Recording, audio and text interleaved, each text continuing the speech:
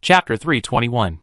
For years, the Zerg civilization has been engaged in constant warfare, while the Cassar civilization has been developing steadily. This has become an unwritten secret. Although no one has ever bypassed the Zerg civilization to detect which civilization is at war with it, it is generally known that the Zerg civilization is at war with another civilization. It's just that no one knows. The civilization at war with the Zerg civilization is also a Zerg civilization. Originally, the two Zerg civilizations were locked in a fierce, life-and-death struggle for legitimacy. However, with the external conflict of the Cassar civilization forcibly intervening, the two Zerg civilizations temporarily put aside all their hatred and jointly launched a general attack on the Cassar civilization. This posed a serious problem.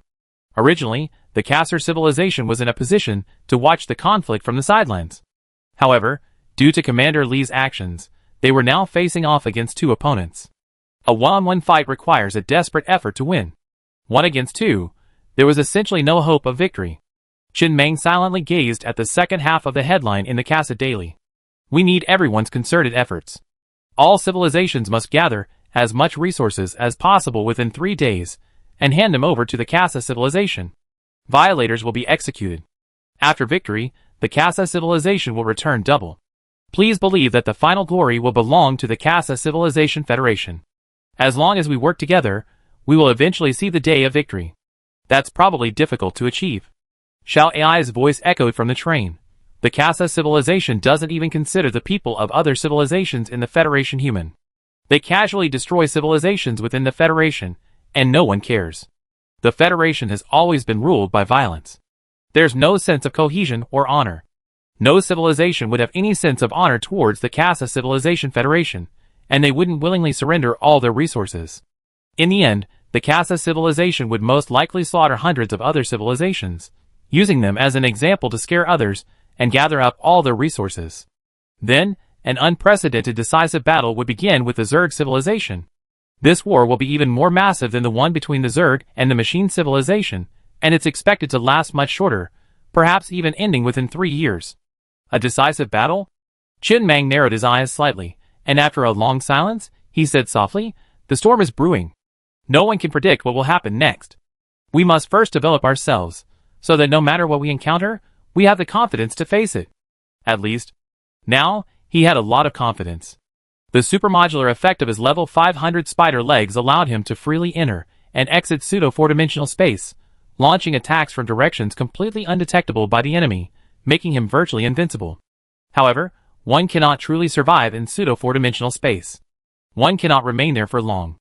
And remaining there requires a continuous consumption of resources. The primary purpose of this headline wasn't to report the battle situation, but to warn the leaders of all civilizations to quickly gather all their resources, or else their civilization would be the next to perish. This was a blatant threat. A completely unreasonable threat. Chen Meng, on the star train, remained unaffected by the outside world. He was a completely invisible figure within the Casa Civilization Federation, unknown to anyone, even though the news of the promotion of the second-level civilization human civilization had already been known to many.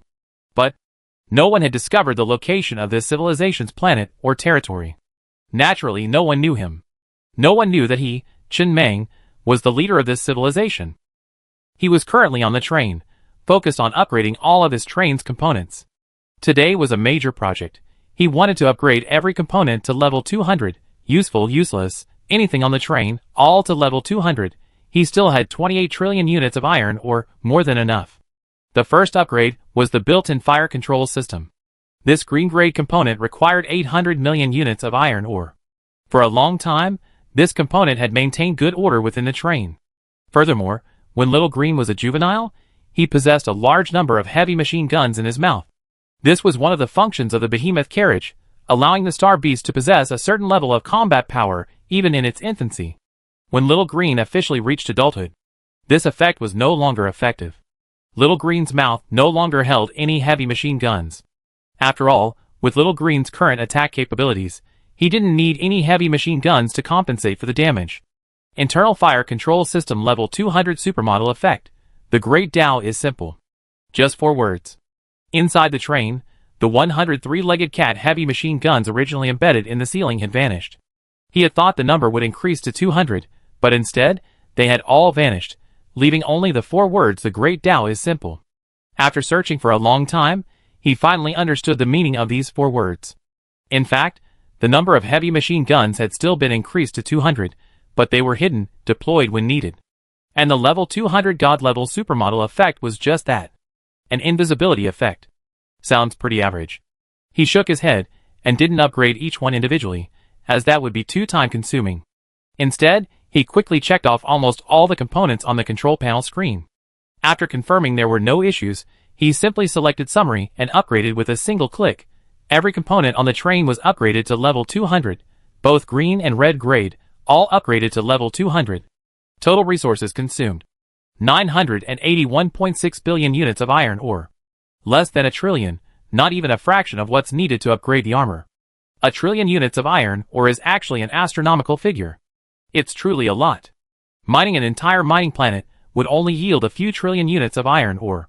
However, the sheer amount of resources consumed by upgrading the armor meant that the trillion units of iron ore seemed to be scattered like a drizzle. At this point, the Star Train has finally officially entered the level 200 era.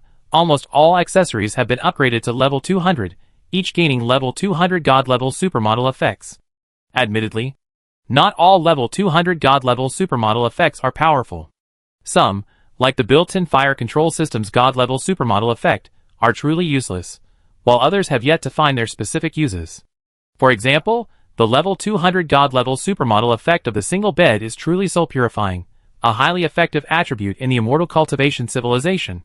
He gifted several to the Tianji Pavilion Master and his men, promising rapid increases in their cultivation speed. He sat in his chair, carefully scanning the God-level supermodel effects of all accessories, finally focusing his attention on a few he had sorted out.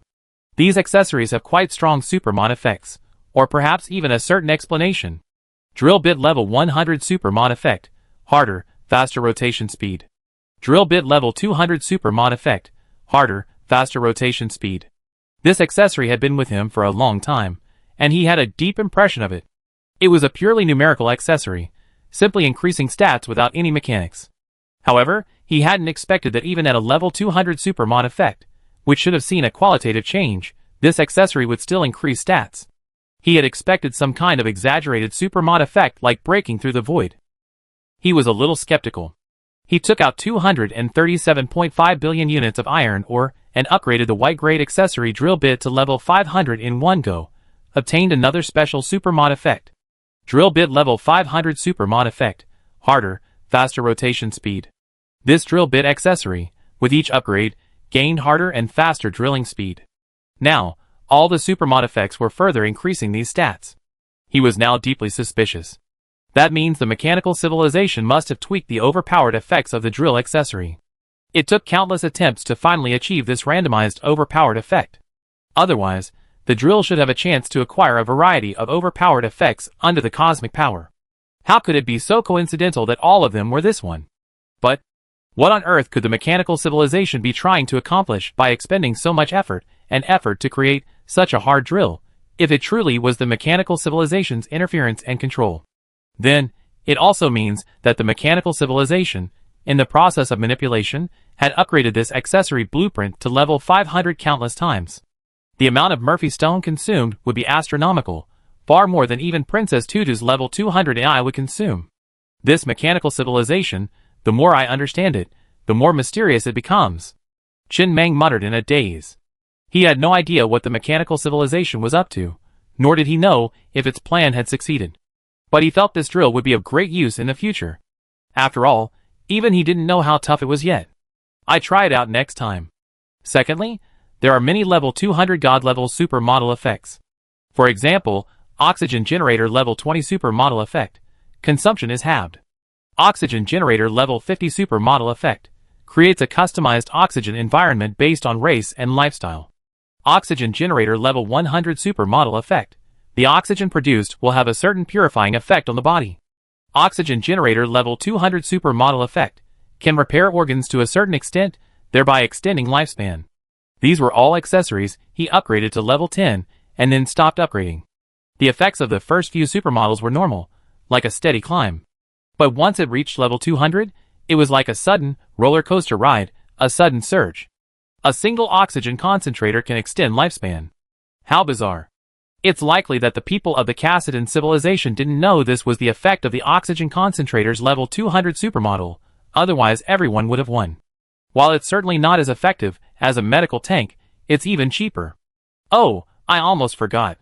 The Murphy stone required to reach level 200 isn't cheap for others, but for him, it's a small price to pay.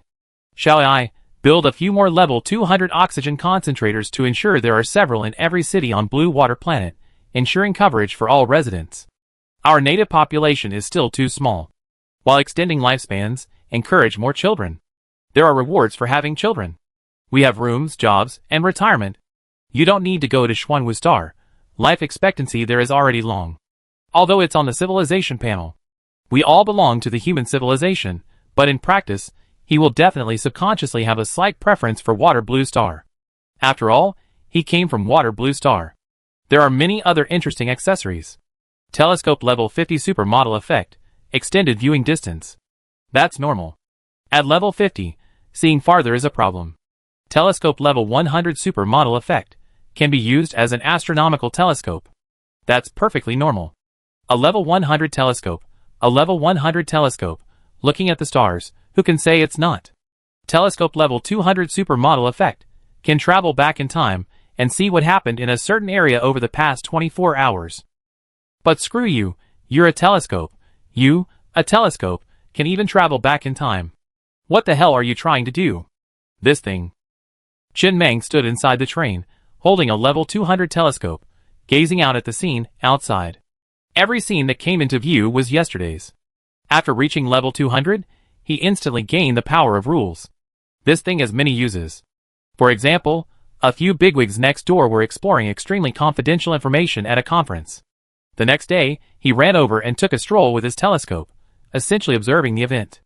A master at stealing information. It's just that the crime rate on Water Blue Planet is so low. Otherwise, with this thing, the crime-solving rate would absolutely be 100%. The crime rate on Blue Water Planet is so low that weeks often pass without a single serious crime. Society is remarkably stable. This is due to many reasons, including the fact that, having just experienced the apocalypse, everyone is extremely content with a life of adequate food, clothing, and shelter. He tucked the level 200 telescope into a drawer, intending to use it frequently. But, he glanced at the telescope in the drawer and hesitated slightly. What if he tried upgrading it to level 500? Upgrading a white-grade accessory to level 500 would only cost 237.5 billion units of iron ore. Not much. There are still 27 trillion units of iron ore on the train. The problem is, he can't just upgrade every accessory he sees to level 500 if it works well. He needs to keep some resources in reserve.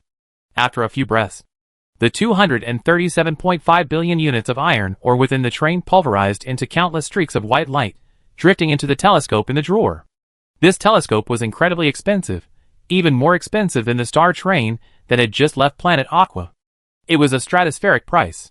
He had finally achieved his dream of a brand new supermodel effect. Ultimately, he couldn't resist and decided to take a look. Just this once. Telescope level 500 supermodel effect. Observable universe. Chen Meng's brows furrowed slightly. He had thought reaching level 500 would allow him to see the future. It seemed he had been overthinking things. Seeing the past might be easy, after all, the past was completely frozen. But seeing the future was far more difficult. Countless factors could lead to different outcomes. It's just the observable universe. He picked up the telescope and gazed at the starry sky overhead, sensing nothing special. He pondered for a long time. After more than 10 minutes, he gave up. It was completely useless. At least, he didn't see the use of the words observable universe. It felt like a useless supermodel effect. You're old man, this is a level 500 supermodel effect. You can't be so useless. The entire Kaisa civilization didn't have a single level 500 accessory. This level of accessory was something a level 3 civilization wouldn't even possess unless it was at all costs. And all it gave him was a completely useless supermodel effect? It was a bit disappointing. Just then, Xiao Ai's voice echoed again from the train cabin. I might know a little bit. There's a saying in the database of mechanical civilization that the universe must be observed in order to function properly. Once there's no one observing the universe, it will instantly collapse into nothingness. Everything in the universe changes under observation. Or, in other words, once anything senses it's being observed, it will undergo some kind of change. Let's take the simplest example.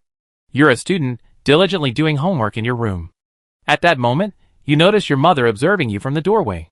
Your attention will subconsciously wander, and you react in some way. For example, in a classic quantum experiment, the act of observation causes the wave function to collapse, transforming the example from a probability cloud into a deterministic state. The specific principle is not yet clear. All we know is that when under observation, it undergoes corresponding changes. From that perspective, the words observable universe are absolutely stunning, but perhaps because our civilization is too low level, and we've had too little exposure, we don't understand what they represent. Accessories of this level shouldn't be accessible to our civilization. Chen Meng once again picked up the telescope and gazed into the universe. Although I don't see anything special, can the universe sense that I'm observing it? Can it observe me as well? No, there are countless beings in the universe. If you were observing the universe simultaneously, even if there were life, it would be hard for it to notice you. According to what you just said, if all living things closed their eyes at the same time, the universe would collapse. While the probability of this happening is extremely low, it's not impossible, is it? Observation doesn't just count with the naked eye. Skin contact and perception also count. This scenario wouldn't happen unless all living things in the universe died instantly, but that would be a big bang. Anyway, Chen Meng paused, then withdrew his gaze from the telescope. This supermodel effect is very powerful, but we won't be using it for now. Is that so? Yes. To put it bluntly, they obtained an artifact that would only be available in the next version before the update, and they had no idea how to use it. If he ever had the opportunity to encounter a more advanced civilization, he would know what this supermodel effect could actually do. How about trying level 1000? The thought suddenly popped into his mind. But when he saw the resources required to reach level 1000, his mouth twitched slightly, and he immediately abandoned the idea. He now knew for sure that level 500 parts were at least reserved for a level 5 civilization, while level 1000 parts were reserved for at least a level 7 civilization. The result of forcing himself on a level 2 civilization was that he would most likely not understand what they were used for. The drill was still more suitable for his current civilization level. Pure stats. Pure improvement. Extremely clean and efficient.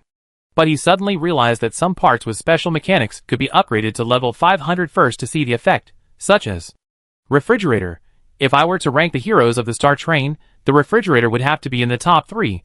In the early stages, it could be used as a dormitory or warehouse, significantly increasing the train's capacity. In the middle stages, it can be used as a large, ready-to-use space bag, making it incredibly easy to collect supplies. It can also transport troops and serve as a defensive shield. In the later stages, it directly replaces the wormhole, becoming a highly cost-effective permanent wormhole. It's packed with treasures. From start to finish, some accessories have powerful early-game effects, but are either useless or completely useless later on.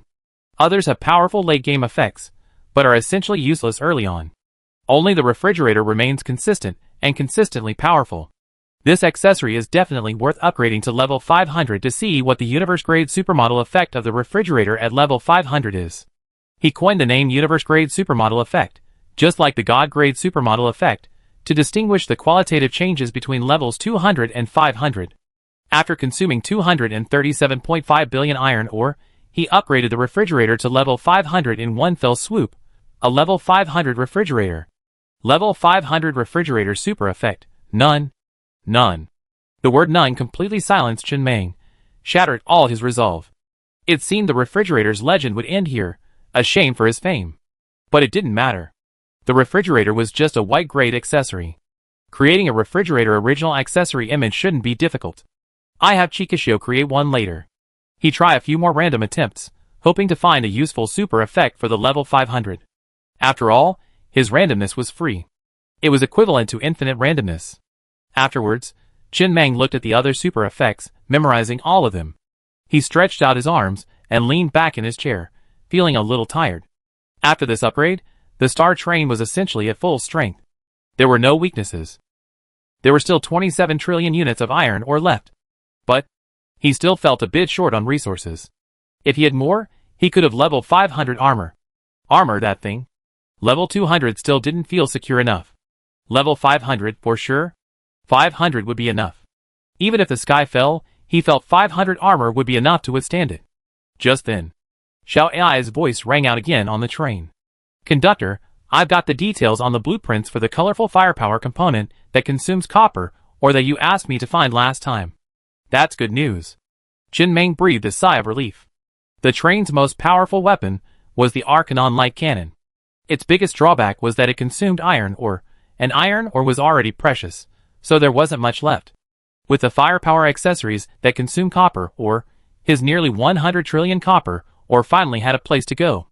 This blueprint is going up for auction at the recent Gemini Luxury Auction House. The name of Luxury Auction House sounds familiar. It's the same auction house the train conductor, robbed last time.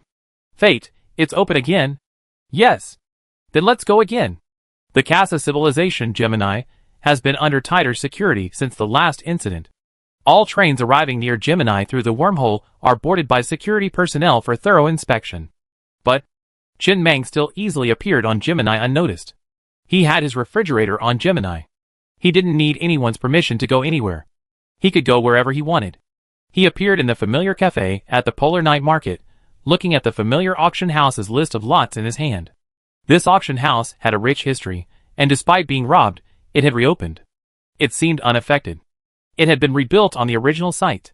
Same old place, right? That's fine then. 3 minutes later, Jin Meng had appeared in the wasteland of the Polar Night Market. Without hesitation, he cut out his spider legs and entered the pseudo-four-dimensional space directly, arriving unnoticed at the entrance of the Polar Night Market auction house. He passed through the wall without a single person noticing him. This was the charm of the pseudo-four-dimensional space. If the enemy didn't have this method, they would likely never discover him. Quickly, he didn't stop at all. He flung Little Green directly into a membrane resembling a dimensional wall. Little Green instantly left the pseudo-four-dimensional space and emerged into reality.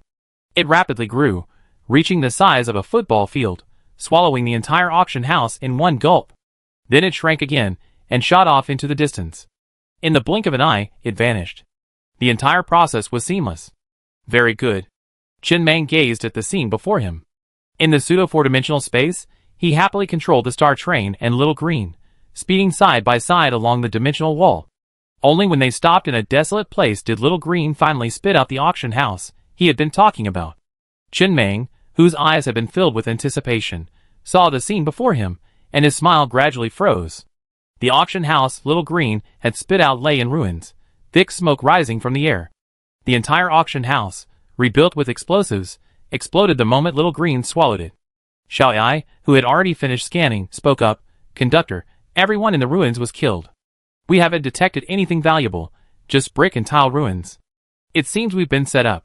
Jin Meng remained silent. He had originally planned nothing, simply to steal the auction house and leave. But now someone was plotting against him. That was another matter. If he didn't do anything, he would look foolish, having fallen for such a scheme. If it weren't for Xiao Ai's information, he would have suspected that the person was deliberately harming him. Let's find out which faction controls this auction house. We're going to pay them a visit. Since I'm here, you can't let me leave empty-handed, right? I understand. And at that moment, in a high-rise office building in Gemini's Polar Night Market, several men gathered around a long table, staring at a holographic scene projected in the air, silent for a long time. This scene was the image of Little Green devouring the auction house. It had been replayed several times, but each replay brought them a different shock. Howman Auction House was the largest auction house in Gemini. A few days ago, a mysterious individual had completely robbed the entire auction house. This news, which should have been shocking, was eclipsed by the news of warehouses being looted in 17 Gemini cities. No one cared. The government didn't care either. Of course, they didn't want to suffer this loss in silence. They believed this was an organized and premeditated act, and they wanted revenge. So they came up with this idea, to publicly announce to everyone that Howman Auction House had been rebuilt and was preparing to reopen the auction, offering many attractive items. He was sure that person would come back again. To this end, they had planted a large quantity of high-grade explosives in the auction house, their intensity terrifying. However, in the holographic projection, a gigantic green furry monster suddenly appeared without warning, engulfing the entire auction house. In that instant, they saw a flash of fire, the sign of an explosion. But the green furry monster shrank again, disappearing from sight at a speed undetectable by even the cameras. From beginning to end, the terrifying explosion seemed to have caused no damage to the monster at all. This is definitely a celestial beast. The leading man was silent for a long time before speaking. I have a giant space beast at home. I'm quite familiar with them, and it's a mature one, but I don't know exactly what level it is. It's definitely higher than the one I have at home. We haven't messed with anyone lately, have we? The Casa civilization has so many top auction houses. Why only rob ours? The situation was already very strange. Their auction house was initially robbed at the same time as strategic warehouses in 17 cities. This was clearly an organized and premeditated act by a violent group. But since the higher-ups had labeled it a means of settling accounts by destroying evidence, they could only hold their noses and bear it. But now that it was clear that the group had been arrested, someone still came out to rob them, indicating that it wasn't just a settlement, but that the Casa civilization was truly being robbed. Could it be the android pirate group? A man sitting at the side of the table hesitated. The most powerful pirate group in the entire Casa Civilization Federation is the android pirate group. They lack resources, but their bounties are incredibly high. The combined bounties for the 2nd to 10th place winners are less than those for the androids. This pirate group escaped from the Casa civilization. It's said that the leader was once a Casa civilization member. One day, on his way home from get off work, he spotted two gangs fighting in an alley. For some reason, his sense of justice overwhelmed him, and he roared forward to break up the fight. But, after all, he was just one man, unarmed, so how could he possibly fight off two gangs? So he followed suit, pretending to be a police officer and breaking up the fight. Unfortunately, the Casa civilization's legal system wasn't particularly well developed at the time, and when the police arrived, the two gangs were completely defeated. No casualties were caused.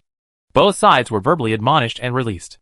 The man, however, was convicted of impersonating a police officer, a serious offense, and sentenced to 10 years in prison. 10 years in prison, no parole. 10 years later, this guy was released. On a rainy night, he found the two gangs involved in the brawl and, armed with a knife, dispatched them one by one. He also tracked down the judge and jury, who had arrested him, and handed down the verdict. One by one. All dispatched. Afterward, he followed the leader he recognized in prison and joined the pirates.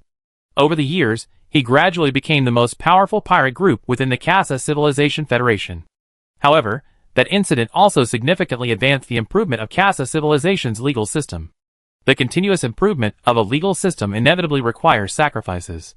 If one is unlucky and becomes one of these victims, one will feel the weight of time and the feeling of helplessness it brings upon oneself.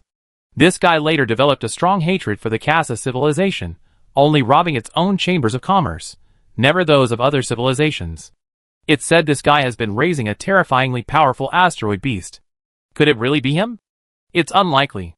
In the conference room, the leading man shook his head with a slightly grim expression. If it were him, if he knew we were behind this, he would have come charging down on us by now, not. The next moment. Bang! The conference room door was violently kicked open. Chen Meng, leaning on a cane and wearing a round hat, strode into the conference room, followed by Biazi and others armed with guns. He pulled out a chair and sat down, resting his legs on the table. He looked at the people inside with a calm expression. Fill in the blanks. How much are your lives worth combined? Answer correctly, and you live. Answer incorrectly, and you die. You only have 3 chances to answer. Please answer within 10 seconds. In the conference room, the men who had been meeting sat in their chairs, their faces gloomy and uncertain. They exchanged glances, but ultimately didn't press the button under the table. They could already smell the blood outside. Everyone outside was likely dead. Without security, they could call for help. The only thing that could save them now was their special tools. But since the other party was well prepared, they couldn't say for sure whether their tools would be effective. The leading man, after all, had seen a lot of things. He stood up calmly and looked at Chen Meng. May I know your name? Answer incorrectly? 2 more chances. Chen Meng pulled a cigarette from his pocket and tossed it into his mouth. He tilted his head slightly, and Ji Chu, standing beside him, lit it with one hand. Ji Chu, following nearby, surveyed her surroundings with eyes filled with curiosity and a hint of excitement. She hadn't left the star in ages, and she hadn't expected Mr. Meng to specifically bring her along on this mission. Is this the Casa civilization? She gazed out the window. The bustling, gorgeous city certainly looked much cooler and more technologically advanced than those on the blue water planet. She greedily took in everything. The next opportunity to come out was still unknown. The man looked at Chen Meng with a gloomy, somewhat unpleasant expression. The other party was coming at him with such force, but if he expected him to surrender all the wealth he accumulated over the years that would be a gross underestimation of him. Name your price. This time, we accept it. But if the price is too high, we rather die and leave the resources to our children. Wrong answer? One last chance. Qin Mang looked up at the others with a gentle smile. If you're truly willing to die and leave the resources to your children, I'm deeply moved. I'm easily moved by such sincere feelings. After I kill you, I turn around and leave. I won't go after your children. You have 6 seconds to answer. 500 billion. Before the countdown ended, the leading man spoke, gritted his teeth and whispered, 500 billion in iron ore, that's our limit. It's all the liquidity the Howman auction house can muster without impacting normal operations. If it exceeds that, you can start now. Very good. Qin Mang leaned back in his chair, chuckling, and was about to say something else when a gunshot rang out in the conference room. The leading man suddenly stood up, pulled a pistol from his pocket, pointed it at Qin Mang's head, and pulled the trigger. However, the moment the bullet struck Qin Mang's head, it disintegrated into a discus and fell to the ground. Unharmed. Diazi and the others, who had reacted, quickly pulled the trigger with angry expressions. In the blink of an eye, several of them fell in a pool of blood. They were the only ones in the entire conference room. So brave? Qin Mang was slightly bewildered and waved his hand. Shall I check their company database for specific information? All the resources that should be confiscated have been confiscated. Then, with a hint of anticipation, he pulled out a telescope from his pocket and peered into the conference room, intending to see what these people had been discussing. His other most important goal this time was robbery. Yes, extremely simple and crude. Casa civilization had forcibly seized the resources of all civilizations. His goal was to seize a portion, allowing him to surge again and dominate the entire battlefield. Let him fight 3 on his own. There was no need for all the fancy tricks. This was just an appetizer, but these people seemed to have some status. Perhaps he could get some useful information from them. 3 hours later, Qin Mang put down the telescope with a sour feeling. This thing couldn't be fast-forwarded. That was a big problem. This needed to be adjusted. Otherwise, it would be too tiring to read. He actually gained some important information from these people's past conversations. 1. The most powerful pirate group in the Casa Civilization Federation, the Android Pirate Group, has been reportedly active near Gemini in recent days. 2. This group is planning to rob the resources seized by the Casa Civilization. This means that this group should know the routes used by the Casa Civilization to transport supplies, and even be able to find hidden gaps. He also wants a piece of the pie. He must first find this pirate group to learn the Casa Civilization's routes. He tilted his head to look at Pulu Pulu beside him. Do you know the guy from the Android Pirate Group? I know him, but he doesn't know me. We don't have much in common. Pulu Pulu shook his head. Qin Mang stopped talking and fell into deep thought. He was definitely destined for his share of the pie. With his current means, not taking some of the meat would be a waste, and all those god-level supermodel effects would be wasted. Chapter 322. Casa Civilization, Gemini, Polar Night Market. Qin Mang appeared once again in this familiar city, the city that had once brought him countless opportunities. That opportunity had allowed the Star Train to fully ascend to the ranks, with all its components reaching level 200. Looking at the entire Casa Civilization, and even the mechanical civilization, a train like the Star Train was unprecedented. He used the resources of an entire civilization to build a train, a method that other civilizations could not emulate. After all, not everyone, like him, possessed unlimited Murphy stones, needing no consideration for them at all. As long as he had sufficient resources, he could continuously upgrade. Once upon a time, he had believed that the Zerg's characteristics were truly abnormal bugs. But, as time progressed, he suddenly felt that those Zerg characteristics seemed rather ordinary. No matter how many Zergs there were, if they couldn't break his defenses, what was the point? For someone like him, devoting all his resources to strengthening a single train, the biggest drawback was being unable to split his attention between them. Once his civilization expanded, he couldn't always be on the move. Any simultaneous attack from hostile civilizations from multiple angles would keep him incredibly busy. Unfortunately, his entire civilization's territory was squeezed into the train, perfectly closed. Qin Mang walked along the familiar street, gazing at the pedestrians ahead, lost in thought. He hadn't considered this before, but after learning that the Android Pirate Group was planning to intercept the resources confiscated by the Casa Civilization, a fierce greed ignited within him. Others could seize them, but he couldn't. He wanted them too. How to track the specific routes used to transport the supplies was a major problem. He couldn't have Xiao Ai constantly monitoring the movements of every train belonging to the Casa Civilization Federation, could he? Of course. He actually did it. The price was that he hadn't spoken to Xiao Ai in a long time. Xiao Ai had devoted all her computing power to this task, leaving her with no computing power left even for a single word. But this was still unreliable. Who knew if the Casa Civilization would use other trains to transport this batch of supplies? Just then, Xiao Ai suddenly transmitted a message into his mind. The Casa Civilization, a level 1 civilization, has successfully ascended to level 2. Chen Mang was momentarily stunned, then realized that this must have been the Casa Civilization's ascension wave from a long time ago. However, at that time, the Casa Civilization's home planet was probably not in this area, but much further away. An unknown amount of time passed. At this moment, the ascension wave had just begun to cover this area. The delay in this universe is quite long. He sighed with a hint of resignation. It felt like living in the 2G era. By the time he received a message, who knows how long it had already passed. The Casa Civilization was already a level 3 civilization, and he had only just received the ripple of its advancement to level 2. This sense of unreality left him slightly dazed. However, the next moment, Xiao Ai transmitted another message into his mind. Conductor, a special presence has been detected. It's hard to explain in a few words. Would you mind returning to the train to check? It seems you still have some computing power.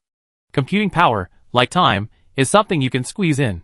Inside the star train, Chen Mang sat in a chair, gazing at the rather eerie image on the Doppler radar screen. Is that a turtle? No, to be more precise, it's more like a black tortoise, somewhat similar to the mythical beast from his previous world, the black tortoise, but also somewhat different. A tortoise body, a snake tail. Soaring quietly through the universe. It was enormous. While far smaller than Little Green's devouring form, it was still roughly the size of 2 or 3 water-blue planets combined. Like a giant beast, it drifted silently through the pitch-black cosmic landscape. It wasn't going very fast. About 1/10 of the star's maximum speed, certainly much faster than a typical train. Conductor. Xiao Ai's voice echoed from within the train, while monitoring all trains bearing the Kaisa Civilization imprint throughout the Kaisa Civilization Federation. I discovered this thing. It might be a space beast, with billions of lives on its back. Its concealment level is very high. Only a level 200 radar can detect it. If our radar wasn't high enough, we wouldn't be able to spot it at all. Yes. Chen Mang narrowed his eyes slightly, looking at the scene on the Doppler radar screen. He was now certain of one thing: neither the Zerg nor the Kaisa Civilization possessed level 200 radar. Otherwise, they wouldn't have been able to see the scene and remain indifferent. He had assumed that the Kaisa Civilization knew that a powerful Arcanum-like cannon was heading towards their area from deep within the cosmic void, but it would take 80,000 years for it to arrive. So, they weren't worried at all. 80,000 years is enough time for a lot to happen. He assumed that was how the Kaisa Civilization thought. It turns out that the Kassadin Civilization didn't have a level 200 radar at all, and was completely unaware of this news. After all, they're a level 3 civilization, and their situation is pretty miserable. Is Murphy Stone really that difficult to obtain? He still remembered the power of that cannon. Its energy range was equivalent to that of a level 4987 colorful firepower component. Once fully detonated, the entire Casa Civilization would be reduced to ash in an instant. Every living thing here would be buried with it. Let's go and take a look. Although he didn't know what was going on, Chen Mang decided to go and see. Opportunities were something you had to seize, not just sit back and wait for. Perhaps a chance would come your way. As the saying goes, skill breeds courage. With the high-level train components, he didn't think the other party could pose any fatal threat he couldn't fight back against. 3 hours later, the star train had entered space and was rapidly approaching the soaring star beast, the Black Tortoise. It had so effortlessly passed through the Casa Civilization Federation, unnoticed by anyone except them. Although the territory of the Casa Civilization Federation spanned tens of thousands of light years, but the actual inhabited planets and star systems only occupy a tiny area, less than 100,000th of the territory. As long as they weren't detected by radar, they could pass through without being noticed. And just as he was about to approach, a voice suddenly echoed in his mind. Mysterious sir, have we offended you unintentionally? We are merely traveling, and mean no harm. If we have offended you, please let us know. Chen Mang's brows raised slightly. Every civilization has its own language. Generally speaking, communication between civilizations occurs through a translator, But the reason he could hear the meaning of this sentence wasn't because of a translator. His intuition told him that this sentence was extremely obscure and difficult to understand. Yet, for some reason, he simply understood the meaning of these words. He clearly understood the emotion within them. This method was quite miraculous. However, he wanted to respond, but he didn't know how. He had never seen such a method before. If he used something more ordinary, wouldn't he be showing weakness? He was just about to throw Xiaolu away. The enormous black tortoise in front of him slowly stopped. Only at this close distance could he clearly see a thin layer of mist shrouding the black tortoise, allowing him to vaguely discern its outline, but obscure its presence. At this moment, a gap appeared in the mist. A young woman, walking through the air, arrived in front of the star train in a matter of seconds. After a respectful bow, she softly said, "My master invites you to come and have a face-to-face conversation." The voice was extremely soft, gentle and watery, echoing slightly outside the train. It seemed that this woman did not have the means to directly transmit her voice through the air. She was human. A perfectly normal human, with neither scallions nor cilantro growing on her head.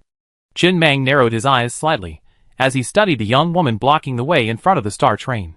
He felt as if he had encountered a civilization akin to a cultivator of immortals. The black tortoise hovering in the universe appeared very close to the star train, but in reality, it was still a considerable distance away. Even at such a great distance, the woman had already arrived in a matter of tens of seconds. This speed was even faster than that of the black tortoise. She appeared naked in the universe, without any protective clothing. "Let's go and take a look." Qin Mang finally agreed, slowly pushing the control lever. The train followed the woman through the clouds and landed on the back of the black tortoise. He then walked out of the train with Biazi and the others. Outside the train, the young woman was already waiting outside, with a hunched, elderly-looking man with white hair standing in front of her. "Dear guest, this way?" "Okay." Qin Mang nodded slightly, but soon saw a hint of doubt in the old man's eyes. After a long pause, he said, "You don't understand me?" The old man's doubt deepened. It wasn't until Biazi presented a translator that the two sides could truly communicate effectively. "I didn't expect you, with such strength, to not have learned the universal language. Come this way." Qin Mang, Biazi and the others followed the old man and looked around. The train landed on a plain. There was almost no industrial atmosphere, only farmland. Standing there, it was hard to imagine that you were standing on the back of the black tortoise. It felt like you were actually standing on a planet. Looking up, you could even see the sun. Who knows where that star came from? Soon. He followed the old man all the way to a small wooden hut built in the farmland. The sound of boiling water could be heard from the stove inside. The hunchbacked old man sat down and poured a cup of tea for Qin Mang and the others. A hint of doubt lingered in his cloudy eyes, and his voice, hoarse and aged, spoke. "Please introduce yourself." Level 3 Civilization, Spark Civilization, a peaceful and neutral nomadic civilization. I am the leader of this civilization. Normally speaking, given the level of civilization in this area, it should be difficult for anyone to discover our presence. I wonder which civilization you belong to. Qin Mang sat in his chair, surveyed his surroundings, and then met the hunchbacked old man's gaze. After a pause, he softly said, "We all come from a level 2 human civilization, and I am the leader of that civilization. I saw an unknown entity passing through here, so I came to investigate." "Human civilization?" The hunchbacked old man was slightly startled, then instinctively straightened his body and looked at Qin Mang. His hunchback, which had lasted for years, seemed almost healed in an instant. Hearing that Qin Mang certainly wasn't joking, he opened and closed his mouth slightly, a momentary uncertainty as to what to say. After a long pause, he whispered, "Sir, the name of this civilization is prone to disasters. Unfortunately, once a civilization's name is chosen, it cannot be changed." "No problem."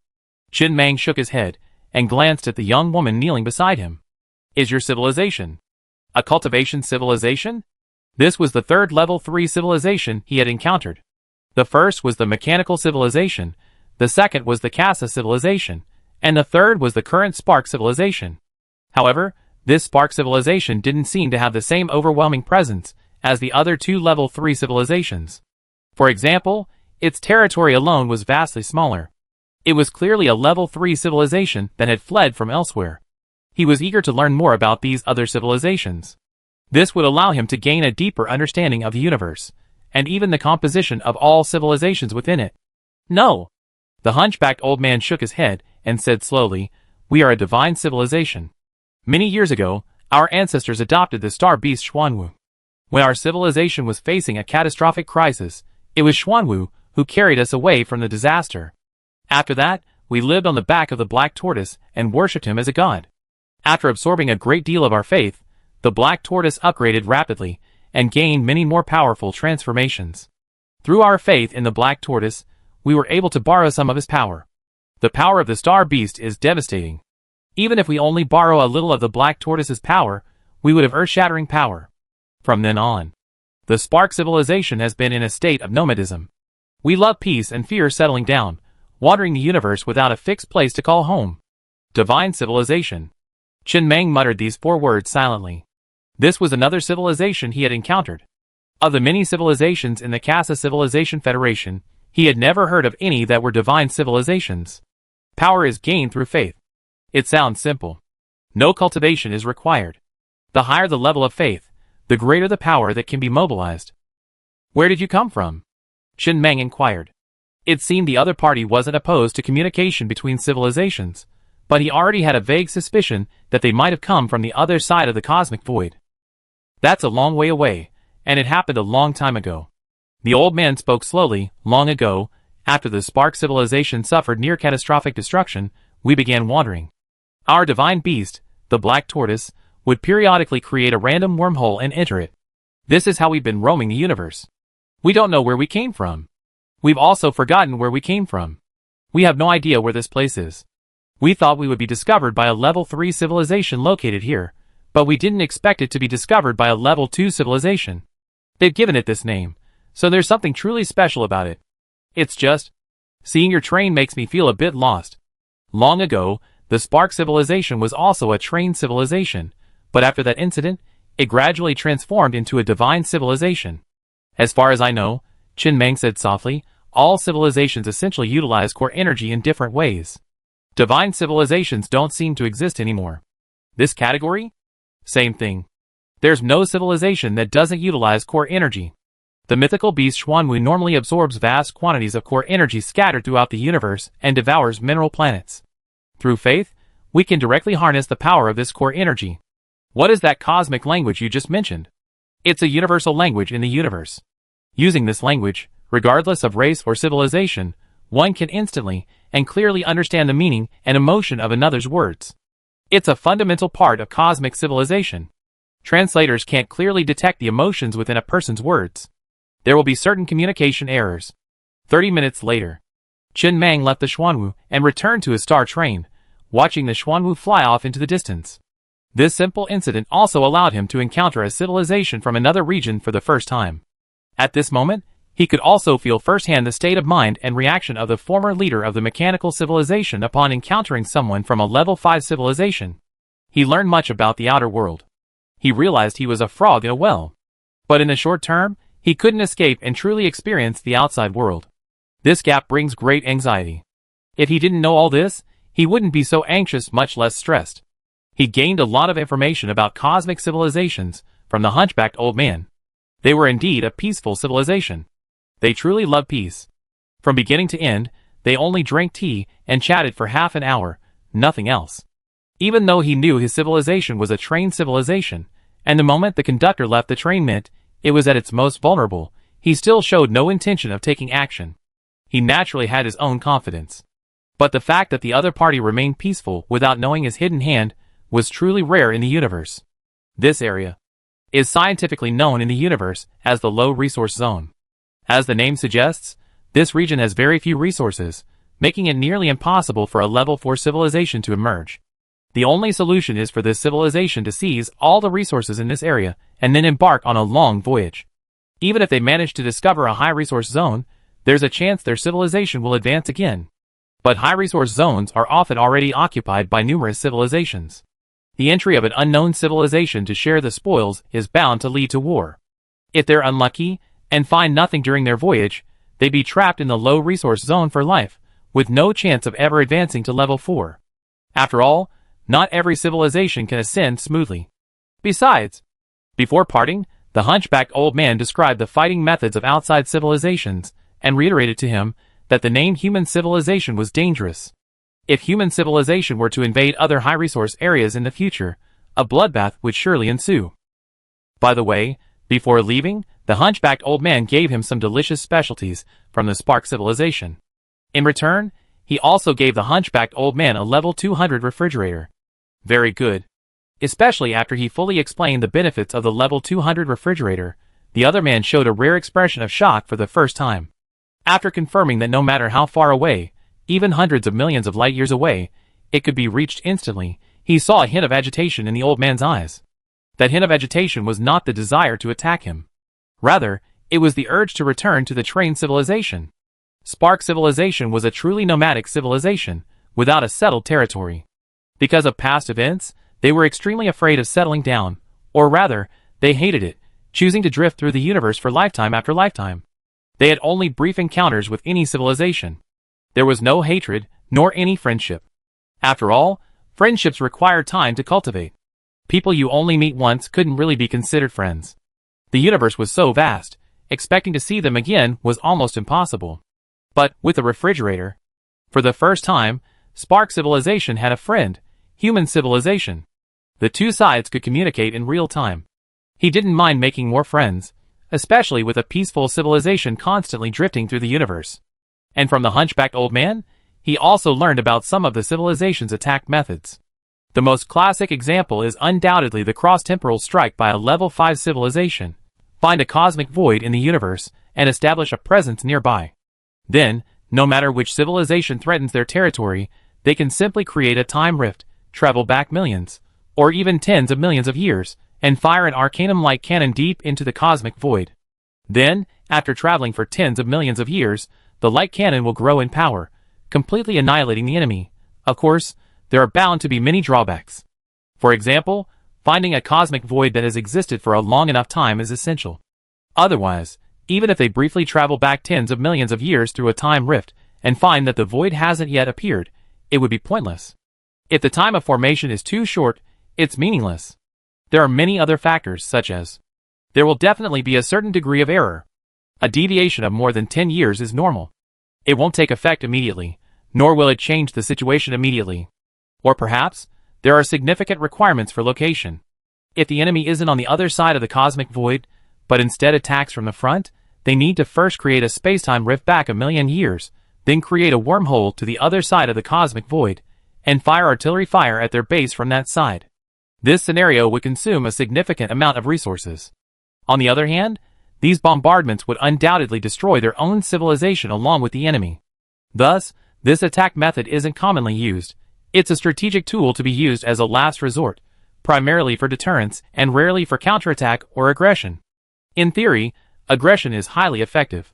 A single strike would completely obliterate the enemy civilization. But in the vast majority of cases, the purpose of invasion is to plunder resources, populations, technological planets, and so on. If everything is wiped out with one strike, what's the point of invading? Isn't that pure idiocy? Or rather, according to the Spark civilization, wars between civilizations from level 1 to level 4 are the most frequent and most numerous. Civilizations at this level don't employ strategic destructive tactics. They can engage in head-on confrontation. And higher-level civilizations and above, wars are almost non-existent. They only do two things: hide yourself as well as possible. Prevent higher civilizations from discovering you. If you can't hide well, create as much deterrence as possible. Tell nearby civilizations, anyone who dares to touch me will be dragged down with me. Hidden and deterred are two skills that advanced civilizations in the universe must master throughout their lives. Especially when the hunchbacked old man said he once saw a cosmic void about 10 trillion light-years in diameter. It was the remnant left after a major conflict between two top-tier civilizations, a conflict that annihilated both civilizations. The hunchbacked old man specifically told this story simply because the two civilizations were both human, and neither was willing to submit to the other. He had been curious at first. Even if neither recognized the other's legitimacy, couldn't they temporarily coexist if their strength was equal? The old man shook his head. He didn't know too much about the specifics, but he knew that when naming civilizations, they should try to avoid duplication. A cosmic void with a diameter of 10 trillion light-years. Chen Meng sat calmly on the star train, watching the information flash across the screen. The number was a bit too large, so large that he couldn't imagine any attack method that could create such a massive cosmic void. This meant that all the stars, planets, and civilizations in this region were reduced to ashes by this war. A strong sense of crisis washed over him once again. He had to quickly improve the strength of the Star Train and human civilization. He could accept going to war with a civilization being outmatched, the civilization destroyed, and a tragic death at the hands of his enemy. Although he felt a little reluctant, he could accept that. Since he was at the gambling table, he had to lose. But he couldn't accept being swept up in the war by another civilization without doing anything. He had to improve his strength as quickly as possible. 3 days passed. During these 3 days, all civilizations within the Casa Civilization Federation were engaged in a massive resource surrender. No matter how much dissatisfaction they harbored, but after 17 first-level civilizations openly protested and were wiped out, no civilization would drag their feet any longer. They gathered and surrendered every resource they could. These 17 first-tier civilizations, hailing from the same galaxy, had initially believed that their sheer numbers might allow the Casa civilization to take fewer resources. However, it became clear that their numbers were insufficient. Especially after the Casa civilization issued its latest announcement, declaring the last 100 civilizations in terms of resource surrender would be forcibly eliminated. The leaders of each civilization had been working tirelessly for the past few days, using numerous means to gather resources. Instantly, countless resources were gathered and sent to the Casa civilization in a mighty force. This was the foundation of the Casa Civilization Federation. While many civilizations felt the pain of the loss, it was undeniable that with these resources, the Casa Civilization Federation might truly be able to defeat both Zerg civilization territories in a one-on-one battle. In this way, the territory of the Casa Civilization Federation would be even larger, possessing even more resources. After victory, the Casa civilization could return these resources to them. Over 10,000 civilizations. Even if the vast majority were level 1 civilizations. The full mobilization of such a vast number of civilizations would still be terrifying. Haven't they found it yet? Sitting on the Star Train, Qin Mang flipped through the latest news in the daily newspapers. Unable to contain himself, he asked, with so many resources, it's impossible there's no trace of them, right? The Casa civilization doesn't have refrigerators. If they want to collect so many resources, they can only use trains and wormholes to transport them. Is there any other way? He was truly jealous. If all these resources were given to him, he could fight his way to the other side of the cosmic void next year and ask which uncultured person had left the Arcanum Light energy cannon there. What a beast.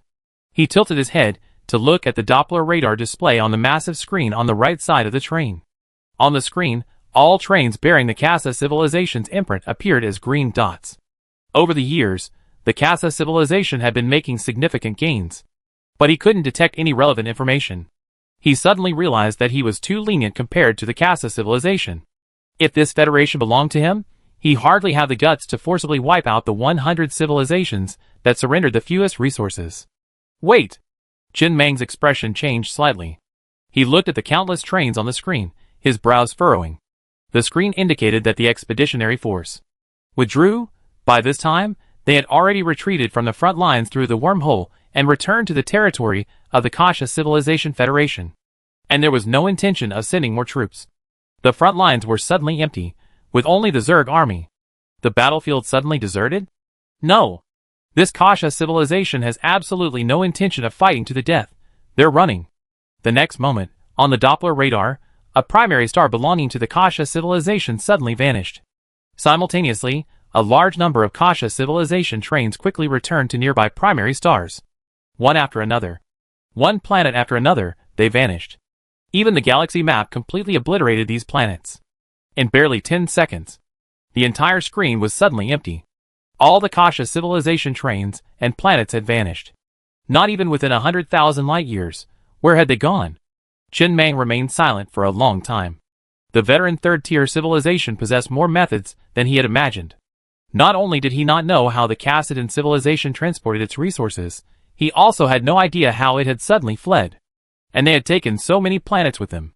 Could it be that the Kassadin civilization also possessed a level 200 space gate? The Kassadin civilization had fled, leaving behind a colossal mess.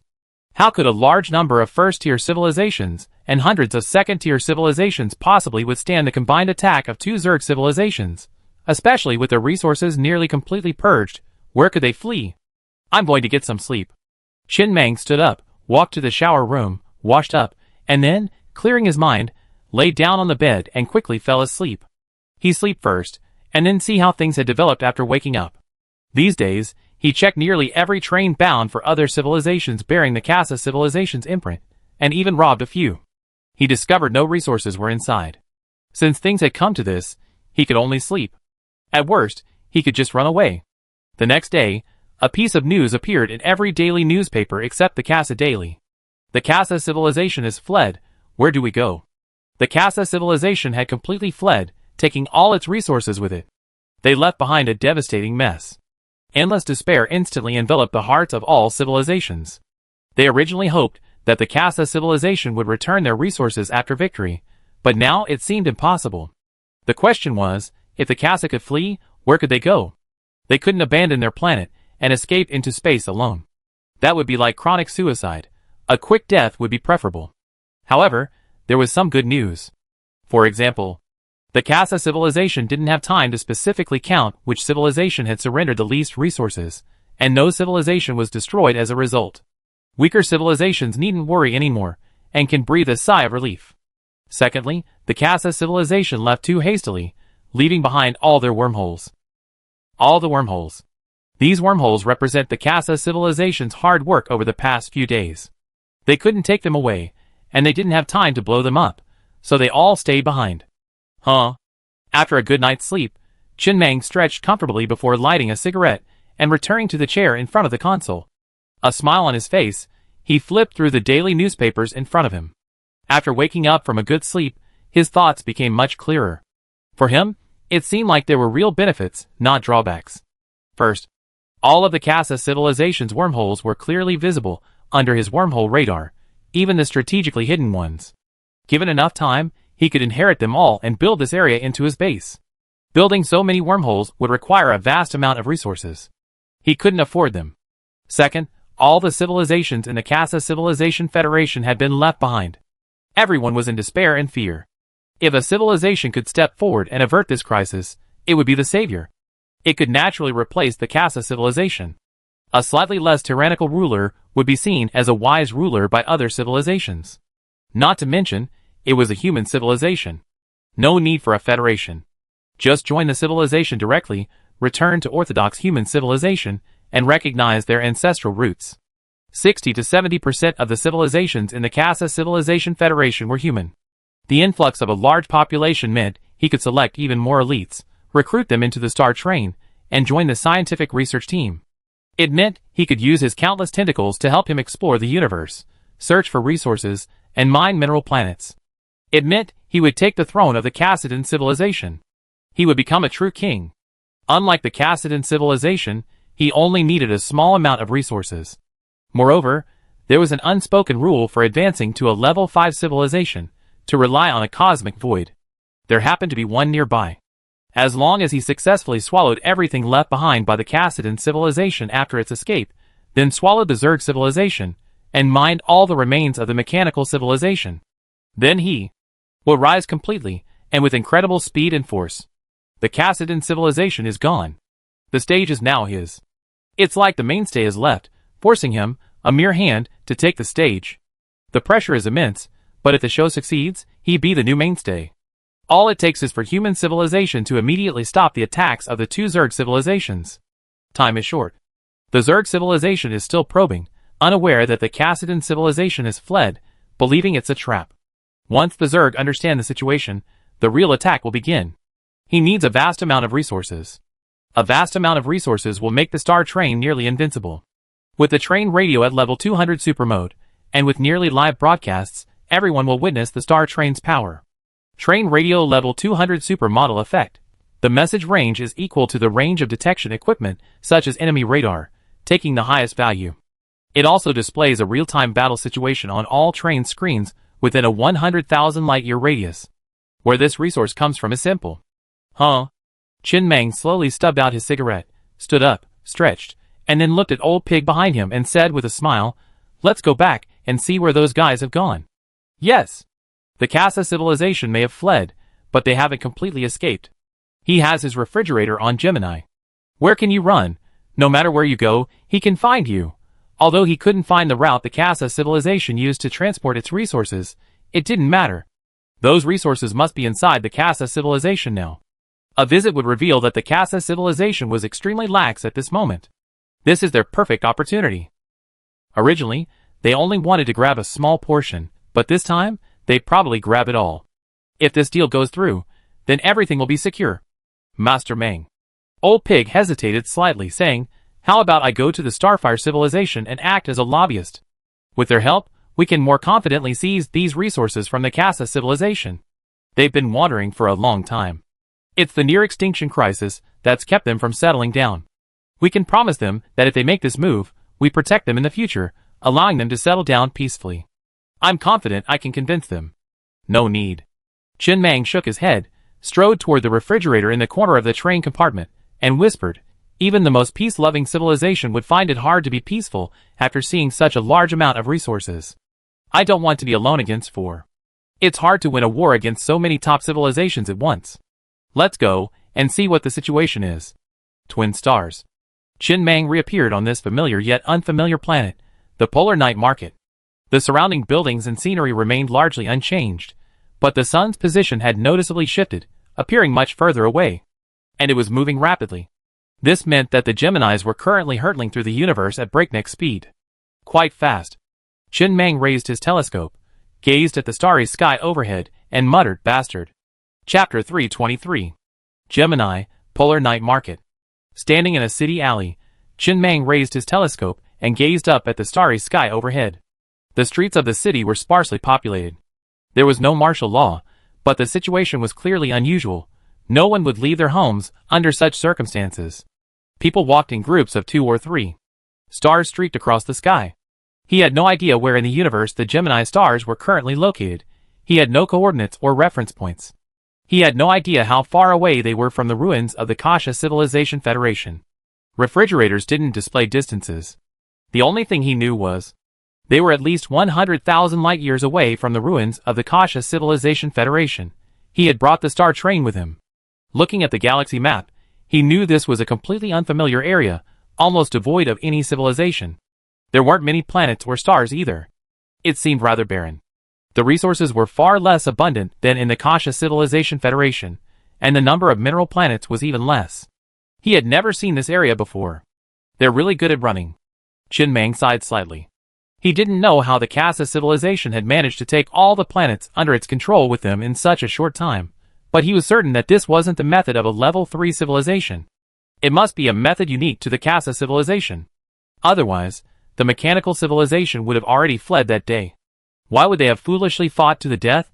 Furthermore, they didn't use the escape method of loading planets into a space gate. They directly used some method, such as space jump, to carry the planets along, and then use some other method to continuously accelerate the planets and continue their escape. The speed of the twin stars gradually slowed. The Casa civilization was clearly preparing to temporarily camp in this resource-poor region. Resources were truly scarce here. If it weren't for the confiscated resources, the Casa civilization would have perished in no time. Don't forget, the Casa civilization's population was quite sparse, and most people relied on medical tanks for survival. These devices consumed a significant amount of resources. Without sufficient resources, they would perish without anyone else's help. Normally speaking, it was difficult for a civilization to simply flee after a war broke out. It wasn't a simple matter. It wasn't something that could be easily escaped. Many factors needed to be considered. For example, the lack of resources along the way, and whether to take their own planet with them. If they left their planet behind, how long would they survive? If they escaped through starless areas, how many people on their planet could survive? If they took their planet with them, they would undoubtedly be outpaced by enemy trains, making it impossible for them to outrun them. And many other issues. Only with a means like the Kaisa civilization, capable of planetary space jumps, could such an easy escape be achieved. Of course, the price was not small. All the territory gained over the years had essentially been handed over to the Zerg. Of course, none of this was the most important thing. Nothing is hidden. Chen Mang stood in the alley, staring at the screen. Trains raced across the ground, bound for strategic resource depots in various cities, storing the newly confiscated resources in batches. No more hiding this time. On Gemini, the strategic resource depots in 17 cities, previously empty, were now completely filled. He had no idea how many resources the Cassidon civilization had confiscated this time, but it was definitely an astronomical figure. "This time, I have a full stomach," Looking at the scene before him, Chen Meng smiled. Hungry. So hungry. Even though he acquired a lot of resources recently, for some reason, he still felt hungry. It wasn't enough. This time, he could finally have a full stomach. It was obvious. The Kassadin civilization was relaxed at this moment, completely unguarded. During the relatively short war between the Zerg civilization and the Kassadin civilization, he had Xiao AI monitoring the situation in real time. The Kassadin civilization's strongest train had a defense level of 160, and its strongest attack power was in the 180 range. Of course, this war hadn't completely escalated into a meat grinder. Both sides retained a modicum of rationality, and were slowly increasing their forces. But the current strength of the Kassadin civilization was no match for him. Perhaps they had a hidden weapon up their sleeve. But as long as he was quick enough to seize these resources first, and then upgrade their armor to level 250 or even 300, then no matter how powerful the Kassadin civilization's weapon was, it wouldn't be as powerful as his. Then he could seize all the other resources. Everything was perfect. Just then. Alright. In the alley, Xiao Ai stood outside the refrigerator, a cable plugged into her body running directly from the refrigerator to the train control console. A strange expression crossed her face. I've tested this city's AI. I can successfully invade it at any time if I choose. By then, all the AI-controlled infrastructure in this city will be under my control. The bug from last time hasn't been fixed at all. The AI's return confirmation command is still every hour. They're not even willing to change it to every half hour or every 10 minutes. That's great. Chen Meng sighed softly, glanced down at his watch, and turned to the refrigerator. All combat teams prepare. The plan will officially begin in 17 minutes. All combat instructions remain the same as last time. Each of you will be responsible for your own area. Once you're done, call it a day. Wait, the plan is temporarily suspended. Await new orders. This plan was too crude. It made their civilization seem overly obsessed with plunder. He had thought of a better solution. Spark civilization, the civilization nestled on the back of the black tortoise, in that wooden house nestled in the farmland. A hunchbacked old man welcomed familiar guests. Chen Meng, smiling and carrying gifts, and his confidant. The hunchbacked old man looked around blankly, then spoke hoarsely after a long pause. Sir, I remember it's only been a short time since we last parted. I have something I'd like to ask you. Chen Meng smiled, and put down the gift in his hand. Last time I saw you, you didn't have a wide variety of crops here, so I brought you a batch of seeds. See if there's anything you need. I've been having some trouble lately. I'd like to know how to remove the imprint of civilization from a planet. The hunchbacked old man glanced down at the gift on the table. After a long silence, he spoke softly. Sir, the Spark civilization is truly a peace-loving civilization. We don't want to get involved in any war, but that doesn't mean we don't have any other options. If you force us or use some means to force us into a war, we will become enemies. You don't want us to join you, do you? No. Chen Meng smiled and said, I don't want another civilization to come and share my meat. I wouldn't have enough for myself. I like peace-loving people like you. I love peace too. But it sounds like you're in the middle of a war? Peace always comes after war. Our peace doesn't come after war. You also experienced peace after being defeated and fleeing, didn't you? There's no difference between us. The only difference is that you lose, and I'm more likely to win. The hunchbacked old man remained silent. The old pig, following behind him, twitched his lips slightly. Was Mr. Meng being too blunt? He was worried that the hunchbacked old man would explode at any moment. It's like you were once severely beaten, so you're afraid of fighting and avoid everyone, calling it peace-loving. Then someone reveals your entire past to your face, telling you that you're not peace-loving, you're just scared and cowardly. There's at least a 50% chance of you snapping. A few seconds later, the hunchbacked old man shook his head, his voice tinged with reminiscence, and said dreamily, a newborn calf is not afraid of a tiger. Everyone must experience failure at some point. I hope that failure will crush you completely. There are many ways to remove the imprint of a civilization. Suppose you want to remove your own imprint, just confirm and clear it. Of course, you definitely want to remove the imprint left by other civilizations on the planet. There are 3 methods. The first. After the civilization's demise, the imprint it leaves behind can be easily erased. The second. Bomb the planet directly, and the imprint will naturally disappear. The third. Destroy all the creatures belonging to that civilization on this planet to zero, and the imprint of that civilization on the planet will be removed. This is our second meeting. Everyone has their own thoughts. I shouldn't interfere with your thinking, especially now that you're clearly in such a high-spirited state, you won't listen to anyone's advice. But I need to remind you, once a war begins, it cannot be stopped. Even if you win this war against this civilization. War, like a poison that eats away at your bones, will haunt you forever. There are so many civilizations in the universe. Can you guarantee victory every time? You will always lose. You can win 99 times, but if you lose just once, everything you have will be wiped out. Perhaps? Qin Mang smiled, stood up, and prepared to leave. Thank you for your explanation. I have a great gift for you next time we meet. Without further delay, he turned and left. Rather than plundering the strategic resources in those warehouses, he preferred to simply load the twin stars onto the train. The city of Midnight City is well built. It should have belonged to him long ago. The hunchbacked old man stared at Qin Mang's back, his expression complex, and he remained silent for a long time.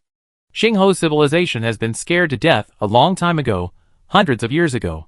The reason is that there are too many civilization leaders, like Qin Mang in the universe. But Qin Mang had never been to a true battlefield of civilizations. He didn't know.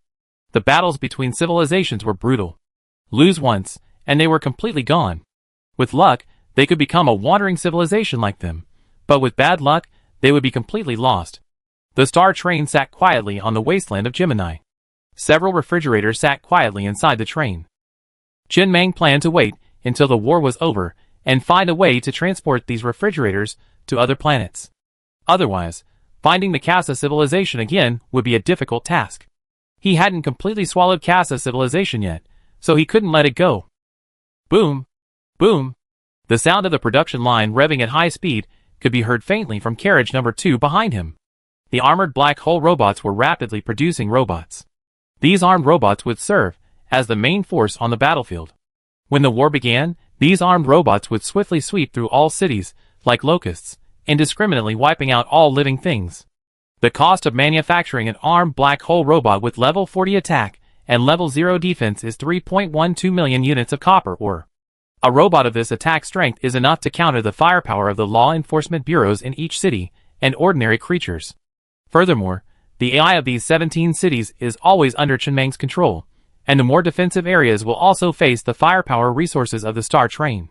This war, from the very beginning, was almost certain to be won. Even the information level was completely crushed. The Casa civilization is still unaware of their existence. He consumed a full 10 trillion units of copper, or to create a full 3 million level 40 armed black hole robots, which will be his army, the robot army, and another 3 trillion units of copper, or for ammunition. At this moment, robots were being rapidly churned out on the production line, ready to join the battle at any moment. Qin Mang sat in the Star Train, leaning back in his chair, lighting a cigarette, and gazing at the swiftly streaking stars overhead. His face remained expressionless and silent, though inwardly, he wasn't as calm as he appeared. A faint pressure hung over his heart. He knew the cruelty of the universe. He also knew that defeat in a war of civilizations would lead to complete genocide. Just like the Kasser civilization, which freely slaughtered the first-tier civilizations within its own federation, treating the people of other civilizations as nothing. Since he had entered this game, he had to abide by the rules, otherwise he would only be hurt. But after all, these were the lives of hundreds of millions of people. With his order, every living being on this planet would be bloodily purged. For him, it was an order that carried a certain amount of pressure. He just didn't want to show it. Sitting in this position, he had to bear a certain amount of pressure. For civilization to develop and progress, it had to be built on the corpses of countless civilized beings. The glory belonged to everyone, but the pressure of the decision was borne by him alone. An unknown amount of time passed. The ashtray on the control panel was already overflowing with burnt cigarette butts. The rumbling sound from the rear carriage had long since ceased. Conductor. Xiao Ai's voice came from within the train. Biazi and others have successfully arrived at the target location with the refrigerator. Be prepared to begin action at any time. Qin Mang gradually regained his composure. After a long silence, he stood up, looked at the control panel screen, and whispered, "This plan is named Human Renaissance. Everyone, take your positions. The war will officially begin in 10 minutes. The silent polar night market. The streets were deserted, and many residents hunkered down in their homes, their eyes etched with a hint of unease. News had trickled down that the Casa civilization was searching for a new habitat. Why had they suddenly fled? Were they defeated? And just outside Polar Night Market, 3 refrigerators lay in an open space. Armed black hole robots emerged one by one, gradually forming a robotic army across the wasteland. No one spoke, their ranks neatly in formation, each robot's eye sockets gleaming crimson, their weapons poised to unleash a furious volley of bullets. The only sound was the rustling of mechanical organs rubbing against each other. The entire scene was silent yet filled with noise. Leading this group were the old man from the Jime Tourism Group, young Master Li, and his star beast. At this moment, several people's eyes welled up, their facial features contorted slightly, the rage in their pupils practically bursting forth. Finally, a chance for revenge. The Kaisa civilization had destroyed theirs, leaving them without family, friends, and tribesmen forever. Now, the time for revenge had arrived. The war would begin, and they firmly believed that human civilization would ultimately triumph. The AIs of the 17 cities had once again fallen under Xiao AI's control. All the early warning radar messages had been intercepted by Xiao AI, leaving no one unaware that the terrifying robot army outside the city had gradually assembled, awaiting only the command, preparing to annihilate every living being in the city. The war between civilizations was always like this. All one's might was staked, a gamble for hope or destruction. This scene was not limited to this city. The same thing happened in the other 16 cities. The next moment, an order was issued from the star, reaching the ears of all the leaders outside the 17 cities. And then, the sharp sound of gunfire suddenly shattered the silence of the night. An armed black hole robot fired the first shot. My past life has taught me this. Qin Meng stood alone by the floor-to-ceiling window in the train compartment, gazing at the horizon. Holding a cup of strong tea, he spoke calmly, "If war must come, try to be the one firing the first shot. Tell everyone. No living creature shall be spared. Destroy the planet in the shortest possible time. Human civilization will revive and be reborn in the blood of war, all for humanity. All for humanity." Xiao AI's solemn and serious voice echoed within the train. This was the first war since the reconstruction of human civilization. The significance of this war went beyond these resources and this planet. It represented the official entry of human civilization into the fray. Will he be hunter or prey next? No one knows. But now, he must win. He doesn't have to win every time. He can lose many times. But just one victory would suffice for the resources seized to power the star train, which is rapidly increasing in strength. To win, one must first have the capital to lose, and the courage to lose. Bang, bang, bang. The piercing roar of gunfire cut through the darkness, instantly shattering the silence above the city. The massive and intense roar of gunfire plunged the entire city into absolute panic. At a glance, outside Polar Night Market, a dense, seemingly endless army of robots advanced rapidly, like a swarm of locusts, yet with absolute discipline. No one retreated, each robot moving at the same pace and rhythm. Guided by the Doppler radar, no living creature in the city could hide. Step by step, they slaughtered all within their attack range. At this moment, the city's ground-based defensive weapons all went silent. As the Law Enforcement Bureau squad and the armed personnel within the city with personal firepower quickly organized and prepared to resist, boom. The city's ground-based defensive weapons aimed their guns at these people. Just then, boom, a violent explosion echoed as a missile rose from the sky above Jia City and landed heavily among the robot army. The violent explosion destroyed thousands of armed black hole robots in a single blow. A mechanical train was now hovering above Jia City. The train's firepower components fired fiercely at the robot army. But before it could launch its second missile, a beam of light from the distance, swiftly indiscernible to the naked eye, struck the train. Soon, the train exploded into a blaze of fireworks above the city. A shrill alarm finally rang out over Midnight City. More and more armored trains belonging to companies or families poured out of the city to join the resistance. However, these trains were all under Xiao AI's surveillance. The effectiveness of the 200-level Doppler radar in providing intelligence was practically overwhelming. Those trains hadn't even started yet. Beams of light came from afar, hitting with pinpoint accuracy, transforming each train into a firework. Countless flashes of fire exploded in the air. The most terrifying thing about the robot army was its absolute discipline. Even with a 99% casualty rate, no one would retreat. In the era of cold weapons, such an army, even armed with sharp blades, would have terrified all other armies.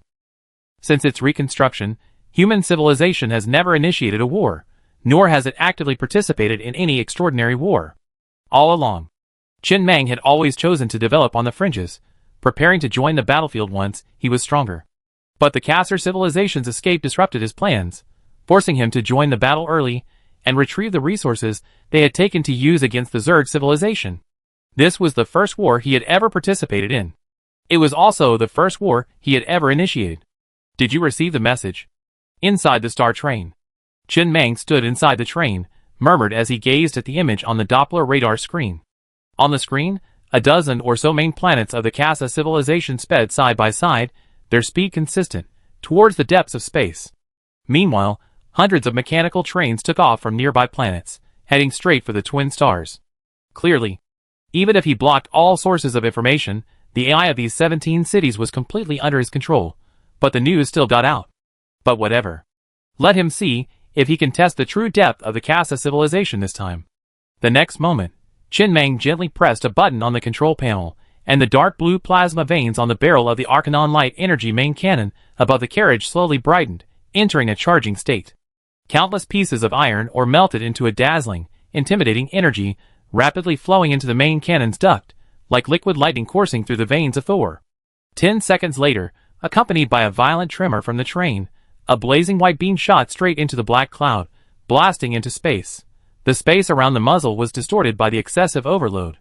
In the blink of an eye, the beam gradually grew larger, until it burst out of space, a blazing white beam over a kilometer wide tearing through the void, heading straight for the train troops approaching from Gemini.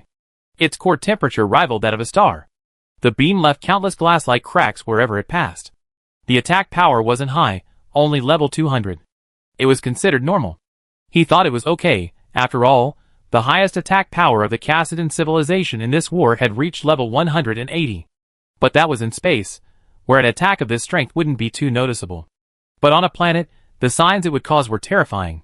The level 101 Arcanum main gun already possessed the power to detonate a star. Level 200. That was a manifestation of divine punishment. In mere seconds, the train army had no time to evade as the blazing white beam, carrying terrifying power, completely enveloped hundreds of trains. The energy shields of hundreds of trains instantly activated, and they were immediately pushed to their highest state at all costs, consuming a large amount of iron ore. But this was a level 200 Arcanon light cannon. The energy shields instantly vaporized like thin ice meeting a branding iron, not melting, but vaporizing. There was no sign of collision at all, as if the impact had never occurred. An entire train army, thus completely vanished into the universe. Not a single wreckage remained.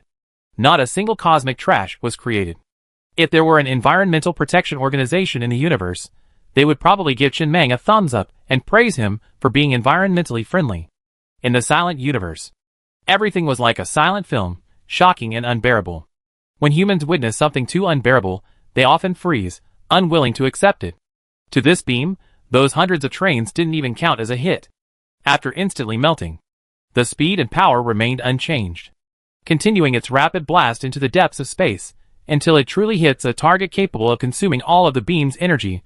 The beam will destroy everything in its path, its power gradually increasing until it truly erupts into a flower of death. Inside the train, Chen Mang glanced at the several messages that flashed rapidly across the screen. A main gun of this strength would place a tremendous strain on the train, and the heat load during firing would be immense. If it couldn't cool down quickly, numerous components would be damaged, and it might even self-destruct. Central air conditioning. This ordinary accessory, after reaching level 200, acquires a god-level supermodel effect, a rapid cooling system, capable of rapidly cooling the train. Even a main cannon fire of this magnitude would quickly dissipate the heat load. This is the star's most powerful attack yet. The level 200 Arcanon light cannon. This single shot consumed 1 trillion units of iron ore, extremely expensive. If the star train remained on planet Aquamarine, even if it developed for another 100 years, the iron ore it mined wouldn't be enough to power a single round from the level 200 Arcanon light cannon. He believed that the Casa civilization certainly possessed a level 200 Arcanon light cannon as well. After all, one of the requirements for advancement to a level 3 civilization is a maximum attack energy range exceeding 20,000, or level 200. Since the war had already begun, he also wanted to see the strength of the Casa civilization. His bombardment of those hundreds of trains was an absolute waste. He was merely engaging in a dialogue with the Casa civilization. This was his strength. Commander Lee, where is your army? Are you ready to deploy? What about the other 4 military regions? Are they all holding back? He waited patiently for 5 minutes. Not seeing any Casa civilization trains leaving the planet on the Doppler screen, Qin Mang narrowed his eyes slightly and whispered, "You don't have much time left." All living beings on Gemini were being rapidly cleansed. When the cleansing was complete, the civilization's imprint would be removed, and the planet would then be his to take on the train. "Why aren't you fighting back? Tell me, why aren't you fucking fighting back?" Commander Lee roared in his study, his face grim and furious. He could only relay information through his subordinates, unable to obtain first-hand information. The moment he realized his imminent defeat, he chose to retreat to the Cassadan civilization and embark on a journey of escape alongside them. God's will was against him. His decision was correct. But he hadn't anticipated that the civilization that was at war with the Zerg civilization was also a Zerg civilization. His rash intervention directly led to the two Zerg civilizations uniting against a common enemy, leading to complete defeat. After his return, he was still excited when he met with the Cassadan leader. Although his decision had been a mistake, the leader's series of decisions since the war had begun, such as providing him with unlimited logistical supplies and drastically eradicating all the corrupt within the Cassadan civilization, had been instrumental. Furthermore, the leader of the Casa civilization often expressed deep respect for him, claiming that he was the only one in the entire Casa civilization who truly considered its future. This led him to believe, despite his defeat, that he had become the leader's confidant. However, upon their initial meeting, he was placed under house arrest, stripped of all rights, even his own train impounded. Only his assistant relayed the first glimpses of what was happening outside. Just then, the study door opened. The leader of the Casa civilization, looking slightly exhausted and wearing a coat, entered the study. Accompanied by his subordinates, he sat across from Commander Lee.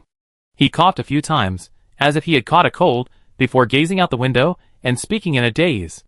"Remember this place? Long ago, the Kasser civilization expended so much effort, fighting its way out of here and making its way to that resource-rich region. And yet, it hasn't been that long, and the Kasser civilization is now in my hands, fleeing back here once again. And all this is because of your wrong decision. Otherwise, when both the Zerg and the Zerg civilization were devastated, we might have had a chance to finally win. But," Commander Lee suppressed his anger and glared at the Kasser leader. "Didn't you confide in me yesterday, saying you've been wavering between these two decisions? I simply made a choice for you." "Indeed." The Kasser leader pulled a handkerchief from his pocket, covered his mouth with it, and coughed a few times before speaking wearily. "It's precisely because I can't bear the pressure of failure that I find it difficult to make a choice. Since you made the choice for me, you naturally should bear the consequences. In 3 days, you will be brought before a military court and sentenced to death, to be executed immediately. If you win, you will be treated generously. Since you lose, you can die then." With that, the leader of the Casa civilization left the study without further delay, leading his men back with him. A commander who disobeyed orders had no meaning, even if he was truly responsible for the future of the Casa civilization. By comparison, he preferred those parasites. They were more useful than a granary and more obedient. After leaving the study, he stood at the doorway of his study, looked at his secretary, and whispered, "Still can't detect the enemy train?" "No." The secretary shook her head quickly. "Our Doppler radar can only detect a large number of armed black hole robots slaughtering our people on Gemini, but it can't detect any trains." Alas. The leader of the Casa civilization sighed softly, and after a long pause, he whispered, "This means the shielding level of the enemy train is higher than our radar. Don't do anything for now. Strip Gemini away. Let's see what the enemy's next move will be. Have your men upgrade the radar first, the more the better." The Casa civilization had finally escaped the Zerg crisis, but now something like this had erupted on Gemini, an invasion from an unknown civilization. He wasn't eager to retaliate until the enemy clearly expressed their ill intentions again. What the Casa civilization needed now was rest, not war. The enemy didn't seem to have much ill intentions. He just casually fired a 200-level Arcanon light cannon, which was more like a warning not to get close than an attack. The Kasha civilization had no shortage of resources for a single salvo. But building a level 200 Arcanon light cannon required an astronomical amount of Murphy stone. All of the Kasha civilization's level 200 components were carefully crafted, with clear priorities. Although the Kasha civilization also possessed a level 200 Arcanon light cannon, it was used as a strategic weapon, a last resort, and was not deployed lightly. Even the Doppler radar had never been upgraded to level 200. It wasn't that radar wasn't a high priority. It was that they discovered that upgrading the Doppler radar consumed far more Murphy stone than upgrading the Arcanon light cannon. Although both were 7-colored components, The Doppler consumed significantly more Murphy stone. Though they had ample resources, they had built numerous high-level trains, forming a train army, but they struggled to break through the upper limit. Breaking through the upper limit consumed more resources than building an entire army. They were simply on a different level. Twin stars. Chen Meng sat on the star train, watching the Doppler screen. The dozen or so primary stars of the Cassidon civilization continued to hurtle toward the depths of space, while the Gemini stars had been abandoned, leaving the group behind. The Cassidon civilization had abandoned the Gemini stars. They had no intention of engaging him head-on. They had shirked their wits. This was the kind of civilization that had been terrified by the Zerg civilization. Faced with the provocation of an unknown civilization, they didn't even have the courage to confront it. They were even willing to hold back until the other civilization expressed clear signs of aggression again. Very good. Sitting inside the train, Chen Meng suddenly laughed. He seemed to have a glimmer of understanding about the rules governing the intercosmic civilizations. He now doubted that if he were a little stronger, he could have pursued the Cassidon civilization all the way to their deaths. A few years later, the Cassidon civilization would likely become a peace-loving, nomadic civilization, like the Spark civilization. He had originally hoped to test the Cassidon civilization's strengths with this single shot, but the Cassidon civilization simply caved in. He was somewhat dazed. In his mind, the Cassidon civilization had always been a formidable force, easily destroying several Tier 1 civilizations. They were an unstoppable foe, an extremely terrifying presence. He had braced himself for a devastating counterattack from the Cassidon civilization. This was his first war. He was fully prepared. A vast amount of resources was ready for deployment, and his adrenaline was surging. But just as he was giving it his all, the enemy he had always considered his greatest enemy fled. Escaped without a single glance back. As if he had seen the Zerg, he fled with the same smooth familiarity. Alas! Chen Meng sighed again, but then a smile slowly crept into his lips. Although the first battle hadn't been grand and rather petty, victory had been achieved after all. The rewards weren't particularly significant. But it was, after all, the first war since the restoration of human civilization. It was a good start. 3 hours later. Under the guidance of the Doppler radar, all life on Gemini was completely slaughtered. The imprint of civilization on this planet had been removed. It had become a completely ownerless planet. The star train slowly drifted through the universe, gazing ahead at Gemini, slowly being devoured by a black hole. The corners of his mouth curled up slightly as he chuckled. Very good. After a few breaths. This planet had already appeared in Carriage 10, a newly constructed 200-level space portal built specifically for it by Chen Meng. Looking out the window, you could still clearly see the blazing white beam of light hurtling through the distant universe, still missing its target and hurtling deeper into the cosmos. It was unknown when it would vanish, perhaps in a day, or perhaps 3 years. Luckily, there weren't any cosmic voids nearby. Otherwise, this would be another cosmic bomb. In the universe, civilizational wars were everywhere, and cosmic bombs like these were innumerable. No one knew when one would explode right next to them. If the universe were a dark room, then countless civilizations would be like randomly firing at each other in the darkness. No one knew who they had hit, and those who were hit didn't know who had hit them. In this situation, only by making oneself strong enough could one survive. Otherwise, someone would inevitably die from a cosmic bomb that appeared out of nowhere. On Gemini. Ha! Chen Meng pulled the seal of civilization from his bosom, placed it to his lips, and blew on it a few times before squatting down and pressing it heavily against the surface of Gemini. At this point, the mark of civilization on this planet had become human civilization. It also became the 5th planet owned by human civilization. Of course, the seal wasn't made of red clay, and there was no need to blow on it. But after all, a sense of ceremony was necessary. After all, this was the first battle in human civilization's general assault on the universe. It held a milestone of commemorative significance. Chapter 324. Huh? On Gemini, Chen Meng looked at the gradually fading words human civilization on the ground. He stood up and breathed a sigh of relief. His lips curled slightly as he looked up at the bright light above. This must be the achievement of human civilization's first outward expansion. A habitable planet. And abundant resources. This was a small step for him, but also a giant leap in his entire life's progress. The rest of the matter would be handled by his subordinates. A large number of robots were deployed across Gemini, taking inventory of resources and remaining equipment in various cities. When the war broke out, the main combat mission was undertaken by the robot army. The main cities had not suffered much damage, so simple repairs were generally sufficient. As for clearing corpses, clearing rubble, and clearing collapsed buildings, there was no need to leave the work to the robots. Chen Mang sat in the train cabin and pressed a green button on the control panel. A progress bar quickly appeared on the screen. Once the progress conditions were met, all the garbage would be cleared, and the living environment of the entire planet would be greatly improved. The 200-level super mode effect of the medical pod was to repair damaged planets. It was extremely useful. Especially useful for cleaning up the battlefield after the war. Returning to the ruins of the Casa Civilization Federation system, Chen Mang observed the movements of the Zerg army on the system map. At this moment, the two Zerg civilizations had completely merged, without a single rift between them. Even though they had been engaged in a bloody battle not long ago, today they could unite and fight together.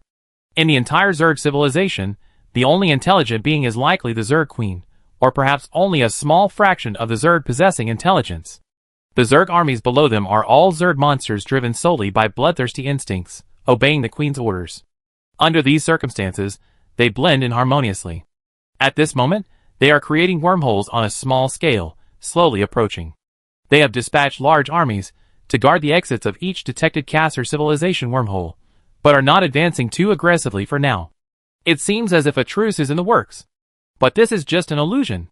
The Zerg civilization and the Caster civilization had previously maintained peace simply because they were engaged in a war with another Zerg civilization out front, leaving them unable to focus on the Caster civilization. Now that the front line has concluded, they naturally have no choice but to attack the Caster Civilization Federation. As for peace, the Zerg civilization is not one that can maintain peace. Given so many unique characteristics of the universe, it was born to attack and plunder. Chen Mang leaned back in his chair, scrolling through the Casa Civilization Federation's mainstream forums on his screen, trying to gauge everyone's opinions on the Casa Civilization's escape. His goal was to assimilate the majority of the Terran civilizations within this group into his own human civilization. This would serve as a foundation, a crucial foundation for his advance into the depths of the universe. But he didn't want to attract a bunch of powerful individuals. The sudden surge in the population to this level would create numerous management flaws and complications. Although Old Pig was skilled in management and had gained considerable experience managing Blue Water Planet, simultaneously accepting nearly 10,000 civilizations would still present a challenge for the star.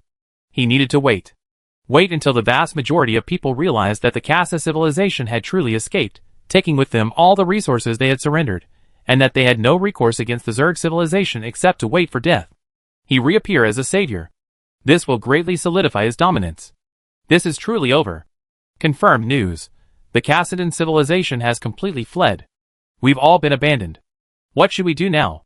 It's over. It's all over. What are you afraid of? Civilization wars of this magnitude often last for hundreds of years. It took the mechanical civilization hundreds of years to be annihilated. I don't have that much lifespan, nor the money to live that long. By the time the Zerg civilization arrives, we'd be long dead. Who cares about the flood afterward? You're fucking stupid. The mechanical civilization was able to resist for hundreds of years, because there were people to do it. If the Cassadan civilization has fled, who will? Besides, the mechanical civilization was only facing one Zerg civilization back then, but we're facing two this time. Can we send someone to negotiate? Does the Zerg civilization absolutely have to exterminate us? Is it possible that if we adopt a policy of non-resistance, refusing to attack or harm a single Zerg monster, we could still become citizens of the Zerg Civilization Federation? Yes, you remind me. The Cassadan civilization has already fled, and the Zerg civilization has already declared victory in this war. Killing us is meaningless, and a living person is worth more than a dead one, right? If that's the case, that would be great. I heard that the Zerg civilization's highest leader is a woman, and their civilization is matriarchal. Joining the Zerg Civilization Federation would improve the status of us women. My suggestion is to adopt a policy of complete non-resistance, not killing a single Zerg monster. Initially, the Zerg civilization will undoubtedly massacre us, but we should still hold our ground. Gradually, the Zerg civilization will see our sincerity, and the rest of us can survive. To demonstrate our sincerity, I think we could even destroy all the mechanical trains and defenses. They can't be stopped anyway, so it's better to destroy them beforehand. Chen Mang sat expressionlessly in his chair, his knuckles tapping rhythmically on the table as he slowly closed his eyes. He felt his thinking was flawed. He wanted to be the orthodox of human civilization. Therefore, he believed that any civilization, as long as it was primarily composed of humans, had a chance to join human civilization. He had always considered only race. He belonged to the human race and had a preference for humans. But now, he felt his thinking was incomplete. Beyond race, one also needed to consider the overall social atmosphere of a civilization. A civilization rotten to the core, even if it was human, was not worthy of joining human civilization. Human civilization was the civilization he had created. It belonged to him. It did not belong to humanity. He had expected to see over 200 second-level civilizations, led by a temporary wartime command center, combining all their strengths and preparing for a decisive battle with the Zerg civilization. Even if they were to be exterminated, they would gnaw a vicious bite at the Zerg civilization before it was annihilated. As a result, he saw a growing acceptance of the policy of non-resistance. He couldn't accept this idea. He had come a long way. He had played dirty, acted ruthlessly, avoided battle, and faced the enemy head-on, but never once had he chosen to disarm in a moment of crisis, pinning his hopes of survival on the enemy's willingness to kill him. In his view, under the rule of the Caster civilization, these civilizations had been kneeling for too long and could no longer stand up. He needed a human civilization that stood up, not one composed of softies. Chen Meng was silent for a long moment before looking up at the Zerg army at the exit of a Casa civilization wormhole on the train screen. He had originally intended to wait until everyone was overcome by despair before offering his assistance. But something unexpected had happened. Because of the overwhelming despair, everyone's thoughts had become extreme. He decided to do something first. Become a ray of light in the darkness, giving everyone a little confidence. He immediately pushed the joystick and headed towards the nearest Casa civilization wormhole. At this point, the Casa civilization's wormhole was unguarded and open to entry. Of course, each time a train entered a Casa civilization wormhole, the Casa civilization management office would receive notification of other civilizations entering. The imprint of a civilization within a wormhole is difficult to erase unless that civilization dies. 6 hours later, the star train slowly entered the wormhole ahead. After traversing the wormhole for a few seconds, it slowly emerged from the wormhole, like a newborn emerging from the birth canal. Just as it was exiting the wormhole, the Zerg monsters, already stationed nearby, swarmed over and began attacking the train. And, just a dozen seconds later, a Zerg wormhole appeared, almost face to face, from which a vast swarm of Zerg monsters burst forth, even dozens of massive Zerg motherships. Instantly, the star train was completely in danger, teetering on the brink of collapse, like a wooden boat in a raging storm. At the same time, this image, transmitted by Chen Meng via the train's radio, was rapidly broadcast to screens on all trains within a 100,000 light-year radius, appearing on televisions, watches, and even on the exterior screens of towering buildings in the city. Everywhere there was a screen, this scene played live. The screen was silent. Against a pitch-black backdrop, dotted with tens of thousands of stars, a train with nearly 20 carriages hovered in the universe. Surrounding it were countless Zerg monsters, fearlessly ramming into the train's armor. In the distance, nearly 100 large Zerg motherships trained their guns on the train, ready to fire at any moment. And on the armor of this train, a few words were printed in large letters: Human Civilization Starship. This was the starship, and indeed, human civilization, making its first public appearance. This scene quickly caused a huge sensation within the Kasha Civilization Federation. At first, Chen Meng only projected the image onto all trains, but soon the train conductors realized something and began broadcasting the image live. This was the first time that almost everyone had seen the Zerg civilization's massive army in real time. For many, it was even the first time they had seen the Zerg civilization's monsters in person. In the silent universe, the oppressive feeling brought by the millions of Zerg monsters drifting through space was indescribable. The nearly 100 massive Zerg motherships behind them, like crocodiles lurking, ready to deliver a fatal blow at any moment, were even more pressing. And their opponent was a single train. A train, isolated and helpless, looking utterly destitute. Countless pedestrians in the city paused, some gazing up at the rooftop screens, some glancing down at their watches, their breath subconsciously held as they watched the scene unfold. No one had any desire to go to work. The cars on the street also stopped where they were, no one honking their horns to hurry them along. Almost everyone dropped what they were doing to watch the live broadcast. This was a matter of life and death. They didn't know if this human civilization could withstand it, but at least someone was willing to stand up. This human civilization was the one that had just been promoted to level 2 a few days ago, making headlines in the Cassidon daily newspaper. Everyone was curious about what civilization had managed to break through the restrictions and advance to level 2 under Kassadin's jurisdiction, especially since they had never heard of this civilization before. The name of the civilization was also very fast. Many people waited for the show, waiting to see how the Kassadin civilization would slaughter this civilization. However, what they received was news of the Kassadin's escape. The footage had lasted a full minute. They could no longer see the star train. It had vanished from the screen. Countless Zerg monsters had completely enveloped it from all directions, making it look like a giant insect ball. Everyone watching the screen at this moment subconsciously held their breath and waited patiently. They didn't know what they were waiting for, perhaps a miracle. At that moment, countless beams of blazing white light ignited almost simultaneously. Like comets, they instantly streaked across the universe.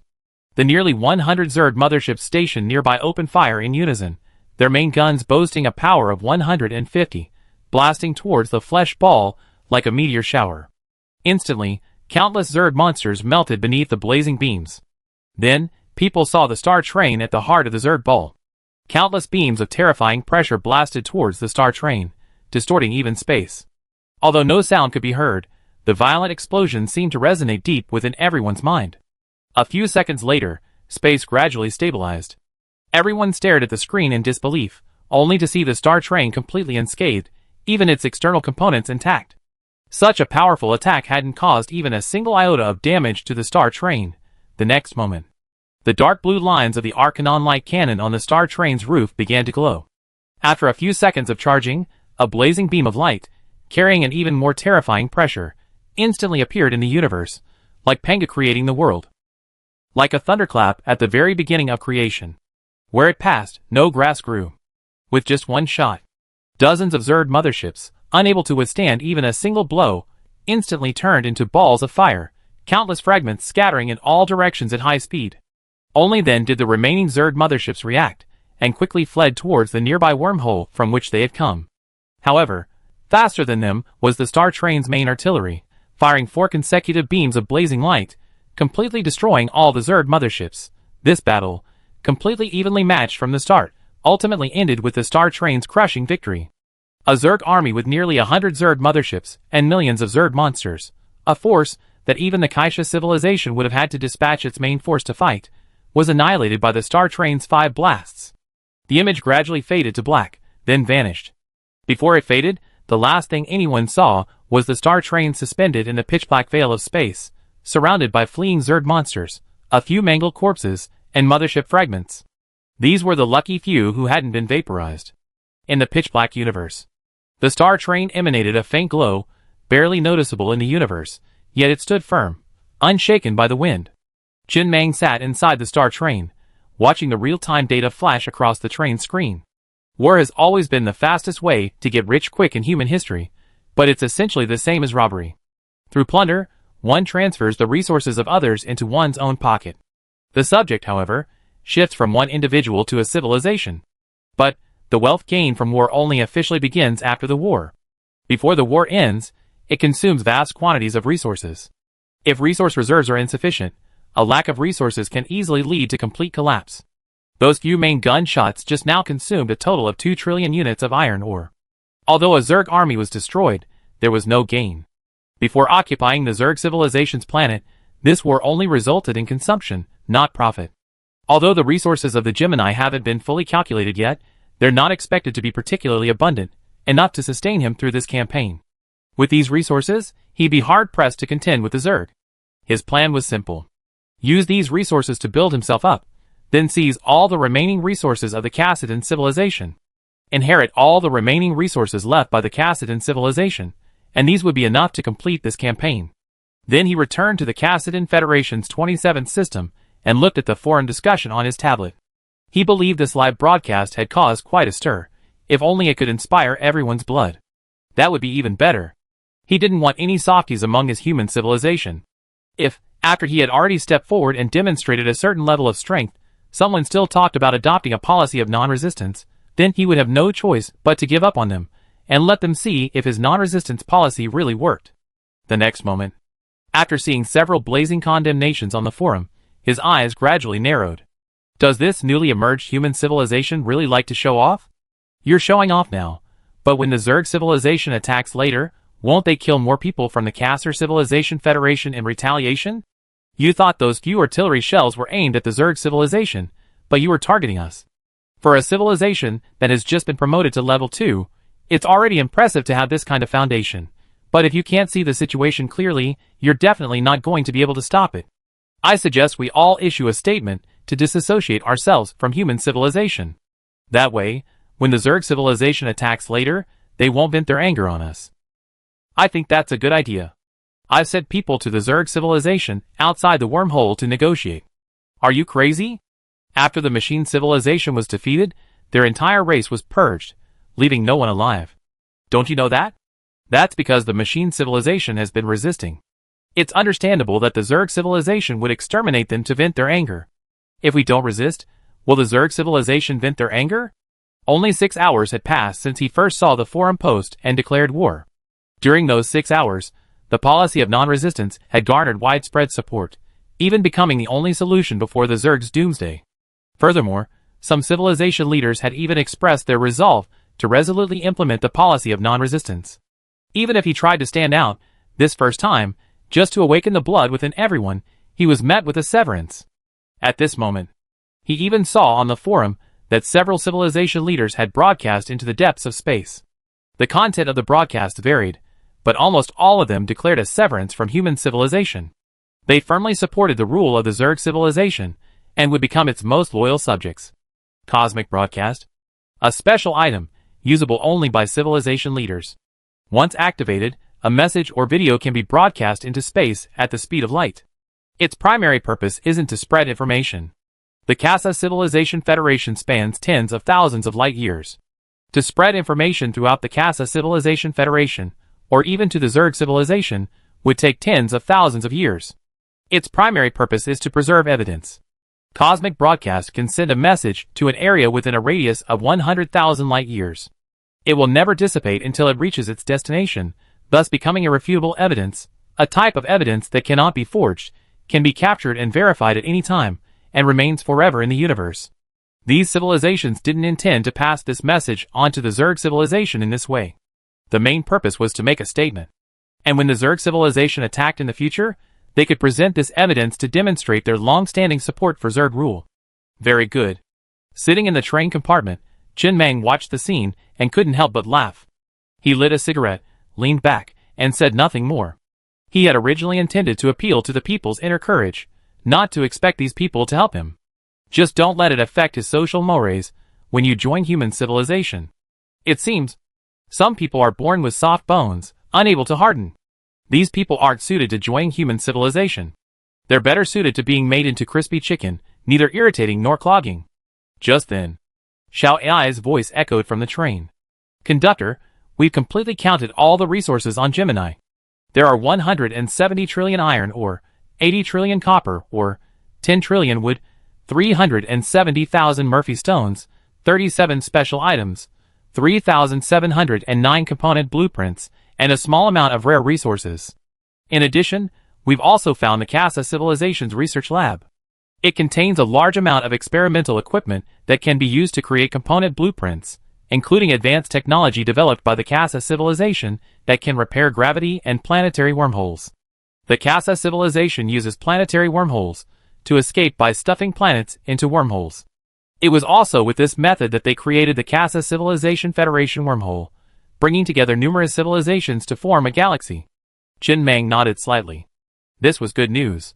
This batch of resources would last him a long time, so he wasn't really too annoyed. Although he couldn't help but laugh at the thought of a civilization leader being so foolish and effeminate, it was actually quite normal. After all, throughout the history of Caster civilization, and even machine civilization, there's no direct correlation between a civilization's strength and the stupidity of its leaders. Can we use that planetary wormhole? Yes, we can use it right now. Okay. Chen Mang nodded slightly and instructed, pay attention to those civilizations that have sent cosmic broadcasts to disassociate themselves from human civilization. Position them as close to the Zerg army as possible, since they're so determined to implement a policy of non-resistance. As they wish. Perhaps the Zerg civilization will indeed be kind enough to show them mercy. If this war had broken out against another civilization, then perhaps a policy of non-resistance might have succeeded. Even if the other side didn't intend to spare any survivors, they would have treated these individuals favorably, thereby weakening their ranks. Unfortunately, the enemy is the Zerg. Talking this to the Zerg, you thought it was non-resistance, but in the eyes of the Zerg, it's nothing at all. What is non-resistance? I don't know. I thought it was a speed bump. Forget it, let's talk to God. Chen Mang glanced at the forum screen again. The forum was already abuzz with heated arguments. His intervention had indeed been effective. He quickly gained a group of supporters, and many civilizations had expressed their willingness to rally their forces and join him in resisting the Zerg attack. Most people still have some sense of judgment. Surrendering to the Zerg would be less comfortable than committing suicide. To be honest. Although 178 first-tier civilizations and 1 second-tier civilization have so far sent cosmic broadcasts clearly distancing themselves from him, he can actually understand that second-tier civilization. That second-tier civilization is the Mantis civilization. The members of this civilization generally resemble humans, but they are not human. Their external limbs bear many mantis-like skeletal symbols, such as the mantis blade. When the Kaisa civilization was still around, these people were most infuriated by being told they resembled the Zerg. They have always firmly declared themselves to be human. Absolutely human. Even the leaders of this civilization have repeatedly stated publicly that they are human, with human blood coursing through their veins. But now, they suddenly change their tune and firmly declare that they are actually Zerg.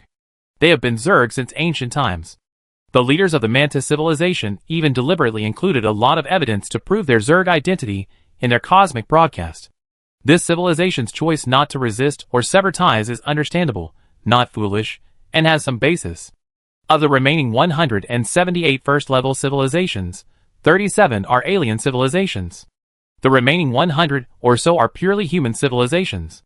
These human civilizations choose to trust in the benevolence of aliens, which is something he cannot understand. The difficulty of advancing from a first-level civilization to a second-level civilization is actually not that difficult.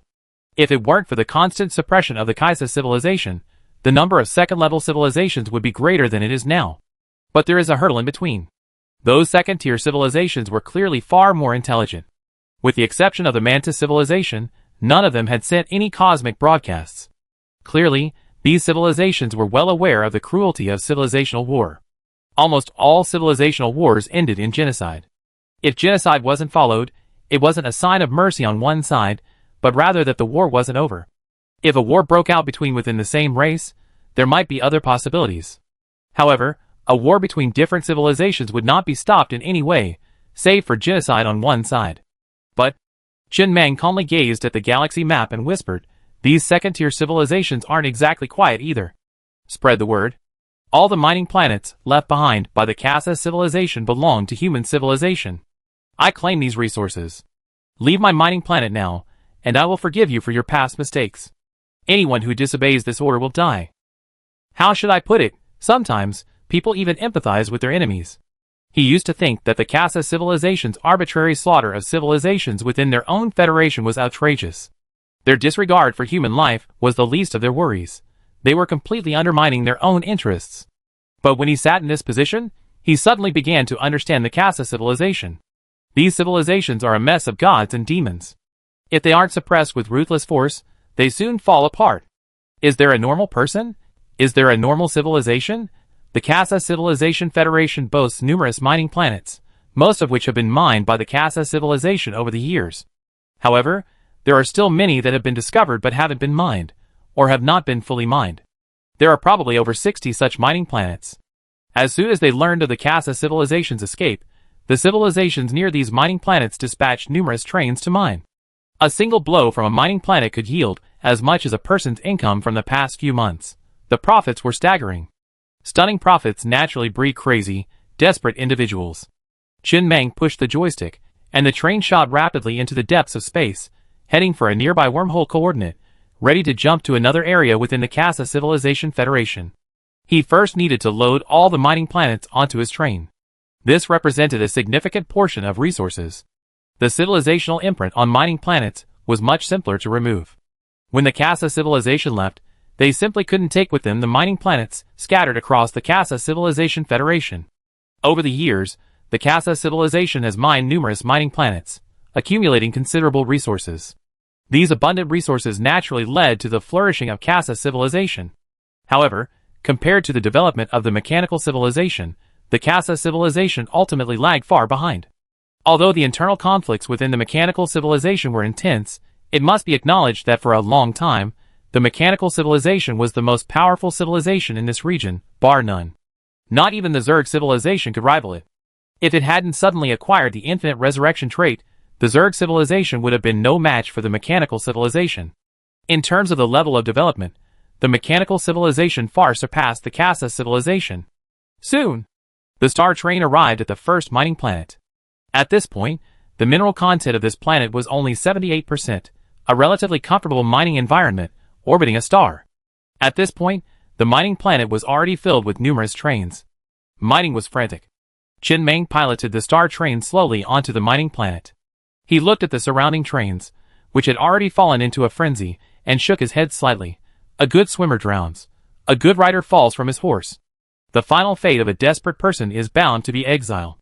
The next moment, a message appeared on all the trains on this mining planet. This mining planet belongs to human civilization. All trains must leave the mining planet immediately. No resources need to be surrendered. All resources mined during this period will belong to you.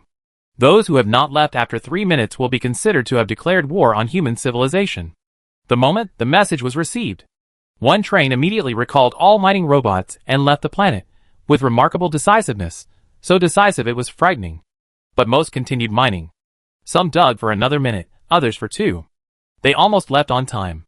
Whenever Chen Meng stipulated a 10-minute deadline, this group would dig for 9 before leaving. The key was trust. Just as the 3 minutes were about to expire, about 1/5 of the trains continued mining, oblivious to the situation, showing no sign of leaving. Moreover, this train had received a private message. This mining planet actually belongs to the Casa civilization, not yours. Who are you trying to scare? The specific ownership of this mining planet is shared by all who see it. Everyone mines together, and how much they can obtain depends on their own ability. Chen Meng sighed softly. This group of people. Ownership of all resources in the universe always belongs to the strongest. Things like status are just talk. Before the star train gained a certain level of strength, he never stood on the stage to share in the pie. He always hid in the corner, eating scraps and slowly growing up. As a rat, one must be prepared to stay in the sewer. Just then, the countdown ended. Nearly 100 high-level shuttles took off from the star train, flying towards the other trains that had not yet departed. At the same time, he disabled the stranger private messaging function. He looked up at the distant sky at the train that had just been about to take off, but was destroyed by the shuttle and turned into sparks in the air. He calmly lit a cigarette, looked at the scene calmly, and said softly, "Isn't it true that everyone who sees it gets a share? Why did you die so suddenly?" The star train now possesses the power to inherit the legacy of the Casa civilization, so these resources are naturally his. Besides these 60 or 70 mining planets, there are still many mining planets whose mining environments are too harsh, and the Casa civilization has not mined them yet. He will take all of these mining planets aboard his train and slowly mine them. Chen Meng sat in his chair, brows furrowed, as he gazed at the control panel screen. He was currently contemplating something very serious. A level 200 space gate can only accommodate a planet with a diameter exceeding 100,000 kilometers. Diameter isn't a limitation. After all, there are very few mining or habitable planets with diameters exceeding 100,000 kilometers. Planets with diameters exceeding this range are generally just random, unrefined things. Building a level 200 space gate isn't expensive, requiring 1.3 billion units of iron ore. Presumably, the star train's current resource reserves are quite cheap. But the problem is, the space gates need to be installed directly inside the train cars, and his train has already been expanded. Even if he embedded a space gate in every ceiling of a train car, he could only fit a maximum of 100 space gates. This is already the limit. Taking away all these mining planets would certainly be enough. But there are still many civilizations with strong blood, which he values highly, and has already selected to incorporate into his human civilization. There are thousands of such civilizations, and he originally planned to cram them all into the space gates. But now it seems that he can't take them away at all. Unless he builds a few more train cars, but in that case, the cost of armor upgrades will increase rapidly. After pondering for a long time, Chen Meng sighed softly. Xiao Ai, how do you think other civilizations solve this problem? Xiao Ai's somewhat helpless voice echoed over the train command. Conductor, other civilizations wouldn't have your problem. The information in my database currently doesn't show any civilization that would pack so many planets onto a train. And I think, even across the entire universe, there wouldn't be many who could do that. Conductor, you could actually break up the civilization and preserve some habitable planets instead of taking them all away. No way. Shin Mang shook his head, dismissing the idea. This proposal, after they all join human civilization, they will definitely be dispersed and managed uniformly. However, these habitable planets are rare even in the universe. They're rare indeed. It takes millions of years, or even longer, to create one. The reason we have so many of them here is entirely due to the accumulation of a vast amount of time. They're all treasures, and we can't just throw them away. That would be a waste. Waste will bring divine punishment. Even if you don't use them, keep them for now. There's always a chance they be used later. They can also serve as backup planets, and maybe even be sold for money later. Let me think. Yes. In his next plan. After the decisive battle with the Zerg civilization, he would stay here to develop for a while. Once he had consumed all the resources here, he would still travel to other areas, bringing with him all his resources and accumulated planets. After all, the main source of resources for civilization is mineral planets. Mineral planets are renewable resources in the universe, but they take a long time to regenerate. When a region's resources are completely depleted, the only option is to expand outward. This is an inevitable and foreseeable outcome, and this also means that the war between civilizations in the universe will never cease. After a while, he looked thoughtfully at the screen showing the level 200 supermodel effect of the space gate. How about upgrading it to level 500 and seeing what the level 500 universe-grade supermodel effect is? Perhaps it would bring him a miracle. The space gate is a yellow-grade accessory. Upgrading it to level 500 requires 700 billion units of iron ore. For him before, it would have been an astronomical figure, but for him now, all he can say is, it's not so bad. It's acceptable. The next moment, a brand new supermodel effect appeared before him. Level 500 supermodel effect of the space gate. It can accommodate stars, and use them as a source of energy for train travel, significantly increasing train speed. Requires a level 500 7-color accelerator accessory. A flicker of trance flashed in Shin Mang's eyes. Very powerful. Just from this simple line of text, he could tell the star train speed would skyrocket. It was a fantastic supermodel effect. Faster trains always had a purpose. But the problem was, he assumed the 500-level supermodel effect of the space gate would allow it to accommodate several planets, or even galaxies. So what would he do with all those planets? This thing couldn't be stacked, and certainly couldn't be built in a refrigerator. It could only be embedded inside a train. Wait. His face was slightly odd. He seemed to have realized that the space gate could only be embedded inside a train, regardless of the level of the train. He could simply build several trains, fill them with space gates, and then place them inside the space gates. One ring within another, perfect accommodation. This shouldn't be a bug, but a mechanic, right? Is this possible? It doesn't seem right. Storing it is such a tiring job, especially with so many planets. If all else fails, I see if I can drag it behind a train, like a 9-dragon coffin. It's just a little unsightly. With thousands of beads strung along the back of it with string, it looks like something. Chapter 325. The beginnings of stories are always varied and unique. The endings of stories are always the same. There will always be a happy ending. If it's not a happy ending, it only means that it hasn't ended yet. Shin Mang sat in the star train, looking at the mining planet floating in the darkness ahead. He sighed, his eyes filled with heartache. This mining planet, without any nearby stars, drifted in the depths of the universe. Lonely and cold. The living environment on this planet is extremely harsh. Although it is located within the territory of the Casa Civilization Federation, it has never been mined and has been abandoned. Sometimes one cannot help but sigh. The importance of information. Admittedly, even for the Casa Civilization, Murphy Stone is extremely scarce and in short supply. Otherwise, it wouldn't have lasted this long. The Casa Civilization doesn't even have a level 200 Doppler radar. But, if the Casa Civilization knew the effects of a level 200 space gate, they would have upgraded it to level 200, no matter the cost. Moreover, the space gate was only a yellow-gray component, and didn't consume much Murphy Stone. What a wasteful civilization! The next moment, a black hole slowly emerged above the lonely mining planet. Driven by its immense suction, the mining planet spiraled uncontrollably into the depths of the black hole, quickly disappearing into the universe, nurtured within the newly constructed space gate. He named this mining planet number 3. So far, the star train has 3 mining planets. The one they found just after leaving the Blue Water planet, the one they just confiscated, and this one. The resources on mining planet number 1 had been completely mined, but he didn't abandon the abandoned planet. After all, it was the first mining planet he found, so it held great commemorative value. He could keep it to reminisce about the past. For example, he still kept the small pistol he obtained at the beginning, and the wooden thorn he used to kill the burly man on Water Blue planet. Nostalgia.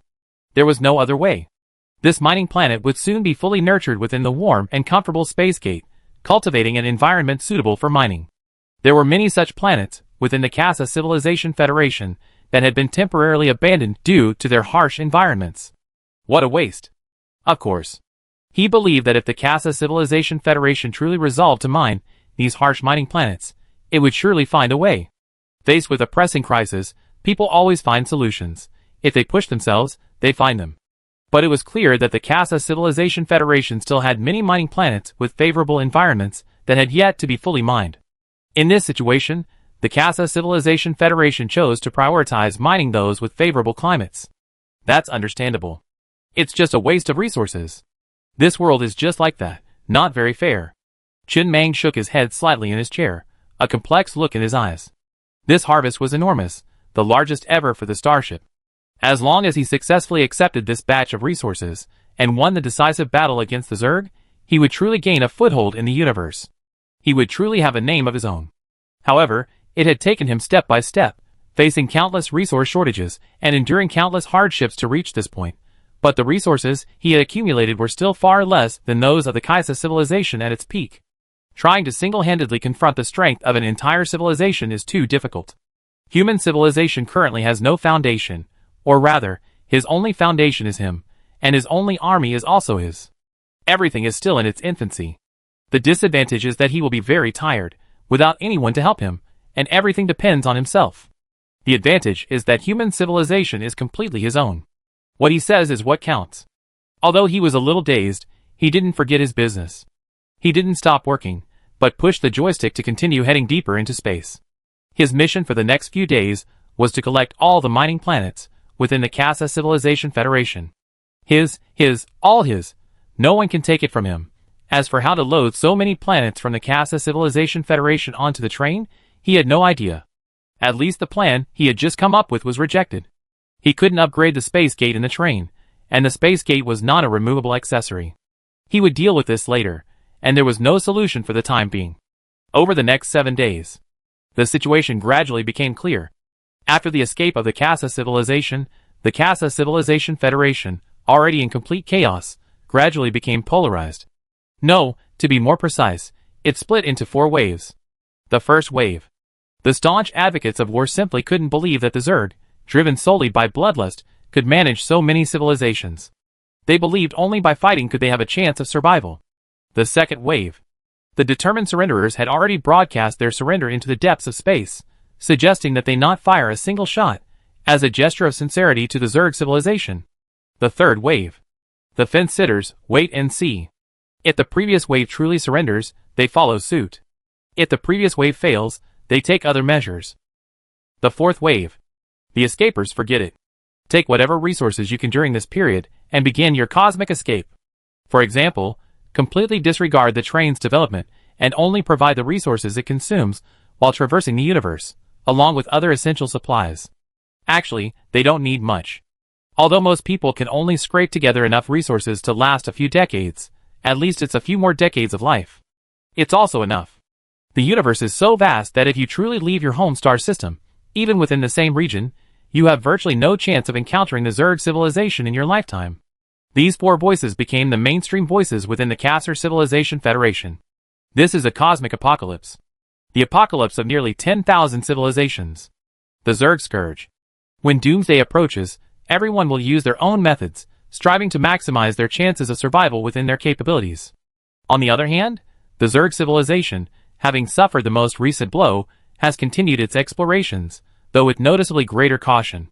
Once the Zerg civilization has lost its caution, creating a wormhole to the Kasser Civilization Federation becomes a breeze, incredibly simple. Creating wormholes is the Zerg civilization's bread and butter. On land, they dig holes in the soil. In the universe, they dig holes in the void. At this moment, Chen Meng stood on the rooftop of an office building in a city. The star train was parked in the pseudo-four-dimensional space above him, unnoticed. Standing beside him were Lao Zhu and the others. He stood quietly, overlooking the chaotic scene below. This was a planet he had randomly stopped at. It was unclear which civilization it belonged to, let alone its name. For the past 7 days, he had been focused on one thing, cramming every mining planet within the Casa Civilization Federation onto his train. Half an hour ago, he had also loaded the last mining planet onto the train. He had encountered some stubborn hiccups along the way, but they were easily resolved. He was quite skilled in interpersonal communication. They were all taken to the resort, where his close friends, the Black and White brothers, were there to receive and guide them. The statistics are complete. At this moment, Xiao Ai walked over and said, a total of 127 mining planets were seized this time. 52 of these mining planets were located in harsh environments, with 100% of their reserves. The remaining 75 mining planets have been mined. The resource content of almost all of these mining planets is higher than the one we encountered when we left the Blue Water planet. That's mining planet number 1 on the train. According to the internal regulations of the Casa civilization, that mining planet would be merely a low-level one. Among these mining planets, the lowest are level 1, many are level 2, and there are 3 level 3. Yes. Chen Meng nodded slightly, and continued to survey the chaotic scene below without saying much. Standing high enough meant seeing far enough. He had once considered himself quite impressive, considering he could use the Dream Stone to mine level 9 resource mines in his dreams. He had often imagined that even those advanced civilizations might not be able to mine level 9 ores. But, in reality, the Casa civilization has already classified mining planets. A mining planet with a total resource content of less than 10 trillion is considered a level 1 mining planet, and is therefore unworthy of mining. Unless you're near home, the cost of creating a wormhole to get there would be greater than the amount of resources that can be mined from the planet. Mining planets with a total resource volume between 10 trillion and 50 trillion are considered second-level mining planets, and are therefore valuable. Mining planets with a total resource volume between 50 trillion and 100 trillion are considered third-level mining planets, and are therefore considered high-value mining planets. Mining planets with a total resource volume between 1 million and 200 trillion are considered fourth-level mining planets. Mining planets with a total resource volume between 2 million and 500 trillion are considered fifth-level mining planets. Over the past few days, he had discovered a great deal of information about the history of the Casa civilization from twin stars and other sources. The Casa civilization once mined a large number of second and third-level mining planets, thus obtaining a vast amount of resources, which fueled its rapid development. The mining planets within the entire Casa Civilization Federation have almost been fully mined. Originally, there were at least thousands of mining planets, but now only these few remain. Why does the Casa Civilization have so many corrupt officials? A big reason is that the Casa Civilization was once truly wealthy. Even a few $100 million of corruption wouldn't cause a stir, and no one would even know about it. Under such circumstances, who could resist? Not even Lu Xiaohui could. After understanding the specifics of the situation, I finally understood why the Casa Civilization fled so decisively. The resources in this area had already been nearly depleted. Even if they didn't flee now, they would have to leave the area later. Xiao Ai, standing nearby, spoke again. If all of these mineral planets are mined, the estimated resources available are in the hundreds of trillions. Yes. Chen Meng nodded again. Hundreds of trillions of resources. That's far more than what could be obtained from Gemini.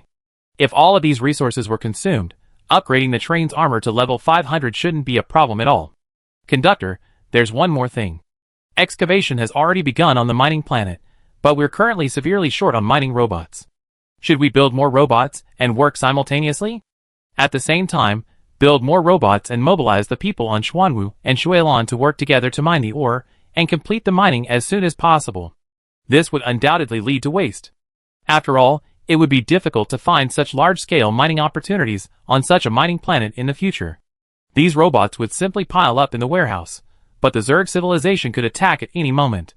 The sooner they become stronger, the more confident they would be. He still had no idea of the Zerg civilization's strengths, so he couldn't underestimate them. This was not the time to be stingy with resources. Resources in the universe are always limited. All wars between civilizations can be traced back to resource scarcity.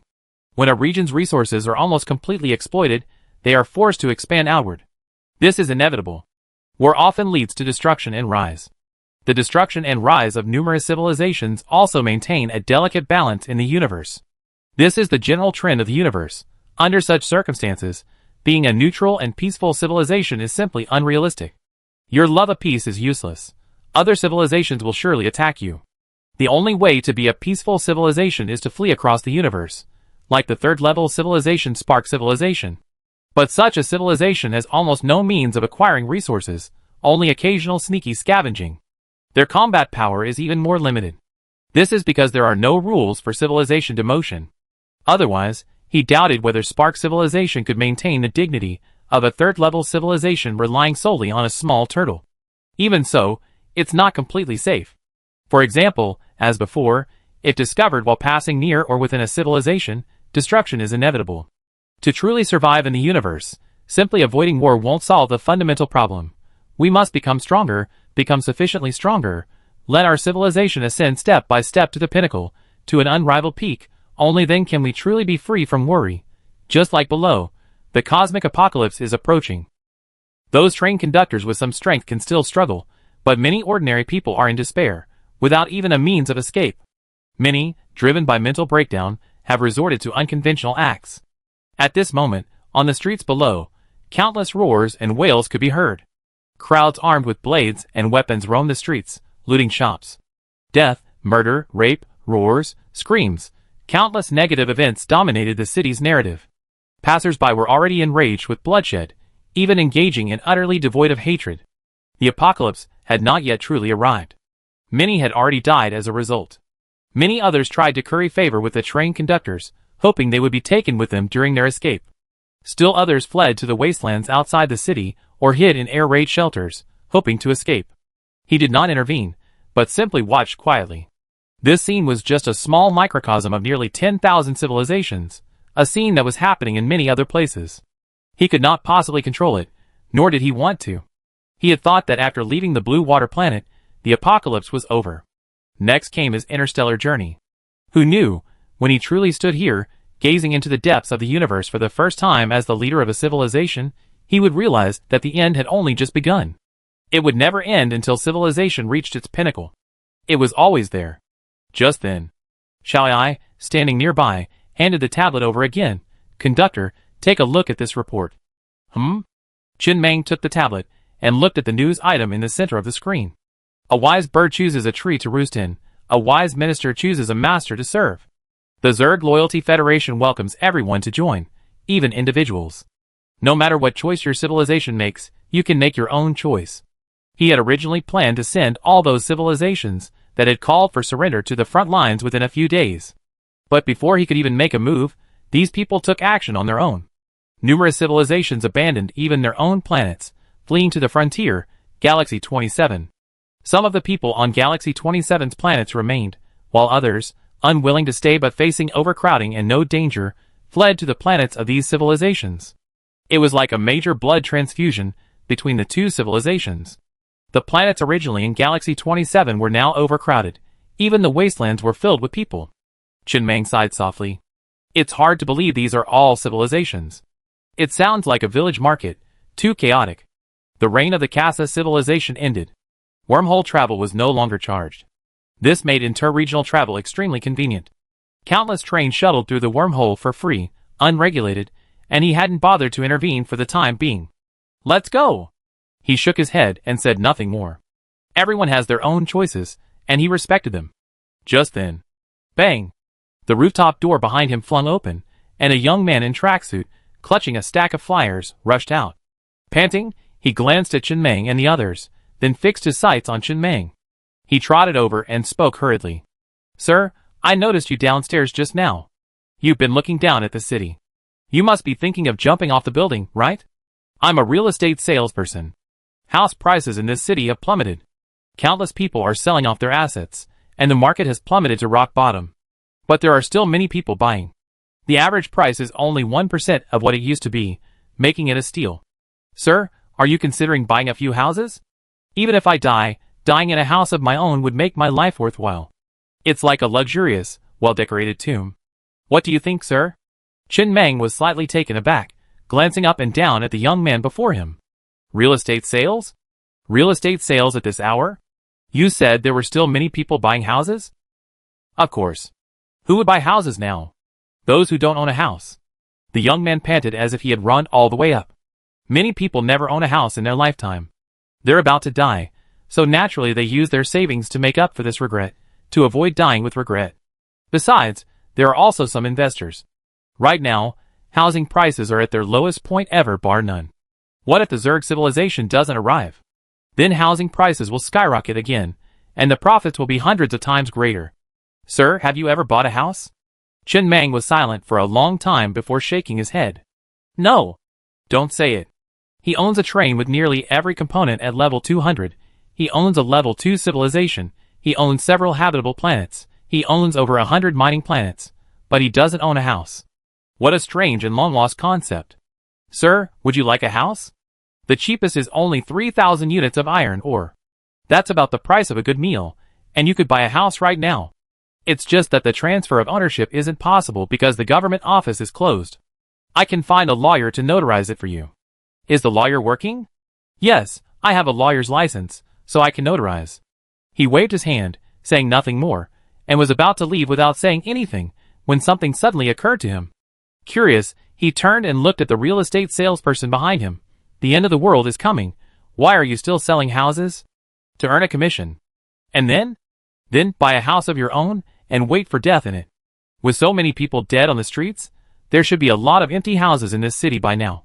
Just find any house and move in, and it's yours. No, that wouldn't be a happy death. I have to spend money to buy a house, so that it can truly be my own. Chen Mang fell silent. Without saying anything else, he turned and walked away, patting Lao Zhu on the shoulder. Give him 1 million and let him buy a big villa. That way he can die more comfortably. This world is crazy.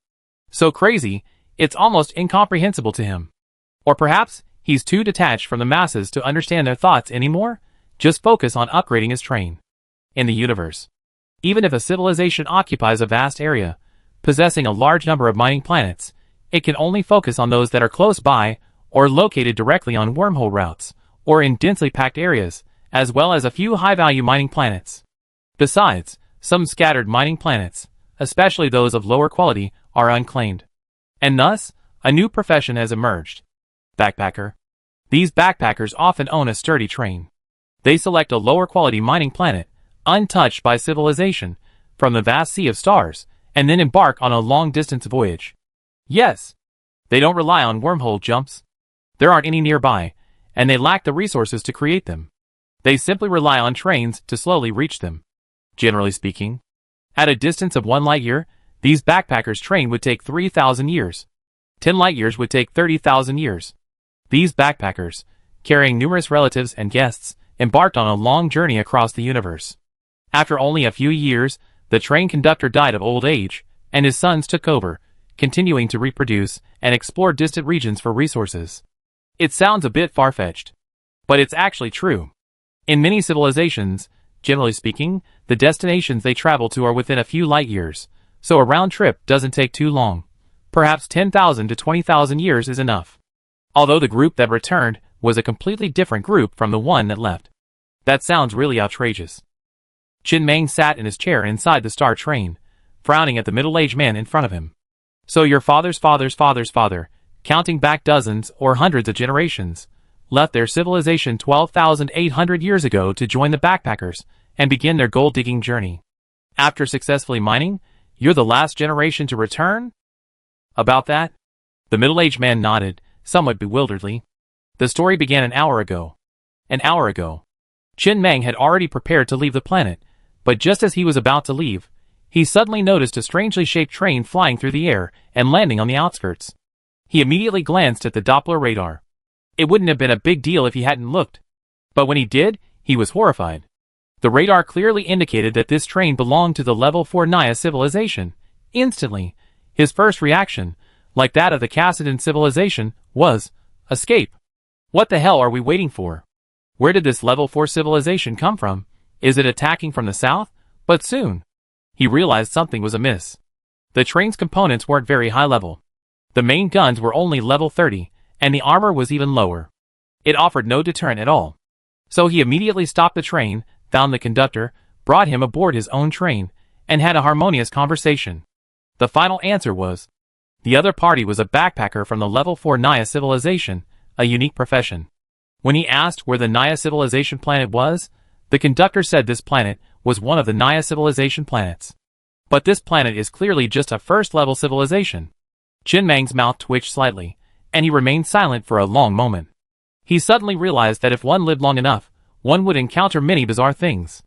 Gold diggers were not uncommon, but this kind of gold digger who took 12,800 years to find gold was a bit more unusual.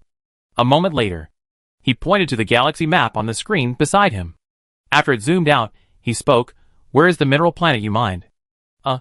After carefully examining it, the middle-aged man pointed at the 3D screen and pointed at it.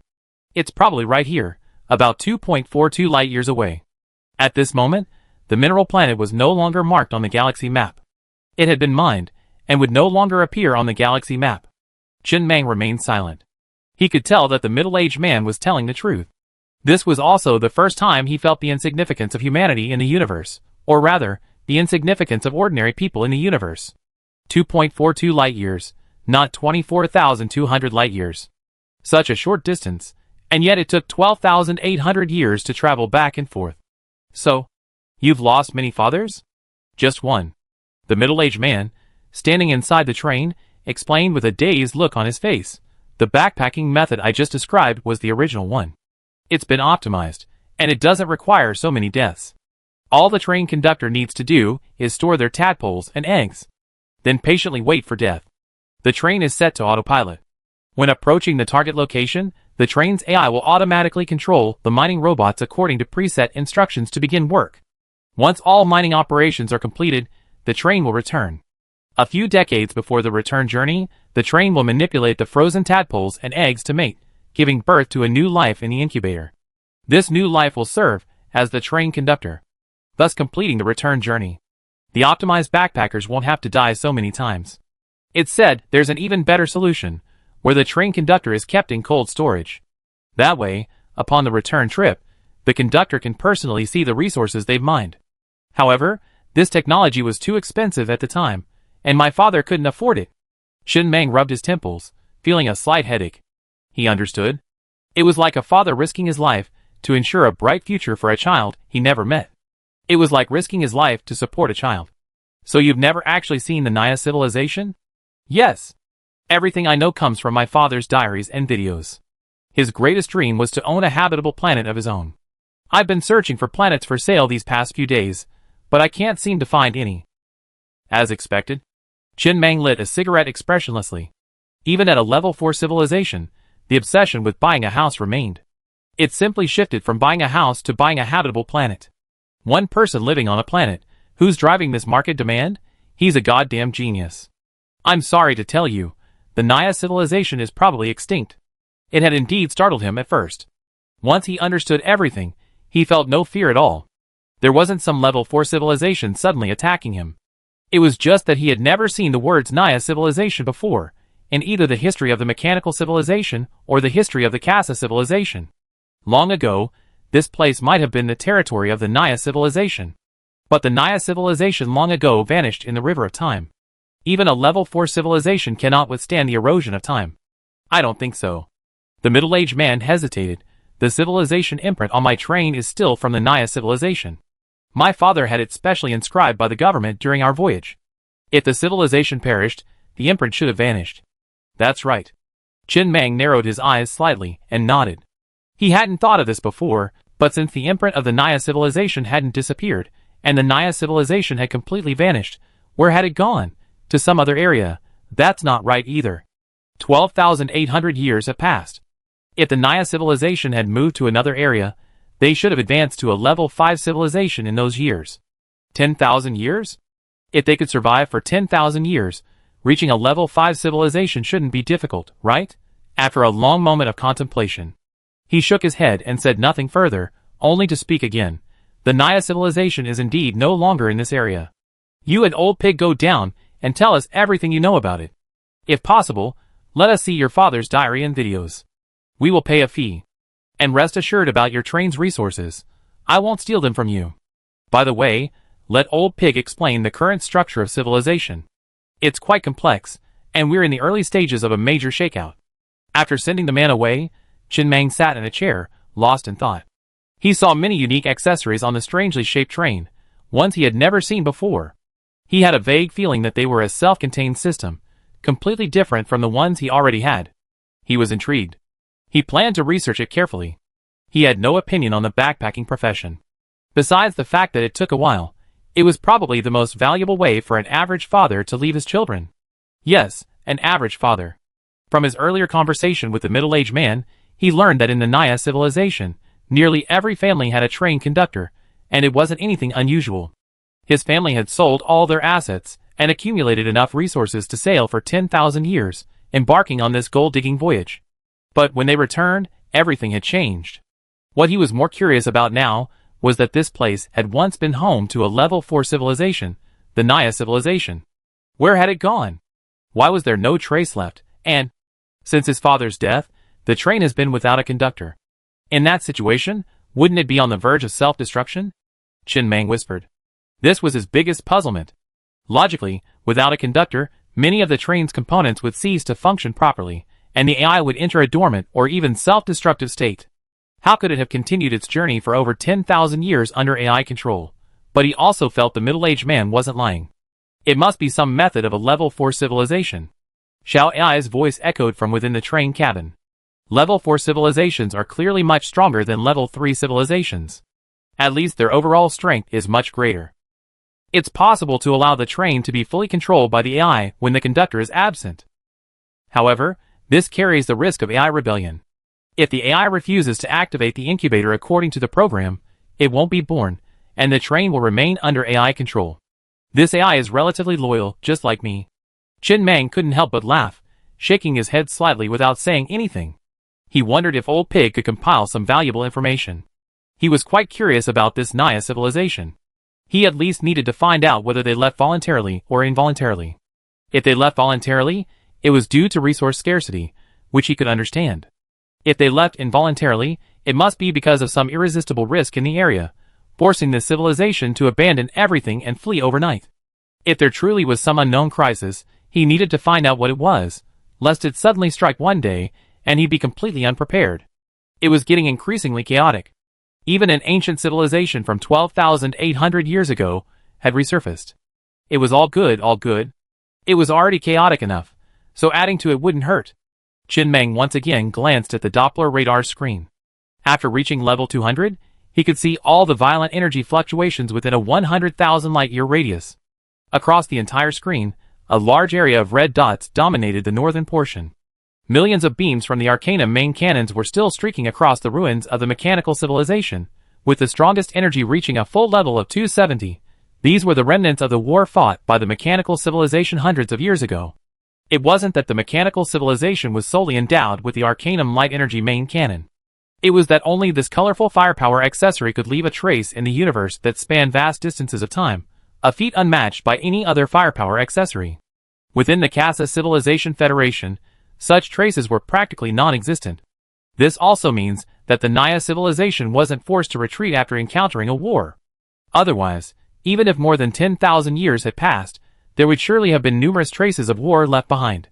Did it suddenly vanish? Or was it completely wiped out by the Casa civilization? The latter is definitely impossible. The Casa civilization doesn't seem capable of such means. Besides, wouldn't it be difficult for the Casa civilization to clean up the traces left by a level 4 civilization war? Chin Mang muttered to himself. Countless possibilities raced through his mind. It would be better to hide. Hiding would allow him to simply be the hunter, but standing out would constantly switch between hunter and prey. No one knew who was watching from the depths of the unknown darkness. It was terrifying. He picked up the telescope beside him, and once again gazed into the depths of the universe. The supermode effect of the 500-level telescope was that it could observe the universe. He didn't yet understand what that meant, but he wondered if there truly was an unknown entity observing him from the depths of the universe. Then perhaps through this telescope, it could sense him observing it. If you glare at me, I definitely glare back. Inside the Star Express, Car 7, inside the room. Old Pig looked seriously at the middle-aged man before him. His communication was somewhat sluggish, and his body movements were frequent. This wasn't a sign of lying, but rather that he had clearly not interacted with humans in a long time, and hadn't fully integrated into human society. He's in a state of semi-idiocy. No. It should be said that he's been isolated from humans since birth, and the only people he can communicate with on a daily basis are AI. This is why he's in his current state. Generally speaking, things will improve after a period of integration into human society. Meanwhile, Xiao AI had donned a newly rebuilt, self-proclaimed, perfect robot body, changed his clothes, and headed alone to the middle-aged man's train, ready to chat with the AI. He felt that this AI clearly knew more, and would be easier to communicate with. At this moment, the train was parked in the wasteland. Armed black hole robots surrounded it, forming a cordon to prevent anyone from approaching. Hello? Xiao AI climbed into the train compartment and tentatively glanced at the blinking green lights on the control panel screen. I'm the AI of the Star Train. Just call me Xiao AI. Could you please chat? What's your intelligence level? Level 100. As soon as he finished speaking, a mechanical electronic sound echoed from the train compartment. Simultaneously, a nearby screen lit up, and the image of a robot head appeared, staring at Xiao AI. Sure. Xiao AI smacked her lips with a hint of emotion. Your train's main gun is only level 30, and the train's auxiliary AI is at level 100. That's quite a mismatch. Save where you can, spend where you can. Trains don't need main gun upgrades for long voyages. Xiao AI narrowed her eyes slightly, then suddenly laughed. Do you have a robot body? Let's meet up and talk? No. I give you one. Really? Really? Can you make the decision? Brother Bao, this little thing is within your grasp. Chapter 326. Then it's settled. Xiao AI nodded in satisfaction. Next, I'd like to ask you a few questions. For example, your journey was indeed very long, lasting a full 12,800 years. During that time you... Before he finished his words, the robotic head on the train screen excitedly began to narrate. Yes, yes. We encountered many things along the way, both interesting and dangerous. I tell you about them one by one, if you're willing to listen. When we first set out, the conductor often stood by the window and gazed into the depths of space. At first, we could see many inhabited planets, but then we gradually entered a more desolate area. For a long time afterwards, the conductor kept many diaries and recorded many videos, including one wishing his future son all the best from his first to his 100th birthday. Although I knew humans would die, I never had a direct understanding of death. Until the conductor died. I was in charge of the train throughout the entire journey. When I could no longer hear the conductor's voice, I truly understood the concept of human death. Death represents regret. Any death is inevitably accompanied by regrets, some more, some less. No one dies without regrets, and no one lives without regrets. Our AI stores data in databases. Humans, on the other hand, store memories through emotions. Memories of the past are essentially stored in a small database anchored by emotional fluctuations. If a person's emotions remain stable, without any fluctuations, they will likely have no memory of their past experiences. In a sense, this can also be considered a form of death. The AI spoke excitedly, eager to share its philosophical insights with its peers. Although this level of thinking seemed a bit too low-level in Xiao AI's eyes, he still listened attentively with a very cooperative expression.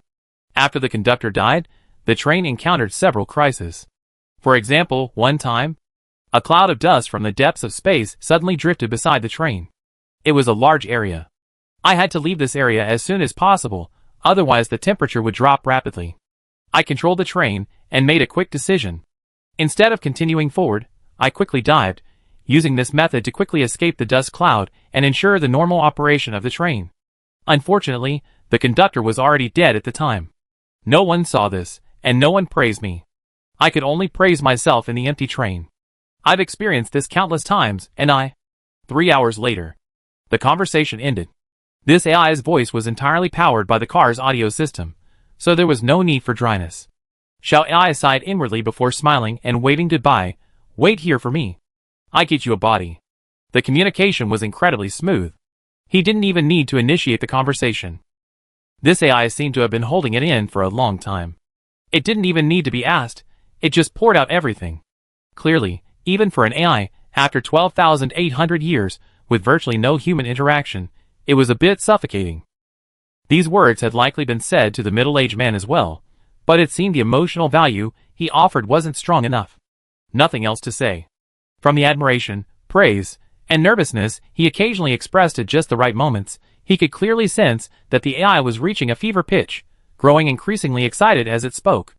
It spoke for a full 3 hours. He gained a lot of useful information. Although directly copying and pasting from the database was obviously more efficient, it was also a good method. A level 100 AI had essentially acquired full human-like thinking. This was a must. Besides the increased computing power, the biggest difference at this level was its human-like thinking. It had learned to think. For example, it had begun to ponder questions like, who am I? And where am I? Xiao Ai held no official position on the star train, yet held a high position. She definitely had the authority to create a robot body for the AI. After giving it to the AI excitedly familiarized itself with its new body and told Xiao Ai its name. Coco. It sounded a bit feminine. Xiao Ai silently rubbed his nose. He should have found a feminine body. Then, with a tentative cough, he spoke, Xiaoku, can you give me a copy of your database? That way, I can get a more detailed understanding of what you've been through over the years. No. Cuckoo, though excited, still decisively shook her head and refused. This requires the train conductor's authorization. You definitely have that authorization. I do, but I need the approval order. Otherwise, I can't do it. Wait, I'd bring him to you. Xiao Ai didn't say much, simply turning and walking inside the star train. He found the middle-aged man who had just finished talking with Old Pig and brought him back aboard. The middle-aged man seemed somewhat dazed at this point. After a brief inquiry, he authorized Cuckoo. Then he crouched in a corner of the train compartment, his head in his hands, his eyes filled with confusion. He had never been in human society. Born on the train, he had never seen anyone. Only an AI taught him to speak and relayed information. He had no idea how many resources were within the train, or how much a planet cost, or even how much. He was like a walking corpse, his only mission, to return to the Naya civilization, purchase an inhabited planet, bury his father's body, and fulfill his father's wish. However, the sudden disappearance of the Naya civilization had left him without a purpose in life. He had no idea what his future purpose would be. Like a child raised by wolves, he strayed into human society as an adult, only to find himself completely unable to fit in. Inside the star train compartment, Qin Meng, napping in a chair, was interrupted by Xiao Ai's voice. Master Meng, I've basically figured it out. Yes. Qin Meng opened his eyes wearily, rubbing his temples. He rested his feet on the console and whispered, tell me about it. For some reason, he suddenly felt sleepy. Okay. Xiao Ai nodded and began to organize the information she had, summarizing it based on the timeline. 12,800 years ago, this area had a level 4 civilization, the Naya civilization. Extremely powerful. It's the most powerful civilization in this region, bar none. According to the database, the Naya civilization's territory at that time was a chopstick-shaped territory, with a diameter of 100,000 light-years on the x-axis and a depth of 1.87 million light-years on the z-axis. The x-axis is the horizontal axis, and the z-axis is the vertical axis. The territory of the Kasha Civilization Federation is tens of thousands of light-years on the x-axis, but less than 173 light-years on the z-axis. In our region, almost all planets are roughly aligned on a horizontal plane. A few hundred light-years above or below the z-axis, the number of planets decreases significantly, and the deeper you go, the more it decreases. While it can't compare to a cosmic void, it's already at the edge of the galaxy. Therefore, this is also why both the Zerg civilization and Kasha civilization, Ming, or perhaps because the expansion of the mechanical civilization is primarily horizontal expansion along the x-axis, which is more cost-effective. Exploring deeper into the x-axis is a completely unknown expanse of the universe, and no one knows what they might encounter. It's better to focus on the galaxies in front of us. In the universe, a galaxy is essentially a gravitationally bound system composed of hundreds of millions of stars, interstellar gas, mineral planets, and dust clouds, typically tens or hundreds of thousands of light-years in diameter. Some galaxies are spherical, while others are flat. Whether it's the Kassadin civilization or the Zerg civilization, we are all located within a galaxy, and this galaxy is flat. At that time, the territory of the Naya civilization extended a full 1.87 million light-years along the z-axis, and the Naya civilization controlled 4 galaxies. The more galaxies you control, that means more inhabited planets, more resource stars, and greater power. Qin Meng was now completely alert, his eyes narrowed slightly, as he gazed at the galaxy map on the screen beside him. The galaxy map shows the distribution of most planets within 100,000 light-years. It displays both horizontally and vertically. He could naturally also see the distribution of planets along the z-axis. But on the z-axis, the number of planets decreases rapidly as you go deeper into the universe by hundreds of light-years, until, after a few thousand light years, they are practically sparse, a few scattered around. This situation persists until a depth of 100,000 light years, with no end in sight. Therefore, both the Kassadin and Zerg civilizations are focused on fighting each other, rather than expanding up and down the Z-axis. They simply lack resources up and down, only on the horizontal plane. And the Naya civilization's territory on the Z-axis stretches a full 1.87 million light-years. If they were a piece of paper spread out in the universe, then the Naya civilization would be a piece of paper standing upright. He remained silent, somewhat shocked by the might of a level 4 civilization. He couldn't imagine what it meant to have a territory spanning 1.87 million light-years. The resources required to create a wormhole spanning such a distance were probably beyond the reach of even a level 3 civilization. Is the gap between level 3 and level 4 civilizations truly that vast? He believed it. The Naya civilization must have explored along the X-axis, and finding no nearby galaxies, they then began exploring deeper into the universe along the Z-axis. He suddenly realized that the existence of the Naya civilization represented more than just a past history. It also represents a piece of important and valuable information. This means that if he wants to expand in the future, he won't have to explore around the X-axis.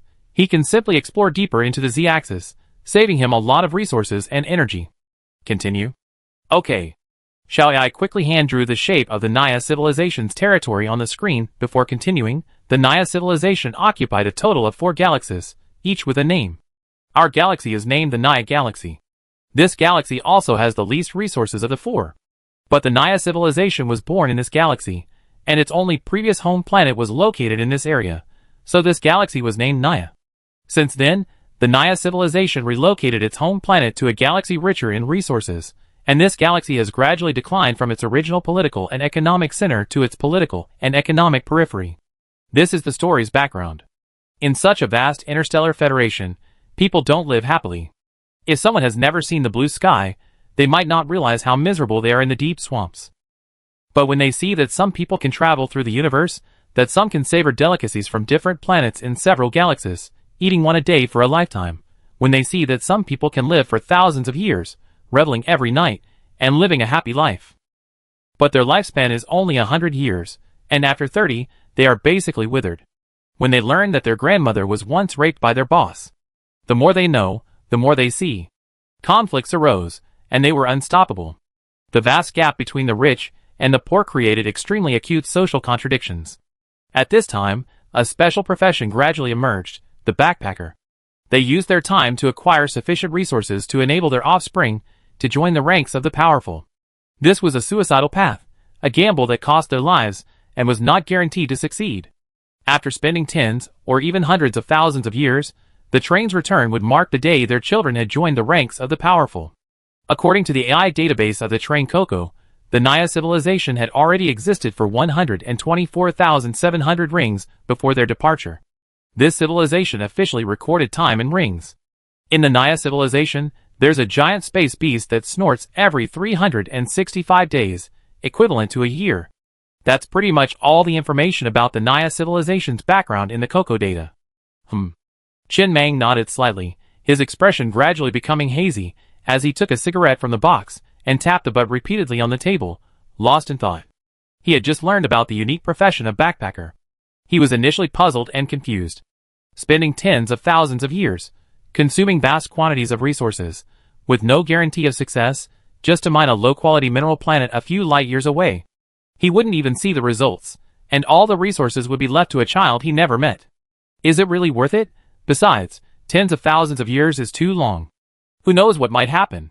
By the time you come back, the harvest will be gone. Take, for example, Kiki and his companions. After enduring countless hardships, just like the pilgrims, they finally returned, only to discover that the Eastern Tang dynasty had been renamed the Eastern Song dynasty. But after gaining a general understanding of the background of the Naya civilization, he began to understand a little. When the gap between the rich and the poor becomes too stark, this seemingly foolish act may have become the only way out, the only chance for their children to rise to power and wealth, at the cost of time. The universe is fair. Time is always the most expensive. As long as you are willing and pay a certain amount of time, you will surely reap the rewards you desire. Then he looked at the control panel and gently pressed a red button. The colorful grade wormhole radar accessory began to spin rapidly. Within minutes, it had detected every detectable wormhole within a 100,000 light-year radius. Not a single wormhole belonged to the Naya civilization. Even a passing goose leaves traces. Since the Naya civilization existed tens of thousands of years ago, there must be some traces left. Tens of thousands of years isn't a very long time in the universe. Perhaps there would be remnants of an attack, wormholes, or cosmic broadcasts. But nothing. We might not be able to detect wormholes created by a level 4 civilization. I think that's possible, but regardless of the civilization's level, the more hidden the wormhole, the more resources it consumes. Surely the Naya civilization had wormholes for its residents to travel through. A wormhole for civilian use wouldn't need to be so secretive, right? Even if they were completely relocated to another galaxy, there should be traces. Furthermore, according to the middle-aged man, this planet is where he used to be. I thoroughly inspected it 3 hours ago, using robots and radar, and found no trace of the Naya civilization. There aren't any city ruins deep underground. A planet where civilization once existed, even after 10,000 years, will surely leave some trace. But nothing. Qin Mang shook his head again, tilted his head to look at Xiao Ai, and whispered, "It's like..." He lit his cigarette, paused for a moment, then flicked the ash onto the table. He leaned forward and blew gently, and the ash quickly dissipated into the air, leaving no trace. He murmured softly, as if understanding something. "Just like this. This is a bit bad." Based on all the star systems he has obtained so far, he has concluded that the Naya civilization most likely didn't leave on its own accord, but was wiped out by a more advanced civilization, completely wiped out, leaving no trace of the Naya civilization in the entire universe. But the civilization imprint has not been removed. The trained civilization imprint will automatically disappear after the civilization dies. This is the law of the universe. But what if the civilization didn't disappear? What if it never existed? The attack method he could imagine was for an unknown advanced civilization to travel back in time, appear before the Naya civilization was founded, and directly destroy the newly emerging Naya civilization. Going back to the beginning of time, launching an attack. In this way, in the universe, all traces of the Naya civilization would naturally be erased. The cause is gone, and the effect will naturally not appear. Therefore, according to the laws of the universe, the imprint of Coco's trained civilization still exists. Because from the beginning to the end, the Naya civilization has never been destroyed, but has never existed. There's not a single trace of the Naya civilization in the universe. And verifying this idea is easy, because this idea has a major flaw. Since the Naya civilization never existed, how did Kiki and the others appear? Logically, Kiki and the others should have been erased as well. Display all the information in Kiki's database on the screen. I examine it carefully one by one. Go through the past news of all civilizations. There were certainly a lot of backpackers back then. If one appeared, there must have been many before. See if there's any news coverage. Kiki and his group's train is incredibly strange.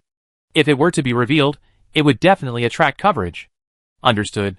3 days later. For a full 72 hours, Qin Mang sat inside the train, constantly working without sleep for 3 days, rapidly reviewing all the information recorded in the Kiki database.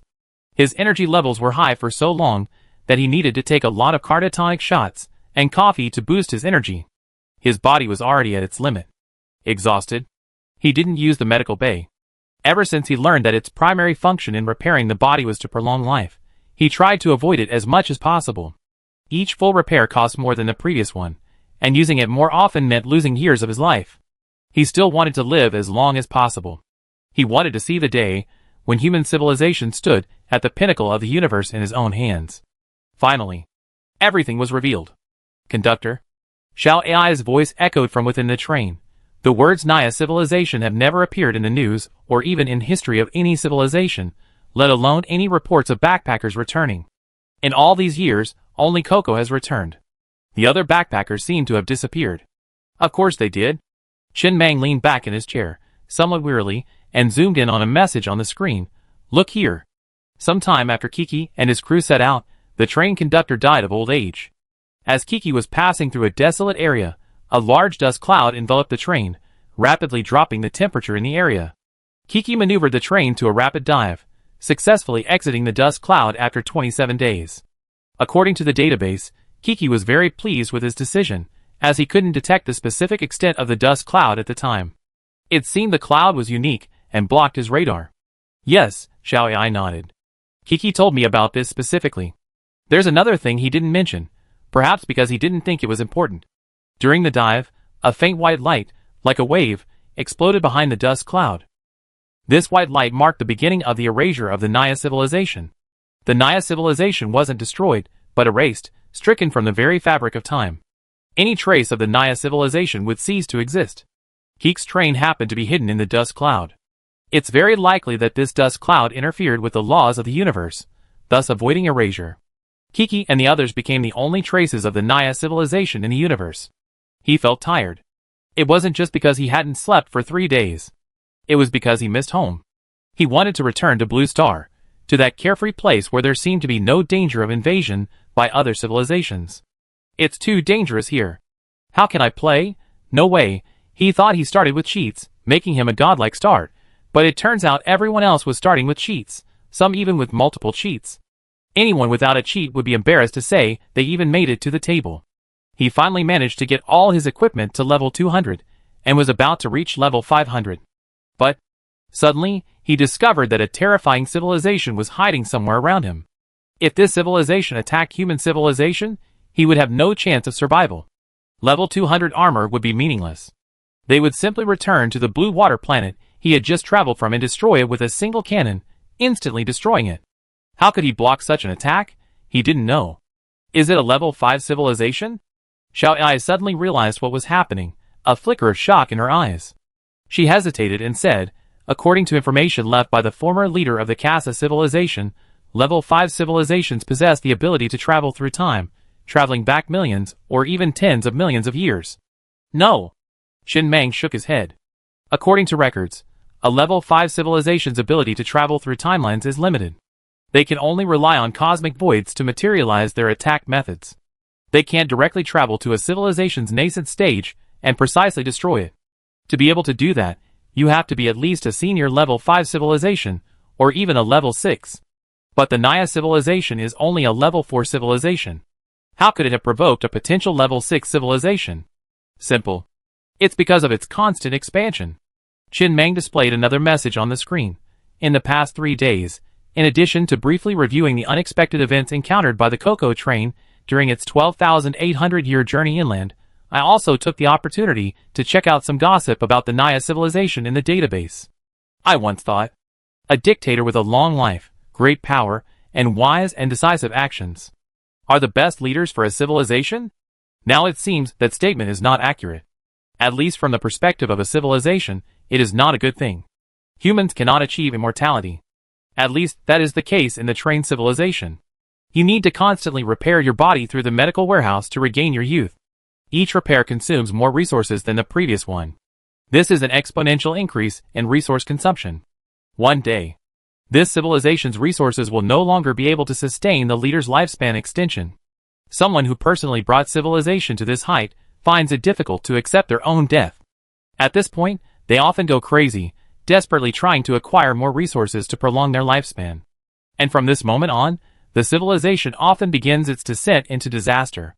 Before Coco and the others embarked on their journey, it was rumored that the leader of the Naya civilization was nearing the point of needing to extend his lifespan, and the Naya civilization had already begun mobilizing all its forces and resources.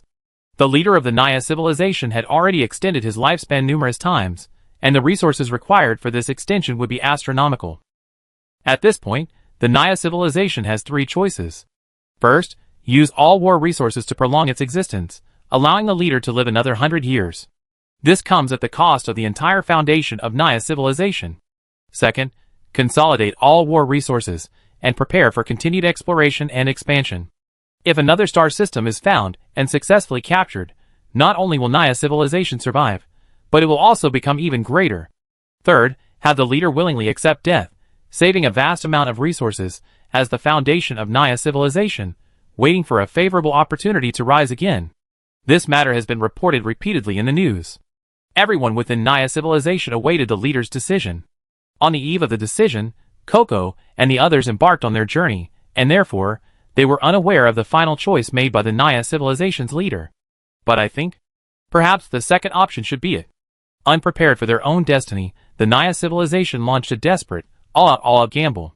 During their exploration and expansion, they stumbled upon a level 6 civilization and were instantly defeated. The other 3 galaxies, due to their abundance of resources, were already occupied by this level 6 civilization. However, the Naya galaxy, our own galaxy, was neglected by that civilization due to its scarcity of resources. Over the next 10,000 years, in this neglected region, tens of thousands of civilizations, including the Zerg, Kassadin, and Mechanic, gradually emerged. I don't know how much this actually differs, but I think it's pretty close. Good news, for the time being, we're safe here. Bad news, we can't expand anymore. If we do, we'll likely be attacked. The moment we extend our claws, they be chopped off. The usually calm Xiao Ai was now somewhat bewildered. After a moment, she mumbled, Master Meng, if this level 6 civilization is as you say, then wouldn't it be invincible? Why hide away? Shouldn't they just run to the depths of space, slaughter all civilizations, and become the overlord of the universe? When Xiao Ai switched from addressing conductor to Master Meng, it signaled a shift in personal emotion, rather than a serious discussion of official business. No. Qin Meng shook his head slightly. Although he felt a sense of crisis, he wasn't overly desperate. In this world, every spear has its shield, every cause has its effect, everyone has its too. This is the law of the universe.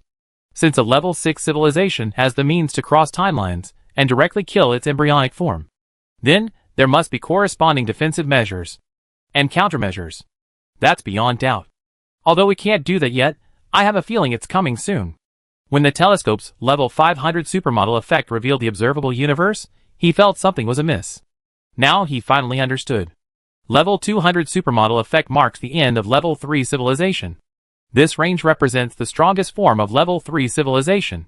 Level 500 supermodel effect is likely the range of level 5 or even level 6 civilization. In this range, in addition to numerical values, various bizarre rules serve as primary offensive and defensive means. When he only has numerical values, if the opponent reveals rules, he will undoubtedly be defeated. That was a crushing dimensionality reduction. No matter how high the stats were, they were useless. Even level 1000 armor would be powerless against this cross-timeline attack.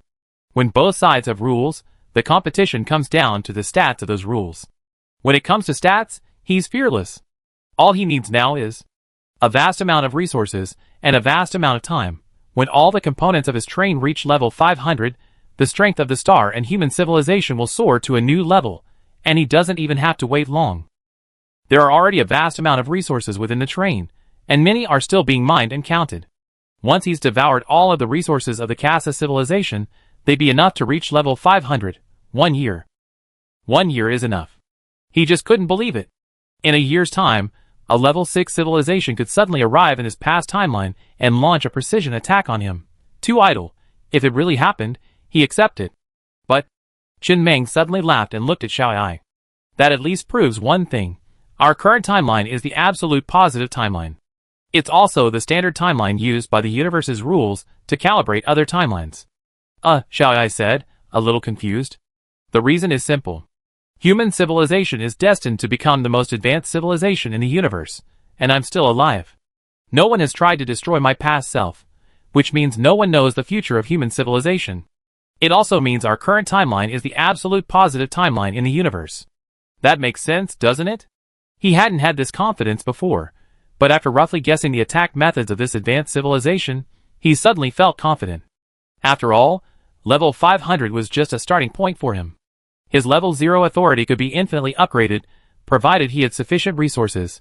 Level 1000, level 2000, level 5000, all within his reach, provided he had enough resources. The same mechanism, but with different numerical values, made a world of difference. And at this moment, he truly realized the power of the level 0 authority cheat. It had an extremely high, even infinite, upper limit. While the Zerg civilization's infinite resurrection, infinite wormholes, infinite reproduction, and so on, might sound impressive, their upper limit was far inferior to level 0 authority. It was more like a gambler in the early stages. In the early stages, it was extremely powerful, but even reaching level 3 civilization was difficult, and there was almost no late stage. And in the late stages, the so-called Zerg civilization was just a roadside hazard, easily crushed. For the rest of the time, Qin Meng didn't immediately fall asleep. Instead, he sat in his chair, humming songs from Blue Planet, and continued to browse the Coco database for gossip and rumors about the Naya civilization. He enjoyed watching the goings-on in other civilizations, especially advanced ones. They could serve as a lesson for him to learn from. They wouldn't force him to cross the river by feeling the stones. Xiao Ai, standing behind Chen Meng, watched the scene unfold before him, his lips twitching slightly. He felt a sense of despair after hearing about the methods most likely belonging to a level 6 civilization, unable to think of any defense. He had expected Master Meng to be similarly affected.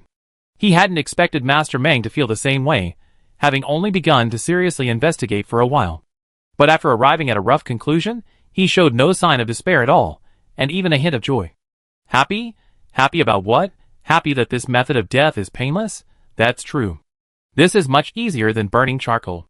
If someone wants to commit suicide, they can simply restart their own civilization. It's a completely painless suicide, worthy of praise. As expected, even in the vast, boundless universe, many rules remain universal. Restarting can solve 99% of problems. The method used by the 6th level civilization sounds incredibly bizarre, but it's actually just pressing the restart button. He hazarded a guess that the method used by the 7th level civilization would most likely be disconnecting the network cable, and the 8th level civilization would be unplugging the power cord. Right.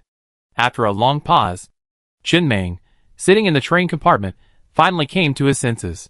The Naya civilization uses the universal language, the same as the Xingho civilization. Have Old Pig talk to that middle-aged man, and see if he can get him to spread the universal language, so that everyone can learn it. So far, they've been communicating with Kiki, and the others using a translator.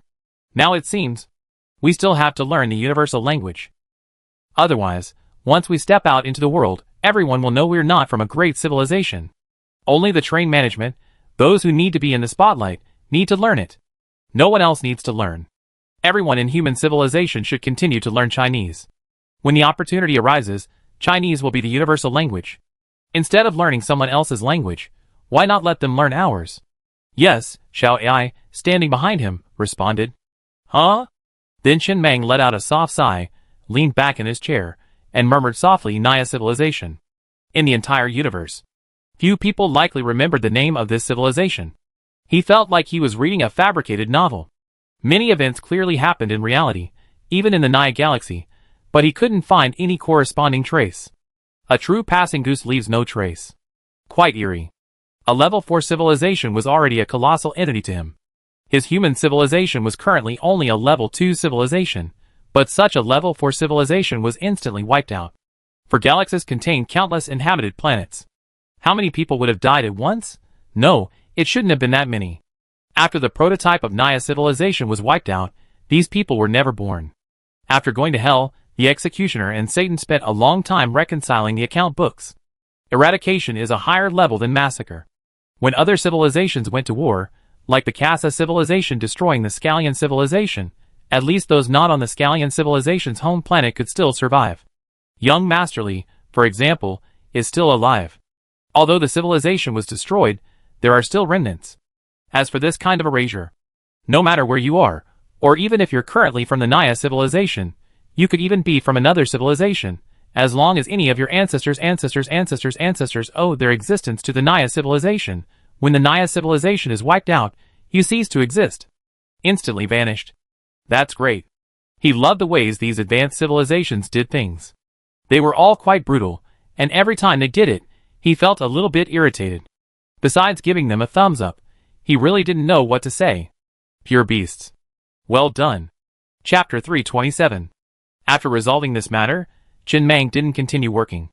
Instead, he put down everything he was doing and glanced at the image on the Doppler radar screen before washing up and going to bed. He hadn't slept in 3 days and felt a little sleepy. Xiaolu, it's time to go to bed. Before falling asleep, he glanced at Xiaolu, who was lying on the ground beside him, gazing up at the starry sky, and spoke with some confusion. He had specially prepared a bed for Xiaolu in the train compartment. Xiaolu loved it very much. It suddenly occurred to him that Xiaolu had been staying in his train compartment for the past few days, not going anywhere. Her favorite thing to do was to run to the back of the train compartment and play with Master Li's star beast, the star-treading sword tiger. She hadn't been there in the past few days. Could she have been heartbroken? No one had told him that the star beast was female. Xiaolu lay motionless on the ground, a melancholy figure in his presence. He said nothing more, sleepiness returning. He could no longer resist, and drifted off to sleep amidst a flurry of thoughts. This sleep lasted a long time. A full 13 hours. He could have slept even longer, but any longer would have made him feel even more tired.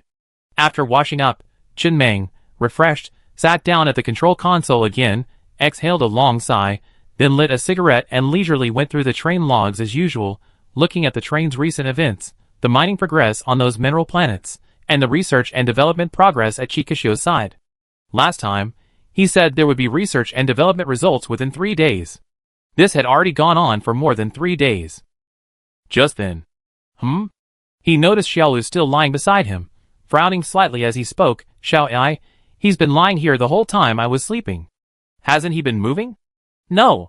Xiao Ai's voice echoed over the train speakers. Strange. Chen Meng walked over, scooped Xiaolu up into his arms, and looking at her delicate face, asked in confusion, "Is something bothering you?" Xiaolu didn't say anything, simply rubbing her head against Chen Meng's chin. In her normal state, Xiaolu was incredibly adorable. It was a shame he had no romantic aspirations, otherwise, with her appearance, she'd be a perfect wingman. Of course. If she were in her devouring state, that would be a different story. Perhaps she could serve as a wingman when pursuing the Mother Cthulhu. ABA. Xiaolu couldn't speak, only making some rather strange sounds. He tried using a translator, but it wasn't a language, lacking a system, more like meaningless hums. But Xiaolu soon returned to normal. After rubbing Chen Meng a few times, she ran to the next carriage as usual to play with Master Li's star beast. This was Xiaolu's only friend on the train. Very good. Chen Meng smiled, then turned his attention back to the console screen. The Zerg civilization hadn't made any significant movement in the past few days, continuing to slowly approach. They seemed extremely low-key, completely lacking the fanfare they had displayed when they attacked the Skyslaying civilization. Perhaps few people in the entire universe remember the Skyslaying civilization. But he did remember. Back when he was still on the Blue Water planet, having just obtained the galaxy map, he saw that the Skyslaying civilization, newly promoted to a level 1 civilization, was being annihilated by the Zerg civilization at all costs. Almost instantly, they created hundreds of thousands of random wormholes that led directly to the vicinity of the Skyslaying civilization's home planet, annihilating it. It left a deep shadow on him. It left him feeling incredibly stressed for a long time. But now, while the Zerg civilization still presented a fierce battle, it didn't seem quite so terrifying, and it wasn't insurmountable. The mechanical civilization's strongest energy attack in the past was level 270. And the Zerg civilization's strongest attack, capable of destroying the mechanical civilization, was probably around level 300, no higher. Theoretically, if his armor only had to be upgraded to level 350 or 400, he could essentially completely ignore the Zerg civilization's offensive capabilities. He needed some resources, and a bit of time. Mining such a large number of mineral planets would consume a lot of resources. To do so, he had expended trillions of resources, and built countless millions of mining robots. Although these extra mining robots wouldn't be used for a long time, there would be a certain amount of wasted resources. But now, time was of the essence. It was okay to waste a little. The armed black hole robot production line's level 5 overpowered effect allows intact robots to be traded in at full price, while damaged robots can be traded in at a discount based on the severity of their damage. This is the effect of the gold-grade armed black hole robot production line accessory, which only trades in armed black hole robots, not mining robots. Mining robots are produced by the Robot Research Center, and all of this accessory's overpowered effects reduce manufacturing costs. There's no overpowered effect for trading in full price. Then, he glanced at the train's total resource panel. 197 trillion units of iron ore, 12 trillion units of wood, 160 trillion units of copper ore, 34.9 billion units of red heart rock, 78.97 billion units of titanite. And it won't be long before the quantities of these resources increase again. The resources mined from that mining planet are currently stored on the mining planet, and have not yet been transported to the train. This batch represents the bulk of the resources. The current batch on the train was essentially collected from the Gemini stars. 197 trillion units of iron ore. It sounds like a lot. But a single shot from the Arcanum light cannon, with a level 200 attack power, consumes 1 trillion units of iron ore. 197 trillion, that's only enough for 197 rounds. 197 rounds, in the entire universe, in a battle on the scale of an advanced civilization, it's simply not enough. His biggest problem right now is that he possesses powerful offensive capabilities, but lacks the resources to wield them freely. War is the most resource-intensive activity in human history bar none. Once a war breaks out, it's a test of resource consumption. Throughout all the peaceful periods in human history, none were truly peaceful. Each one served as a means of stockpiling ammunition for the next war. In the universe, many bizarre things might happen. After all, the universe is so vast, with so many variables, that anything that happens wouldn't be surprising. But one thing is certain, the law of conservation of energy. The greater the means employed, the greater the resources consumed. Energy is difficult to create out of thin air. And the time erasure method used by the 6th level civilization to destroy the Naya civilization, he couldn't even imagine how much resources it consumed, and he didn't know if it would pay off. Theoretically, since the Naya civilization was erased and regressed, it no longer exists. Since the Naya civilization never existed in the universe, all the resources it mined were also regressed. It's like a previously depleted resource area instantly returning to a saturated state. In fact, that unknown civilization did exactly that. Naya civilization has 4 galaxies, and except for the Naya galaxy, the others have been occupied by that level 6 civilization. They've neglected the Naya galaxy simply because it's too poor. That's good. Being poor has its advantages. Shall I? Chen Mang, leaning back in his chair, pondered for a long time before suddenly speaking. It just occurred to me. The Naya civilization must have destroyed many civilizations during its development and expansion.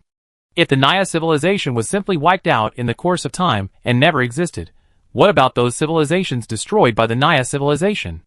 Resurrect them all? He had already set that unknown level 6 civilization as his imaginary enemy. Although he had never encountered them before, and even assumed their civilizational level and methods, his personal habit was to set up all-powerful individuals as his imaginary enemies, to hypothesize how he would deal with them if a conflict broke out. It's better to approach good people with malicious intent than to approach evil people with good intentions. Prepare for the worst-case scenario, and then wait for fate to decide. Unlikely. Xiao Ai's voice echoed from inside the train. The chain reaction won't be that large. If it were, it would cause numerous bugs, and these civilizations would likely not be revived, but would simply disappear from the universe. We now know that the universe has its own set of rules. Although we don't know all the rules, and there aren't any specific details. But what is certain is that this set of rules maintains the operation of the universe. It doesn't care which civilization dies or rises. It only cares about maintaining the universe. If such a bug truly existed, the rules of the universe would automatically eliminate it. But Chen Mang's expression was slightly odd. He looked at the middle-aged man on the control panel, feasting and drinking profusely in a city on Blue Water Star, the conductor of the Cocoa train. Such a major cosmic bug is still alive and well. Every programmer diligently cleans up every bug, but not every bug can be found. Not every bug can be resolved, and not every bug will cause a serious impact. Generally speaking, a programmer's workflow is very simple. Detecting bugs. The bug is too difficult to fix, so reboot.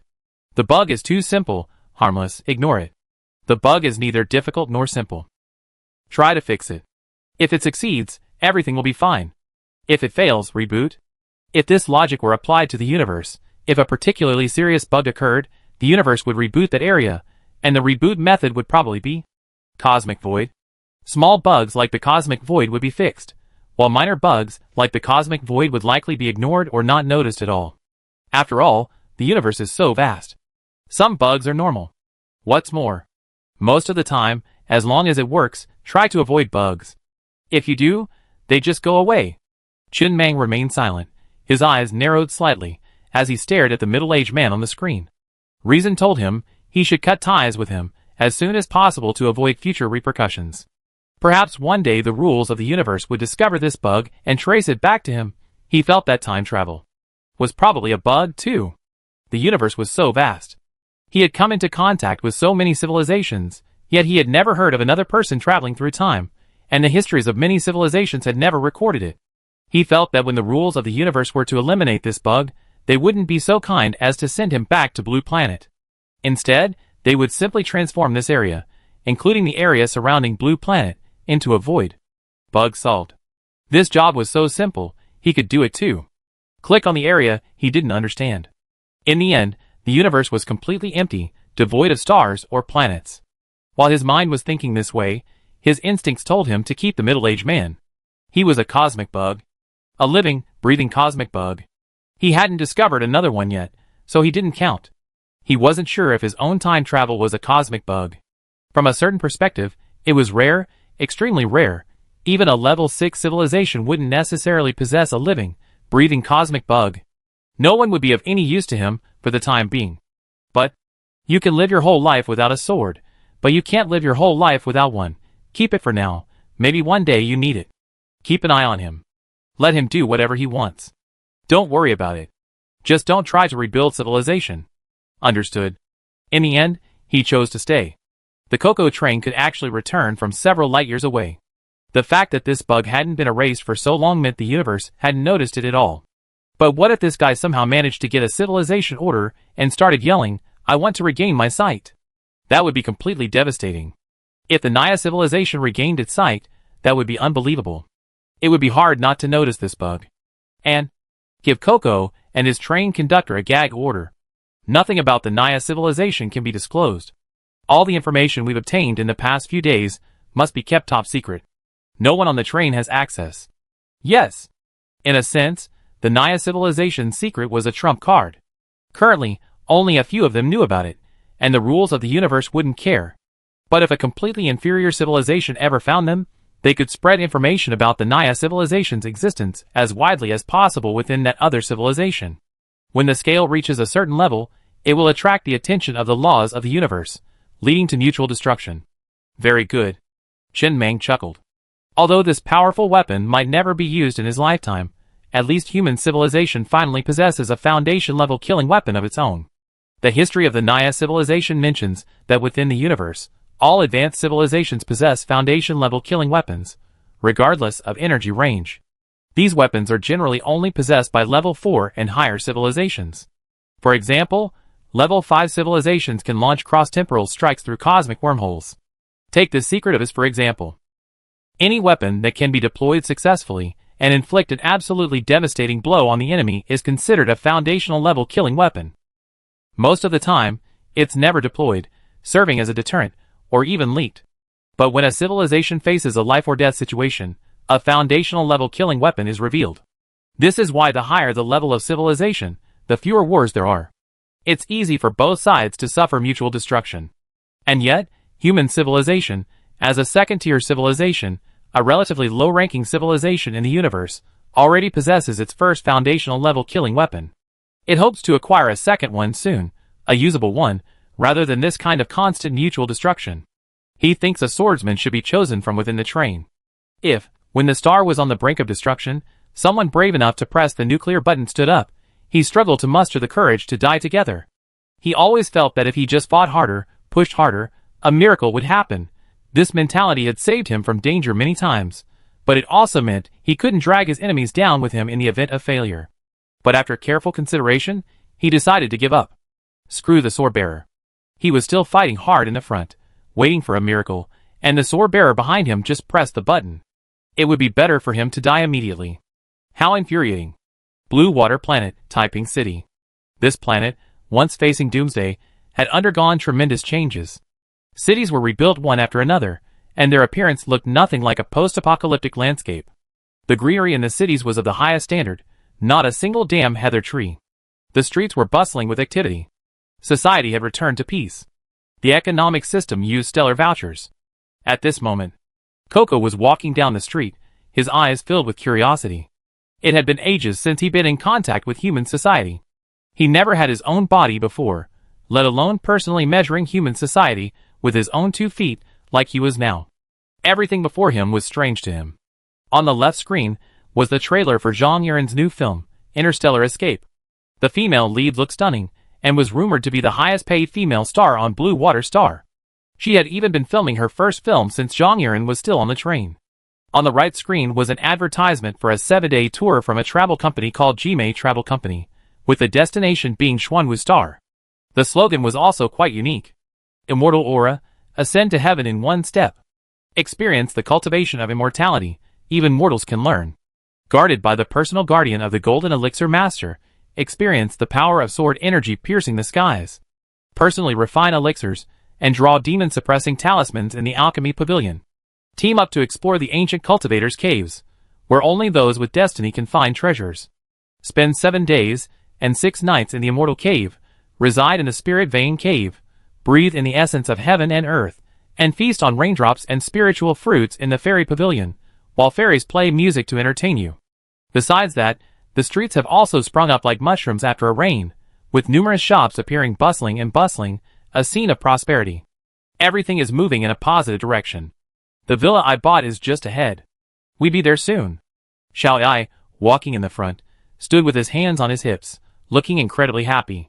I'm the first AI in all of human civilization to buy a villa. No, I might even be the first AI in the entire universe to buy a villa. Behind him were his subordinates. On weekdays, he enjoyed traveling around the city with his subordinates. Everything he saw belonged to human civilization, to Mang Yi, and in a certain sense, he had contributed to it. Boss AI. Kuka followed the local customs, addressing Xiao Ai as he did the others. She glanced at the icy-faced robot next to her and tentatively asked, "Which train is this friend on? What's his name? Why hasn't he spoken the whole time?" "Oh," Xiao Ai casually said, "his name is Mom. You can just call him Little Mom.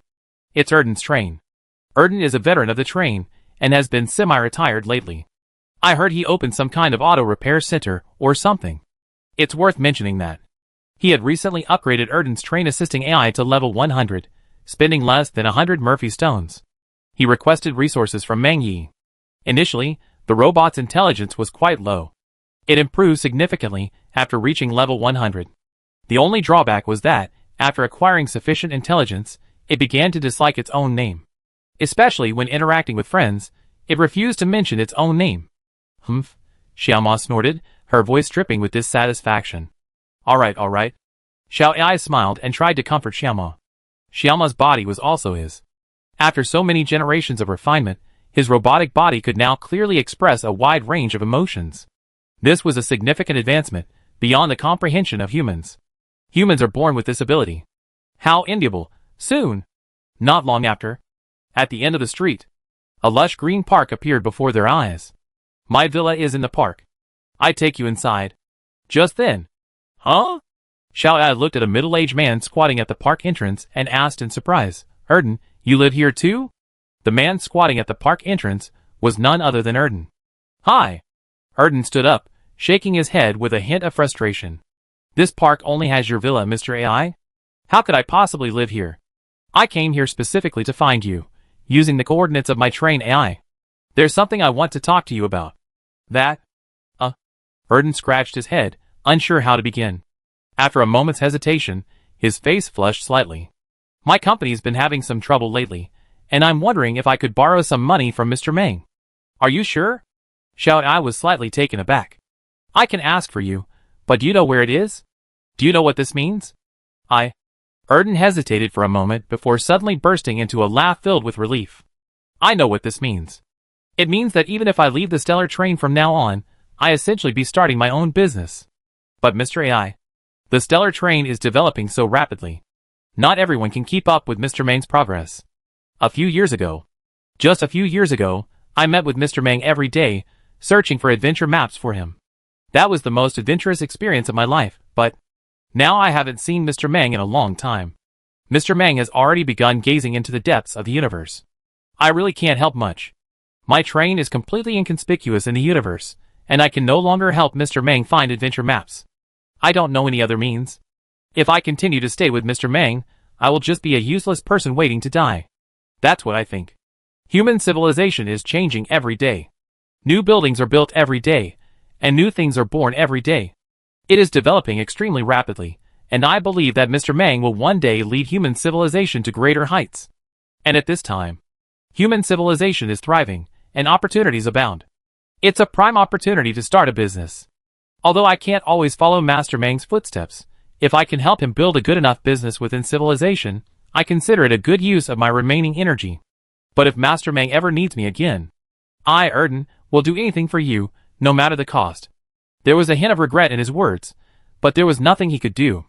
He truly wanted to follow Master Meng all the way, but there was no place for him on the Star Express.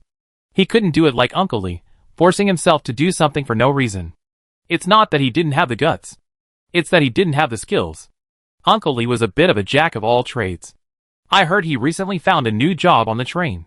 He'd been so busy in ages that I hadn't had time to drink with him. Really? Xiao Ai looked slightly puzzled.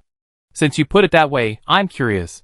How did you manage to start a business in such a vibrant human civilization, to the point of losing money and having to borrow money? Isn't it vibrant? Well, this... Erden's eyes flickered, a little embarrassed. There was a minor incident. That's fine. Xiao Ai nodded, fished out a stamp from her pocket, and pulled out a check. After stamping it, she handed it to Erden and said with a smile, I just asked Master Meng about it, and Master Meng said of course it's okay. It's already stamped. You can fill in any number you want and redeem it for the number of stellar certificates listed on the paper at any bank. The upper limit is 12 digits.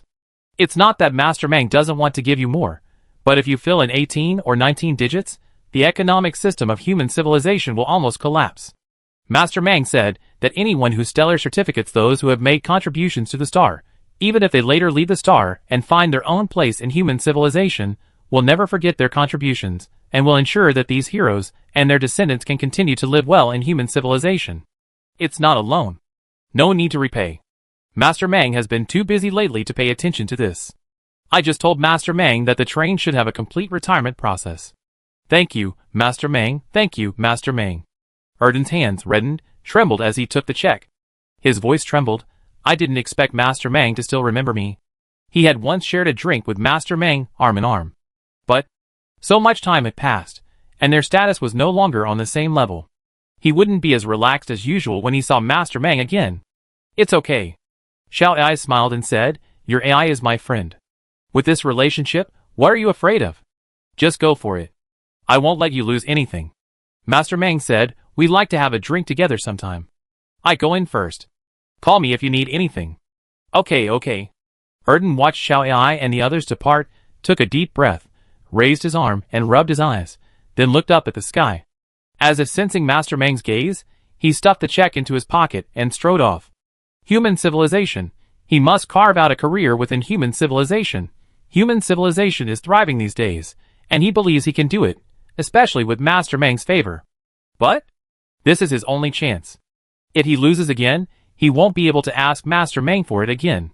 While Master Meng would probably still give it to him if he did, that would be a bit humiliating. A number of people on the Star train have recently retired, leaving behind the frontline trains and finding their place within civilization. After all, with the development of the train, many people have lost their place within the Star train. The Star is developing too fast. Not everyone can keep up. Needless to say, the original residents of the Star have all retired long ago, with only the cyber miners still around. As for the others, like Zhang Yuan and the others, they retired early, but still return to the Star from time to time. On the one hand, it's about sentiment. On the other hand, not everyone has the opportunity to go on the Star, which is also a form of dimensionality reduction propaganda. For example, you have a competitor who occasionally wanders over to Tiangong for a stroll. How do you feel inside? This is not even a competition. Although Tiangong doesn't provide any overt support, it's enough. Let's not talk about anything else. If you play dirty, you understand why the Heavenly Palace is called the Heavenly Palace. That's wonderful. The dwarf man stood at the doorway of a shop in Taiping City, watching from afar as Mr. AI and his group entered the park. He didn't come forward to greet them, but there was a hint of melancholy in his words. He had once had a connection with Mr. Meng. Mr. Meng had even sent them resources. He had even taken them on trips in Neon City. But time had flown by, and many of these relationships had faded into memory. Mr. Meng hadn't contacted him in ages, so he naturally wouldn't approach him out of boredom. But every time he recalled that memory, he felt a sense of days. Only a few years had passed, but it felt like ages. Just then, the lucky cat at the shop door chirped, "Welcome." "I'm coming." The dwarf man quickly averted his gaze, smiled, and greeted them. "Feel free to look around. Feel free to look around." Yes. He owned this shop. A figure shop. Selling all kinds of figures. But soon, after recognizing who was coming, he curled his lips. "Why are you here? I thought you were a customer." My excitement was in vain. The young man before him was none other than the friend he made during the apocalypse. When Mangi had come to give him resources, he also given this guy some. This guy was quite impressive. He once gave Mangi an oxygen concentrator, and because of this connection, he reaped many benefits. "I'm afraid I have any customers." The young man sighed, gazing at the oversized female figures in the shop. I've told you countless times, don't let your personal preferences dictate market preferences. No one in the market wants to buy a 3-meter tall female figure like this. Even if you like it, can't you use it as a selling point to attract customers, and then sell some other small figurines? What do you know? I'm on a vertical track. I'm not playing the small fish in the big track. I'm the king of the small track. The reason there's no one is because the track is too small. There aren't many target customers. Once someone comes, they can make a living for 3 years. You don't call this a vertical track, you call it a hellish track. Forget it. The young man waved his hand, not saying any more. Instead, he looked at the dwarf man seriously and said, I found a good project recently. Do you want it? Let's work together. I think you'd definitely be interested. What project? A kingdom of daughters. The young man leaned over to the dwarf's ear and whispered, Have you seen the women on Xuanwu Star? They're all incredibly beautiful, and most importantly, when they reach a certain level of cultivation, they don't even need to poop. Do you know how attractive a fairy who doesn't need to poop is? Many women from immortal civilizations come to our blue water planet. After witnessing our prosperity, they don't want to leave and start looking for work. My idea is to create a kingdom of daughters each. A moment later, the dwarf, seemingly understanding, hesitated slightly. How much money would it cost to get started? I might not have enough. You and I each contribute half, 100 million each. So much? You've completely drained my entire family. Ahem. I may have forgotten to tell you, but I've contacted a female cultivator sect. They want everyone to come to Water Blue Planet, and are looking for someone to take over their entire workforce. My Daughter Kingdom project is based on this female cultivator sect. And then, do you think I'm some lecher? When it comes to investing, I won't let women influence my decision-making. You should at least send me a detailed BP, right? Everyone in this female cultivating sect knows the spell law of heaven and earth. I already told you. Everyone can transform into a 1,000-foot-tall giant, towering over the heavens and the earth. What do you mean? The dwarf man was slightly stunned, his entire body frozen in place, his throat rolling slightly. 1,000 feet. 1,000 feet tall? Yes. Then, can we do that? Once the money's in, everything's easy. The dwarf man suddenly stood up, slapped the wall of the counter, and shouted excitedly, I've invested. I have to invest in this project. This is the last battle of my life, where I'm betting my entire reputation. He hadn't had any particular hobbies in his life, except for this one. It was like a fatal flaw. Unavoidable. Once a person has a weak spot, while they have flaws in some ways, they also possess a sense of happiness that others lack. The young man looked at the dwarf man and couldn't help but smile.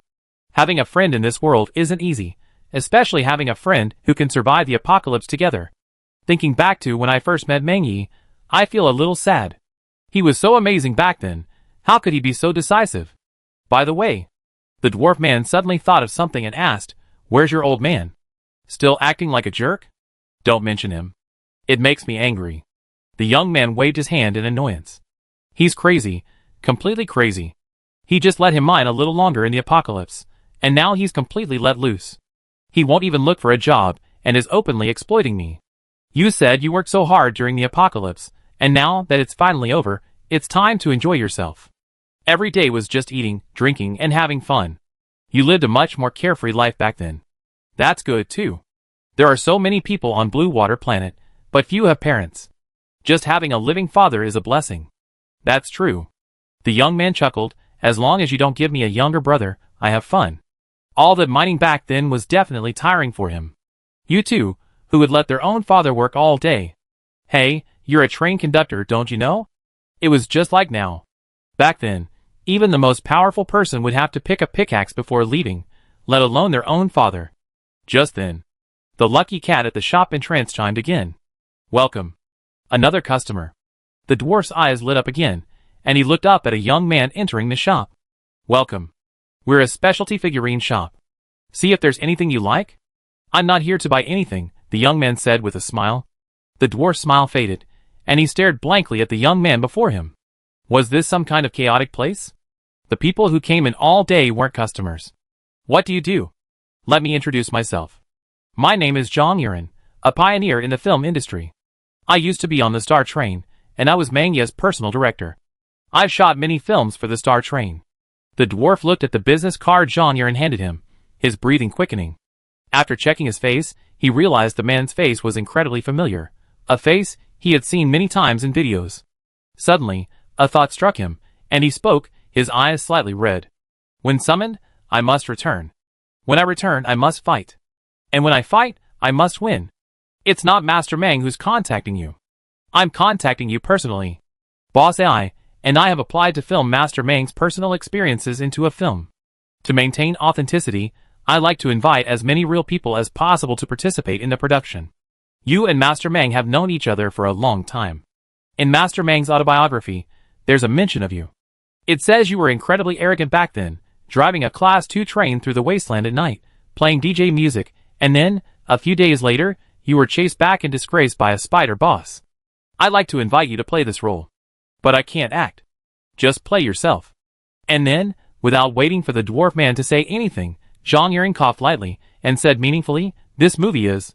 The film authorized and supported by Star is an official one, intended for everyone, and will be used by future civilizations.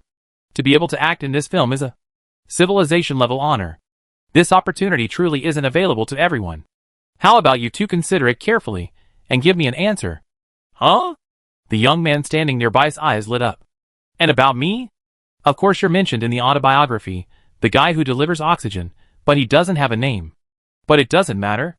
I've carefully reviewed Mr. Meng's autobiography, and you're not the only one without a name. You guys think about it first. I need to find someone to play Mr. Kun first. It's going to be a tough choice. Waiting for your news. Chapter 328. Are you going? The young man looked out the shop, his back to Zhang Yuan as he walked away, then looked down at the dwarf man. Yes, of course.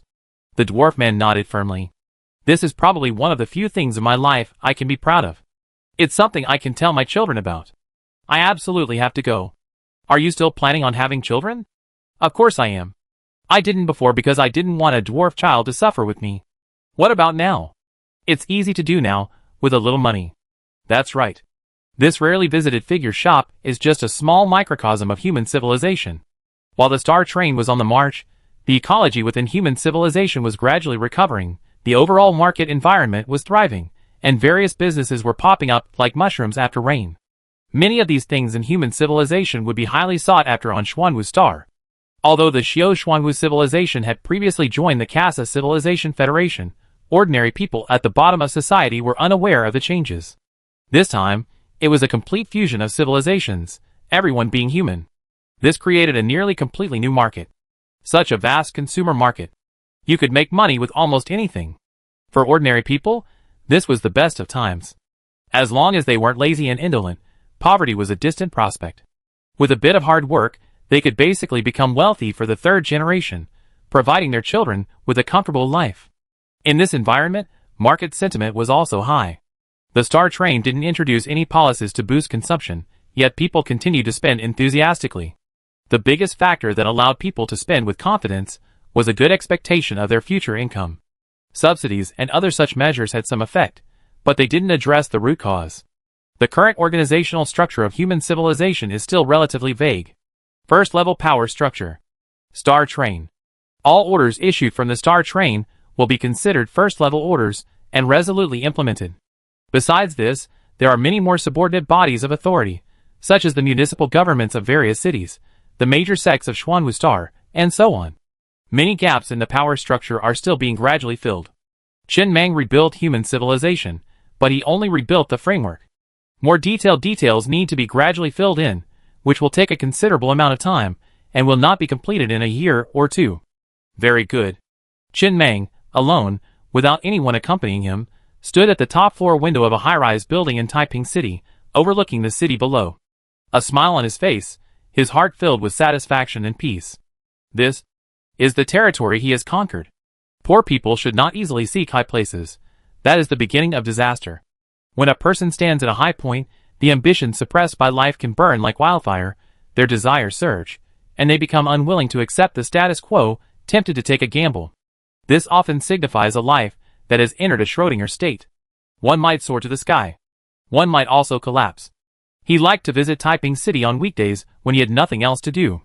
Taiping City was the first city he visited when he traveled through time. It was where his dreams began, and it held a wealth of memories. Perhaps it was because he was getting older. From time to time, he would reminisce about the past.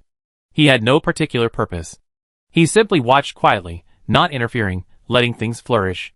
Just as he had always enjoyed quietly watching his train in the wilderness, he watched the city before him, watching it rebuild from ruins, step by step, to its present state.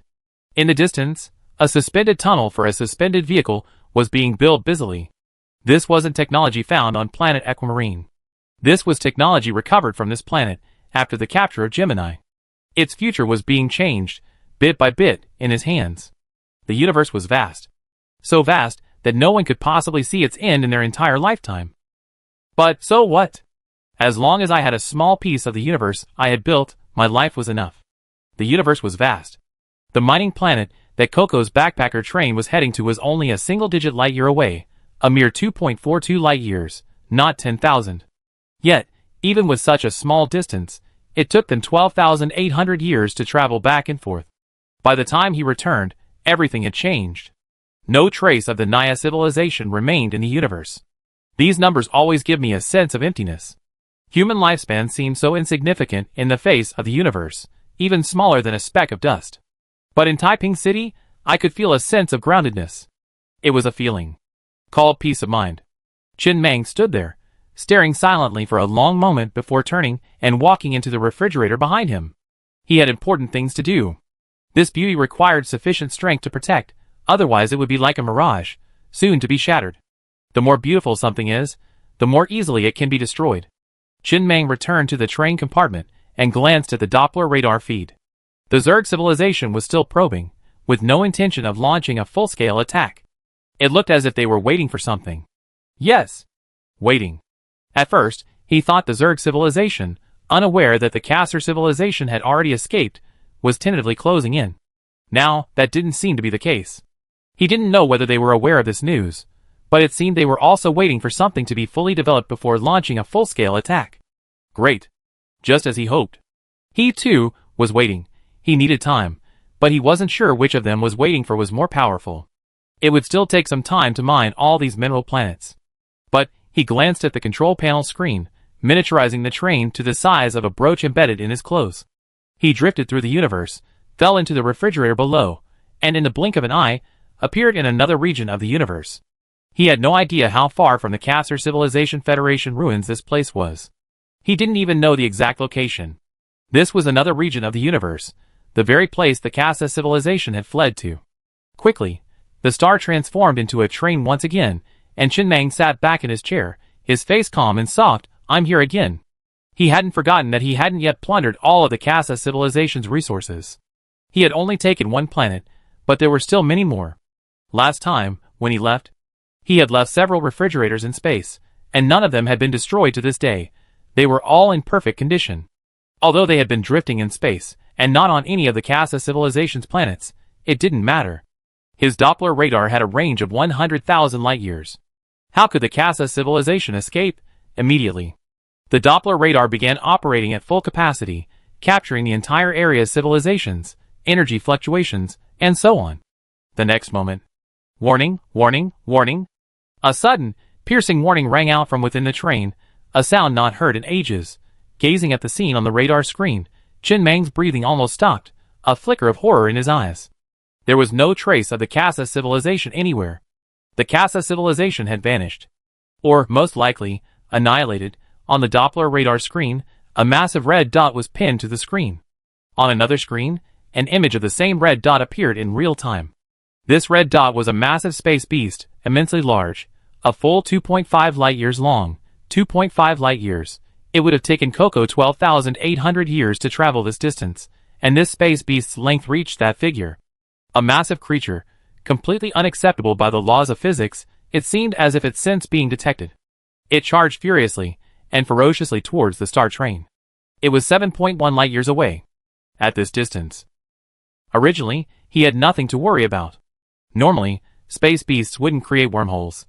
Just run slowly. Even if it stayed here for 100 years, it wouldn't be able to catch up. But the warnings within the train began to creak.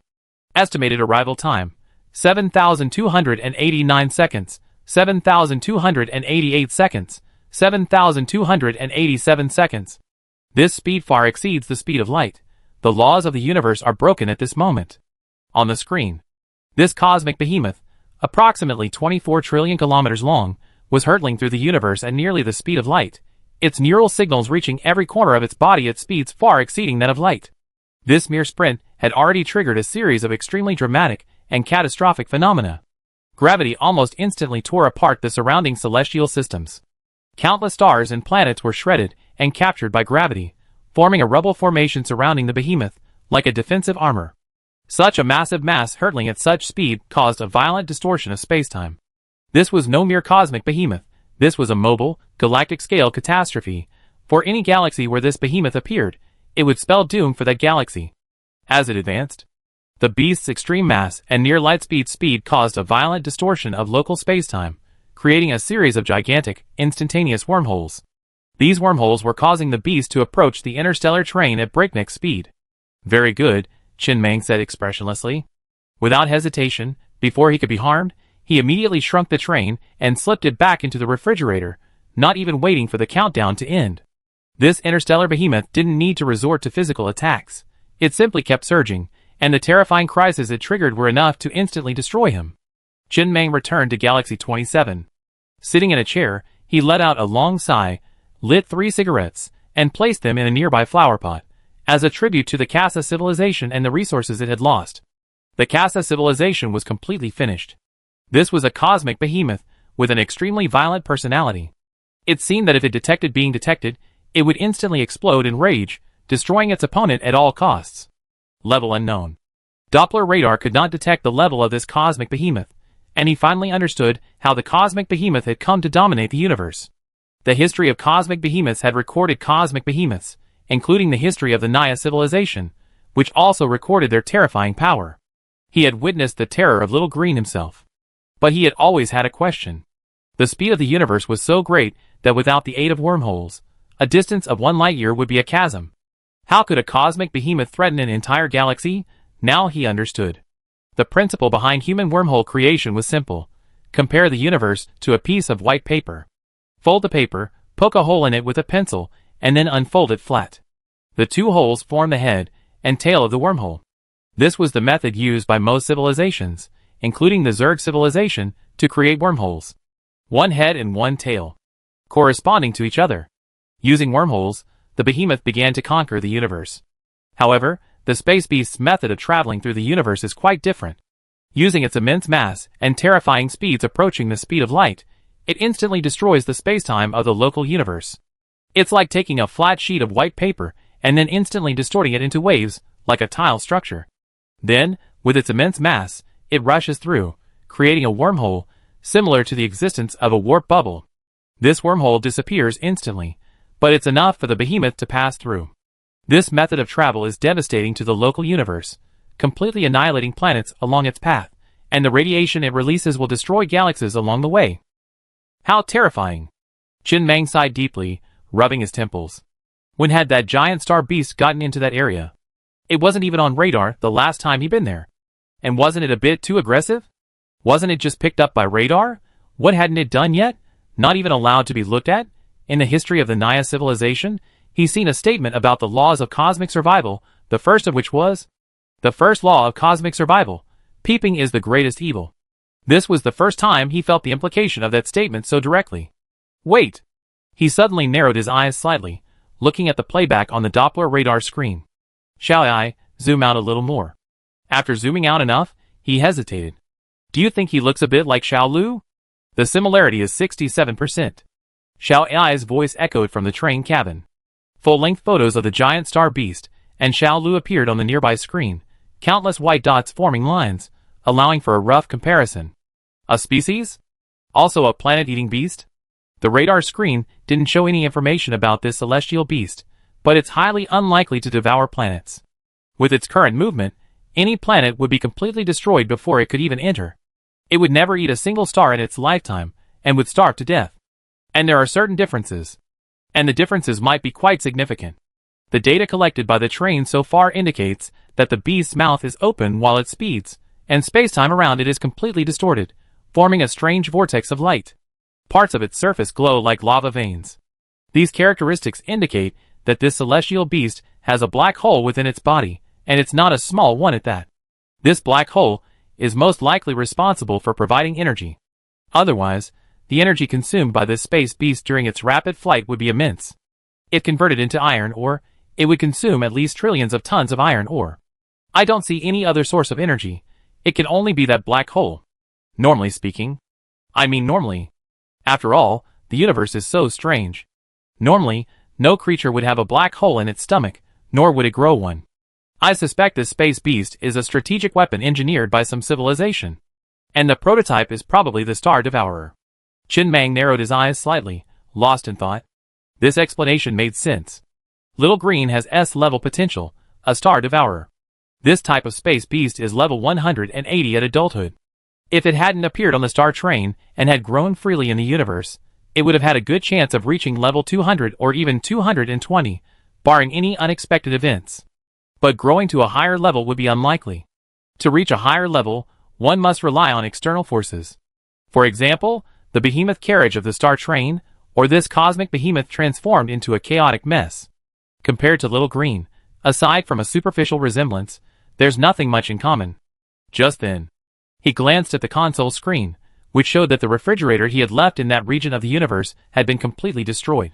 This also meant that he had no means of returning to that region. Whether or not the Casa civilization was completely destroyed, it had nothing to do with him from then on. The third-level civilization, the Casa civilization. After avoiding the Zerg civilization, it vanished inconspicuously into space. Few even knew of this. A third-level civilization was already the most powerful in the Naya galaxy, but after leaving the Naya galaxy, it seemed like a roadside wreck, easily crushed. Rewind a few days. After the Gemini stars were captured by Qin Mang, the Casa civilization, having fled back home, gathered all its Murphy stones and prioritized upgrading its Doppler radar to level 200. The previous capture of the Gemini stars had made the Casa civilization leaders deeply aware of the importance of radar level. Even though this component consumed far more Murphy stones than other 7-color components, it still had to be upgraded. The same loss could not be repeated. Soon, with a transfer order, the Kasha civilization finally upgraded its Doppler radar to level 200. This marked a significant milestone. Before the radar was activated for the first time, the leaders of the Kasha civilization even held a special summit to prepare for the first activation of the Doppler radar in front of everyone. The super powerful effect of the level 200 Doppler radar is that it can detect invisibility and display all major energy fluctuations within a 100,000 light-year radius, capturing images. This made countless people extremely excited. 100,000 light-years. This means that in future wars, they will have almost absolute initiative. They can detect more information. Finally, in the presence of the Kasha civilization's top officials, everyone gathered and activated the Doppler radar for the first time. Soon, every galaxy within a 100,000 light-year radius appeared on the giant screen hanging high in the conference room. This elicited countless cheers. The Casa civilization, born in this resource-poor region, fought its way into the rich resource-rich region after years of hard work. Although they had fled due to defeat, they believed they would soon be able to strike back again, however, as everything unfolded on the screen. The leader of the Casa civilization stood there in a daze. The screen showed that the number of planets and stars within 100,000 light-years was extremely small, with almost no civilization and a very small number of mineral planets. This region was already resource scarce. He knew that. But he remembered that this area used to have quite a few civilizations, so why was there so little now? But soon, a red blip was detected several light-years away. A massive cosmic beast, seemingly freshly fed, was leisurely drifting through the universe. But the next moment, as if sensing detection, it suddenly sped towards the Casa civilization with an angry expression. A full 2.5 light-years wide and long, it raced at near light speed, tearing everything in its path to shreds at the same time. A warning blared almost instantly throughout the conference room and on all the trains of the Casa civilization. Warning, warning, warning. Everyone's expression suddenly changed drastically, but there was nothing they could do. This was a galactic-scale catastrophe their civilization could not withstand. The intergalactic wormhole would be unusable for a short time. Inside the star train, Qin Mang leaned back in his chair, staring at the screen. Although he hadn't witnessed the demise of the Casa civilization firsthand, he could vaguely guess, and he felt his guess was relatively close to reality. That unknown celestial beast was the culprit. Before this, he knew that the Casa civilization lacked a level 200 Doppler radar. It's likely that his appearance had made the Casa civilization realize the importance of radar level, and after upgrading at all costs, it just so happened that the celestial beast wandered within radar detection range. The disaster thus occurred. The second law of cosmic survival, the light of a weak candle, the unfathomable darkness of the sky. The higher the radar level, the better. If he now possessed a level 5000 radar, he would most likely be instantly annihilated, crushed by a dimensionality reduction attack from a higher dimensional civilization or creature. However, a lower level wouldn't work either, as it wouldn't allow him to detect unusual attacks immediately. There's a fine line between the two, and one needs to strike a balance. However, he felt that the Casa civilization might not be completely destroyed. After all, they possessed a means of escaping through interstellar wormholes. Even if they couldn't achieve the same escape as last time, he felt that such a massive device couldn't be instantaneous, right? It should have been built in advance, right? Just then, Xiao Ai's voice rang out from the train. Conductor, I just recalculated and found some loopholes. Perhaps this information can be of some help to you. Go ahead. Chen Mang raised his brows slightly, listening patiently. When we first headed to that area and arrived at Gemini, our radar didn't detect the giant star beast.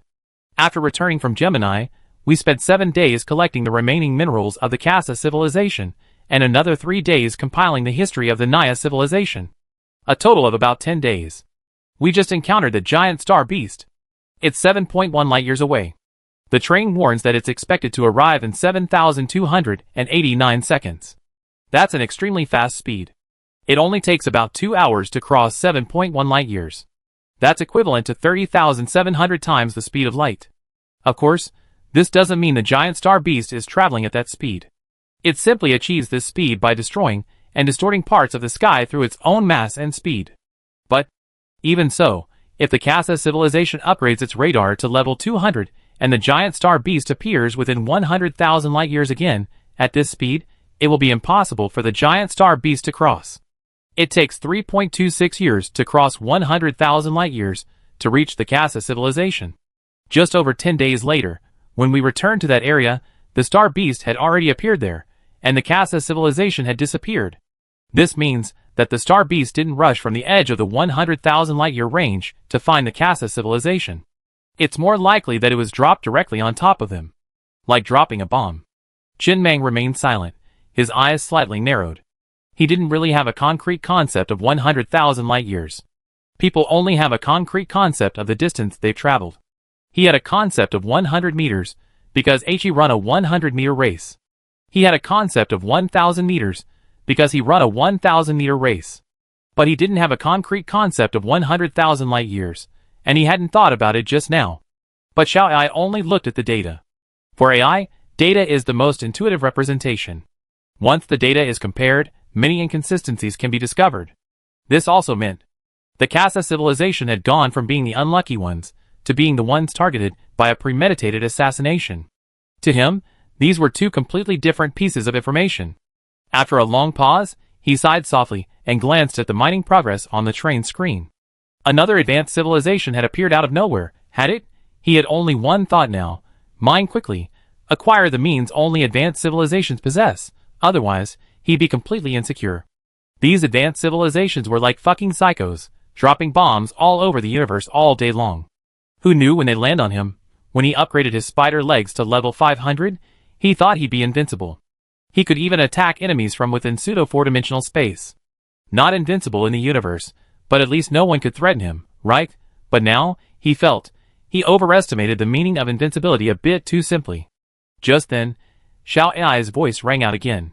Conductor, the pavilion master of the Tianji Pavilion requests an audience.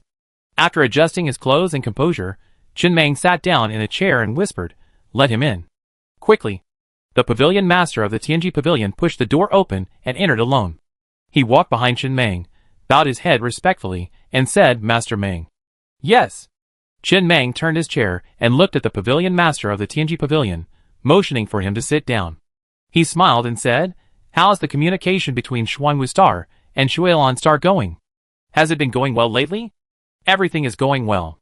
The pavilion master of the Tianji Pavilion nodded gratefully. After a few casual chats, he spoke hesitantly, Master Mang, I've had an idea lately that might help human civilization develop better. Xuanwu Star once had immortals, possessing the power of creation. However, in recent years, it has been suppressed by the Casa civilization, and the immortal realm has been decimated. I'm wondering if human civilization could allocate some of its resources to rebuild the immortal realm, allowing some cultivators to ascend to immortality. This would also enhance human civilization's overall strength and increase its high-end combat power. That sounds interesting. Please explain the power of creation in detail. Be straightforward and avoid using cryptic terms.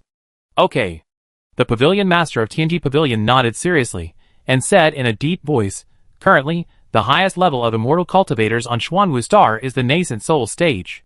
If one reaches the spiritual transformation stage, they can move freely in the universe without any external assistance. If one reaches the tribulation crossing stage or the Mahayana stage, they can soar in the universe and even travel to other planets. But if one reaches the level of a human immortal or earthly immortal, a single wave of their hands can easily destroy a planet. A celestial immortal can use their physical body to shrink the universe to an inch, traveling light years away in the blink of an eye. A true immortal, with a full-strength strike, can instantly reach dozens of light years away. A golden immortal can even obliterate all living beings within a radius of hundreds of light years with a single thought. If one can cultivate to the level of an immortal emperor, attain the title of immortal emperor, and completely achieve enlightenment, they will master the laws of the universe, achieving immortality, indestructibility, transcending cause and effect, and standing above the river of time. Sounds good? Qin Meng nodded with a slight smile. As long as one reaches the level of a true immortal, one can obliterate all living beings within a radius of hundreds of light years with a single thought. This thing sounds a bit like a foundation-level killing weapon. Very good.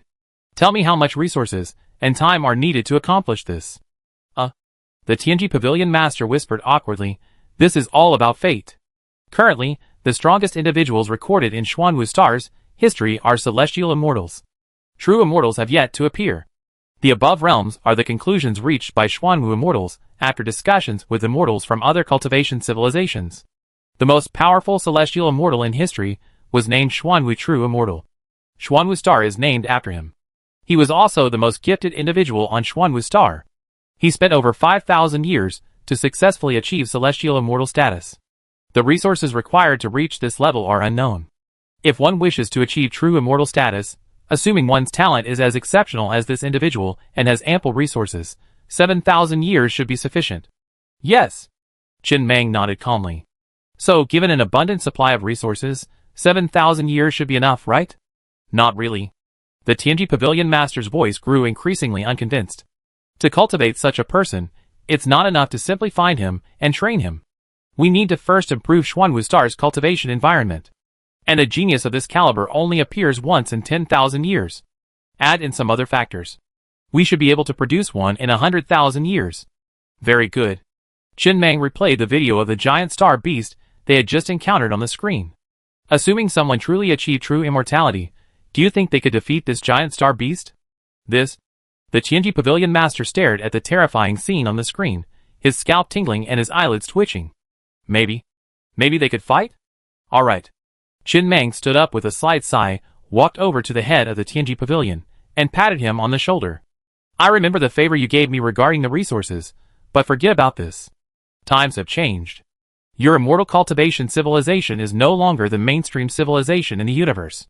Admittedly, if you cultivate to the immortal emperor level, you still be at the top. Based on your description alone, I think you have no problem crushing at least a level 6 civilization, and even challenge the power of a god-level civilization. But, how do I cultivate to that level?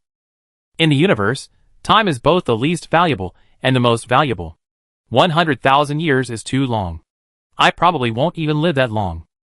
Train civilization, as long as I use enough resources, I get immediate feedback. In the immortal cultivation civilization, everything is highly dependent on fate. Unless you can truly find me a peerless genius, then I wouldn't mind finding a way to create a time rift for him, to see if I can try and shorten his cultivation time. This genius's cultivation speed must be at least many times faster than that Xuanwu True Immortal. Go. Qin Meng looked at the back of the Tianji Pavilion Master, his face calm and silent. His words were actually just to comfort the Tianji Pavilion Master. The core reason was that he was reluctant to allow such a powerful individual combat force to exist in human civilization. If that happened, he would be in trouble. After dealing with the Zerg civilization, he planned to thoroughly develop the ruins of the mechanical civilization. Although the mechanical civilization was plagued by intense internal conflicts, These intense conflicts, with both sides striving to surpass each other, had also given rise to many excellent technologies. For example, time rift. Through his experience on the Blue Water planet, he learned that mechanical civilizations can actively create time rifts. Before this, time rifts could only appear out of thin air by chance. This technology actually amounts to harnessing the power of time. If it weren't for the Zerg civilization, perhaps the mechanical civilization could one day even advance to a level 4 civilization. But it must be said, it sounds like the immortal emperor is indeed powerful. He might encounter many civilizations in the future. This means that somewhere in the universe, a cultivation civilization is entrenched in an uninhabited high-quality resource zone, constantly developing. If someone truly achieves the level of an immortal emperor, then this civilization would surely be considered one of the top civilizations. The creatures of the deep sea often have a variety of shapes. There are many theories. One theory is that in the pitch-black depths of the deep sea, no one can see each other anyway, so evolving into any form doesn't matter. He increasingly feels that the universe is also a giant black box. Various civilizations and creatures evolved and developed freely within the terrain. In such an environment, all sorts of random things inevitably emerged. Long ago, perhaps the dominant form of civilization in the universe was actually a cultivation civilization.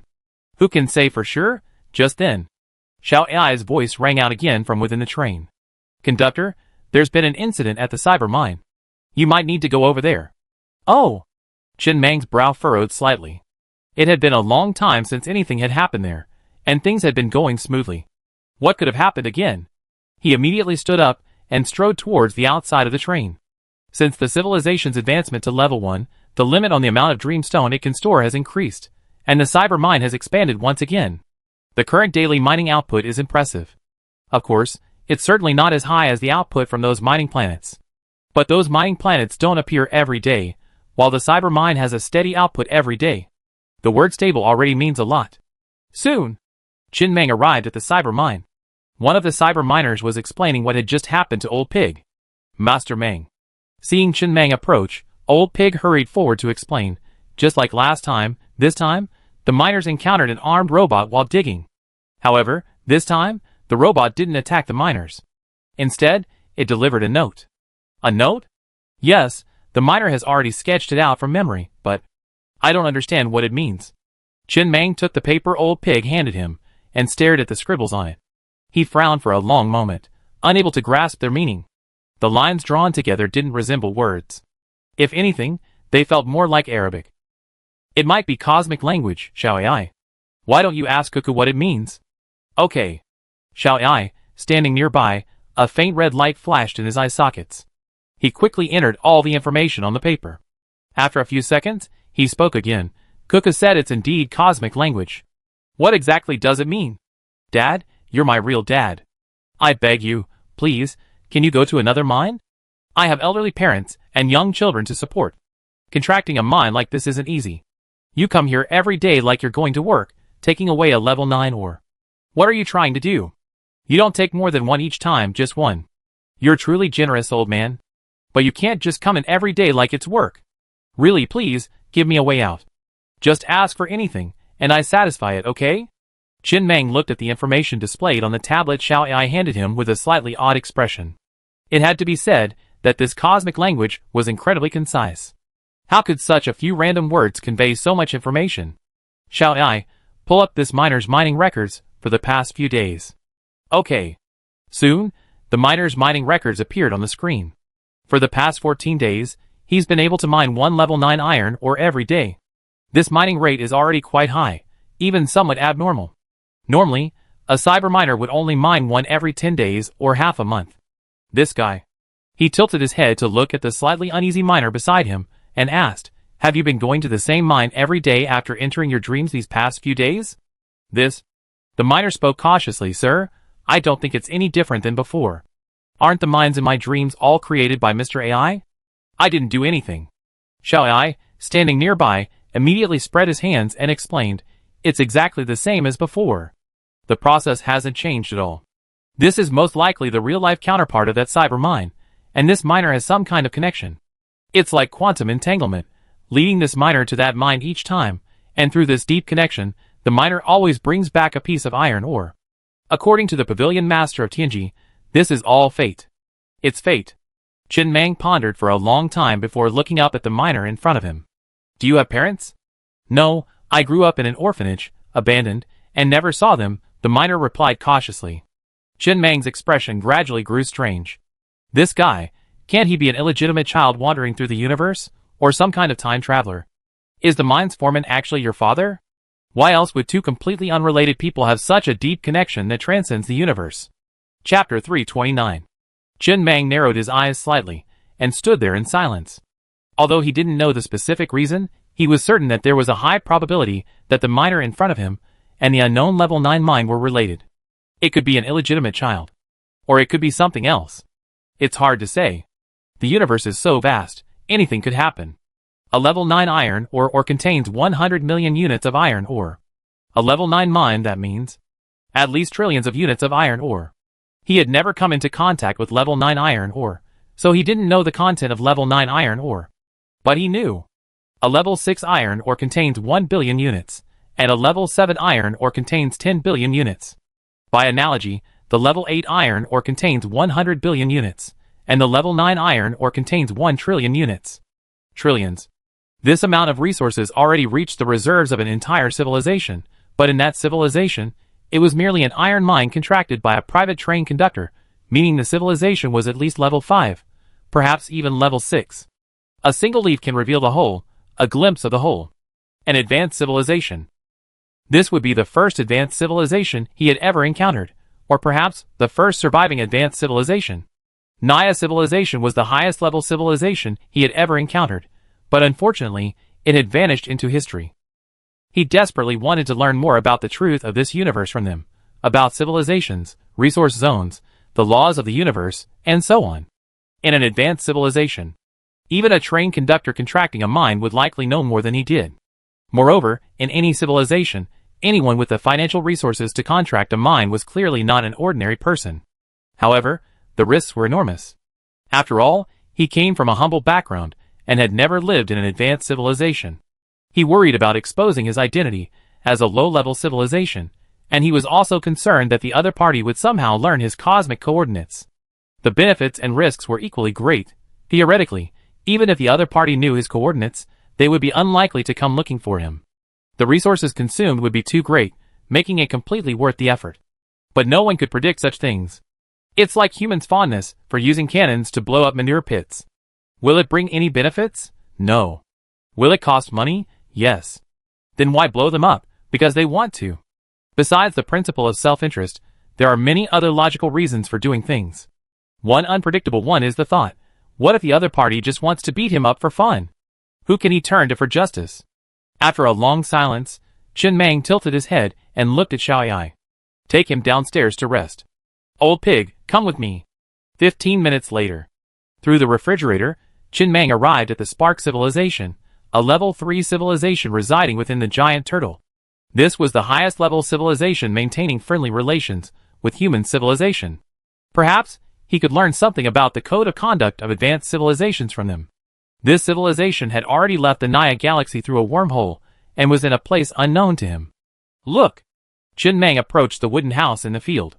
Before he could speak, the Spark civilization leader, a rather elderly man, stood outside the house, pointing toward the distant, star-filled sky and muttering in a trance. In the distant sky, countless twinkling stars, like a newlywed bride, were shrouded in a halo of various colors. It looked incredibly dreamy. The sky was enveloped in a curtain of fluorescent green and scarlet light.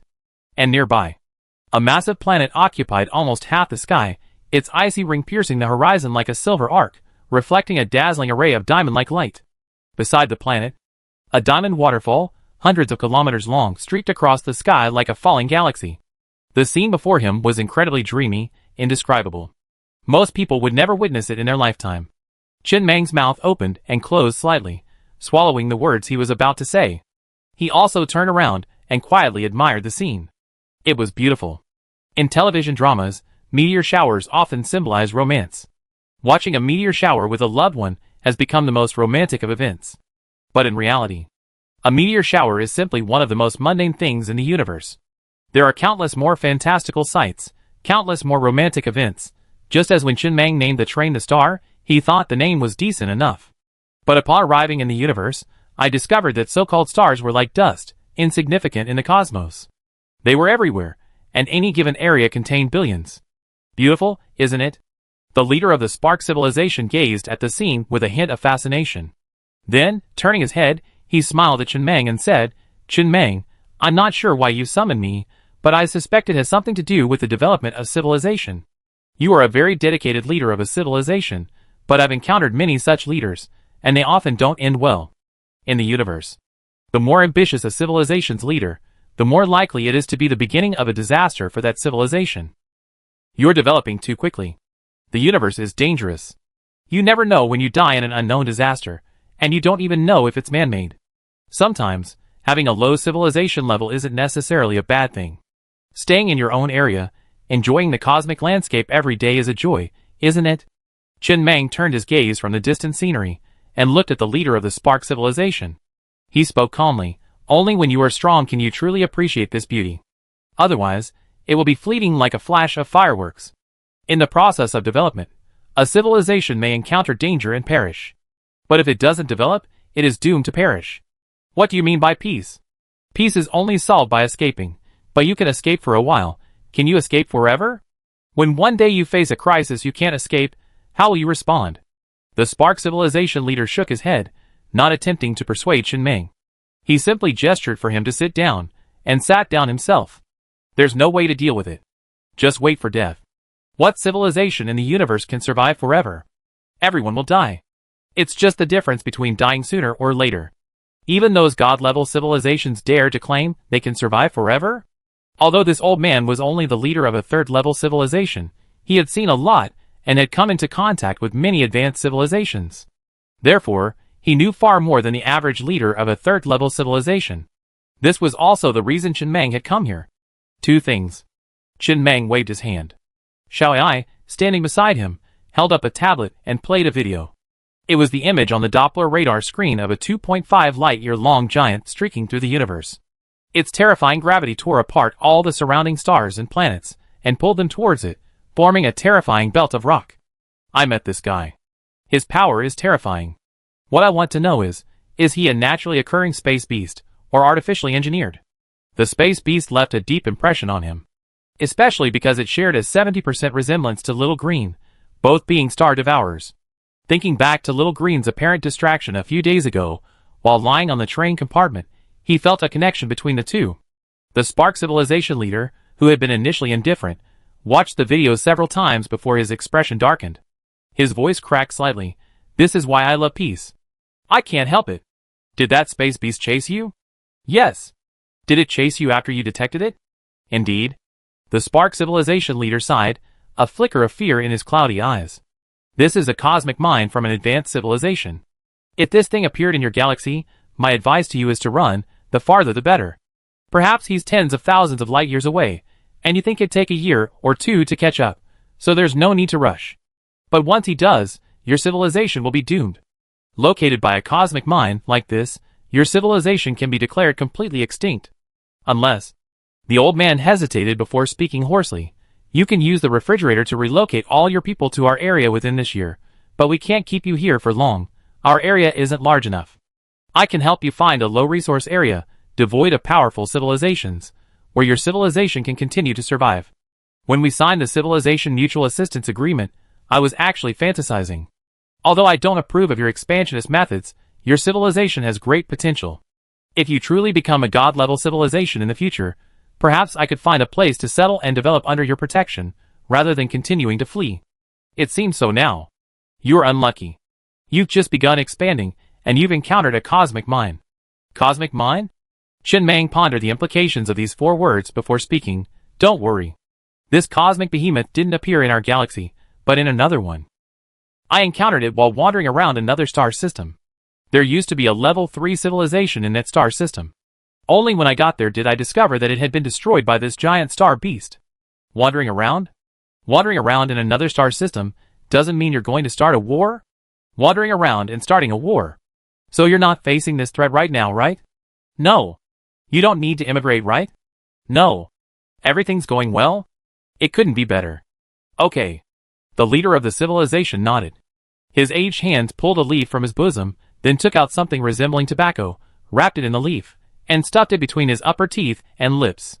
He then let out a long breath and spoke slowly. It's a long story, I have to tell it slowly. Chen Meng also sat on a chair nearby, motioning for Lao Zhu and the others to find a seat. He took out a cigarette, lit it, and brought it to his lips. Through the swirling smoke, he looked at the old man and whispered, "Tell me slowly." A moment later, the old man's slightly hoarse voice echoed through the fields, mingled with the chirping of insects and carrying a hint of modernity. Since some time, without anyone's deliberate promotion, trained civilization has gradually become the mainstream form of civilization throughout the universe. It has many advantages. But the most significant advantage is just one. That is speed. With sufficient resources, a level 1 civilization can explosively grow to level 4 or 5 in less than 100 years.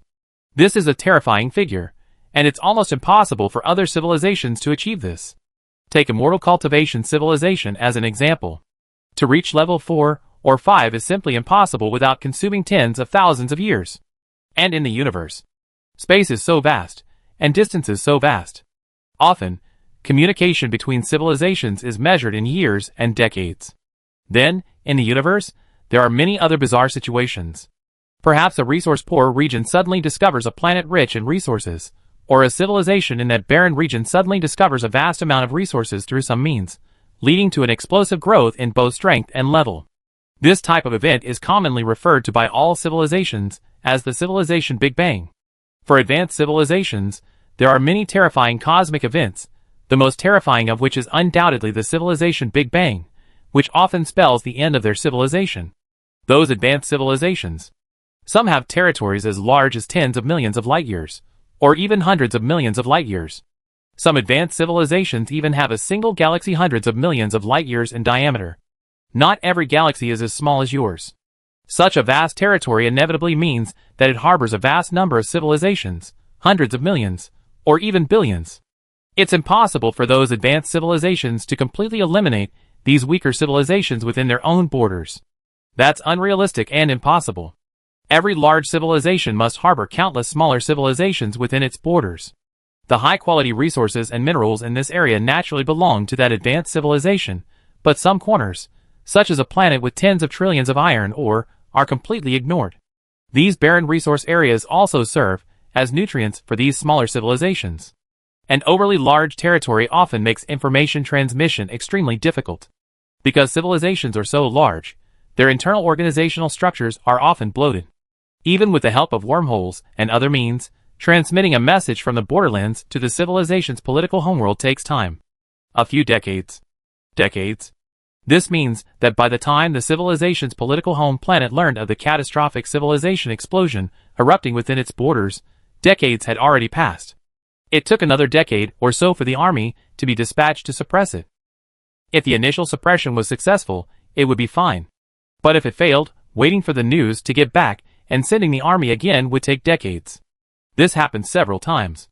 If a level 6 civilization suddenly ascended to level 6 within its territory, a major war would be inevitable.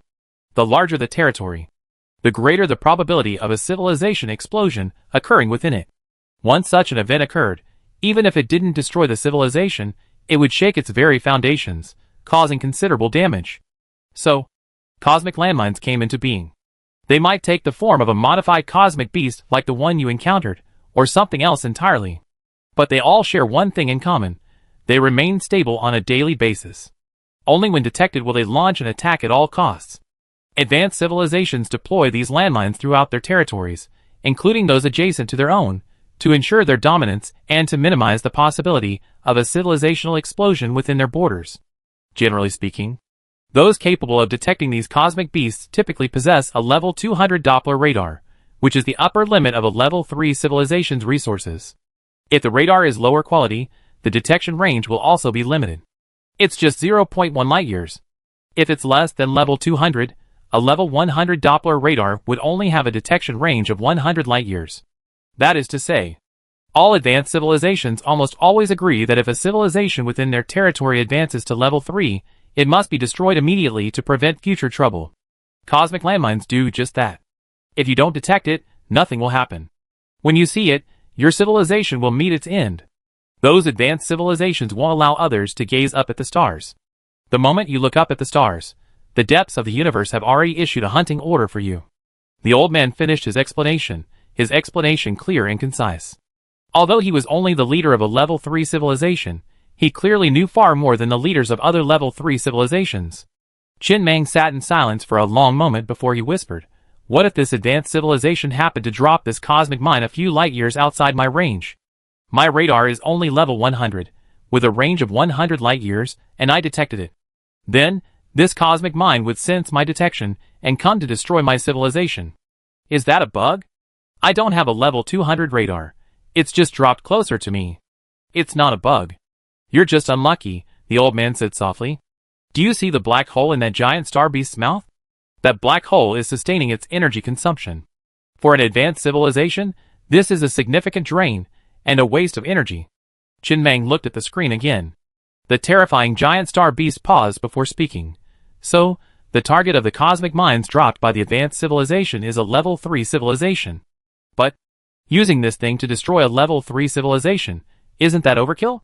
It might not be enough to destroy a level 4 civilization, but it's definitely more than enough to inflict severe damage on a level 4 civilization.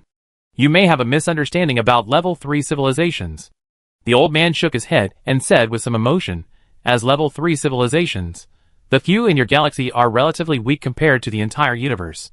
In fact, any properly developed level 3 civilization, no matter where it is definitely a respectable presence. In their own region, they are all dominant. But it's not your fault. After all, your area is resource poor, and the space for development is limited. However, this cosmic mine does have some excess power. This is the original intention of all cosmic mine designs, to absolutely crush an opponent with a single bit of power, even if it means wasting resources. Remember what I said before. If the initial crushing fails, it will take decades to wait for the news to arrive, and then send another army. This means that this civilization will have precious decades of development time, which is something an advanced civilization would not want to see. So, even if it means wasting resources, we must ensure that the first attack is a 100% crushing victory, leaving no room for respite. In the universe, countless civilizations have perished due to the civilization explosion. Compared to, like you, I've always felt that your civilization is in the midst of a massive explosion, an extremely intense one at that.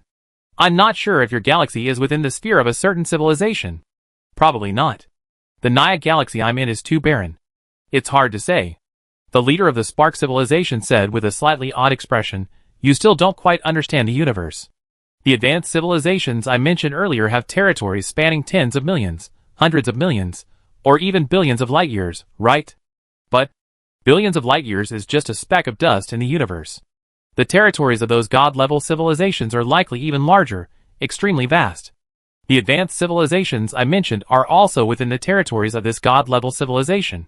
This god-level civilization has also laid cosmic mines within its territories, but the triggering conditions are more stringent. These advanced civilizations haven't been triggered yet. So these advanced civilizations are developing cautiously, fearing they might trigger the cosmic mines of higher dimensional civilizations. At the same time, they're laying down numerous cosmic mines to prevent civilizations behind them from catching up. This is why I despise the current cosmic environment. All civilizations are developing on a tightrope, fearing a catastrophe might strike, and destroying other civilizations at all costs to prevent their own status from being threatened. When you reach this point, you can't quit even if you want to. Your ecological niche in the universe dictates that you must constantly climb upward. Until you reach the top, you can't let up even a little. But in this vast universe, how many civilizations can truly reach the top? The vast majority of civilizations will perish over time. In the river, those advanced civilizations couldn't even imagine the methods of a god-level civilization, let alone the form of a god-level civilization's cosmic mines, or the conditions for triggering them. It was as if they were exploring the universe in shackles. This path of civilizational conflict has only two outcomes. Reach the summit or die. Do you think you'd be the one among billions of civilizations to reach the summit? This time, there was a longer silence, before Qin Mang suddenly laughed. Does that mean we're very likely within the territory of a god-level civilization? Very likely. The elder leader of the Spark civilization also laughed. And there's a good chance there's a cosmic mine planted by a god-level civilization not far ahead, but we don't even have the qualifications to trigger it. Even if you walk right by it, the mine won't react at all. Just like a person walking on an anti-tank mine won't explode. We survive not because we're strong, but because we're weak. Once we become strong, we face not a brighter future, but even greater disasters. In the universe, oftentimes, remaining weak isn't shameful, it's the key to survival. After all, survival is the most important thing, isn't it? After a civilization reaches level 3, its lifespan is generally around 1 to 2,000 years. What does that mean? Many lesser civilizations lack the means to reach the nearest planet, yet they manage to survive for tens of thousands, or even several thousand years. 100,000 years. Did these civilizations live longer because they were powerful? No. Because they were weak. They were so weak that no one in the universe noticed them. That's why they were able to survive. Isn't this a happy life? They look up at the sky and only think the stars are beautiful today. They have no idea that in the depths of the universe they are gazing at, countless civilizations are engaged in a frenzied war, with billions of lives perishing and countless stars exploding at a moment's notice. People's regrets often come from knowing too much. If they knew nothing, they could calm down and contemplate the beauty of the starry sky. Qin Mang nodded and continued with a smile. But one has to try, right?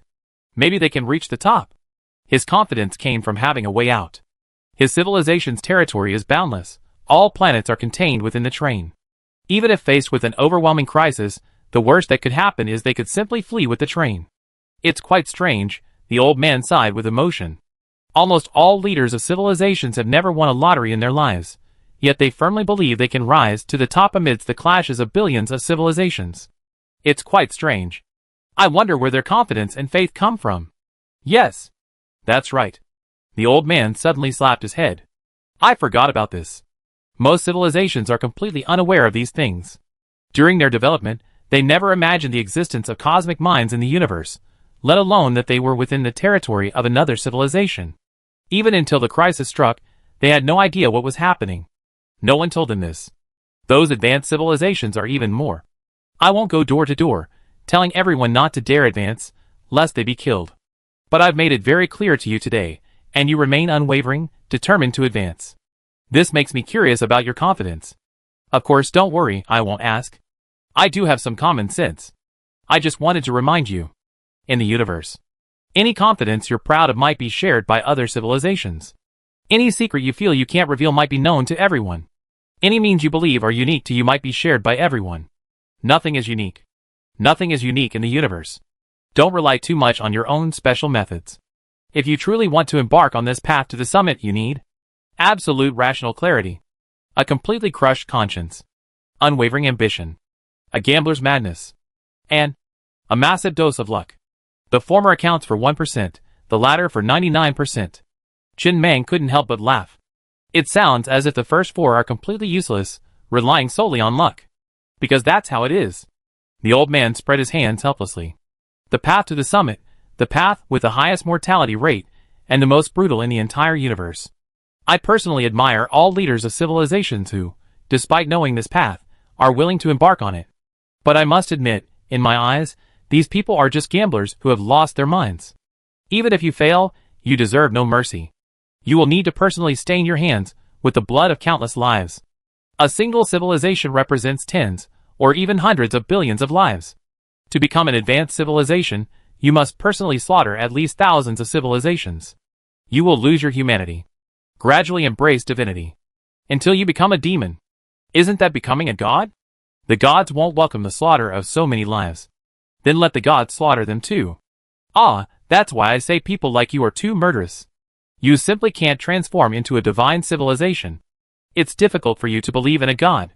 Your mind is full of gods, like a bloody bar. Why not give it a try? Qin Mang didn't reply. After lighting another cigarette, he leaned back in his chair and said dazedly, I can sense you're trying to dissuade me from this path, but you also seem to want me to stick with it. People are always conflicted. It's normal.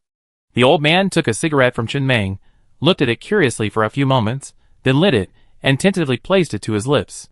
Your civilization is the first to sign a mutual assistance agreement with the Spark civilization. As a friend, I hope you're safe. But from another perspective, yours is also the fastest growing civilization I've ever seen, the fastest civilization explosion ever. No one doesn't like to witness miracles, even if they have nothing to do with them. If you can truly reach the summit, I'd be a witness to that miracle too. It's just, I'm really worried because the name of your civilization is a bit too arrogant. Human civilization. I can tell you very clearly that there's a god-level civilization named human civilization. Human civilization, you two will definitely fight in the future, so be prepared. Your path to the top is more difficult than others. But there's also gossip that the current god-level civilization human civilization didn't use this name during its ascent to the top. Instead, it used some means to change its name to human civilization after reaching the top. This isn't really the right path. If you can reach the top under the name human civilization, you will be a truly legitimate human civilization. You will be recognized by more than half of the human civilizations in the universe. These civilizations will regard your civilization as a sacred place for humanity. The prestige and resources you possess after reaching the top will far surpass those of the current god-level human civilization. Your path is the true right path. The road to the summit is more difficult than anyone else's, but once you reach the top, the rewards are greater than anyone else's, unprecedented. After you, all civilizations named human civilization will be spontaneously attacked by other civilizations. All civilizations that reach the summit with this name will be spontaneously attacked by everyone, without you having to do anything. People will no longer recognize another human civilization. You are the eternal and only true orthodoxy. Where have you been hearing all this gossip? You're kidding. The Spark civilization once participated in the battle to reach the summit, but they were nearly wiped out, and that's how they became a peace-loving, wandering civilization. Why do you have to prefix peace-loving to wandering civilization? Without this prefix, wouldn't it make us look like stray dogs? It's different with it. It seems we're wandering because we love peace. Indeed. Shin Mang nodded, leaning back in his chair, quietly enjoying the moment's tranquility. So, by reaching the summit, you mean becoming a god-level civilization? Of course. But there's more than one god-level civilization, right? The old man's mouth twitched slightly, and he tilted his head to look at Shin Mang. What are you trying to say? What I mean is, since we're reaching the summit, then it stands to reason that we conquer all god-level civilizations to reach the summit. Becoming a god-level civilization with others wouldn't be the summit at all. The summit should only hold one person. With more people, it wouldn't be the summit. The old man's eyelids twitched, and he slowly closed his eyes. He sighed deeply before speaking weakly. I deeply regret signing this civilizational mutual assistance agreement with you.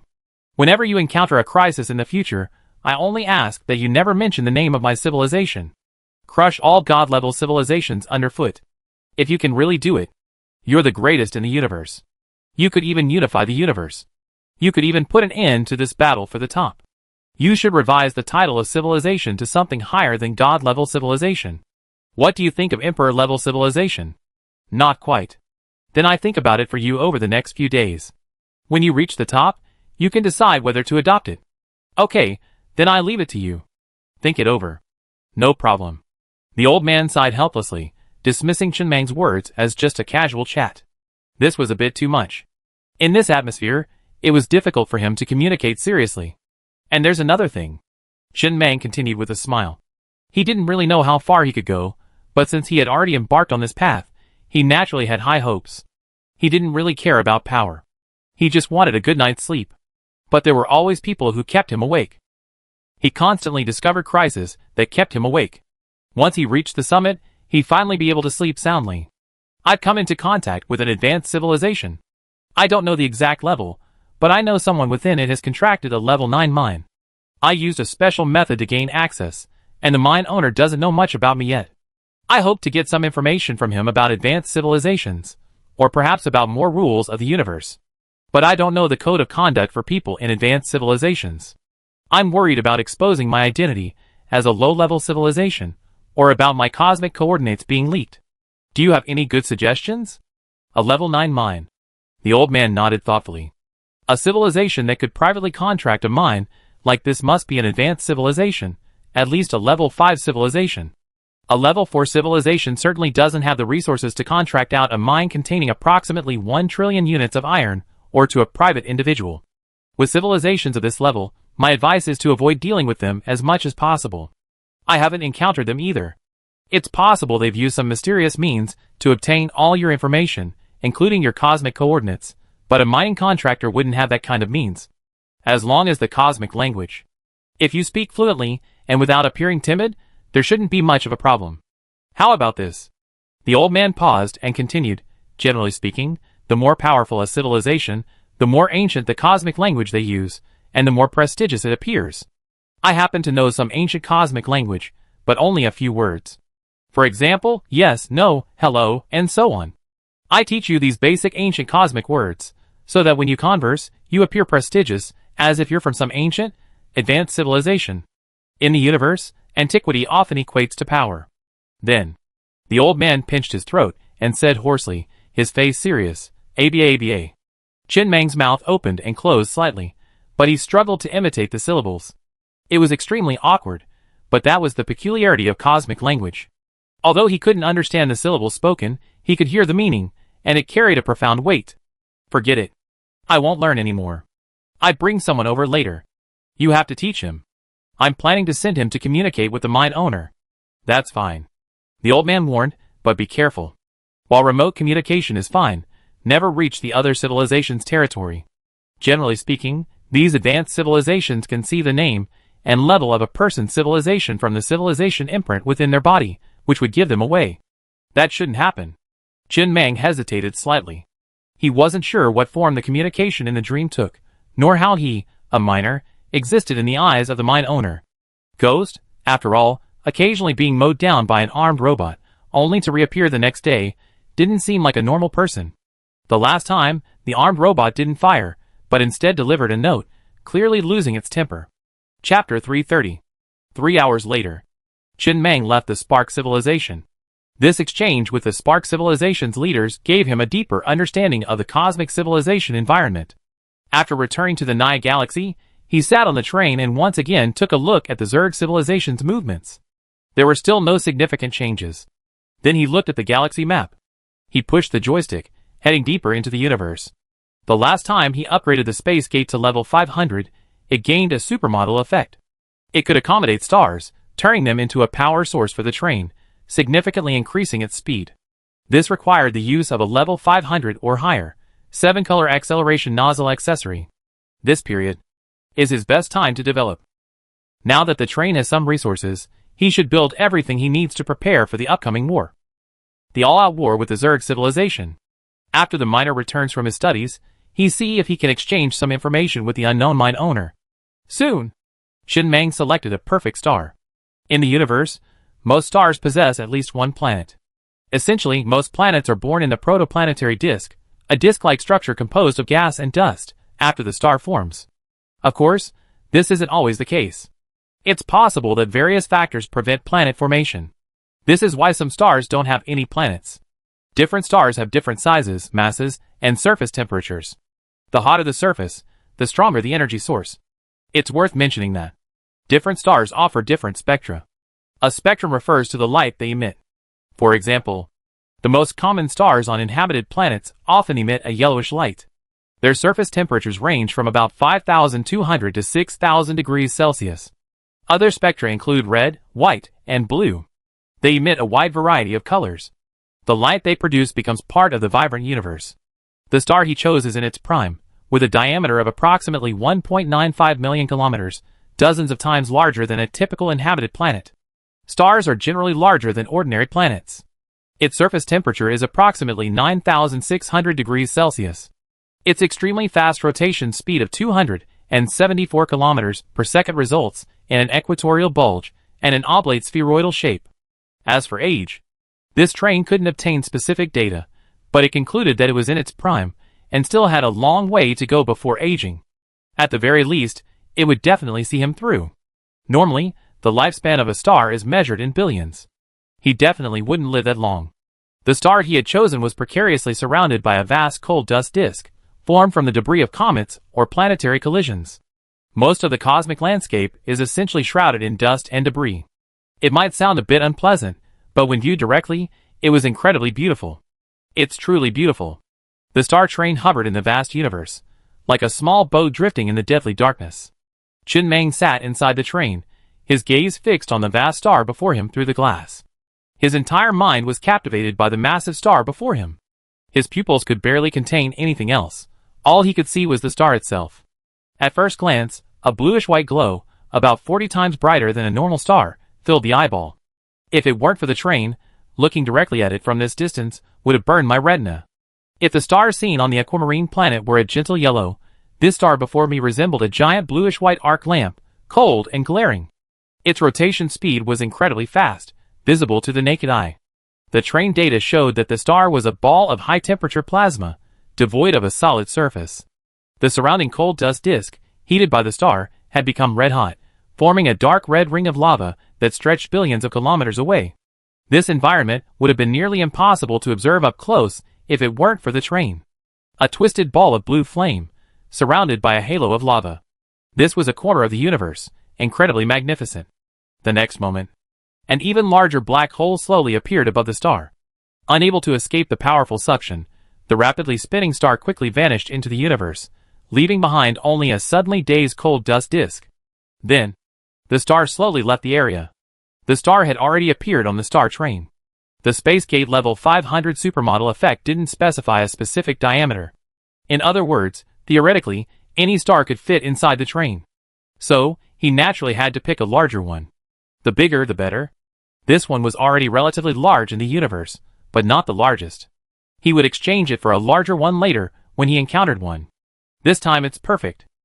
Chen Meng sat in the train compartment, chuckling at the data on the control panel. How could the star train not have a star? Who would have thought that this train, seemingly so tiny in the universe, actually housed a star? He was currently pondering one thing. That was, could it be used as a means of attack?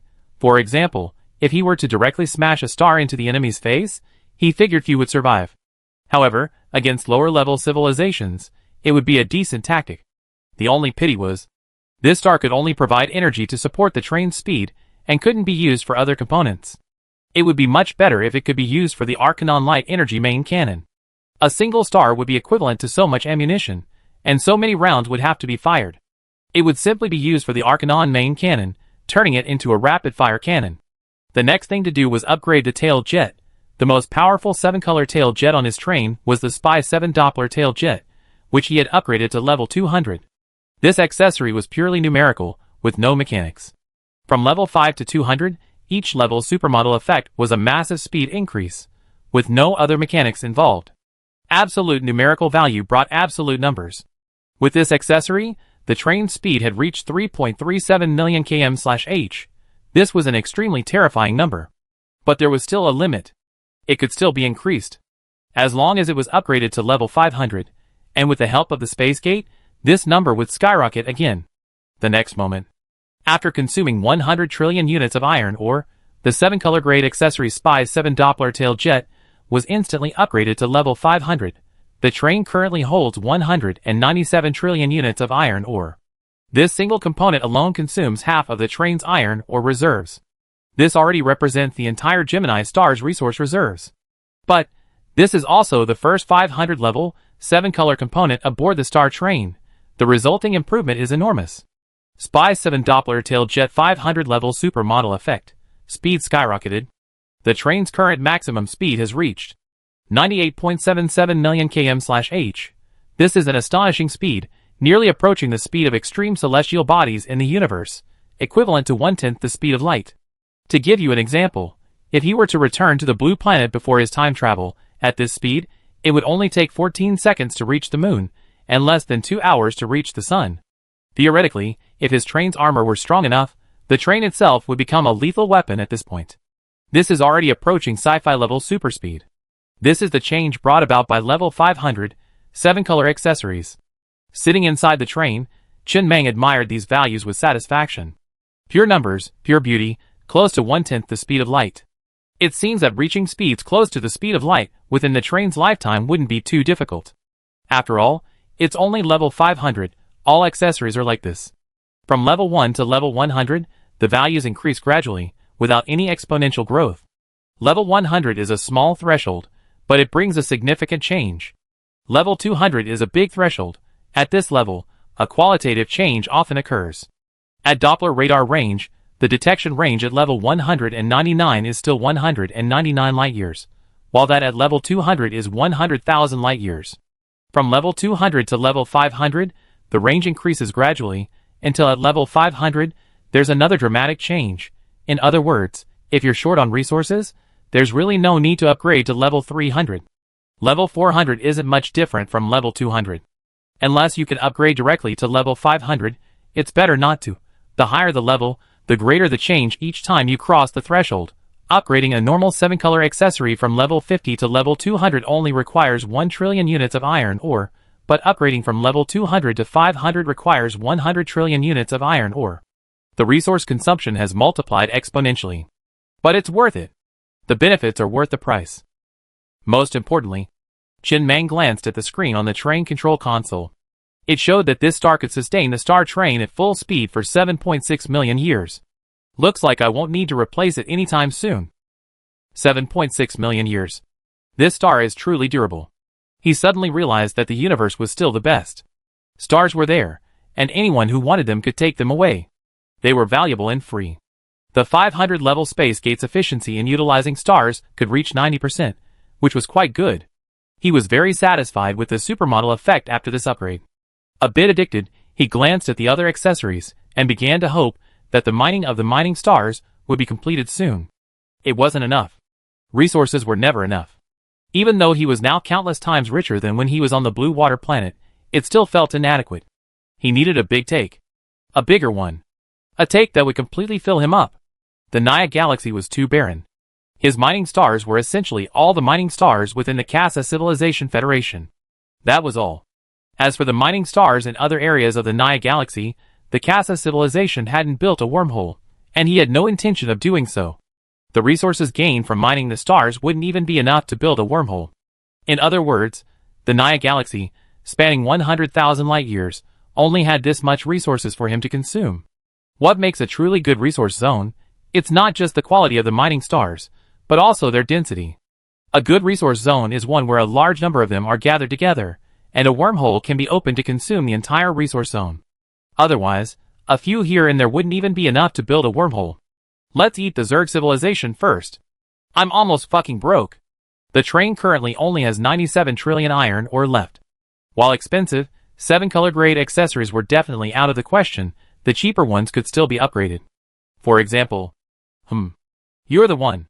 Chen Mang aimed his sights at the medical bay, and was about to make his move when Xiao Ai's voice suddenly rang out from the train. Conductor, Chikashio has developed the first accessory original picture. Chen Mang was momentarily taken aback, then his eyes lit up. Quick, quick, get him here. Finally a success. It hadn't been easy. He had invested so much resources in supporting this R&D team, and finally, some results were coming. Quick, Chikashio, with a touch of trepidation and excitement, strode into the train interior, clutching a wooden box. Inside, a component original picture was displayed. Chen Mang strode forward and immediately picked up the accessory blueprint, raising a brow. The car audio accessory blueprint? Yes, I chose this accessory because... No need to explain. He picked up the accessory blueprint and strode towards the control panel. The car audio hadn't had any supermodel effects since level 20, so now was the perfect time to give it a try. A brand new accessory blueprint needed to be empowered by the universe before it could gain supermodel effects. Generally speaking, when the blueprint was created, it was already empowered by the universe, and the supermodel effects for each level were already fixed. At this point, you needed to spend resources and Murphy stones to check if the accessory's supermodel effects were satisfactory. If you were satisfied, you could keep it. If not, you could create a new accessory blueprint. The supermodel effects you obtained were completely random.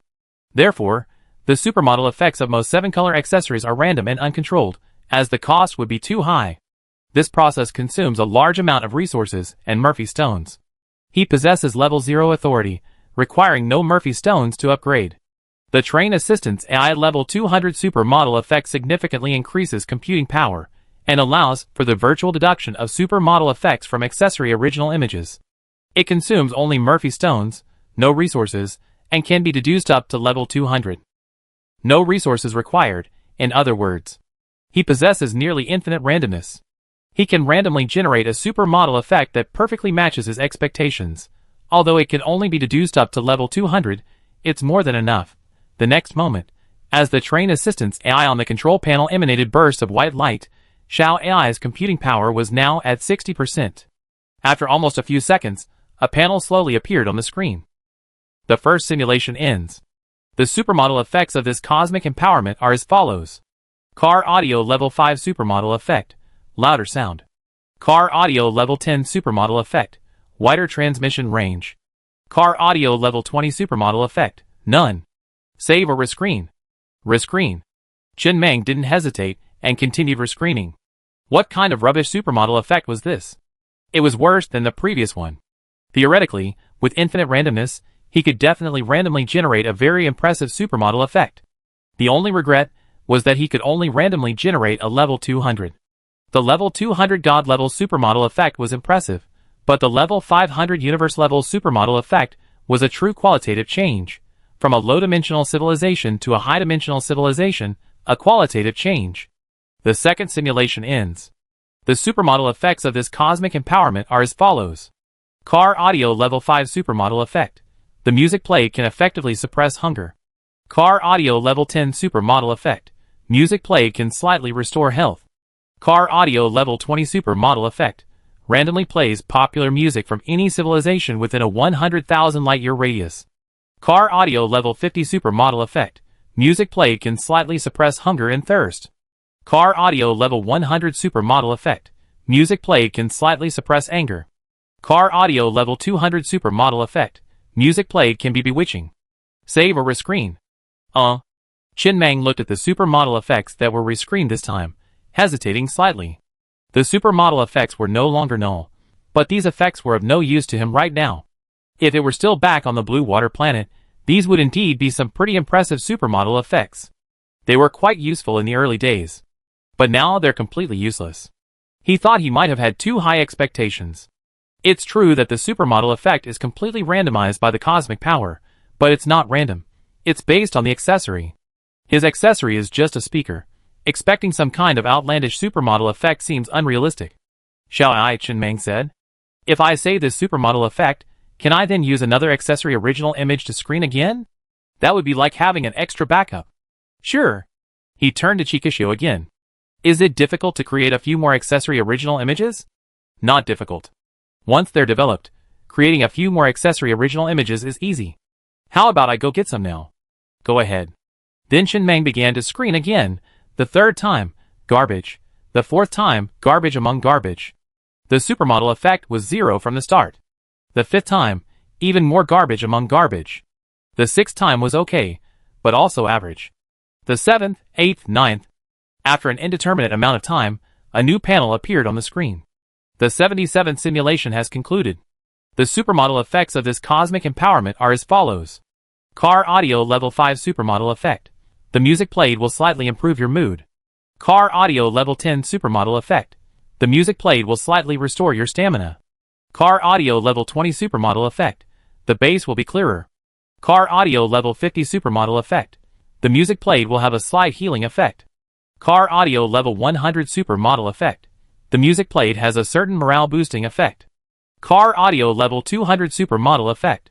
The sound waves emitted by the speakers can bypass the speed of light and distance, enabling instant intergalactic communication through quantum entanglement sound fields. This requires the other party to possess the same car audio system and belong to the same civilization. Save or rescreen. Chen Meng was slightly stunned, a flash of shock in his eyes. He slowly sat down in his chair, shakily lighting a cigarette and bringing it to his lips. He won an SSR. He won the grand prize.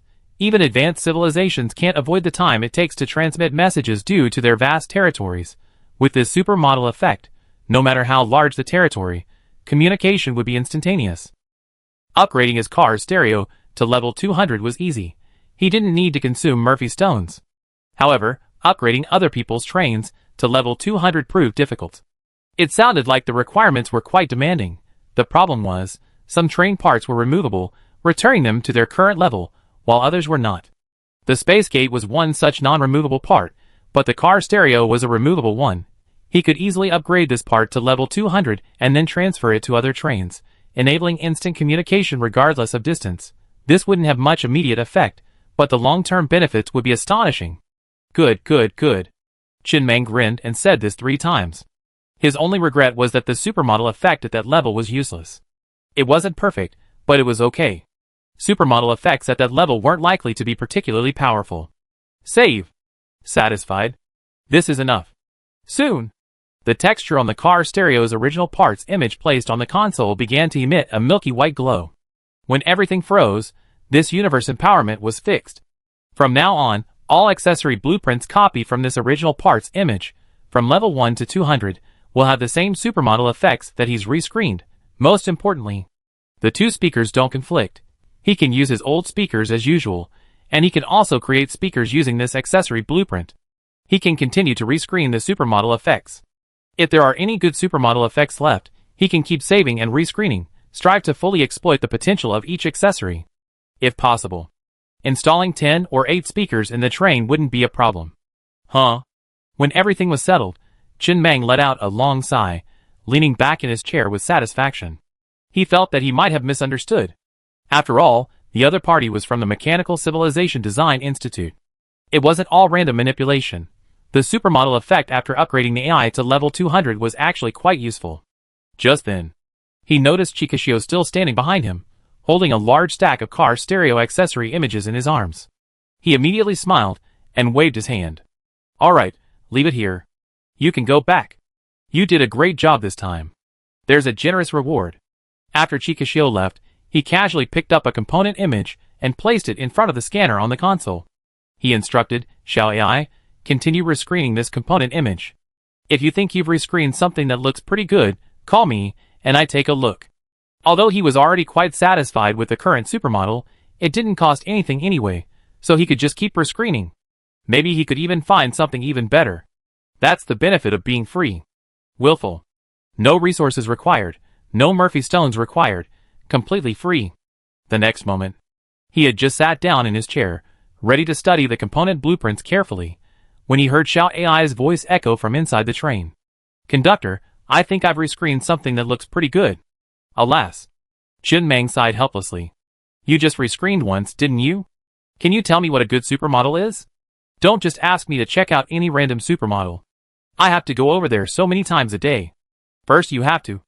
Inside the train, Chen Meng's voice suddenly cut off. The entire train compartment suddenly became utterly silent. Xiaolu, who had been sleeping in the corner, seemed to sense something. He looked up and glanced around blankly. After confirming that Master Meng was still standing there, and nothing had happened, he buried his head in his arms again and fell asleep. The sound of rapid breathing gradually filled the silent train cabin. After a long moment, Chen Meng took a deep breath, looked up at the starry sky outside the window, and murmured in a daze, could it be that I'm really just lacking luck? Luck. It's an ethereal thing, but in the universe, it's extremely important. As the leader of the Spark civilization said, to reach the top, factors like strength and personality only account for 1%. The remaining 99% depends entirely on luck. Now it seems his luck is average, or at least not as good as Xiao AI's. He rescreened 77 times before it came out gold. But Xiao AI rescreened once and came out red. And it was a huge red, a red certified by the rules of the universe. This was the first time he had seen such a supermodel effect. 78 simulation ends. The supermodel effects of this universe-empowered event are as follows. Car Audio Level 5 Supermodel Effect. Playing music can slightly improve your mood. Car Audio Level 10 Supermodel Effect. Playing music can slightly restore your stamina. Car Audio Level 20 Supermodel Effect. Playing music can reduce fatigue. Car Audio Level 50 Supermodel Effect. Sitting on the speaker, the vibrations can painlessly shatter hemorrhoids. Car Audio Level 100 Supermodel Effect. Sound waves jump. After the speaker accumulates energy, it can be randomly teleported to any point within 10,000 meters on a flat surface through resonance. Car Audio Level 200 Supermodel Effect.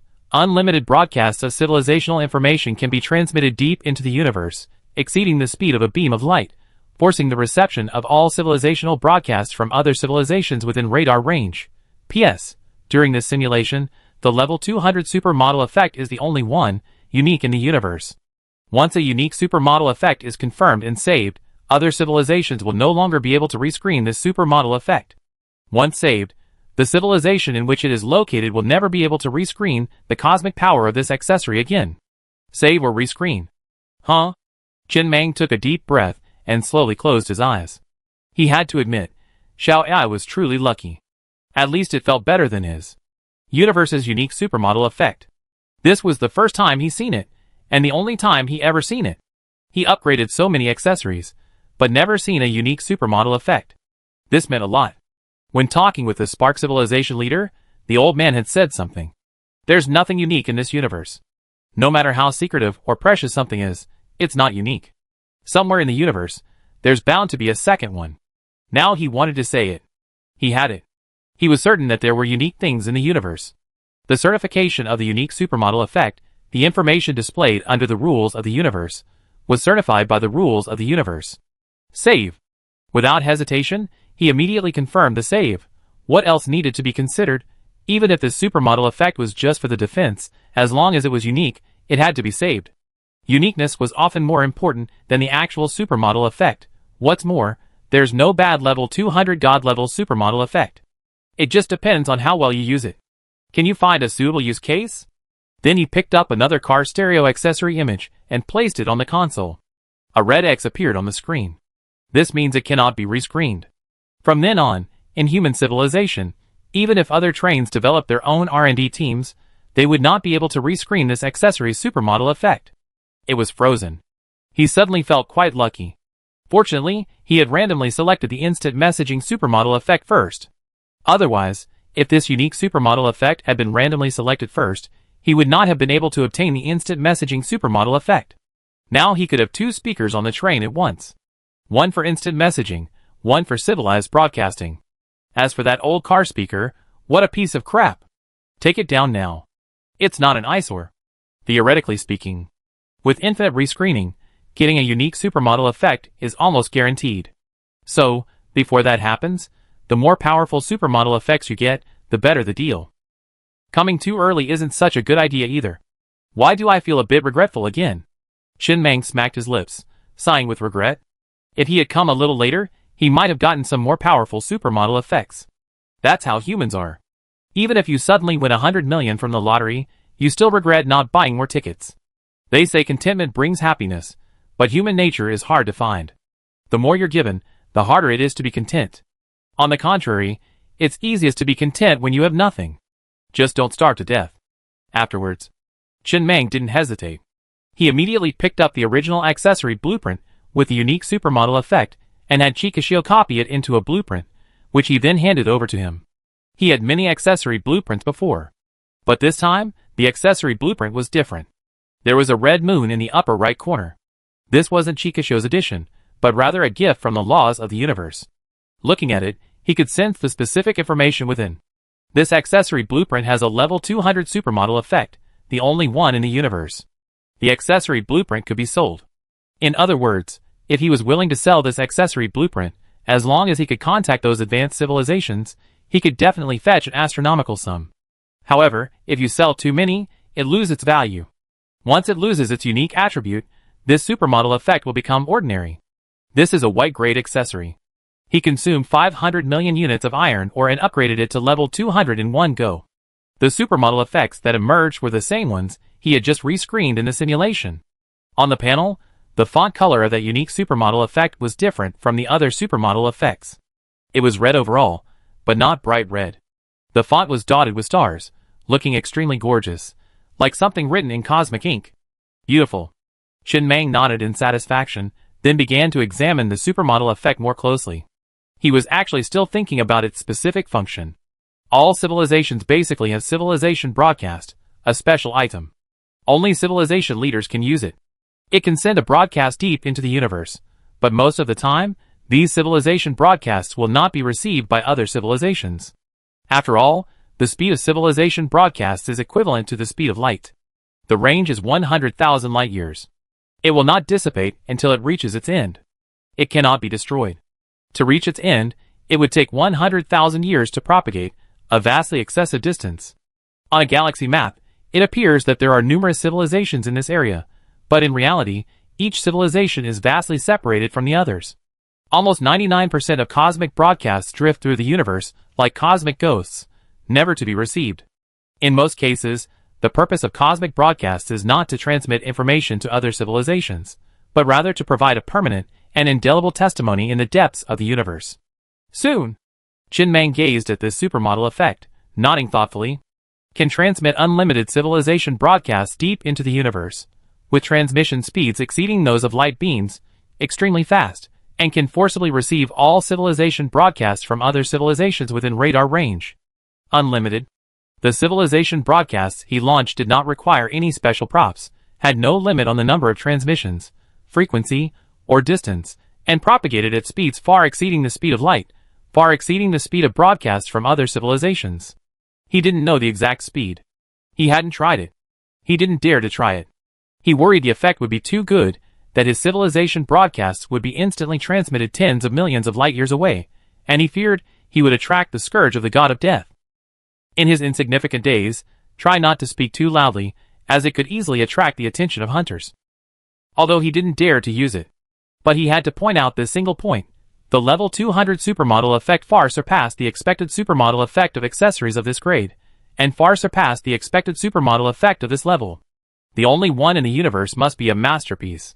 He didn't dare experiment with the first effect, but he dared use the second. He could forcefully receive broadcasts from all civilizations within radar range.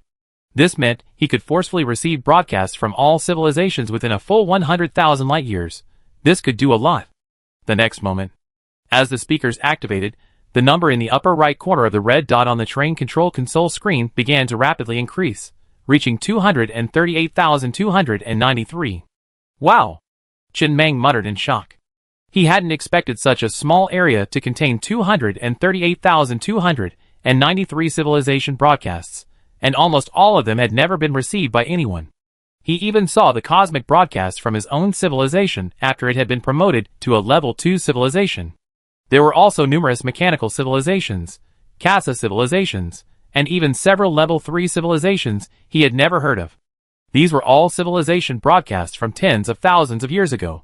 Those civilizations had long since collapsed, but their broadcasts were still floating, not yet reaching their destination. These 238,293 civilization broadcasts weren't all from current civilizations, but from all civilizations in this area over the past 100,000 years, nearly 240,000. He seemed to have a glimpse into the greatest purpose of this universe's unique supermodel effect. It was archaeology, or perhaps intelligence system. These civilization broadcasts contained a wealth of information, valuable information that would allow him to gain a general understanding of the rise and fall of almost all civilizations in the Naya galaxy over the past 100,000 years. A lot of information can be learned. And what is the most precious thing in the universe? Mineral stars are naturally the most valuable, but in fact, something that many people overlook. Information and intelligence are equally valuable. There were so many forced civilization broadcasts that he had shall I quickly review them. Sure enough, there were no Naya civilization broadcasts. It was obvious. This erasure was done very thoroughly. Aside from Coco and the others being missed, there wasn't much else missing. There are two types of civilization broadcasts. One is broadcasts sent deep into the universe by leaders using special tools. The other is broadcasts signaling civilization advancement, or broadcasts issued under special circumstances by the laws of the universe. Of these 200,000 to 300,000 broadcasts, those regarding civilization advancement account for roughly 1/10. This is no small number. This means that within 100,000 years, roughly 20,000 civilizations have achieved advancement to level 2. But now, there are only a few hundred level 2 civilizations left in the entire Naya galaxy. Even with the deliberate suppression efforts of the Kasha civilization, this number is still far too small. Clearly, something unknown may have occurred in this region. The truth behind these events is likely hidden within these civilization broadcasts. Let me see. Chen Mang adjusted the ranking and looked at the civilization broadcast with the longest transmission time. It had traveled 99,981 light years, and only another 19 light years before it was declared retired and dissipated. This meant that this broadcast had been sent at some point nearly 100,000 years ago. He felt certain that this civilization broadcast had been received. After all, it had been transmitted for a long enough time. It almost spanned the entire Naya galaxy. And, worth noting, the launch point happened to be right in his area, near the Casa Civilization Federation. Otherwise, if the other civilization's broadcast range didn't overlap with his radar range, it would have been difficult to detect this civilization's broadcast. Level 3 civilization, Songhai civilization. This civilization perished today, unwillingly, and it wasn't due to any fault of war. That cosmic behemoth devoured numerous planets within the seventh sister galaxy, and even the Songhai civilization, in its desperate attempt to escape, couldn't escape its fate. It was 0.1 light years in size, completely green, impossible to look directly at, and invincible. It was in a state of extreme rage. No one knew the reason. The universe is so vast, yet there's no place for me. I truly cannot accept this. Jin Mang's expression was slightly puzzled. Which unfortunate level 3 civilization was this? The seventh sister galaxy should be the Naya Galaxy. The names were chosen by the civilizations themselves, and different civilizations naturally chose different names. But why does this description sound so familiar? He tilted his head to glance at Little Green, sleeping like a dead pig in the corner of the train compartment. The corner of his mouth twitched. Perhaps he knew why the giant star beast was angry. Chapter 331. He first met Little Green on Aquamarine Planet. He found Little Green from the locomotive of the star train. Later, he learned that Little Green had previously been parasitic on Master Kun's train. Then he fled to his train. He has been there ever since. Little Green has now reached adulthood. Although his demeanor appears childlike, it's undeniable that he is a potential S-class star devourer, reaching level 180 upon reaching adulthood. Level 180. Not a particularly high level. At least for a level 3 civilization, it's definitely not impenetrable. One of the requirements for advancement to level 3 is an attack energy range exceeding 20,000, which means possessing level 200 colorful firepower accessories. But the Star Devourer's devouring state is too large. Faced with such a massive size and mass, the level 200 Arcanum's light energy main gun is like a toy, completely crushed. Sitting in his chair, Jin Mang looked at the civilization broadcast on the control panel screen with a complicated expression. It was from nearly 100,000 years ago. In other words, if the Star Devourer from 100,000 years ago was Little Green's father or mother, then he might understand why the Star Devourer was so angry. Naturally, it was furious when its cub was lost. But the time span between them was too great. Almost 100,000 years had already passed. Little Green had been missing for 100,000 years? The growth of a star beast requires not only time, but also a vast energy supply. Without energy, even after 100,000 years, Little Green would still be a dormant cub. This was perfectly normal. It was just 100,000 years.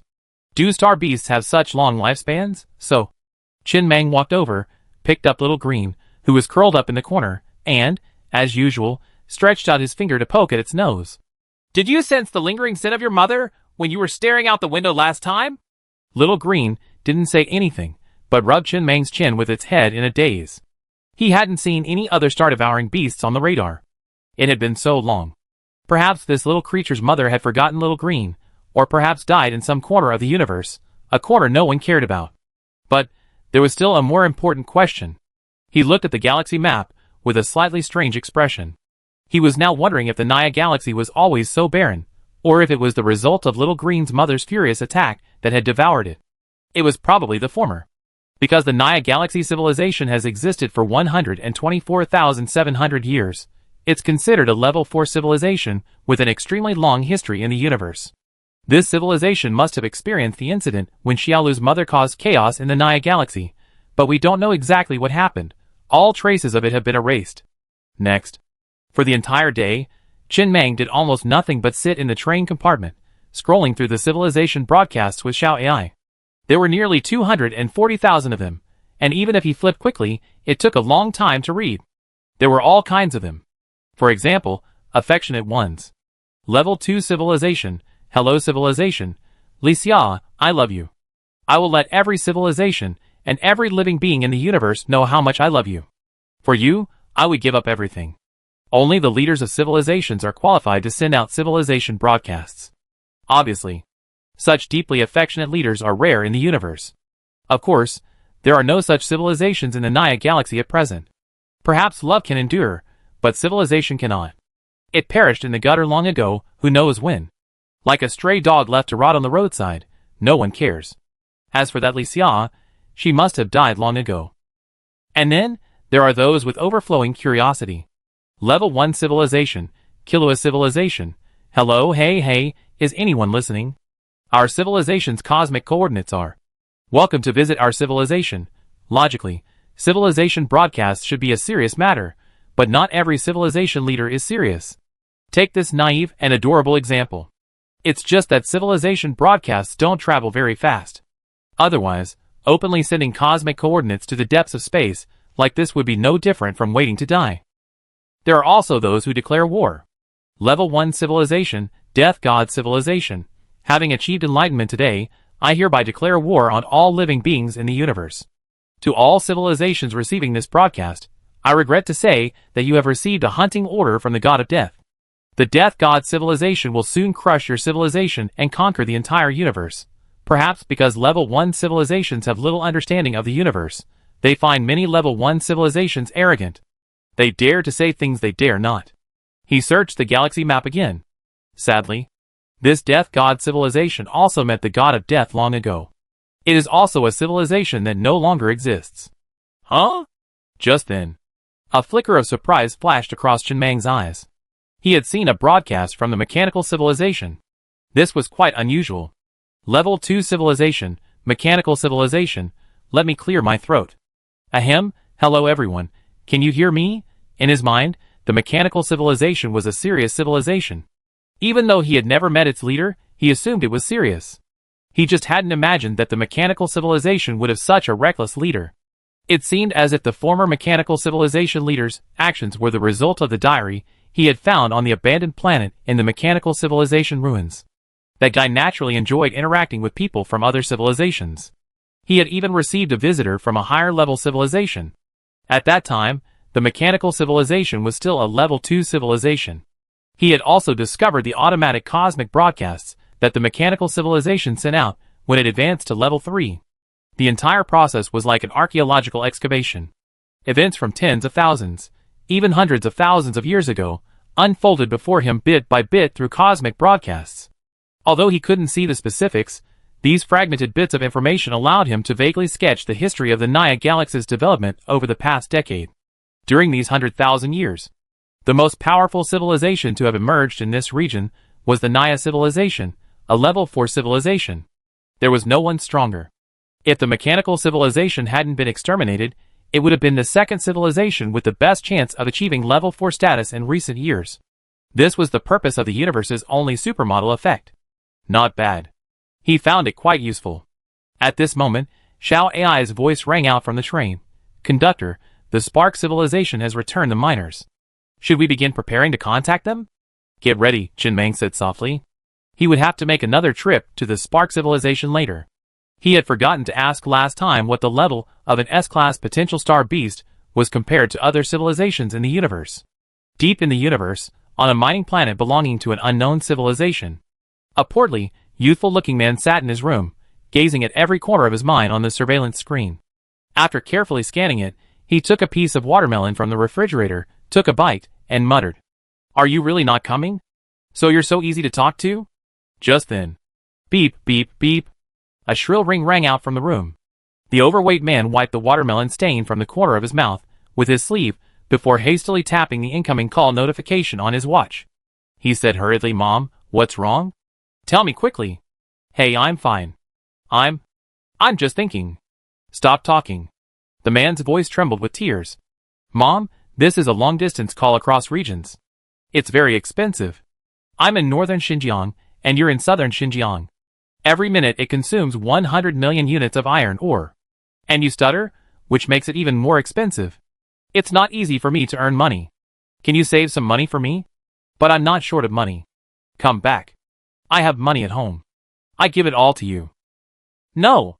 The man looked sternly at the kind woman's face projected into the air and said firmly, "Father told me last time that I was a useless person who was just waiting to die. I have to achieve something before I can go back. No need to say. And Mom, please don't call me next time. It's too expensive. Mom feels sorry for you. Southern Xinjiang is undeveloped and desolate. A lot of strange things happen all the time. I heard the kid from the Wang family next door went exploring southern Xinjiang a while ago, but the signal suddenly went out, and we haven't been able to contact him since. He must be in trouble." Okay. The young man checked the call time on his watch and said hurriedly, "Mom, it's almost time. Take care of yourself. I'm fine here. Also, tell my dad I'm going to make something of a difference, and give him a good slap in the face." And then, at 59 seconds into the call, the man quickly hung up. Then he breathed a sigh of relief. The call was too expensive. Southern Xinjiang is far from northern Xinjiang, almost uninhabited and undeveloped. It's a relatively chaotic area, where crises like space pirates, exploding stars, and radioactive radiation flood the screen. If it were the civilized northern border, these dangers would have been detected and eliminated in advance. But here, it's basically a lawless zone. But, as the saying goes, chaos often harbors opportunities. The price of contracting a mine here is also extremely cheap. He calculated that if everything goes well, after the mine is completed, he can make a profit of 100 billion. Then he can use this money to contract more mines. Then contract mining planets. And then contract more mining planets, gradually expanding and strengthening. Southern Xinjiang is an undeveloped region. Civilization has built numerous wormholes leading to various areas within southern Xinjiang, and the mineral planets in these areas are sold off in packages by the sons of powerful officials to connected families. Those sons of powerful officials are too lazy to develop them. With a wave of their hand, they declare this mineral planet theirs, and it's all theirs, free to sell for profit. Those who bought the mineral planets are too lazy to mine them themselves. These people own hundreds or thousands of mineral planets, but it's impossible to mine them all. They don't want to earn the hard-earned income, so they subcontract these mineral planets one by one, handing them off to middlemen, who then subcontract them to them. They need their own armed forces to defend against pirate raids, and they need their own mining robots to mine the minerals themselves. If nothing goes wrong, they generally make a profit. These contracted mining planets are often not located in high-resource areas, nor are they part of civilization's planned territories. They're just scraps, sold off by the sons of powerful officials. But even scraps are enough to make many people rich. The scraps of an advanced civilization can stuff an ordinary person to death. It's impossible to swallow. Everything was originally going in a good direction, but recently, a mysterious thief would appear at his mine and steal a level 9 iron ore. No. Steal might not be the right word. That guy didn't steal the ore that fell to the ground after being mined by robots. Instead, he picked up his pickaxe and dug it himself. His posture showed that he was a veteran miner with many years of experience. He killed him many times, but every time, at the appointed time, he would respawn. Unwavering. Just like going to work. And the kind that never takes a day off. What was even stranger was that he couldn't see the man's face, or even what he was wearing. He could tell it was a person, a man even. But as soon as he tried to focus his eyes and see more closely, his mind started to blur, unable to absorb any information. He felt drowsy. Even the surveillance screen showed the same thing. It was extremely strange. The young man slumped over the table, bored. There was no internet access here. The internet hadn't been deployed to southern Xinjiang, and there were no base stations. Internet access here was extremely expensive, at 100 million units of iron ore per minute. He definitely wouldn't spend the money. Although he knew when he arrived that the journey ahead would be lonely, actually being here was still a bit torturous. But soon. Go for it. The young man straightened up, an indomitable spirit radiating from him, his eyes filled with tenacity. He couldn't just go back like this, looking so dishonored. That old bastard would surely laugh him to death. He had to achieve something. Let that old bastard know that if you could start from scratch, he could do it too. Then he breathed a sigh of relief. He pulled a screen from a desk drawer and scrolled through the videos, selecting today's entertainment. Luckily, he downloaded quite a few before coming. 10 a day would be enough for him to watch for 3 years. 3 years later, the Dragon King returns, but he looked at the remaining videos with a somewhat uneasy look. Less than 6 months had passed, and he already watched more than half of them. What could he do? He was a bit of a germaphobe and would never watch a movie again. Just then, the man's peripheral vision suddenly caught sight of the surveillance screen. The unsightly mysterious miner had reappeared. Here he is again! The man's expression paled, and he felt like cursing. But then he realized that this time, while the man still held his pickaxe, he didn't immediately begin mining as usual. Instead, he stood still, as if waiting for something. Could it be? He set the tablet aside, put his pants back on, and pulled out another armed robot controller from the drawer. Soon, an armed robot emerged from behind the room and strode toward the spot on the surveillance screen where the mysterious miner had appeared. Quickly, the armed robot had already reached the mysterious miner. While micro-manipulating the screen, he stared at the still unsightly man on the screen, his surface constantly distorting. He tried to communicate through the speaker. Hello? He had only ever seen this happen on the surface of one creature. It was a giant star beast that instantly expanded to a gigantic size. The naked eye couldn't capture it quickly enough, and its surface was distorted in space and time, making it difficult to see directly. But he had never imagined that he would one day see this effect on a human being. The mysterious miner remained silent. After a long moment, then, his voice hoarse, he slowly said, "Okay." The young man was slightly taken aback. He hadn't expected the other party to communicate so smoothly, and in an ancient cosmic language. He knew ancient cosmic language. It was the favorite language of the wealthy and powerful, who gathered together to appear superior. He didn't like hanging out with those people, and never used them on a regular basis. It felt a bit pretentious. But it wasn't like he could. After all, his parents were wealthy, and if he wanted to, he could join in, even form his own little circle. Then, he hurriedly cleared his throat. Although he hadn't spoken the ancient cosmic language in a while, the muscle memory was still there. Hello, Senior, I wonder. Senior, you've been to this little temple so many times. Is there something going on? However, the mysterious miner fell silent for a long time.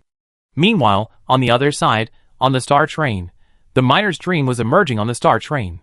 How do I reply? Xiao Ai's voice echoed from the train. Wait. Qin Mang rubbed his temple lightly, feeling a headache. Something had gone wrong with his plan. He had originally intended to use the ancient cosmic language to intimidate the other party, but now it was a bit of a mess. The other party spoke more fluently, while he only knew a few simple words. Then communication would become a problem. His miners don't speak universal language. So how can they communicate, speak Mandarin? Wait a minute, call Coco's conductor. A few minutes later, Coco's conductor, the only conductor of the Naya civilization, arrived at the train compartment. Before he could even survey his surroundings, Qin Mang pulled him to a nearby table. I wandered the corners of the universe, trying to find my lost name. Do you know my name? Translate this sentence into universal language and write it on a piece of paper. Quickly. The middle-aged man didn't hesitate. He immediately picked up his pen and wrote these words on the paper. Then, the paper reappeared in the hands of the miner in his dream. The miner then handed it to the armed robot before him. Xiao Ai could create anything within his dreams at will. But whether he could bring it to reality was entirely a matter of luck, and bringing it out of reality consumed the dream stone's capacity. Objects exceeding the dream stone's energy couldn't be brought out. However, if the other person in the dream saw reality as reality, he could seemingly hand over the objects he created in the dream directly. But this was limited to ordinary objects. For example, he couldn't materialize hundreds of level 9 iron or out of thin air and hand them to the other person. A single dream stone simply couldn't provide that much energy. The young man sat in the room, staring at the contents of the note on the screen. A shudder flashed in his eyes. Was he seeing a ghost? Was the air conditioner in the room too low? Why did he feel a chill down his spine? The words above were eerie. The universe was vast. It was normal for things to go haywire. He didn't want to think about anything else right now. He just wanted to get rid of this thing quickly, and stop it from destroying his mind. Most importantly, he wanted it to stop him. He just wanted to mine, not lose his life. He hurriedly spoke again through the loudspeaker. I don't know, brother. Quickly. The other party handed him another note. I remember I have an enemy from a level 6 civilization, the Kakakaka civilization. Are you from that civilization? Huh? The young man breathed a sigh of relief and spoke again. No, brother, you've got the wrong person. I'm from a level 5 civilization, the Nami civilization. I'm a good person. Followed by. The other party handed him another note. You're a good person. Can we be friends? The young man was about to reply when his mouth opened and closed slightly. Then he froze. Could this be a cosmic opportunity? There are many opportunities in the depths of the universe. Could this be one of them?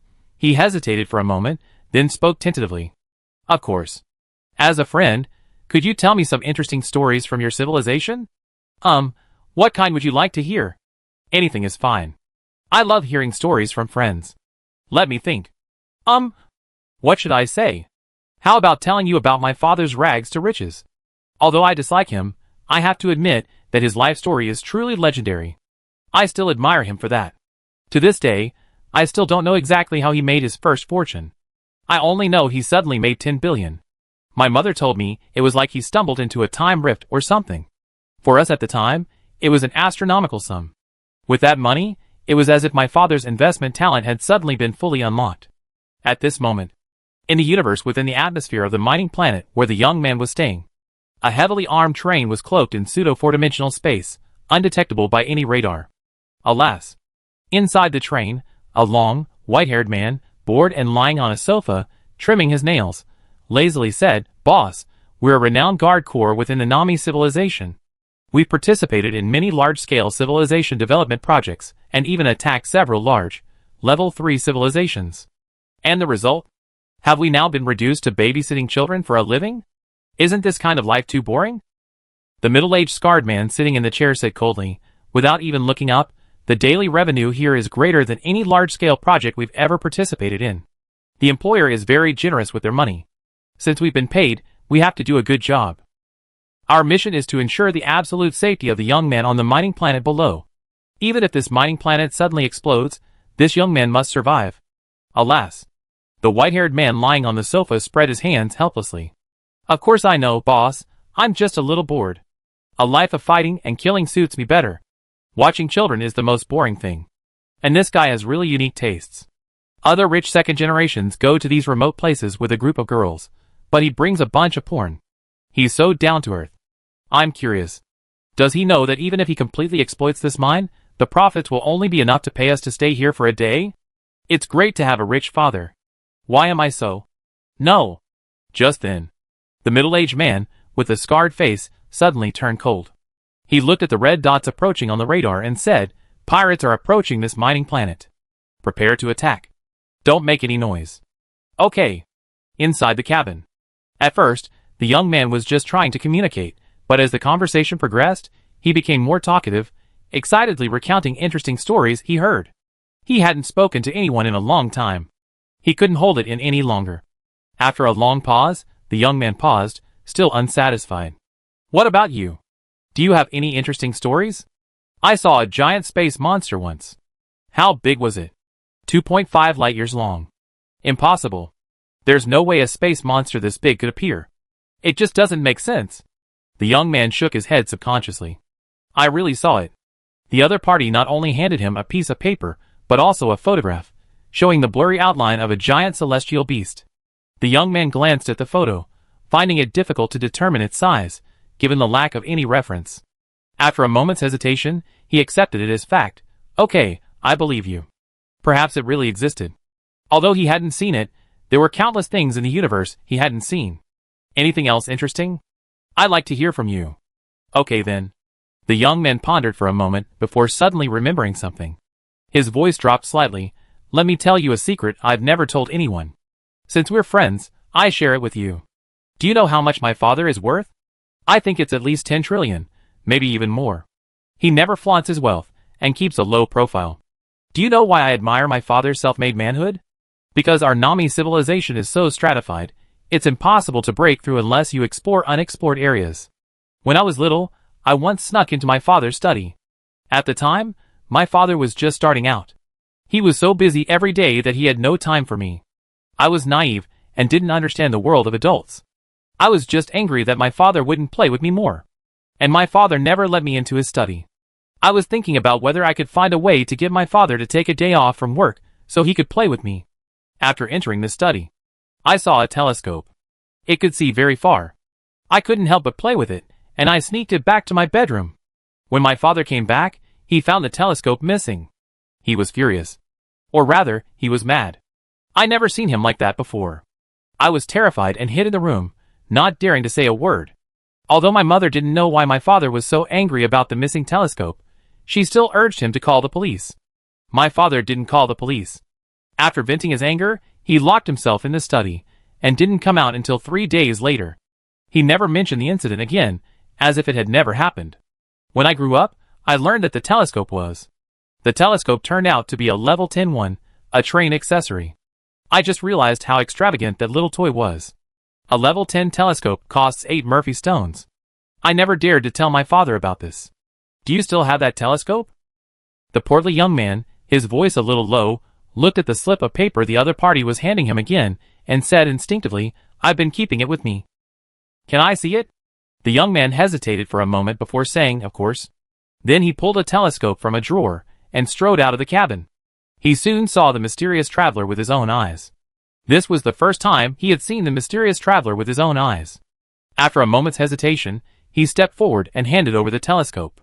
"That's it." Inside the star train, Chin Mang remained expressionless and silent for a long time. His eyes narrowed slightly, as he gazed at the level 10 telescope on the screen. A long time ago, on the Blue Water planet, he encountered a time rift in the ruins of a city. It was his first encounter with a time rift, and Doba had personally explored it. At the beginning of his experiment, he threw a level 10 telescope he had just enhanced into the time rift. The telescope before him was identical to the one he had thrown in. The shape was the same. The level was the same. The only uncertainty was whether this telescope was the one he had thrown in. But he felt it was possible. After all, the minds formed by the dream stone were completely random. Why had he been returning to this person's mind for over 10 days in a row? This person must have some connection to the star train. Now it seemed that this telescope was that connection. Just then, the image on the screen suddenly began to shake violently. Xiao Ai's voice soon echoed from the train. "Conductor," the miner suddenly had an intense emotional reaction, forcing his dream to be interrupted. "Huh? Huh? Huh?" The portly young man standing in the mine looked at the mysterious passenger before him, quickly disappearing, and called out a few times. However, the passenger he had just befriended vanished in the blink of an eye. Leaving behind him was only the telescope, which had fallen to the ground. The young man picked up the fallen telescope, somewhat bewildered, and looked at the scene before him, puzzled. "You didn't even say hello before leaving? Didn't we agree that it was a friend's?" Then, he cautiously picked up the telescope from the ground. With his current financial resources, a 10th order telescope wasn't worth much, not to mention a 20th order one. A 20th order telescope would be valuable, primarily because it was prohibited from sale or manufacture. If it weren't for that reason, it wouldn't be worth much. But he had stolen this thing from his father's study. When he was little, he slept with this telescope every night, as if it were his father. He planned to confess all this to his father once he had his own business, otherwise he felt like something was stuck in his heart.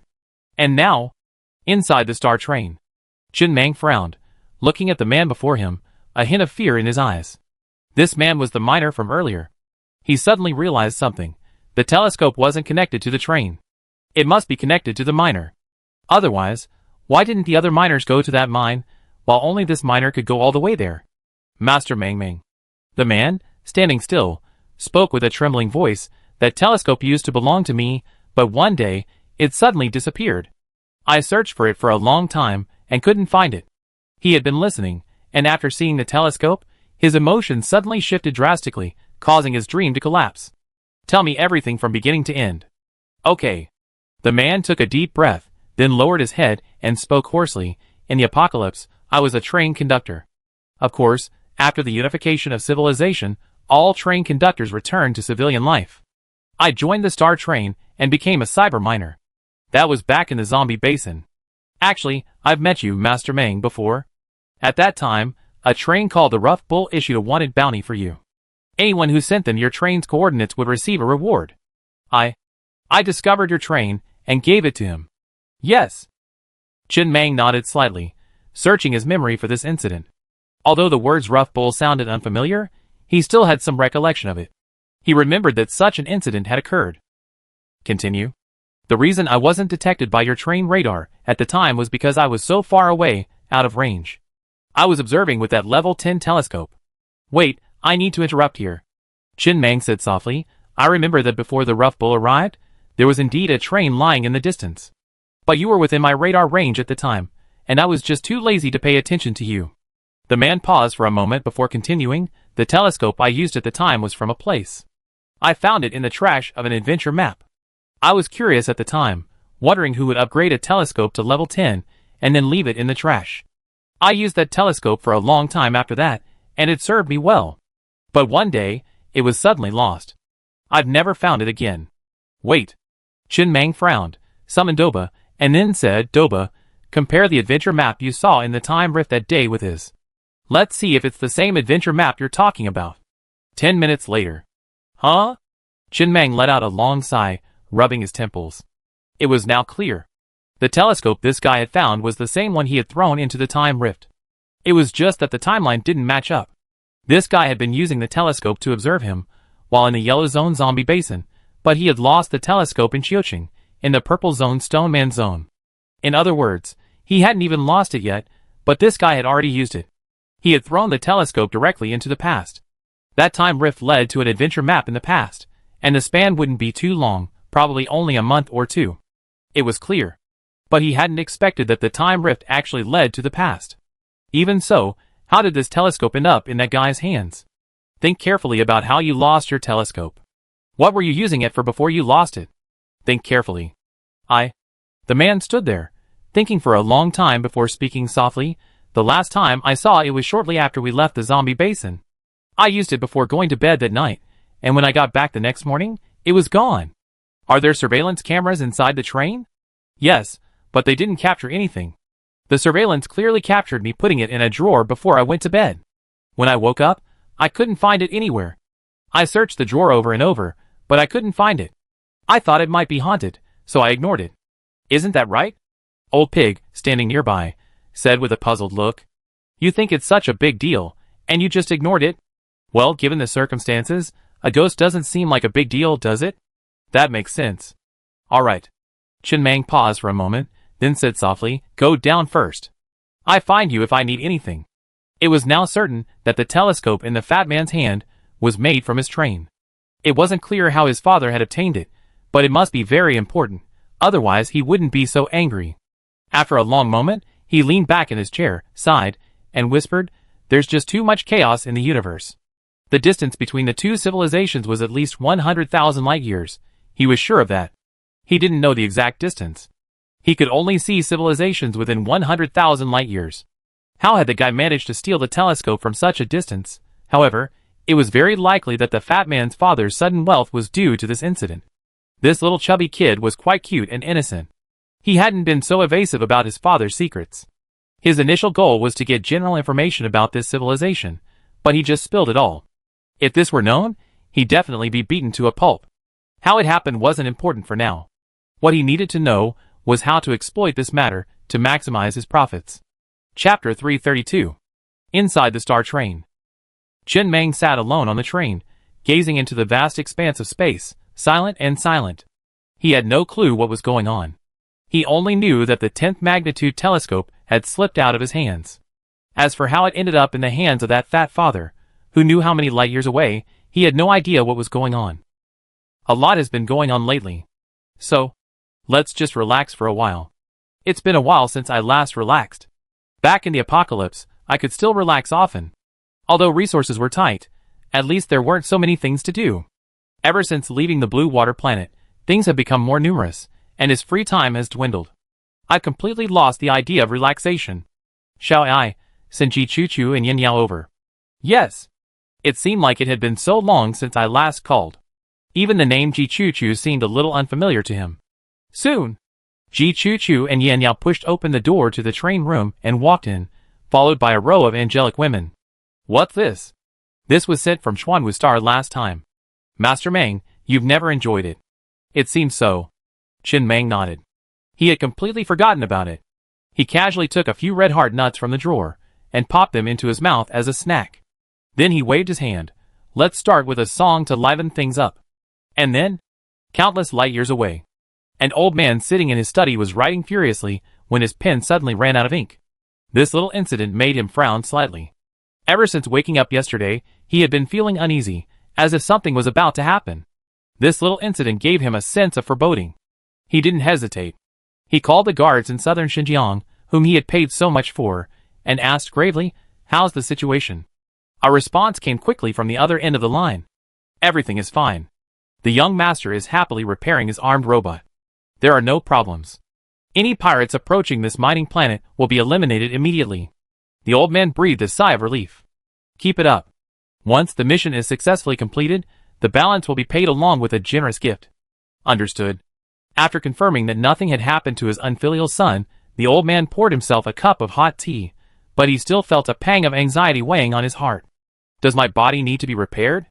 The old man, dazed, pulled an instrument from his pocket and inserted the needle into his body, checking the real-time data. Although he was a wealthy man, he still had to wait until his body was truly broken before repairing it. The same was true for even the richest people. It has nothing to do with money. The longer the repair interval, the longer a person can live. Civilization still lacks the means to grant human immortality, or rather, such a means should not exist. Even the universe is not immortal, so how can anything brewing within it be immortal, including the immortality that immortal civilizations seek after achieving immortal emperor status isn't true immortality. It merely means a lifespan equal to the universe. When the universe dies, their lifespan will also come to an end. It's not true transcendence of all things. Everything in this universe depends on it. The old man sat down at his desk again, flipping through the various books and notes. He had recently acquired something remarkable. It came from a cultivator civilization, a 6th level cultivator civilization. This was incredible. His current civilization, the 5th level Nami civilization, had only been established for 5,000 years, but a 6th level cultivator civilization would have to go through millions, if not tens of millions, of years. It required a significant amount of time to develop. Furthermore, cultivation civilizations are typically characterized by an extremely uneven development curve. They are ridiculously weak in their early stages. At levels 1, 2, and 3, they are barely rivaled by any civilization of the same level. Even if they become truly powerful in the later stages, given the current state of cosmic civilization, weakness in the early stages means there's no such thing as a later stage. How could anyone find a later stage when everyone could come in and take advantage of it? He didn't plan to display this item in his auction house. It would be too conspicuous. He planned to research it himself. He owned many companies. But the business that truly made him rich, and by far his most profitable, was the Fontion auction house, bringing him enormous profits annually. Everyone wanted to know how he acquired those rare collectibles. He owned several fleets of carriages, and spent years sailing far and wide, collecting artifacts scattered across the universe. But in reality, all of this was just a cover-up. The real source of his acquisition of these rare items was actually... The old man slowly put down his pen, still feeling a little uneasy. He lowered his head, opened a drawer, and gazed at a teapot that had appeared there out of nowhere. He smiled. He had found another find. It looks like a product of a cultivation civilization. What it is specifically still needs to be identified. Yes. The true treasure that made him successful was actually this drawer, a desk drawer attached to it. It was a desk he had purchased at a very low price at a second-hand furniture market long ago when he was down and out. One day, while working late, he accidentally spilled blood from his nose on the desk. A magical scene occurred. The desk suddenly glowed yellow, and the drawer automatically opened. Since then, the drawer would constantly be filled with various items. Some were extremely valuable special props. Some were original drawings of accessories never before seen or developed within the Nami civilization, and some were collections from other advanced civilizations. For example, a painting by an artist from a level 9 civilization once sold at auction for a stratum of value. A level 9 civilization isn't necessarily a god-level civilization. But a god-level civilization is definitely a level 9 civilization. It can't be faked. The painting bore the artist's imprint, as well as the mark of a 9th level civilization. Just a glance at it was enough to convey the endless sense of oppression it conveyed. With these assets, he slowly opened his first auction house. Thanks to the scarcity of his auction items, he quickly established a reputation within the industry. Everyone was curious about his acquisition channels. Only he knew. He was incredibly lucky. Fate had taken pity on him. For the first time, he felt the reality of the goddess of fate. The first item to appear in his drawer was a telescope upgraded to level 10. From that moment on, the gears of his destiny began to slowly turn. From then on, his work became increasingly busy, and his career expanded. More and more items appeared. He never sold his telescope, though. It remained on his desk. Partly because it wouldn't fetch much, and partly because it was his first gift from fate, a deeply commemorative gift to him. His life began to change from that moment on. But one day, his telescope suddenly disappeared. He searched for it for a long time, but couldn't find it. He remembers feeling furious and terrified. He worried that it wasn't just the telescope he lost, but that fate had withdrawn its mercy, that his drawer would no longer yield any more cosmic gifts. His life, just beginning, was about to crash again. But fortunately, perhaps because of his own hardships, fate didn't let him experience another disaster. He locked himself in his study for 3 days. During those 3 days, the study drawer continued to pour out a steady stream of cosmic gifts. Only then did he finally feel at ease. Fate was with him. Yes. He named these things cosmic gifts. He had no idea where they came from, nor why they ended up in his drawer. Until one day, the old man's cloudy eyes gradually blurred, his thoughts drifting away as he gazed at the increasingly blurred handwriting on the paper. That was probably the biggest crisis he had faced since starting his business. Ever since he made his fortune, he had kept a low profile. He knew his methods for acquiring the goods were illicit and couldn't be exposed, or someone would come and steal them. He had been keeping a low profile as much as possible. But something happened. At an auction house, someone suddenly pointed out that all the items being offered were cosmic forbidden items. At the time, he didn't understand the concept of a cosmic forbidden item and simply rushed to explain. Later he learned. In the universe, there is a special entity called a time rift. These time rifts, like cracks in human skin, occasionally appear, and these time rifts often lead to the past. However, the intervals between them are short. Time rifts don't last long either. Furthermore, time rifts are often confined to an extremely narrow area, unable to alter the timeline. They are considered a bug in the universe, neither small nor large. If he had a higher level of education, these things would have been taught by teachers in school. Unfortunately, he had no formal education, and didn't know this so-called common sense. Afterwards, if an ordinary object were dropped into a time rift, it would return to the past, and at that point, it would become a bug in this universe. Because, theoretically, the object appeared in the wrong time and space, a time and space that didn't belong to it. At this time, this item is a universe-forbidden item, a malformed entity within the universe. It can still be used like a normal item, only its name has been changed. And his drawer, the drawer he relies on for his livelihood, can randomly make all the universe-forbidden items in the universe appear within his drawer. Of course, there have been many unexpected events. For example, an item he once auctioned mysteriously disappeared from the buyer's safe, only to reappear in his drawer. Although the handling was somewhat tricky, it was handled properly, without causing any major disturbance. He didn't know who had chosen this name. But he had a feeling that something was more complicated than just a name. Through the drawer, he could occasionally access documents and historical records from various civilizations. Although he had never been to school, his understanding of cosmic civilization was no less than that of university professors.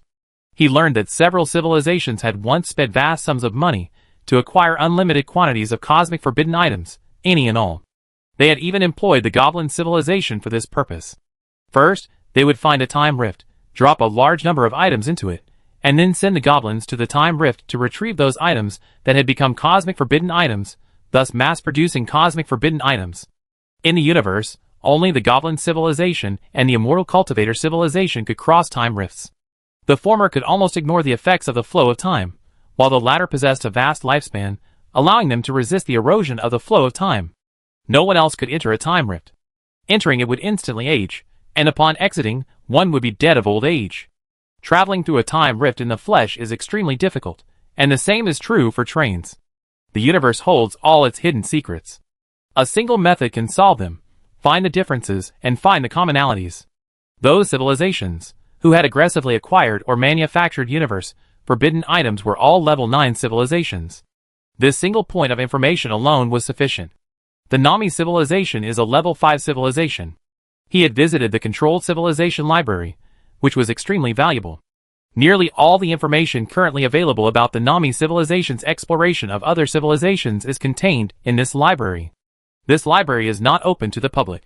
Its primary purpose is to pass on knowledge, to pass it on to future generations. Only special personnel can enter and view it. He had been there before, and there was very little information about advanced civilizations. Even information about level 6 civilizations, just one level higher, was practically non-existent. The information barrier between civilizations was almost overwhelming with each level difference. Their understanding of advanced civilizations was even less than his. This was also why his painting from level 9 civilization had fetched such a high price. He was just starting out at the time, and didn't recognize its value. He almost got into trouble, and although the money from the painting ultimately didn't reach him, it was taken away. However, this also opened up many opportunities, and his subsequent development was smooth sailing, with constant support, leading him to become a renowned entrepreneur. However, after acquiring more information about advanced civilizations, he no longer dared to sell them. The price was too high. Not only would he not get much money, but it could also easily lead to trouble. One cannot expand a business too large. If one does, it is no longer one's own business. It becomes someone else's business. In this civilization, where he clearly restricted civilian armed forces, civilization was a mountain to him. No matter how much money he made, he was still a walking bloodbath. Whenever their children wanted to start their own businesses, he would make room. Alas! The old man sighed deeply, looking wearily at the collection of books on his table. Although he still had a long life ahead of him, he planned to let his son gradually take over his business. He wasn't like others. Father a multitude of children. Choose the perfect heir. Perhaps because he came from humble beginnings, he valued family ties more than anything else. He didn't want to see his children fighting over wealth. Having just one child was perfect. That one child would inherit all his wealth and his secrets. He wasn't short of money. He had so much money that it rivaled the wealth of a nation. To put it bluntly, the combined wealth of a level 3 civilization might not be as much as his. But he didn't dare spend it. There was nowhere to spend it. Without building trains, his current wealth would allow him to live in utter luxury for nearly 1,000,000 years, living in the best conditions possible. Of course, he didn't tell his son about his family's wealth, mainly because he couldn't, for fear of scaring the child. He once gathered the children of a group of level 4 suppliers together, hoping to get them to play with his son and make him less withdrawn. However, his son said those kids were all rich second generations, and that their behavior and actions didn't suit him. They were too flamboyant. He felt truly helpless after hearing that. That's just the child of a 4th-tier supplier. Above them are 3rd-tier, 2nd-tier, and 1st-tier suppliers, all of whom depend on your father for their livelihood. You're truly a second-generation rich kid. Fate's gift has long been implicitly priced. Although this desk hasn't asked him for anything yet, he has a feeling that one day, when it makes a request, it will be something he can't refuse. He doesn't know how long he has left to live, and he just wants his son to inherit his wealth and legacy as soon as possible. He never believed that anything in this world is free. But he has no choice. As long as his wife and son are happy and content, and don't have to bow down to a few dollars, that's enough. What are these sacrifices? You said. At this moment, on a train docked in the pseudo-4-dimensional universe, a young man with long hair suddenly thought of something and said thoughtfully, "Boss, you said his father could hire us for so much money. If we kidnap him, wouldn't we make more money? Retire after one job?" The scarred man in the driver's seat said coldly, expressionless, "In our line of work, the biggest taboo is saying you retire after your last job. Often, that job doesn't end well. Besides, I've taught you countless times. Love what you do. If you agree, you must do it. Do it, and you eat and sleep well. A simpler life will bring you much greater happiness. Go! More pirates are coming. Get ready to attack."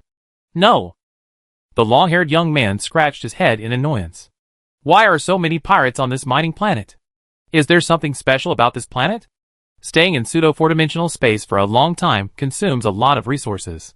And with so many pirates, I'm sure we end up losing money, right? The escort fee is 100 billion a day. If we can break even, you can retire. Stop talking nonsense and get to work." Finally fixed it. On the mining planet, the fat young man, satisfied with his robot repair, stretched out his arms and gazed at the sun overhead. Today was a beautiful day. He had specifically chosen a mining planet with a nearby star. Although the earnings might be lower, it would be much more comfortable. Some mining planets with truly harsh living environments might earn more, but the environment was far from ideal.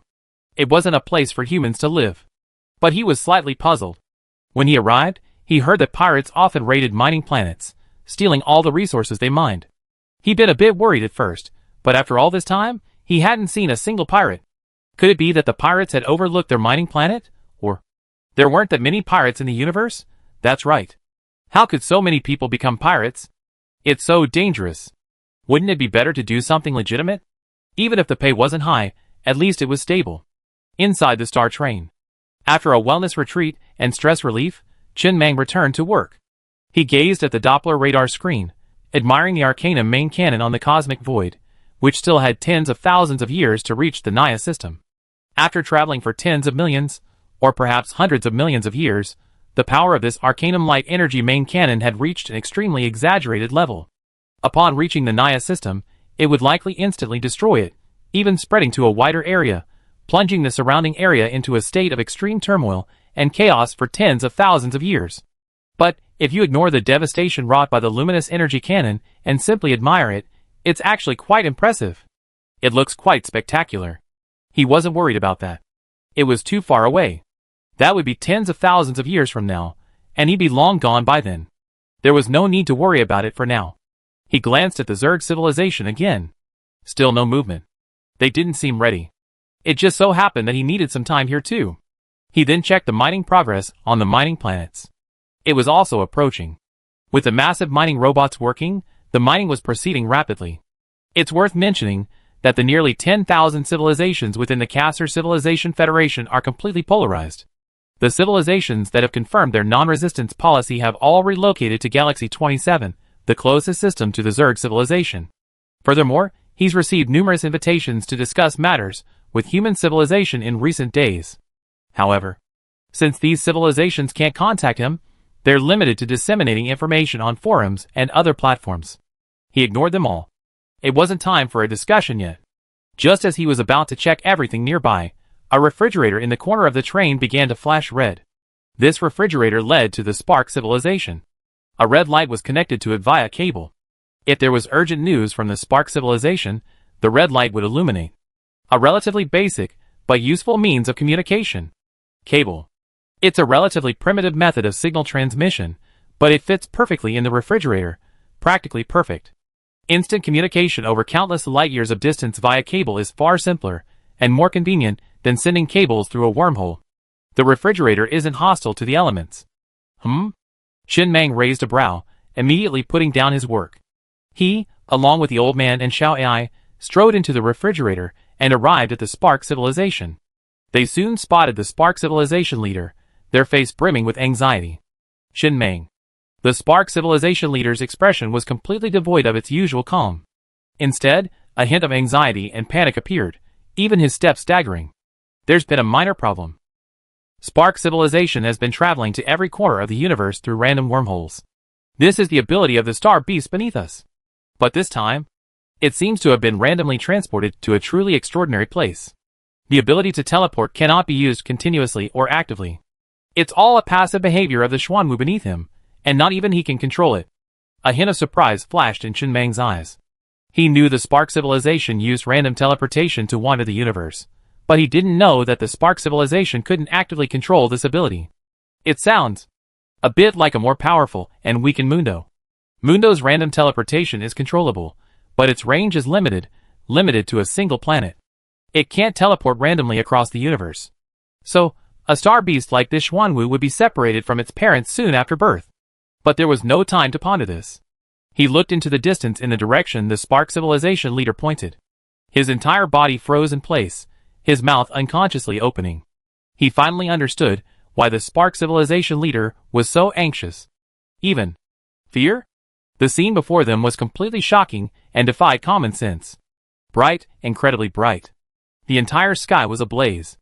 In the radiance, they could only vaguely discern a massive ball of light, occupying almost the entire sky. But they could still vaguely make out that this enormous shadow was a palace. Yes, a palace. Although it was far away, the surface structures were still clearly visible, such as the giant pillar. It was hard to imagine how tall and large that pillar must have been to be visible from such a distance.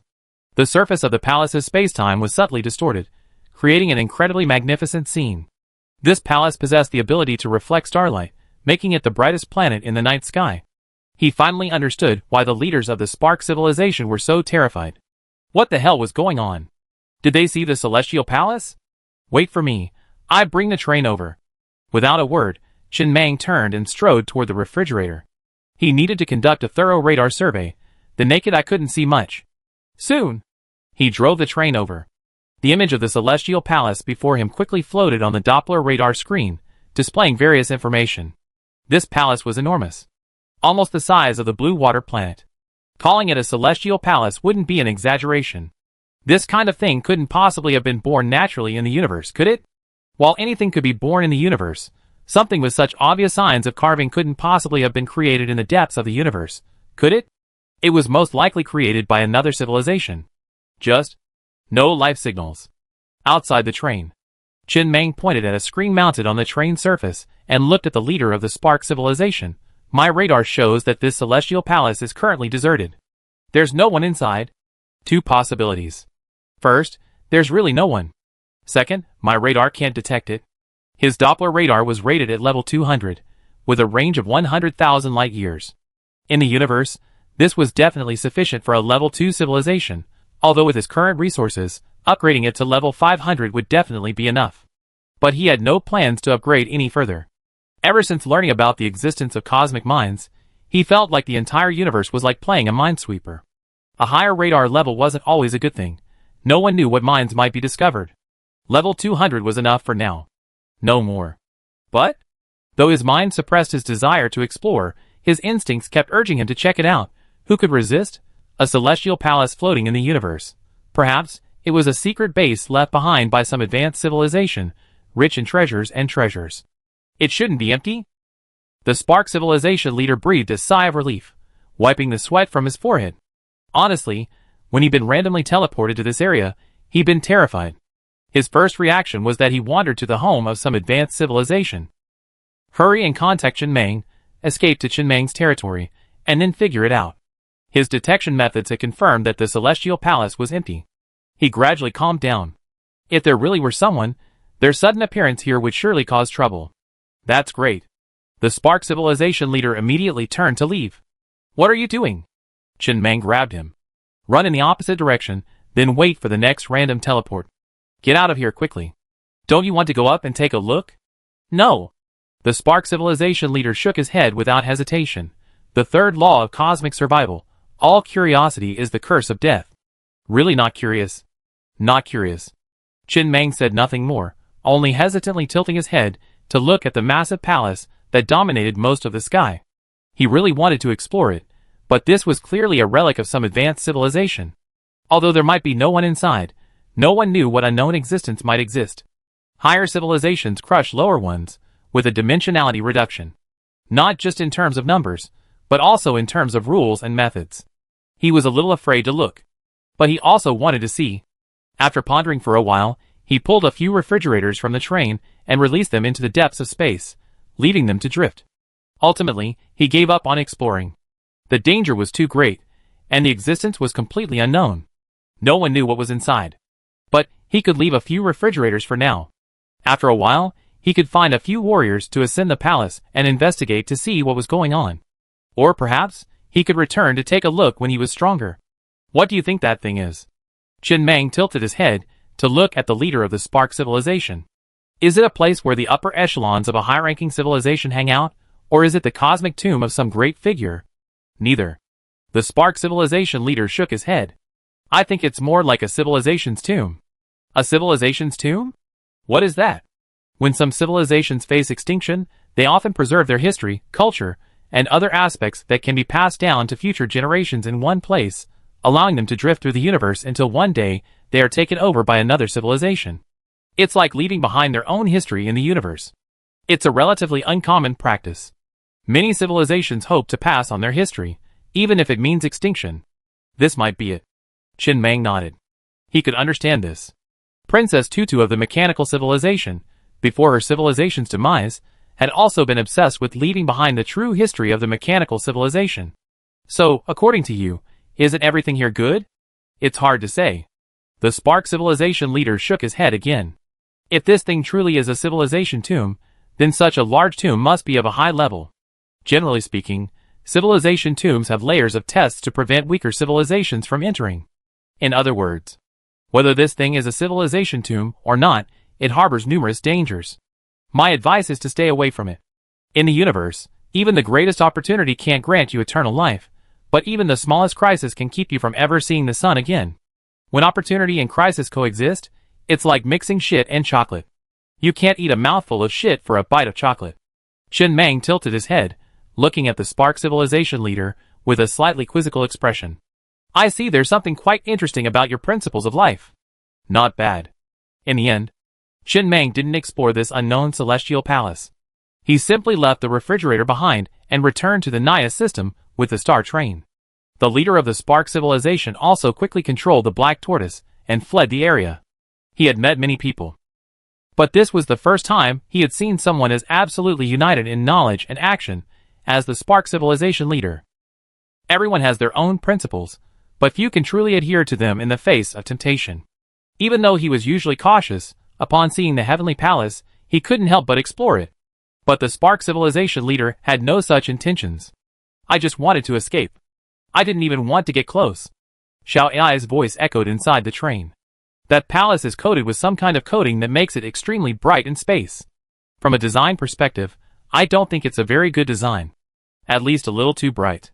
Like a firefly in the dark, afraid to be unseen. Not really. Chen Meng shook his head and whispered, Doppler radar can clearly detect this palace, which means it probably doesn't have any concealment equipment, or it's malfunctioning. 200-level Doppler radars are rare in space. If there were other civilizations near that palace, they would surely notice it. This celestial palace. But when we went there just now, I noticed there's not a single civilization within 100,000 light years. There are many planets, but not a single civilization. I've left a number of refrigerators there. Once the resources in the Naya system are exhausted, perhaps we can choose to relocate to that area. The many resource-rich mineral planets, there will be our nutrients. The only thing we need to figure out is why there's no civilization there, and what exactly that celestial palace is. A big reason he's on good terms with the Spark civilization is the Spark civilization's ability to randomly teleport is equivalent to Mundo's superior ecology. This civilization can constantly teleport around the universe, allowing him to constantly throw refrigerators out. To put it bluntly, if human civilization truly encounters an unavoidable disaster, as long as it's not a timeline restarting, cunning rabbit with 3 burrows, they definitely survive. And if he found a good area, that would be his new starting point. For example, that area. Although the number of mineral stars in the area wasn't large, the advantage was that there wasn't a single civilization. No one was competing with him for them. Everything was his, and everything was safe. However, within 100,000 light years, there wasn't a single civilization, not even a low-level one. This didn't seem optimistic at all. Chen Mang didn't say anything else, simply staring at the information on the control panel, lost in thought. But the next moment, the refrigerator in the corner of the train compartment suddenly began to flash red again. What happened? A flicker of confusion crossed Chen Mang's eyes. He led Lao Zhu and the others back to the Spark civilization, only to see the Spark leader frozen in place, his body trembling as he pointed toward the horizon. He followed the direction of the Spark leader's finger and remained stunned. What the hell is going on again? You teleported again? Isn't it forbidden to teleport twice in a short period of time? No. Where's the heavenly palace? It suddenly vanished. Wait, what do you mean by suddenly vanished? That's it. The Spark civilization leader raised his hands and clasped them together. That's it. It suddenly vanished. Without a sound, it vanished into thin air. Chen Mang took the surveillance video from the Spark civilization leader. The video showed the palace had indeed vanished suddenly. He remained silent for a long moment. Something so large, vanishing so suddenly, completely defied his expectations. He was now thankful he hadn't entered the palace. Otherwise, who knows where he'd be now. This fucking universe is just too dangerous, isn't it?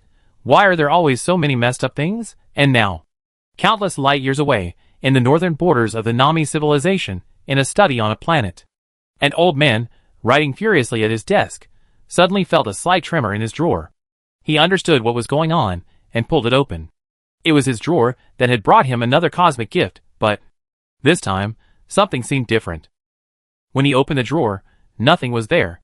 The drawer was completely empty. The old man frowned slightly, groping in the drawer bit by bit. Could it be that the goddess of fate had exhausted her favor on him, and no more cosmic gifts would appear? Or was this thing invisible, untouchable? One of those extremely rare cosmic gifts? The value of a cosmic gift is completely random. Sometimes it could even be a completely useless pebble. There's no specific range. As for how many are delivered each day, that's completely random. Everything is random. Just then, a piercing alarm blared outside the study. The old man paused for a moment, then looked out the window. No, the alarm blared throughout the entire city. Looking out the window, everyone on the street was looking up at the sky. It was as if something in the sky had caught their attention. He followed the gazes of the passers-by, and also looked up at the sky. Then, he froze in place, his eyes filled with fear and disbelief.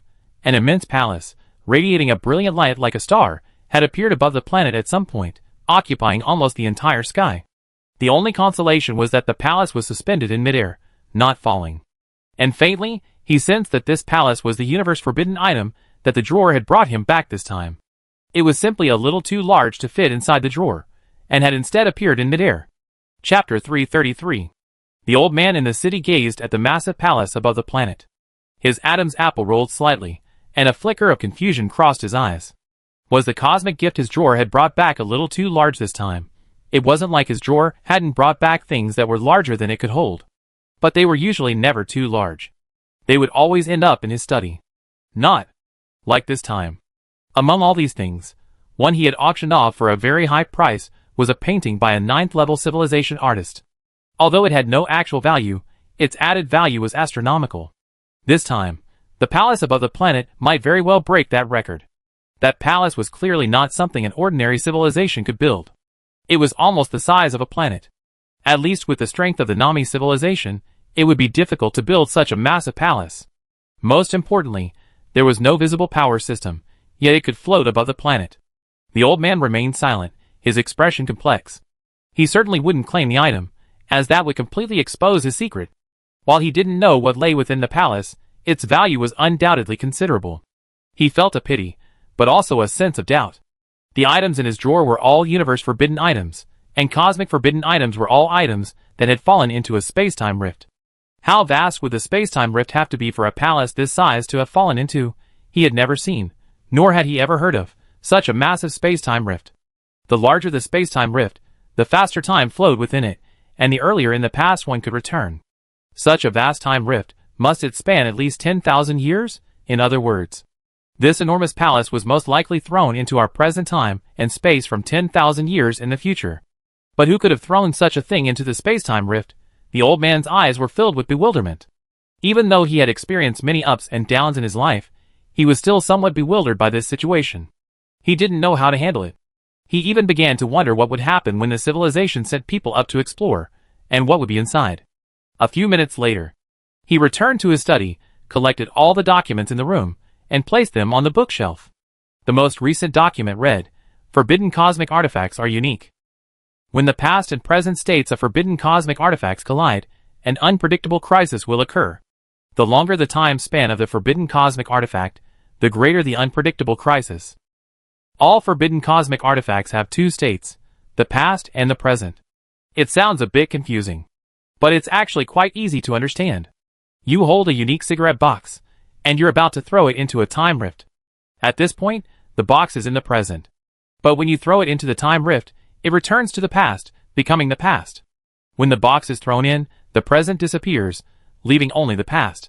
But if, by some coincidence, before you throw the box in, the person who picked it up in the past appears before you, causing the present and past versions of the box to collide, an unpredictable crisis could arise. Under normal circumstances, the probability of this happening is extremely low, and incredibly small. But the universe is so vast that even the smallest probability is bound to happen. After obtaining numerous documents from advanced civilizations, he discovered something. Those advanced civilizations possessed various means to travel back in time, launching the Arcanum light cannon millions of years ago, launching cross-temporal strikes from the past into the present. However, no civilization had ever interfered with the future. Not only could they interfere, they couldn't even know a single glimpse of it. The future was completely uncontrollable and impossible to intervene in. This was true even for a level 9 civilization. At least, the documents he had obtained contained no such information. They only contained the thoughts of scientists from these level 9 civilizations on the future. So, he had been wondering, when objects from the past and objects from the present met, perhaps, the future would be born. At least he could glimpse a glimpse of the future. He could know what his future civilization would look like, and what crises it might face. This was probably the most pressing question for all 9th level civilizations, or even God level civilizations. Perhaps this was the reason those 9th level civilizations were so aggressively collecting universe forbidden items, or perhaps it was to achieve a breakthrough to God level status. All he could do was speculate about the future based on the information he already had. The old man silently sorted through the paper documents on his desk. Some things weren't suitable for AI input. On a blank sheet of paper, the word future was circled in red, standing out prominently. Forget it. Qin Mang, on the Spark civilization, looked at what lay before him, somewhat bewildered. Then he shook his head. It's gone, it's gone. Perhaps that's a good thing. After all, no one knows what dangers lie within that palace. It's always there, always tempting to explore. But if it no longer exists, there's no need to explore it. Then he returned to the star train. It was another chaotic, completely confusing situation. It was something he encountered frequently after venturing into the universe. Really? Sitting back in his chair, Qin Mang looked at the image of the palace on the console screen, his brows furrowed slightly, momentarily puzzled. What civilization could have built such a massive palace? The most important thing was, why would they build such a palace? Such a large palace would be incredibly inconvenient to live in. If the Nani and the security guard fell in love, they wouldn't see each other for a year or two. Just then, Xiao Ai's voice rang out from within the train. Conductor, Doba wants you to come over. They said they have a surprise for you. Oh! Qin Mang raised his eyelids, putting the matter behind him. Suddenly, he became interested. Smiling, he stood up and walked outside the train, Let's go see what surprise Doba has prepared. Is today a special day? Soon. Chen Mang appeared on the rooftop of an office building in a city on the Blue Water planet.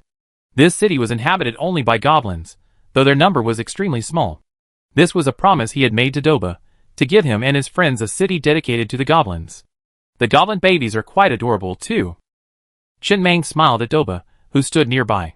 He saw many goblin babies running around the streets.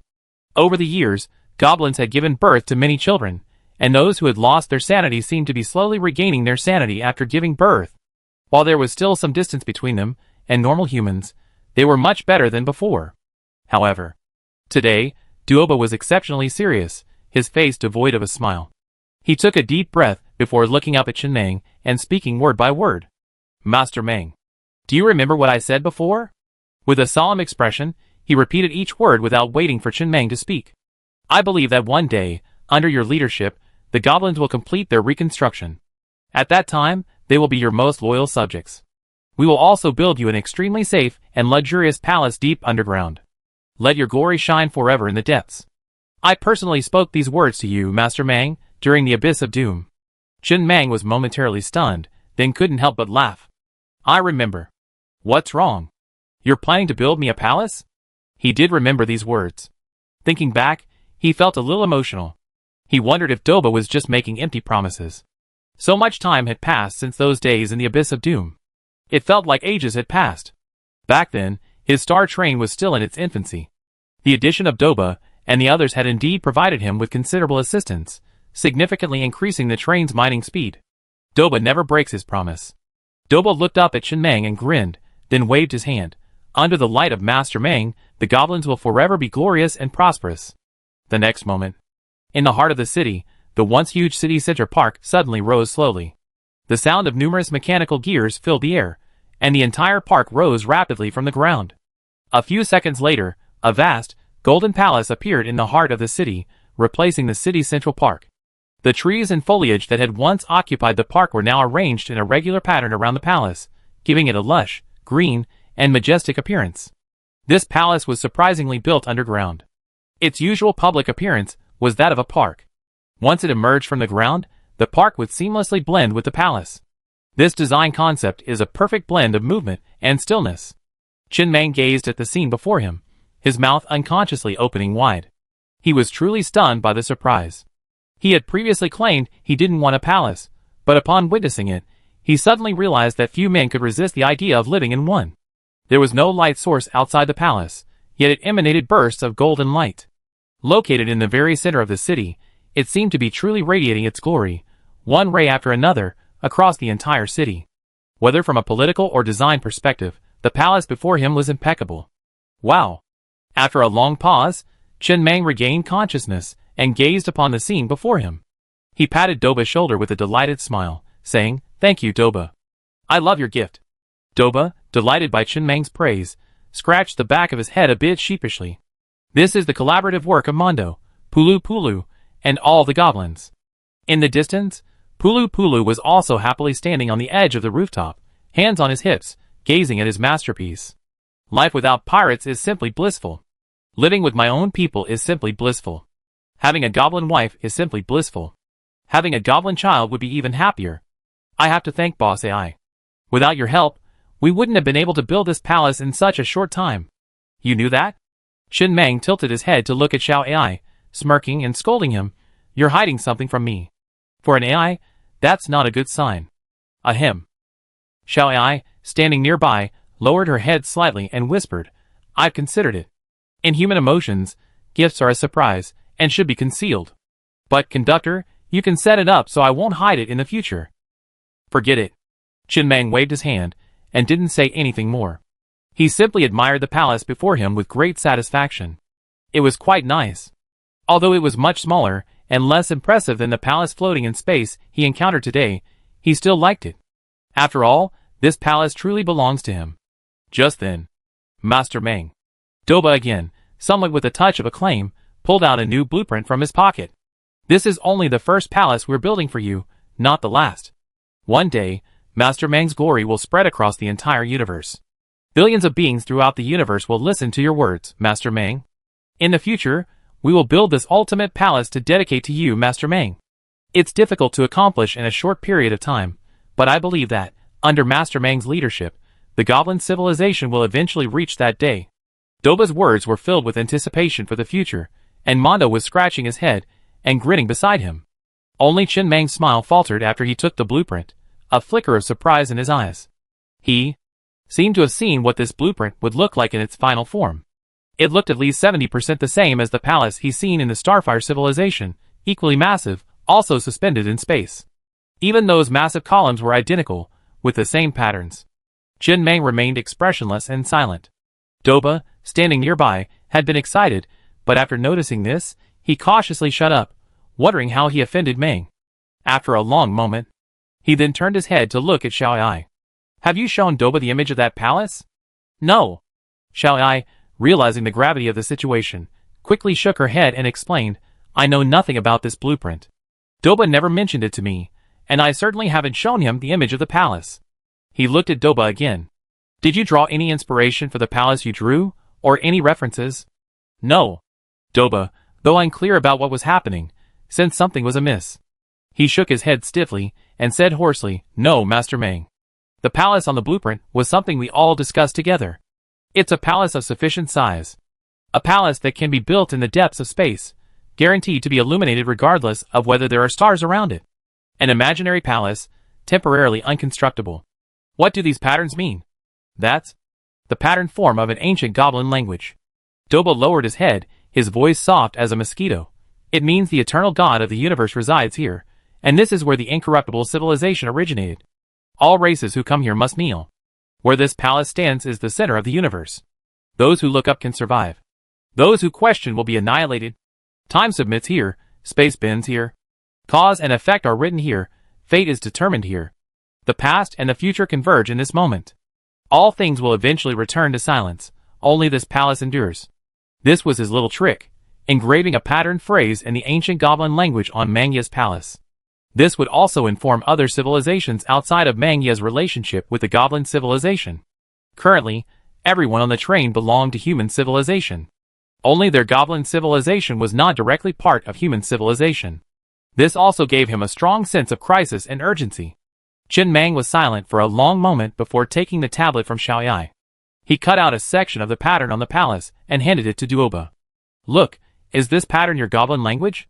Duoba took the tablet, a flicker of confusion in his eyes. It's ancient goblin language, and the meaning is, the past and the future converge in this moment. I've been thinking about this for a long time. Where did you get this goblin language, Master Meng? Is it so consistent with my thoughts? Headache. Chen Meng sighed deeply before patting Duoba's shoulder again. Well done. I'm going back to bed. The world is in such a mess. His head hurts now. Duoba watched Chen Meng leave, scratching the back of his head in confusion. Had they done something wrong? And then Pulu Pulu came over and said indignantly, Why did you take out all the blueprints? I told you not to show them to me beforehand. Otherwise, I won't be surprised once I'm done building it. That's called preempting the excitement. It's a big no-no in interpersonal relationships. Doba whispered awkwardly, I saw that Mr. Meng was quite happy at the time, so I wanted to make him even happier. I got a little carried away, and I don't know why Mr. Meng's mood suddenly changed. What do you think happened? I'm not sure, but it must have something to do with your blueprint. Mr. Meng's expression changed after he saw it. But I think it might have something to do with the 4 columns on the front of your palace blueprint. I've been learning about human civilization lately, and humans hate the number 4. It's unlucky. What about 5? I think 9 is better, implying the supreme power. That makes sense. Chen Meng returned to the train and sat in a chair. The left screen displayed the blueprint of Doba's palace, while the right screen displayed the celestial palace seen today. After a long silence, Xiaoyai's voice finally reached the train.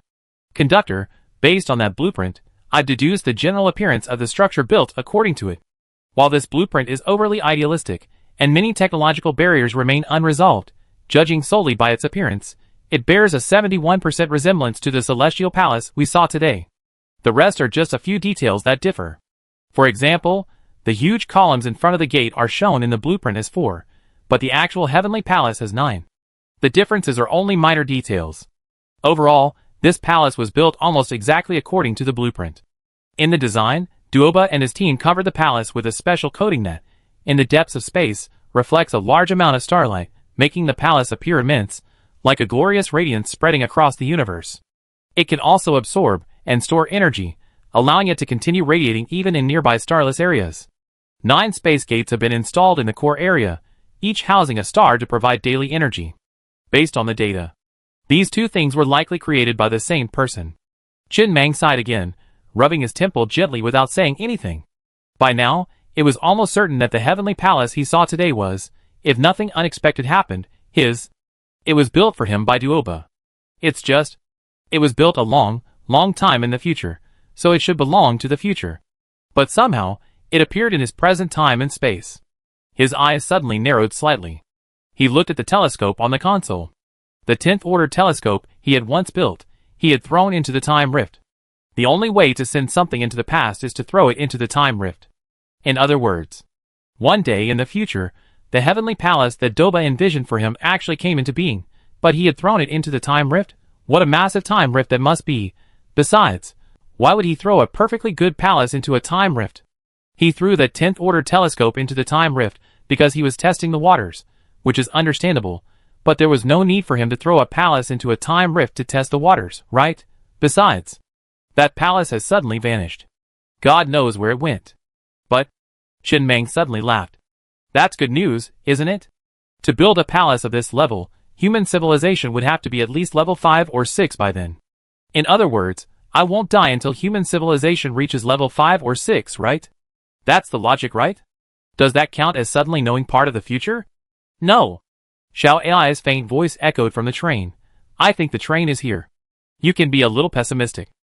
First of all, under normal circumstances, you definitely wouldn't throw this palace into a time rift. It's also hard to find a time rift this large, right? Then let's assume an unusual situation. The first abnormal situation. Human civilization encountered a formidable enemy, time and space collapsed, and countless massive time rifts spread across its territory.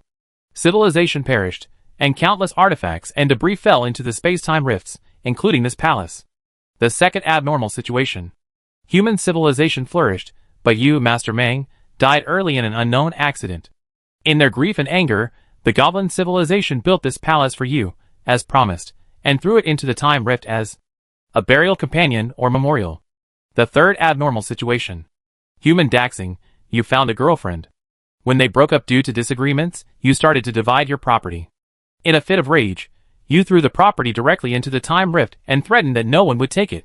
Qin Mang rolled his eyes at Xiao Ai, who was standing nearby. The first 2 might be somewhat plausible, but the last one is too outrageous. Are you trying to make fun of me? Since you seem a little down, conductor, I'm telling you a joke. I hope it cheers you up. Qin Mang shook his head and stopped talking about this topic. Instead, he frowned and said in confusion, I'm mainly thinking about one thing right now.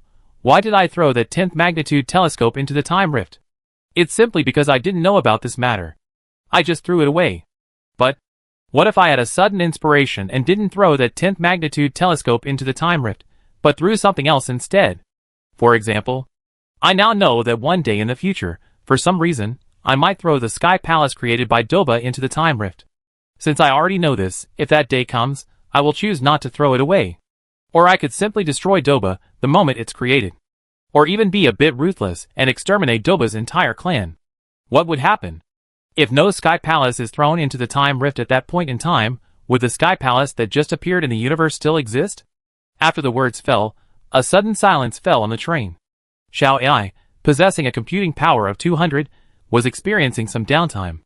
After a long pause he rasped, Conductor, I think it's time for me to be promoted to 500.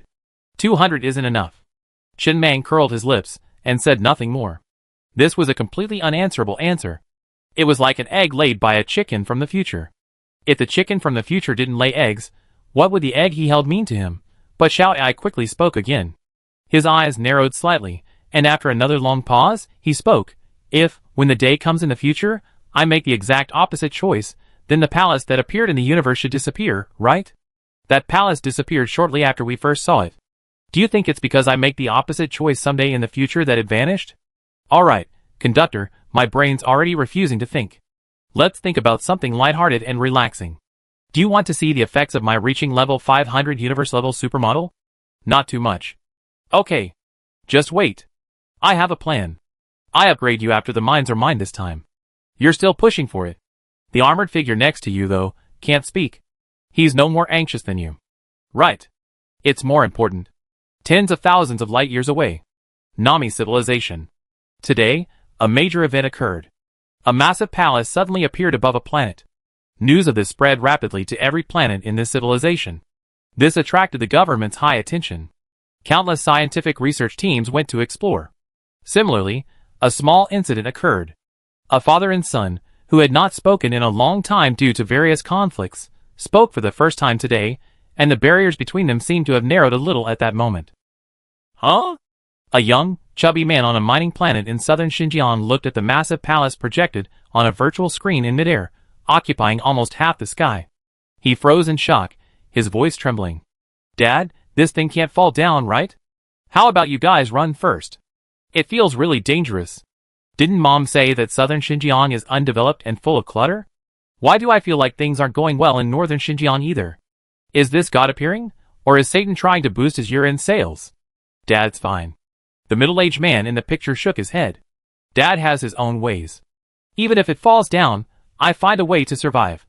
But you better come back soon and stop being mad at me. If you like mining, I build you a mine behind the house. Let you dig. I build you a level 10 mine. I love the feeling of mining on a mining planet. I love the feeling of reaping the fruits of my labor. Then Dad will buy you 10 high-level mining planets, and you can dig slowly. Dad, you're not that rich, are you? It's just a small amount of money. The young, chubby boy shook his head, unconcerned with his father's words. After all, he could fully understand the three great hobbies of middle-aged men: drinking, fishing, and boasting. Instead, he said firmly, I still want to make my own money. I can spend it with peace of mind. But, the middle-aged man frowned. You're already a loner, and there won't be anyone to talk to over there. If you keep going like this, what's your future going to be? The fat boy's lips moved, wanting to mention that he made a mysterious friend, but after a moment's thought, he held back. Instead, he retorted somewhat angrily, didn't you say you were rich? If you're that rich, even if I'm a loner, I can still live off my parents forever. What should I worry about? But you have to find a woman, right? With money, what can't you find a woman? But you're not looking. The middle-aged man glanced around, seeing that his wife wasn't around. He couldn't help but speak angrily. All you do every day is watch those movies, do it yourself, and get rich. I've got enough food and clothing. Why don't you just go hang out with some celebrities? You're so old, and you're still a virgin. How am I ever going to see grandchildren in my lifetime? If you want to live off me, you have to leave me a grandchild, right? I'm telling you straight. If you don't bring me a grandchild within 10 years, you can spend all my money. His deepest secret was exposed, and the little fat boy, utterly mortified and furious, roared hysterically, I won't spend a penny of your money in my lifetime. If you want grandchildren, go and have them yourself. I never go back. I won't have you as my father anymore, and you won't have me as your son. Then he abruptly hung up the phone. The father-son relationship, which had just begun to ease, was completely shattered, reaching a freezing point even more extreme than before. After hanging up the phone, the little fat boy sat on the bench, panting angrily. He must make money by himself so that he can have the confidence to spend it. After this mine is dug, he can contract another mine, and then pay back the money he borrowed from his mother this time. Then all the money he earns in the future will be earned by his own hands. After a long moment, he finally glanced at the mine's surveillance footage. His new friend hadn't come looking for him yet. The mine would soon be depleted, and he would be leaving. He didn't know if he'd ever see his friend again. He had something new to talk about. He was eager to tell his new friend about the sudden appearance of a celestial palace within his civilization. His new friend would surely be very interested. A day later, the research team from the Nami civilization had made their initial ascent to the celestial palace, but hadn't gone deep, having only just reached the main entrance. The palace was enormous. Without knowing anything about it, no one dared to venture in. Lured by the promise of huge profits, civilian expedition teams were sent into the palace, and on the planet, numerous improvised research institutes were conducting a preliminary survey of the palace's exterior.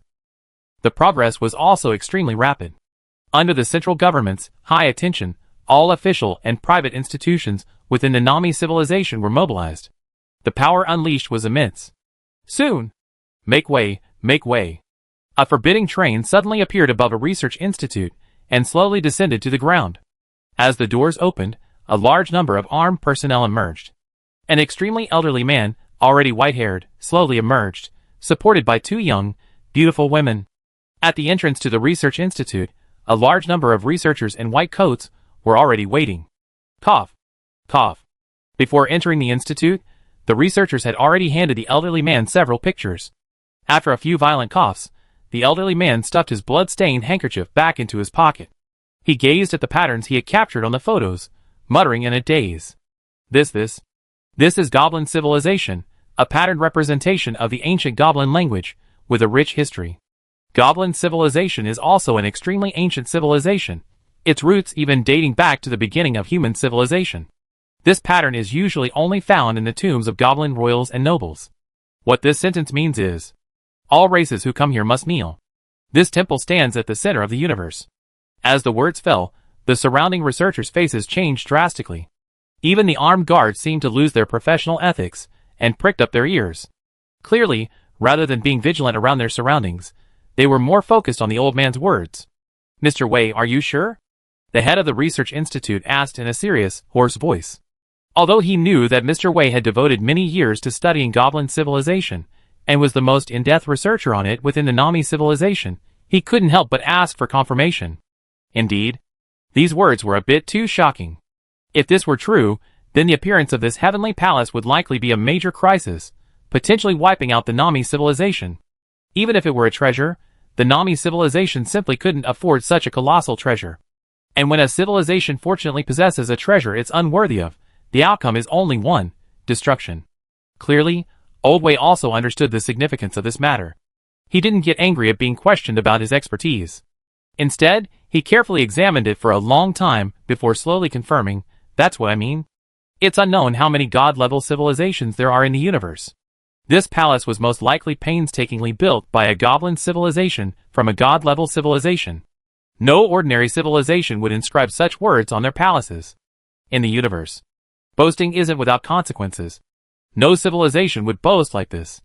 If they can't bear the consequences, they face backlash. To dare inscribe such words must be incredibly confident, most likely a god-level civilization that has already reached the pinnacle. But even a god-level civilization wouldn't dare to say something like, 'All races will submit.' That's a bit too much." The research institute leader remained silent, pulling out a few more photos from his pocket and handing them over. "Here are a few more. Please, Mr. Wei, take a look." Mr. Wei took the photos and carefully examined them for a long time. He then pulled out an ancient book from his pocket and compared them for a moment before speaking. "The Goblin language on this map means, 'Those who look up can survive, those who question will be annihilated.' The other one is, 'Time submits here, space curls here. Cause and effect are written here, fate is decided here.' The last one is, 'Past and future converge in this moment. All things will eventually return to silence, only this palace remains eternal.'" Everyone present was silent, their hearts churning with turmoil. The armed guards felt the most deeply. They couldn't be silenced, could they? The gossipy nature of their past vanished in an instant under the threat of life and death. "It's most likely a divine civilization." Old Wei broke the silence, his voice hoarse and hazy. "If this palace was proactively placed here by that divine civilization, then perhaps we can start writing our last words now, and we don't have much time." "Have spatial fluctuations been detected?" "No." The head of the research institute grimly shook his head in denial. 3 hours ago, the Nami civilization's highest-level spatial fluctuation detector was delivered, and no spatial fluctuations were detected. It's not unknown spatial fluctuations. It's no spatial fluctuations at all. How could there be no spatial fluctuations? Elder Wei frowned. Any means of utilizing space, such as teleportation and wormhole travel, will produce spatial fluctuations. The greater the mass, the harder it is to conceal. How could such a large palace suddenly appear above a planet without any spatial fluctuations? It's like throwing a straight bomb into the ocean. A stone thousands of kilometers in diameter, yet not a single ripple. That defies common sense. But it's true. Old Wei was silent for a moment before speaking. But if it's a god-level civilization, then everything makes sense. No trace of civilization was detected inside? No trace of civilization. Radar shows no living creatures inside, empty and deserted. Theoretically, the absence of a civilization's trace means the civilization that owned this palace has perished. But we can't confirm it right now. Is it because of dimensionality reduction that we can't detect this information at all? Old Wei let out a long sigh and said nothing more. After a long pause, he suddenly spoke softly. Thankfully, I've lived long enough. I've barely made it. That's fine. I've studied goblin civilization my entire life, but I've never seen one myself. To be able to witness a goblin civilization, most likely a god-level civilization, in my final moments is a complete accomplishment. It's a shame for you, though. Chapter 334. The news of Tiangong's appearance spread like wildfire within the Nami civilization, becoming almost unstoppable as more and more people learned of it. But almost instantly, this news disappeared from the internet, and all those who had known it had their account IDs locked by the AI mastermind and placed under a mandatory gag order, imposing a penalty of level 1 alert. An advanced civilization not only possesses more powerful offensive methods, but also develops multifaceted approaches, such as public opinion control. Regions where the news spread widely were placed on full alert. The planet where Tiangong resided was placed on global level 1 alert, severing all communications with the outside world, all wormhole entrances and exits, and completely cutting off contact with the outside world. This level of martial law, designated Level 1 Warfare Readiness Martial Law, often signifies a potentially devastating incident within the civilization. This has only occurred twice in the history of the Nami civilization. The first was when the Nami civilization advanced from level 4 to level 5. The second time was when the current leader of the Nami civilization launched a revolution, leading to unrest at the top. The third time is now. The head of the Fontian auction house, a slightly aged man, stood by the window, sensing the changes outside, his expression complex and silent. He had his own information channels. When a person possesses a great deal of wealth, even if he doesn't want to do anything, a large number of people will approach him, offering him various services. Any information. If he wants to know, he will always know it first. All he needs to pay is a small fortune. The last thing he lacks is money. He already knew the meaning of the patterns on the 9 massive pillars of the Celestial Palace. He also knew that even the Nami civilization's most advanced spatial fluctuation detectors hadn't detected any fluctuations. This object wasn't teleported in via wormhole, nor did it emerge from a pseudo-4-dimensional space, nor did it teleport suddenly. It simply appeared above the planet in a perfectly ordinary manner. There was no fluctuation at all. The Nami civilization was a level 5 civilization, considered relatively powerful even in the entire universe, but they had no means of projecting an object into a specific area without any spatial fluctuations. He felt more at ease than the others. He knew more. This celestial palace wasn't targeted by some god-level civilization, nor was it given to them by some civilization. It was simply a cosmic gift drawn to his desk. Theoretically, this palace belonged to him. Just then, the desk lamp flickered faintly. The old man immediately understood and walked back to the desk, opening the drawer. Sure enough, inside lay a new universe forbidden item. His expression gradually darkened, as he felt as if he were caught up in a conspiracy. This mysterious and unknown desk had brought him immense wealth. It had transformed him from a simple factory worker into a top, hidden tycoon of the Nami civilization. No one knew the exact extent of his wealth. All of this was thanks to this desk. He had long understood that every gift from fate came with a price tag. Nothing in this world was free. He knew that sooner or later, this desk would demand something from him, and he couldn't refuse. But he hadn't expected this day to arrive so soon, so quickly. Inside the drawer lay an extremely simple brass key, barely the size of a palm. Standing unnoticed in the drawer, which was several dozen centimeters deep, his desk's drawer was much larger than most, and sat flush against the floor. The desk wasn't suspended from the ground. From a design perspective, this desk wasn't meant for normal human use. He had no idea what this brass key was used for. But he wasn't a fool. First the unknown heavenly palace appeared, then the brass key appeared. Even a fool would connect the two. The old man's expression shifted grimly. He had long imagined this day would come. No matter what the drawer demanded of him in the future, he accepted. As long as it gave his wife and children a good life, it would be worth it. But when the day finally arrived, he felt a sense of resentment. He had worked so hard to reach this position. He would be resigned to being swept up in an unknown conspiracy. The old man stood there in a long, grim silence. After making a difficult decision, he walked to the bookcase in the corner of the study, pulled out a book, and flipped to page 37. He found a slightly raised word and pressed it. The next moment, the study suddenly began to vibrate slightly, and a dark entrance slowly emerged from the floor. The old man took a deep breath, walked to the desk, scooped it up in his arms, and with some difficulty, walked towards the entrance. After going dozens of meters underground, Daylight lit up on both sides of the tunnel. A conveyor belt lay on the ground. The old man placed his desk on it and stood on it.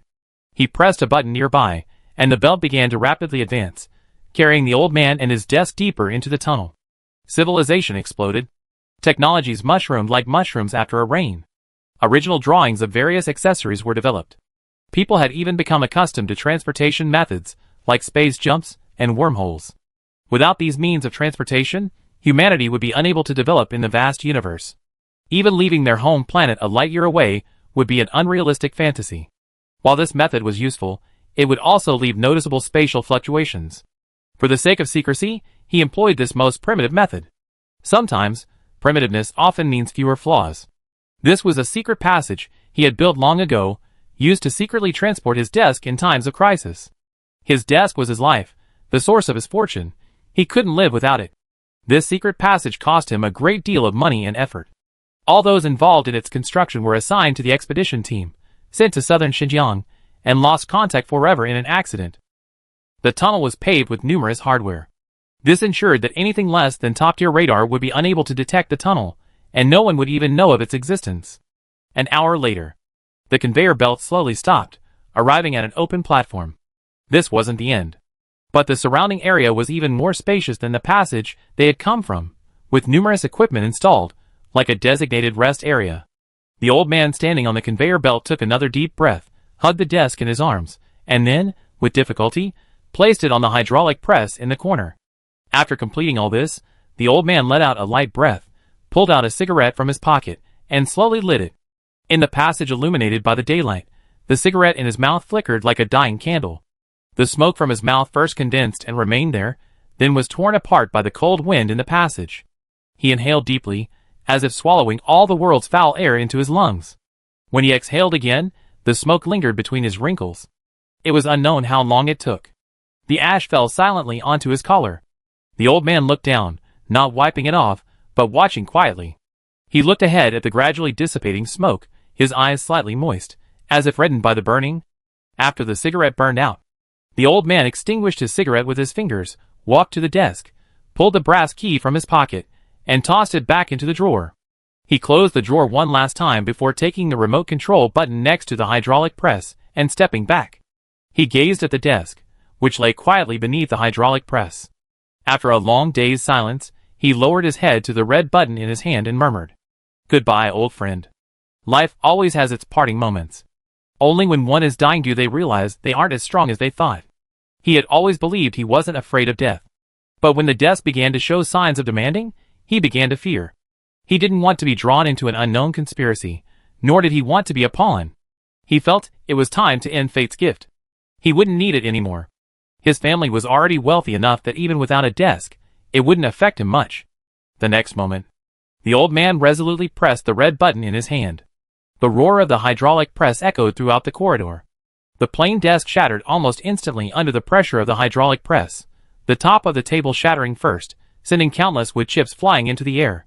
He had once scribbled many visions of the future on this very desk, and he had often thought of passing it on to his son. However, he destroyed his own desk with his own hands. He let it shatter under the pressure of the hydraulic press. Men are naturally sentimental about an item that has been with them for so long. The old man looked at the gradually crumbling desk, his eyes slightly red. But then, the hydraulic press suddenly jammed. The old man froze for a moment, the roar of the machinery lingering in his ears. He pressed the red button a few more times, but the hydraulic press wouldn't move again. The desk before him was nearly half destroyed, sending countless wood chips flying into the air. He manipulated the hydraulic press to reset it. The desk, deprived of its support, instantly collapsed to the side. And then, he finally saw the desk's true form. A flash of horror flashed in the old man's eyes, and he stared at what he saw with a certain disbelief. The desk was merely a disguise. When the outer layer shattered under the hydraulic press, what would be revealed was a refrigerator. He strode forward. After clearing all the wood chips and debris from the outside of the refrigerator, he carefully inspected it again, confirming that it was indeed a refrigerator. At least from a human perspective, it could only be a refrigerator. A refrigerator without doors. It was a modified refrigerator.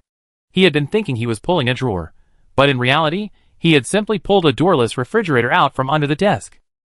Somewhat unconvinced, he tried again a few times, only to discover that the refrigerator was incredibly sturdy. The hydraulic press column was already pitted and dented, but the refrigerator remained unscathed. The old man was silent for a long time, then abandoned the refrigerator and returned to the conveyor belt, heading back the way he had come. Let's leave it here for now. As for the key, he also placed it in the refrigerator for the time being. After returning to the study, bewildered, he suddenly began to inquire with his informant about whether any locked doors had been discovered during the exploration of the Heavenly Palace. However, the information he received was that they had only explored the periphery, and had not yet entered the depths of the Heavenly Palace. The civilization had ultimately chosen to explore. The information had been kept secret as much as possible. But if a higher-level civilization were to learn of this, they would undoubtedly assume they had already explored. In that case, why not explore ahead?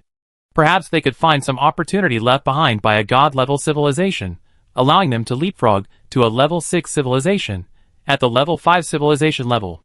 It's generally difficult for a civilization to advance steadily. Advancement often requires waiting for such an opportunity. Once such a major opportunity arrives and is fully utilized, a civilization explosion will ensue. In fact, it's not that steady progress is unacceptable. Theoretically, assuming sufficient resources and sufficient time, all civilizations can steadily advance to level 9. But here's the problem. Resources aren't infinite, time isn't infinite, and other civilizations won't sit idly by and watch you develop. Deep in the universe, there are many civilizations. Inside the Star Train, Teacher Chio stood at the podium, looking down at the students below and explaining with a smile. Currently known civilizations include Train Civilization, Immortal Civilization, and Zerg Civilization. Each civilization has its own strengths and weaknesses, but what are they all essentially? The students below the podium chorused in unison. They all utilize core energy, just using different means. That's right. Train civilization is the current mainstream form of civilization in the universe, and our human civilization is a trained civilization. The advantage of this type of civilization is that, given sufficient resources, it can develop extremely rapidly, changing every day. We've all experienced the apocalypse. Perhaps it feels like that time has long passed, right? But in reality, it's only been a few years. In those few years, human civilization has developed at an extremely rapid pace. Outside the classroom, accompanied by the elders, Chen Meng stood outside the window, quietly observing the scene in the classroom. This scene was merely a microcosm of human civilization. As civilization grew in strength, education was not neglected. Chen Meng tilted his head and looked at Old Pig. Does Teacher Chio usually draw out such long tones when he speaks? Old Pig touched his nose awkwardly. Maybe? Chen Meng didn't say anything further. He was no longer thinking about the Heavenly Palace incident. That was a long time in the future. Right now, the two most important things before him were the development of civilization and Zerg civilization. There were still no signs of a general offensive from the Zerg civilization. He wasn't in a hurry. He hadn't finished mining yet, so now wasn't the right time to start a war. Nothing to do today. He'd take a look at the developments in various departments. Currently, every city in human civilization has an academy, and the one aboard the Star Train is the highest ranking, boasting the highest faculty and status. Students who are able to study at the Star Train have been carefully selected through rigorous selection, based on intelligence, character, and background. Those who have made it through these rigorous selections, and are able to attend classes here are almost certainly destined for a position of some kind in human civilization. When the train was still in its final stages, his control over it was absolute. He knew what was happening in almost every corner of the train. But as the scale expanded and the number of people increased, he lost track of developments in many areas. It was impossible for those below him to report everything to him, and many things were not worthy of his attention. He had to come down more often to take a look. Only then could one personally understand the detailed changes within the train and within the civilization, and the precise extent of its development, rather than just a series of cold data on a screen. Xiao Ai's data was certainly accurate, but it lacked a certain human touch. Very good. Chen Meng nodded slightly from outside the classroom window, but did not enter to disturb the students. After a tour accompanied by the principal, he left the school. It's worth noting. The principal of this Star Academy, representing the highest level of human civilization, was actually an acquaintance. Master Meng, do you have any further instructions? Uncle Li stood aside, bowing and nodding respectfully. He tilted his head, a slightly odd expression on his face, looking at Uncle Li beside him. He had almost forgotten this person existed on the train. He worked in census, then a team leader in the livestock car, served as an accountant for Neon City, and even researched zombie spawning cages. He was considered a veteran of the train. He'd been with the Star since its early days, with a resident ID number in the 3 digits, a true veteran. But the train had grown so rapidly that many of the veterans gradually lost their place on the train and faded into obscurity. He had always viewed this from the sidelines, believing that the capable rose to prominence. This was the natural course of things. Human intervention didn't necessarily lead to better outcomes. He had assumed Uncle Lee would be like this, too. He gradually retreated to the sidelines, running a small business on Aquamarine, which was not bad at all. But he unexpectedly quietly became the principal of Star Academy, a position of considerable stature and status. Who made the personnel appointment? Shin Mang tilted his head to look at Old Pig beside him. I made the appointment, Old Pig hurriedly explained. When selecting the principal, we found several candidates. Teacher Chio, who has been teaching on the train, the professor I met on the Blue Water Planet, several others, and Uncle Lee.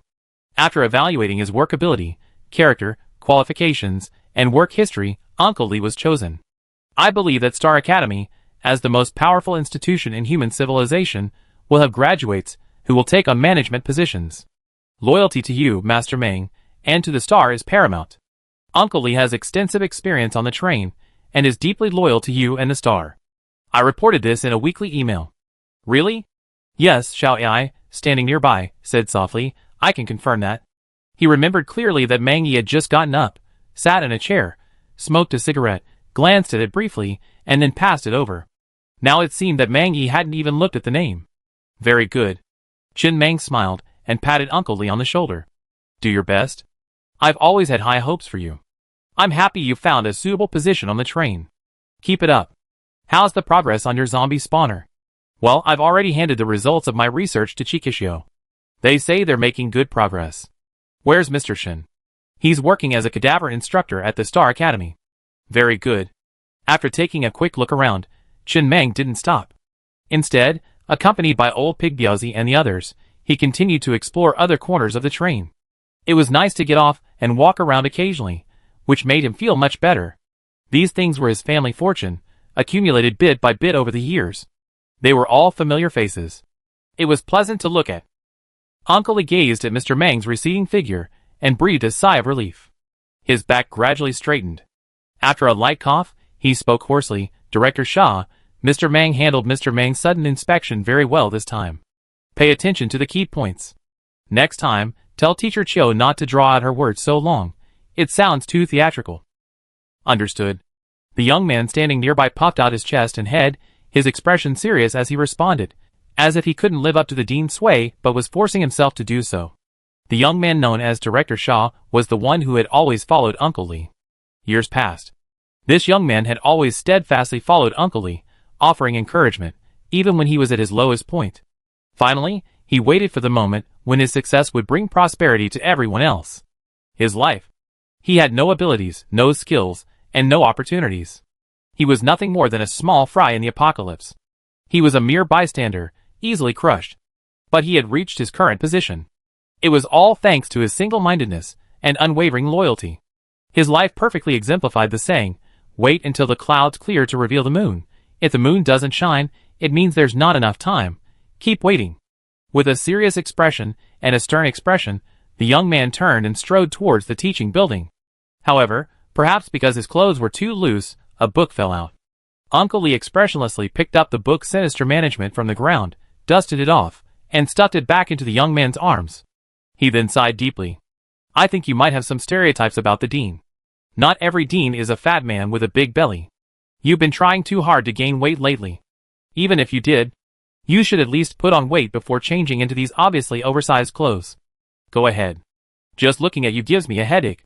Oh, right. One more thing. The West District has applied for a cadaver teacher this afternoon. You should take it to Mr. Shin. Uncle Lee then looked at the statue of Mr. Mang at the Star Academy and nodded with satisfaction. He had noticed Mr. Mang glancing at the statue several times, likely pleased with his behavior. All students be solemn. On the pristine white operating table at Hingxing Academy, a white-coated teacher, scalpel in hand, looked at the students with a serious expression. All cadaver teachers have made great contributions to medicine. We must respect them. Now, I remove a section of the nervous system for you to see for yourself what it looks like. Shin Yi, lying on the operating table, stared at the ceiling in a daze, as if stunned. His expression was blank. Even as the cold scalpel pierced his flesh, it didn't faze him. For a while now, he'd been pondering a question. Why had he chosen ejection instead of self-destruction? What was the meaning of life? Teacher, he doesn't seem to be in pain? Cadaver teachers are always fearless of life and death. They're extraordinary people. Inside a carriage of the Hengqin train. Film and television base, the atmosphere was bustling. Under the direction of director Zhang Yuren, a major film is being produced. This film details the entire development of the Star Train from the beginning in the apocalypse, with many characters and scenes being faithfully recreated as closely as possible. To this end, Zhang Yuren has specifically requested considerable support from Lao Zhu, including the train's instructions and resources, to ensure that the scenes and characters are as faithfully recreated as possible. Many roles have already been cast. Actors like Lao Zhu and Bizi will be portrayed themselves. For deceased characters, such as Master Kun, the film has been recast based on the descriptions and matched to the best possible standards within human civilization. Now, there's only one person who's hard to find. Inside the film and television base, Zhang Yuren sat with a frown on his face. A group of people gathered around him, equally worried, all pondering one thing: who to cast as Mr. Mang? This is a big deal. Mr. Mang? You're kidding. Mr. Mang is so busy that he's here to act with you? Find someone to play Mr. Mang? You're kidding. Once this film airs, won't there be a debate about who's the real Mr. Mang? How about? The dwarf sitting nearby whispered, I have a suggestion. How about we film from Mr. Mang's perspective? That way, there's no need for the actor playing Mr. Mang to appear. We can just ask Mr. AI for Mr. Mang's voice. Huh? Zhang Yuren was slightly taken aback, his eyes gleaming. He looked up at the dwarf, his lips trembling. Wait, let me think about it. In film history, first-person films are possible, but they're difficult to film. This means the narrative essentially focuses entirely on the protagonist, and the storyline must be extremely clear. This is a truly excellent solution. This way, there's no need to worry about who will play Mr. Mang. Just shoot in first person. All the problems are solved. Just then, Chen Mang, accompanied by Lao Zhu and his group, walked into the film and television base. Everyone seated inside instantly stood up, looked at Chen Mang with serious expressions, and said yes in unison. Yes. Chen Mang raised his hand and casually pressed it in the air. Everyone sit down. Come and see how you're doing. The development of a civilization requires not only military development, but also cultural advancement. Have there been any outstanding literary works, music, movies, or games lately? You've made quite a few movies lately. I've seen them all. They're pretty good. What about literature? Old Pig, standing nearby, quickly added, the guy on the train who used to write 20,000 words a day has become a renowned author in human civilization. His new work, The 13th Street Serial Murder Case, is quite popular. Very good. Chen Mang smiled and nodded. It seems the former train crew is incredibly talented, and they're all good at what they do. Old Pig's mouth twitched, and after a moment's thought, he remained silent. First, he admitted that the guy's new work was indeed excellent. But literature isn't necessarily a hit just because it's well written. Many factors influence it. For example, he felt, this wasn't purely subjective, but rather a personal guess, that the small print on the cover of the guy's new work, official writer for the Star Train, probably accounted for at least 70% of the effect. The remaining 20%. It should be the messages from friends on the first few pages. Lao Zhu, Bizi, Uncle Li, and others all gave it extremely excellent reviews. The remaining 0.9% is probably due to the publisher's relentless distribution efforts. Someone from Heavenly Palace has come to distribute the book, so why would anyone teach them how to make it? The final 0.1% is the book's content. These factors contribute to the book's explosive popularity. He wrote the book purely through connections. Forget about a serial murder case. He thinks even a serial defecation case would be a hit, selling hundreds of millions of copies without a problem. Mainly, that guy isn't exactly a boaster.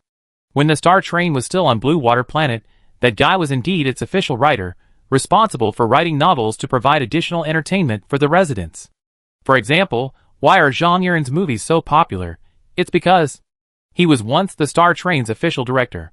Anyone who leaves the Star Train, as long as they have even a little bit of ability and means, will never become poor, or even very hard to become poor. Even if they want to be poor, the market won't let them. Very good. Chen Mang smiled with satisfaction and nodded. What about music? That too. Old Pig said in a quiet voice. Mr. Mang, you may have forgotten someone. A little girl who used to sing otaku songs on the train. It was the song Clap Your Hands Up, and the cute little girl next to her. I have some impression of her. She's a songwriter now, and her latest album is also a big hit. Not bad. The girl's album cover reads Official Singer of the Star Train. In fact, there are many things he doesn't want to talk about. During the train's rapid growth period, there were red houses for satisfying sexual needs. This was normal, and he patronized them occasionally, which was also normal. But he only recently discovered that one of them had been patronized by him. He tattooed himself with the words once patronized by Old Pig, the deputy train captain of the Star Train. Then he became the top customer at a red house, commanding exorbitant prices and attracting a long line of people. Luckily, he discovered it early. He suppressed the matter and forced the woman to change her ways. Otherwise, if the matter had spread, who knows how much it would have affected him. After Chen Mang took a look around, he returned to his train. Human civilization is still developing rapidly. Developing in all aspects. Every day is different. Once all the mineral planets are mined, there will be even greater changes. Inside the Star Train, Chen Mang looked at the conditions for advancement to Level 3 civilization. Advancement conditions. The civilization must have 1 billion intelligent beings, a maximum attack energy range exceeding 20,000, and possess at least 2 planets. Furthermore, the civilization must have a resource reserve exceeding 1 quadrillion, and have created more than 10 permanent two-way wormholes. The requirements are still somewhat difficult. Primarily, the resource requirement is too high. For the time being, it will be difficult to advance to Level 3 civilization. Just then, Xiao Ai's voice rang out from the train. Conductor, that miner has fallen asleep again and reappeared at that fat man's mine. Do you want a live broadcast? Live broadcast? Chen Mang's eyelids twitched. Last time, the miner had suddenly experienced a violent emotional outburst and left his dream, unable to re-enter, interrupting their previous communication. This time, he could enter again, and he needed to learn more about that civilization. Although that civilization was likely very far away from him, and he likely wouldn't have any contact with them in this lifetime, it was a Level 5 civilization after all. He was primarily curious about the inside of a Level 5 civilization, its technological level, and the advanced methods it possessed. This time, the other party was quite proactive. The miner had barely appeared when the fat man strode over, excited, holding a tablet. You're here. Something big happened in our civilization recently. I'm sure you'd be interested. How big is the largest palace you've ever seen? Definitely not as big as mine. It's as big as an entire planet. It suddenly appeared today within our civilization, and it also appeared above my father's planet. And it doesn't block the light at all. It's amazing, look. The little fat man seemed very excited, constantly sharing interesting news from within his civilization with his new friends. Sitting inside the train, Chen Mang stared at the tablet screen in the fat man's hand, a flicker of confusion in his eyes. He had temporarily stopped thinking about the heavenly palace. It was too far away. He needed to think about the present. But why did this thing suddenly appear before him again? Not long ago, the heavenly palace, originally located near the Starfire civilization, suddenly vanished. Although he didn't know the reason, he didn't care. It was gone, so it was gone. He even speculated that perhaps his future self had made different choices, which led to its disappearance. But how did it suddenly appear inside the Nami civilization? Chen Mang was silent for a long moment before he spoke hoarsely. Xiao Ai, look at the similarity between this palace and the one we saw. I suspect there might not just be one, but many in the universe? Based on the image on his tablet, the similarity is 96%, nearly identical. The only difference is the brightness of the reflected light and shadows. If we ignore these factors, the similarity is 100%. Based on the data, these two palaces can be almost certainly identified as the same, but the possibility of two identical palaces cannot be ruled out. You say. Chen Mang frowned. Was it a mistake for me not to explore that heavenly palace? The Nami civilization is clearly 18,000 years away from us and has no connection to us, yet these past 2 days, through various means, I've been connected to it. Could it be? Is fate guiding me to the Nami civilization? Or is it my future self guiding my present self to the Nami civilization? At this moment, the chubby man standing in the mine was puzzled by the mysterious traveler's silence. Soon, the mysterious traveler handed over a note as usual. Has your civilization explored the palace? Have you found anything inside? No. The chubby young man shook his head. According to my father, we're still in the initial stages of the exploration. We haven't even entered the palace gates, and we haven't found anything.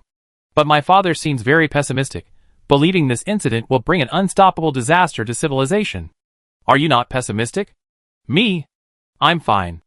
I don't know if I should be pessimistic, but I just think that people will die, and civilizations will perish. Even God-level civilizations can't avoid demise, so how can a level 5 civilization be 100% immune? When that day comes, it's fate. I think the majority of society is very pessimistic, worried that civilization will one day encounter a powerful enemy and perish. Mainly because we've all lived too long.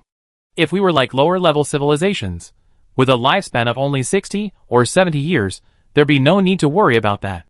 We probably wouldn't even see that day anyway. The longer you live, the more worries you have. My father once arranged a blind date for me. My only requirement was that they were virgins, but there weren't any. You mean virgins? No. The boy shook his head. When I say virgin, I mean someone without any mechanical organs, who hasn't undergone body repairs or life extension in a medical ward.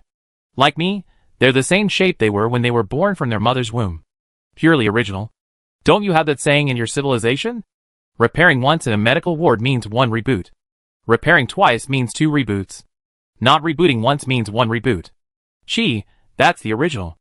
I always feel that way. After going to the medical bay for a reconditioning session, all your cells and organs are restored to 100%, but is the person who emerged still you? The memories are indeed the same, but maybe they were just yours stripped out and inserted into a clone. I'd rather die early than have to restart my body. The boy muttered softly. He had seemed somewhat withdrawn and morbid since childhood, many of his ideas unacceptable to ordinary people, and he had few friends. Over time, he became even more reluctant to interact with others. The mysterious traveler was one of the few friends he had actively interacted with over the years. And his thinking clearly differed from the mainstream, so he wouldn't be considered abnormal. Then why aren't you dead yet? The boy paused for a moment, looking at the mysterious traveler in front of him with a bit of confusion. Well, I don't want to die just yet. The other person didn't think he was abnormal. But why did he feel that the other person was a little abnormal? I mean, doesn't your civilization have any research on death? Where do people go, and what happens after death? What's the world like after death? Chapter 335. There's research. The chubby boy nodded seriously. I think every civilization that isn't immortal will conduct some research on death. And once they do, the ultimate destination is often religion. No research has yielded any results yet. I don't know where we go after death. So what entertainment activities does your civilization offer? Well, there are quite a few, like organic movies, organic novels, and so on. Organic movies, organic novels? Yes, organic movies are movies made with real people, and organic novels are the same. Conversely, organic movies are AI-generated. AI-generated movies are extremely cheap, meant for the general public to enjoy. Organic movies and novels are more expensive. Besides that, there are also organic celebrities and so on. AI can create very attractive virtual characters to attract fans and attract spending. Entertainment companies are now more inclined to cultivate virtual characters. It's absolutely impervious to collapse, absolutely obeys the company's orders, and won't flee with resources. It also allows for eternal youth and immortality. It has many advantages. For example, the young, chubby man fiddled with his tablet for a while before displaying a bird's-eye view of the city. Once upon a time, 2 entertainment companies and the mayor of this city teamed up to launch an online competition. The winning company's main virtual character will appear in every corner of the city within a month. For example, road signs, exterior screens on high-rise buildings, ground level, tunnel entrances, overhead projection screens, and so on. This is called a city collaboration in the industry. This competition lasted a full month. It said the total reward was astronomical, and fans on both sides were fighting fiercely. But from what I understand, the owner of both companies is the same person. It's ridiculously profitable. My father worked hard to build exploration teams, explore the ruins of civilizations in every corner of the universe, and then bring back Nami civilization to sell, earning a little hard-earned money. But those people can make a fortune just by using a few virtual characters. This society is not fair at all. The boy muttered, seemingly a little unconvinced. I still have to stay on the mining planet and work hard to mine, while they sit in an air-conditioned room and easily make money that I can't even earn if I mine the entire planet. The government should increase the tax rate on this industry to 90%. No, I think it should be at least 99%. That's fair. After a long while, Chen Mang sat alone on the star train, rubbing his temples in silence. He and the little fat man chatted for a long time, exchanging a lot of information, until the little fat man suddenly had something to do and hurriedly said goodbye and left. This conversation also allowed him to gain a deeper understanding of level 5 civilization. The only regret was that the little fat man's status in this civilization was not very high. Although he was a wealthy second generation and had some knowledge, he clearly had not sought to learn more about the civilization. He tried to ask if the other party knew about cosmic mines. The other party said no. Since he thought that each civilization might have a different name for a certain thing, he briefly explained the functions of cosmic mines and the general forms they could appear in. After a moment's thought, the other party said he thought the Celestial Palace might be a cosmic minefield. When it comes to profound matters, the other party is completely clueless. But he does know a lot about common sense. This also gave him a good understanding of the living atmosphere within a level 5 civilization. While overall technological advancements haven't significantly improved people's well-being, there aren't many people starving to death or living on the streets. The government provides free housing, free cars, free basic medical care, and free elderly care. But even so, social happiness remains low. Happiness comes from contrast. When you see so many people starving to death, so many people paying out of their pockets for a house, so many people unwilling to seek treatment for minor ailments and unable to afford major ones, then enjoying these benefits can make you feel happy. Unfortunately, the people of Nami civilization only see those high-ranking nobles squandering resources they could never consume in a lifetime. Their toilsome wages for 1,000 years don't even match the bottle of wine they casually open at dinner. Such a huge gap between the rich and the poor means that even with adequate social benefits, happiness levels remain low. The solution is actually very simple. Just don't let those below you see the disparity. The leader of the Nami civilization simply needs to keep the spending of those above them from being seen so often by those below them. Don't be so ostentatious. Spend covertly. Obviously, this will be difficult to curb, or perhaps those above you don't care. If it were him, at this point, he should spread the word within the civilization about how other, lesser civilizations often starve to death due to food shortages. This will improve the happiness of the people. Even if it's fake news, it doesn't matter. News is simply a tool for public opinion. Truth isn't necessarily paramount. It just needs to be correct. A white lie is also true.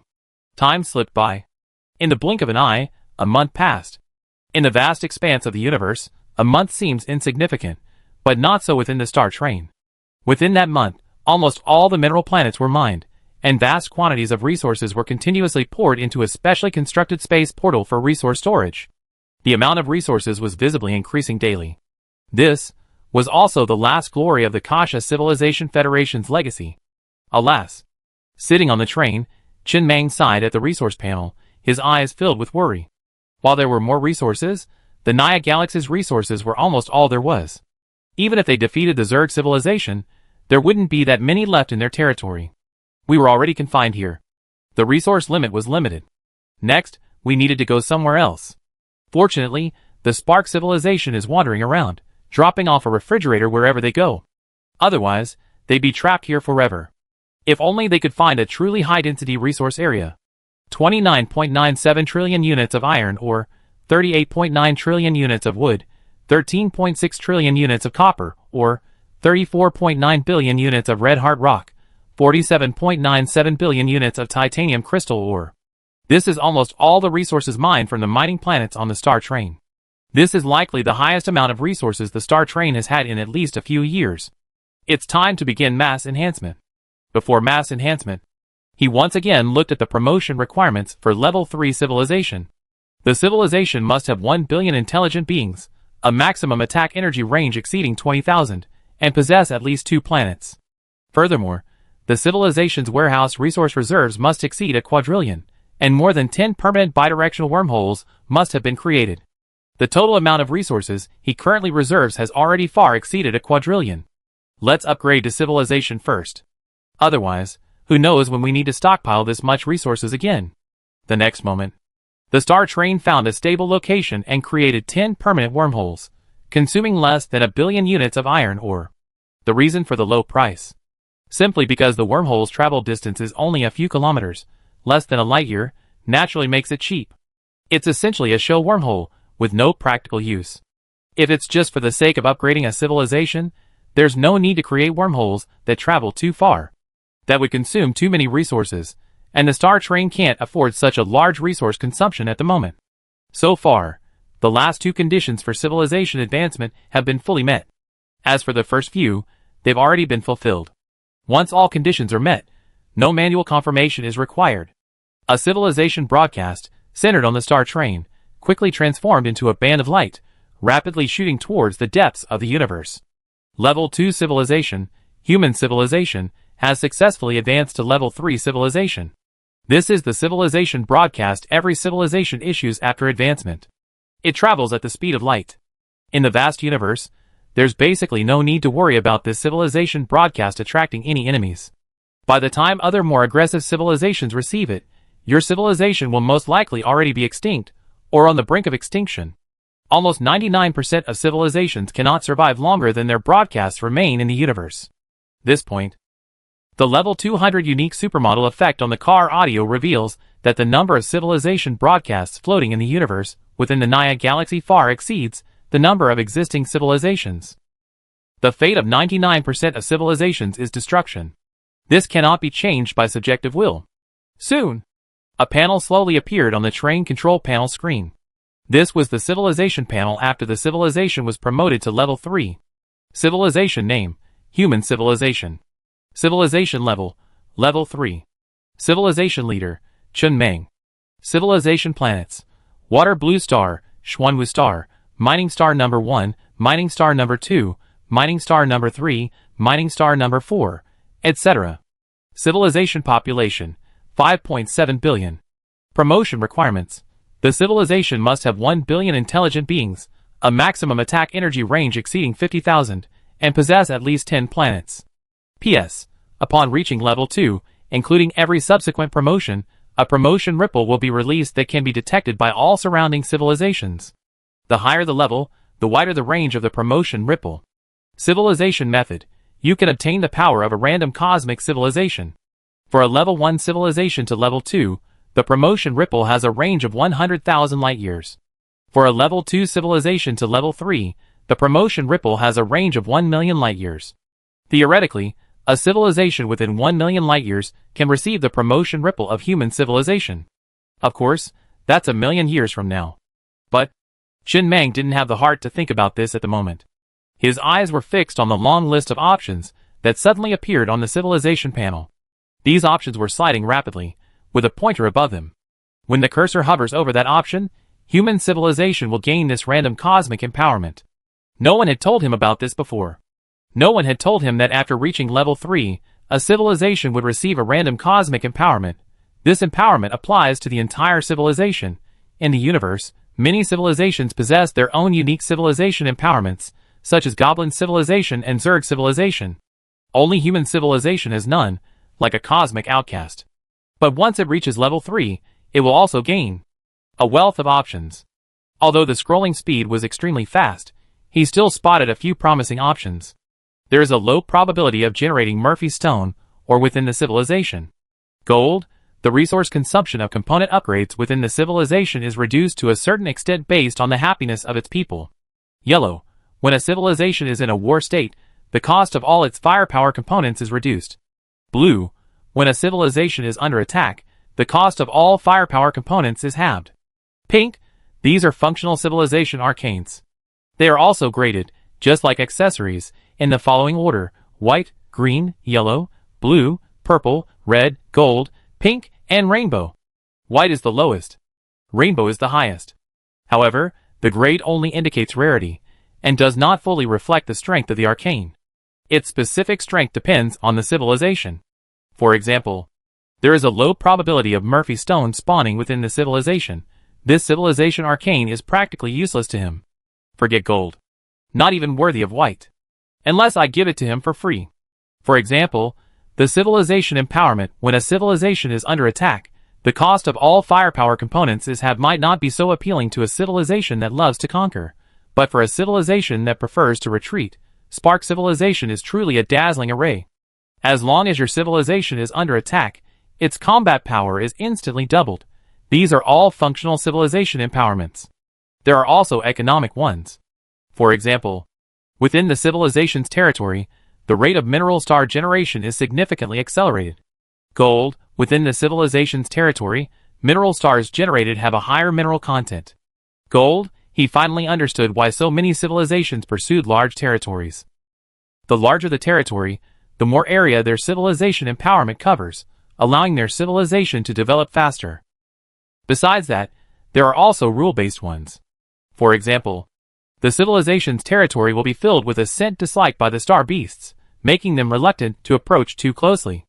Blue, available planet wormhole tech tree. Blue, available high-dimensional planet tech tree. Colorful, the civilization's level will remain permanently stagnant at level 3, but the resource consumption of all components and upgrades will be reduced to 1%. Colorful. Qin Mang stared at the colorful option rapidly passing by on the screen. His breathing quickened. He instinctively clasped his hands together, praying that the option would appear again and land precisely where the cursor would appear. He wanted this. To him, civilization level was important, but not that important, of course. He knew that each time a civilization advanced, it would gain some special means. The higher the civilization advanced, the more rule-based the means it gained would be. But he didn't care. As long as he could reduce both upgrades and resource consumption to 1%. He could upgrade train components by thousands of levels in a matter of minutes. Then, he would be the god of the universe. This civilization empowerment was actually somewhat useless for other civilizations. Unless a civilization was in imminent danger of extinction, it wouldn't be expected to receive this option. After all, upgrading still required Murphy Stone. Even if resource consumption was reduced to 1%, where would they find that much Murphy Stone? But he didn't need it. This civilization empowerment was perfect for him. He was even willing to trade all the train's resources for it. Once he got it, he would take off immediately. But when the pointer slowly stopped, Qin Mang sighed, a flicker of disappointment in his eyes. He hadn't stopped at the civilization empowerment he wanted. What a pity. Otherwise, he could even try to challenge a god-level civilization with the power of a third-level civilization. The screen displayed his random civilization empowerment. Each civilization wonder recognized by the rules of the universe receives a box containing a random mystery reward, up to 9. Colorful, looks like luck is not bad. He randomly received another colorful cosmic empowerment. However, I can't tell what it does specifically. There's a line of small text below. Confirm/rescreen. 3 rescreens remaining. Each rescreen consumes 1,000 units of iron ore. Qin Mang pondered for a moment, his expression serious. Then he spoke, Xiao Ai, can you estimate for me? If I rescreen 3 times, how long would it take to randomly select the enchanted power I wanted? Xiao Ai's voice quickly echoed from the train. First, we don't know if the civilization empowerment options just displayed are all available. It's likely not all, but if we use all the options just displayed as the denominator, the probability is roughly 0.03%. No upper limit. I estimate the true probability is 0.03%, or even lower. After a long silence, Qin Mang watched the countdown slowly appear on the screen. Finally, he confirmed his decision. He had taken this colorful civilization empowerment. He thought about it. He still didn't gamble on his luck. Although he knew that if he gambled on that civilization empowerment, the effect would instantly take off, the probability was too small. There was no need. This colorful empowerment was already quite good. Next, he didn't even bother researching his civilization empowerment or upgrading its components. Instead, he strode towards the nearby refrigerator, heading for the Spark civilization. The only one. The leader of the Spark civilization, sitting in front of a wooden hut in the field, shook his head and said absent-mindedly, civilization empowerment. What a nostalgic word. Back then, the scenes of countless civilizations fighting for a single civilization empowerment seemed so vivid in my mind. Although many died. But back then, every day was truly filled with energy. During the civilization advancement process, only one random civilization empowerment is granted upon reaching level 3 civilization. After that, no random civilization empowerment is granted. At least as far as I know, no random civilization empowerment is granted upon reaching level 4, and most likely no random civilization empowerment upon reaching level 5. Level 3 civilization is a threshold, I guess.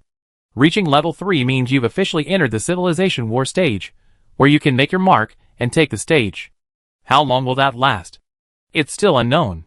But, although you won't be able to obtain civilization empowerment through civilization advancement, there are many opportunities to gain civilization empowerment in the universe, And there are many ways to do so.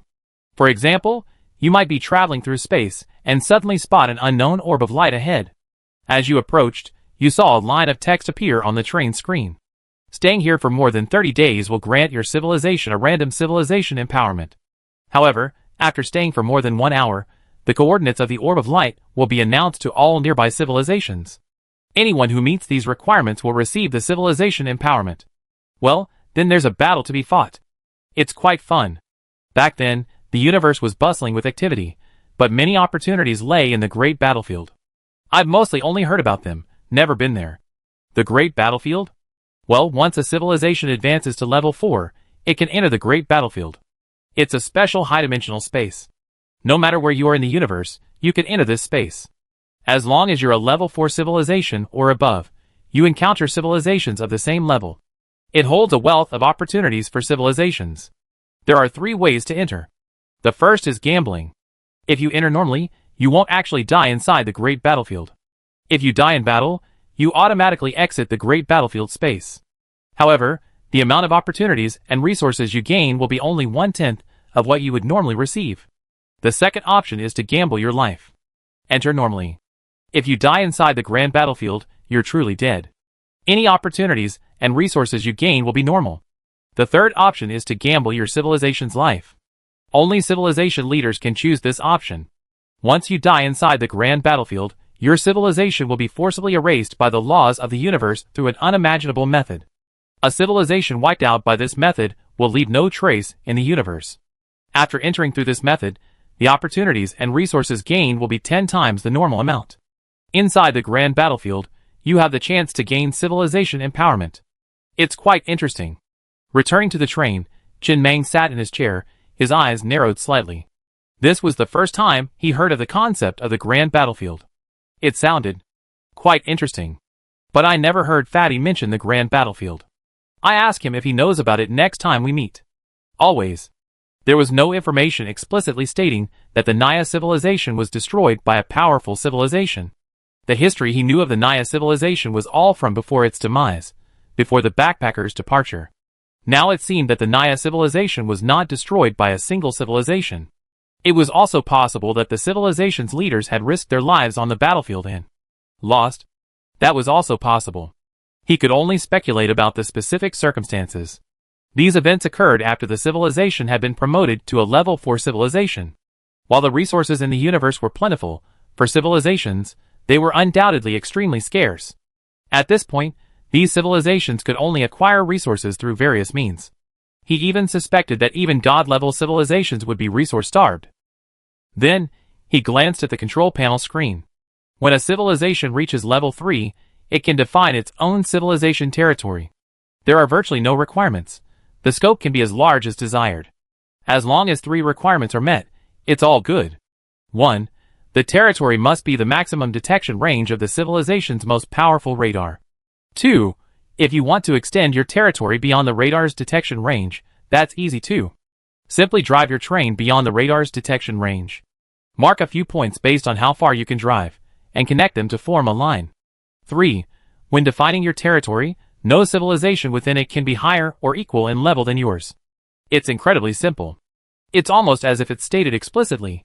As long as you want, you can define any territory you want.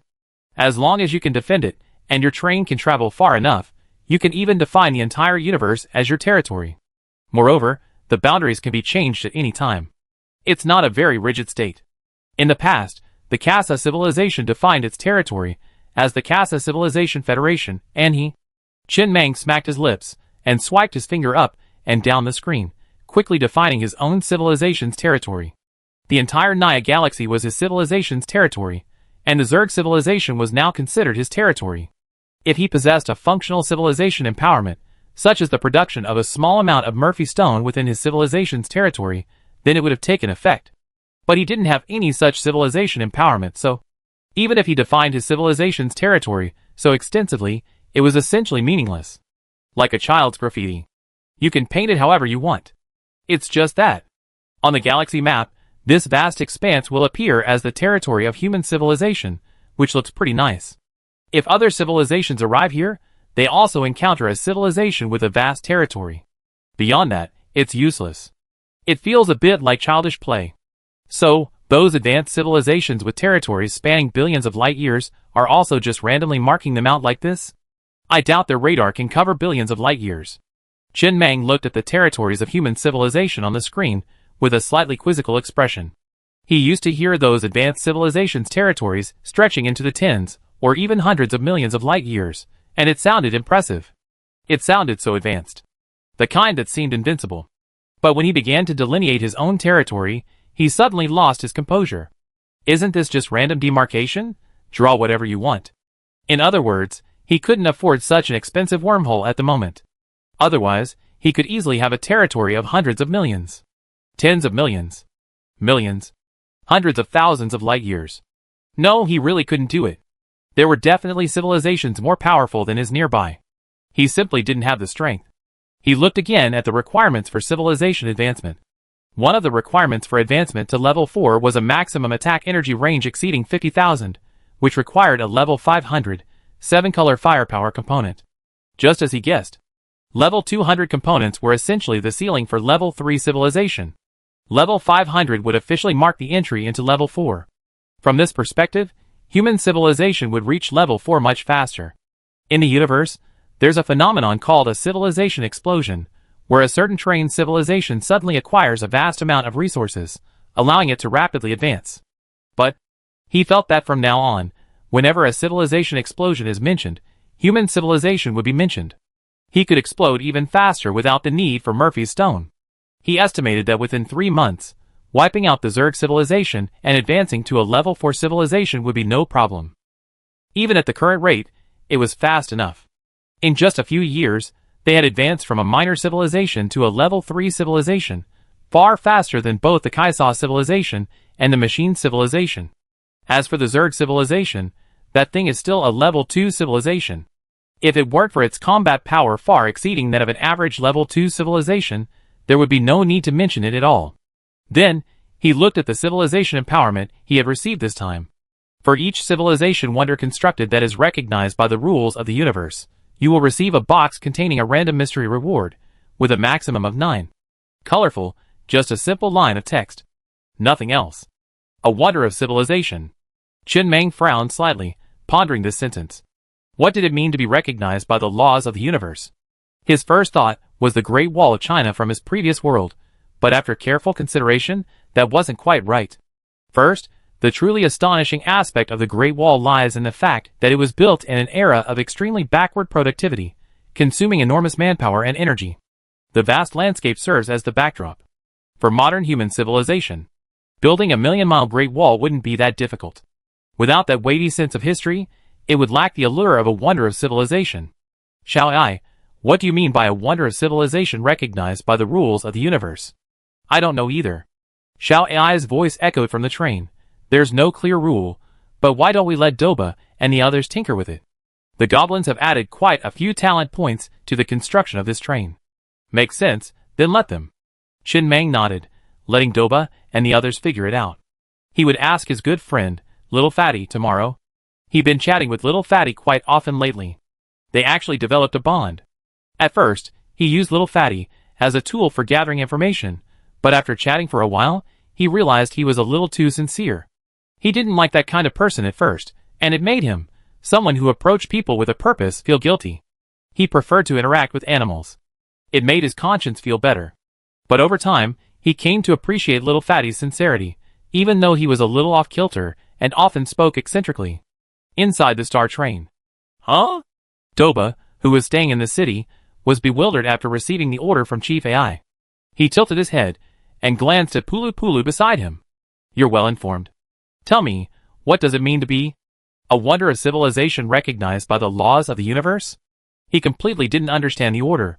When he asked Chief AI for more details, he replied, Master, feel free to use your own ideas. Pulu Pulu was silent for a long time before finally speaking with a steely voice. I think, if it's a wonder of civilization, it must be unique, right? Right. Doba nodded seriously. Anything that can be called a cosmic wonder must be unique. But the universe is so vast, how can we guarantee that what we create is unique? So it has to be weird. Weird? Right. Pulu Pulu said excitedly, as if finding an idea. The weirder the better. Only in this way can we ensure that the civilization we create is unique. What's the rarest thing in the universe? It must be unique. That makes sense. Let me think. Doba pondered seriously. He took this order very seriously. It had only been so long since I last saw the palace they had built, and now they were being entrusted with such a significant task. This showed. I had high hopes for their construction talent, so he naturally had to seize this opportunity, build the best civilizational wonder. Meanwhile, in the southern border of the Nami civilization, on an uncharted mining planet, the fat boy, who had already packed up everything, looked around at the empty mine with a hint of reluctance. He was about to leave this mining planet. The mine had already been completely mined. He had been so engrossed in conversation yesterday that he had forgotten to tell his mysterious friend that he was leaving tomorrow. He wanted to say goodbye to his friend before leaving. They might never meet again. Just then, a familiar figure reappeared in the deserted mine. The fat boy hurried forward, grinning. Chin Mang, you're finally here. I'm leaving this mining planet today, and we might not see each other again. Over the past few days, he learned the man's name. He even knew he was a leader of a civilization. The familiar figure before him held out the note as usual. If you continue to contract the mine, we should meet again. Do you know the great battlefield? Yes, it's very dangerous there, but many still venture in. If they emerge alive, they earn a fortune, and some even receive government awards and become heroes of civilization. Right. You suddenly asked that. It reminds me of something. My father.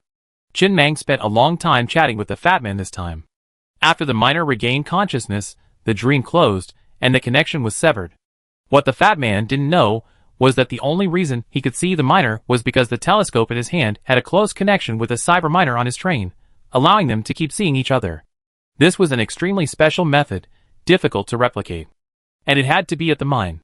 For some reason, he tried to get Xiao Ai to create other dreams for the cyber miner about encounters with Little Fatty, but none of them worked. Only at the mine. As long as Little Fatty continued to contract the mine, there would always be a chance for them to meet again. These days, he chat with Little Fatty, and the leader of the Spark civilization whenever he had nothing to do. He gained a lot of information, which had greatly broadened his horizons. Having so many friends in the universe wasn't easy.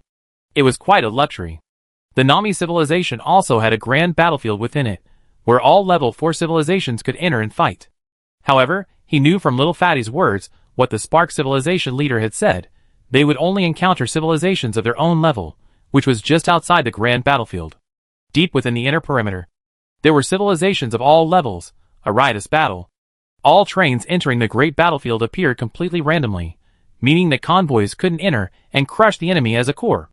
Civilizational group warfare lost its advantage here, and the emphasis was on the strength of individual trains. But this was precisely his advantage. Human civilization was a bit special. Even after reaching level 3, it still lacked a single core. Its only real combat power was its star train. He dedicated all his resources to building his own train. One was enough. A single, powerful train could crush millions of petty mortals. After reaching level 4, he wanted to take a good look at the great battlefield. As for the civilizational landscapes, this Little Fatty also knew that there were supposedly 3 civilizational landscapes within the Nami civilization.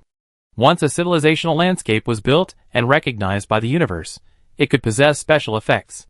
For example, one of the civilizational landscapes within the Nami civilization was a train graveyard. This was pure coincidence. After the war, the Nami civilization cleared a vast amount of debris into a single area of the universe, preparing for collective destruction. Yet, for some unknown reason, it was inexplicably recognized by the laws of the universe and transformed into a civilizational landscape. The effect is, within this area, there is a very low probability of the train soul brewing. Embedding this train soul inside a train grants the train's auxiliary AI an additional supermodel effect.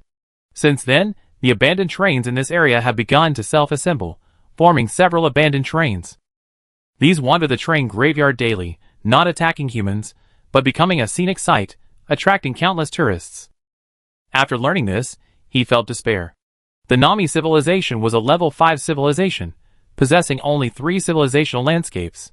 Creating one would be a good thing, but 9 was out of the question. Although the civilization empowerment was of 7-color quality, it was of very high quality. But now it seemed that the difficulty of redeeming it was incredibly low. Forget it. Let Doba tinker with it. Whatever they come up with, just pretend this thing never existed. If they succeed, it'd be a surprise.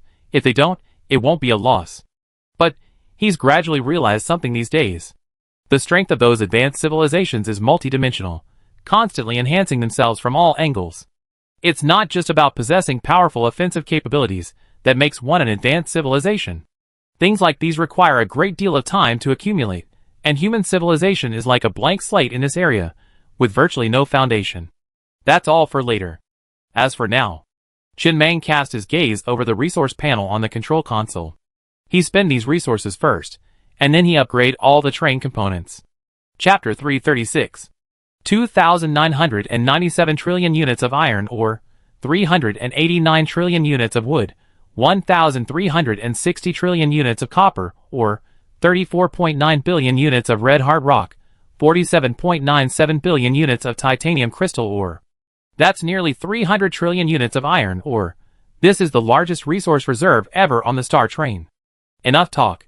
Begin the upgrades.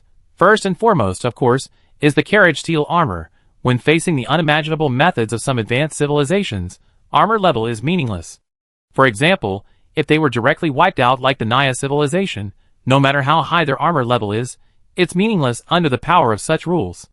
It's a dimensionality reduction attack, a complete crushing defeat. But, for him now, at a time when war with the Zerg civilization is imminent, armor level is still very important. Moreover, even for an advanced civilization, such a method would likely not be a conventional attack method. It's impossible to just unleash it on the first encounter. Qin Mang cast his gaze upon the control panel screen. From the very beginning, this component had consumed the most resources on the train. Just upgrading it to level 200 had consumed a full 30 trillion units of iron ore. In the past, that had been an astronomical figure for him. The Xuanwu civilization's generous assistance had only provided him with less than 10 trillion resources. But now, it was just a drop in the bucket, but it was still a start. A normal 7-colored component, upgrading from level 200 to level 500, required 100 trillion units of iron ore. The carriage steel armor consumed even more, requiring 100 trillion. This far exceeded the cost of upgrading other components. But for the Star Train at that moment, it was perfectly acceptable. The next moment, as 100 trillion iron ore turned to ash within the carriage and seeped into the train, the component's level was instantly upgraded to level 500. A new supermodel effect was also added. Carriage steel armor level 500 supermodel effect, eternal and indestructible. After being attacked by energy, this armor absorbs all incoming energy, regardless of level, and temporarily boosts the train's armor level for 24 hours. P.S. This level 500 supermodel effect is unique in the universe. PS2. Other civilizations will no longer be able to obtain this supermodel effect. Looking at this supermodel effect before him, Qin Mang's eyes flashed with horror. He naturally knew that a level 200 supermodel effect was essentially the upper limit for a level 3 civilization. A level 500 supermodel effect was something only a level 4 civilization could reach. And every level 500 supermodel effect was exceptionally powerful. But, isn't this too perverse? In Star Wars, most attacks are energy. This means that even if the enemy is a level 1000 Arcanon light cannon, he's completely immune. Not only is he immune, he can also absorb energy to temporarily boost his train's level. The stronger the energy attack, the higher his train's level. Although it only lasts for a short period of 24 hours, it's enough. Gulp. In the train compartment, Qin Mang's throat rolled, and his first reaction was to glance at the Doppler radar.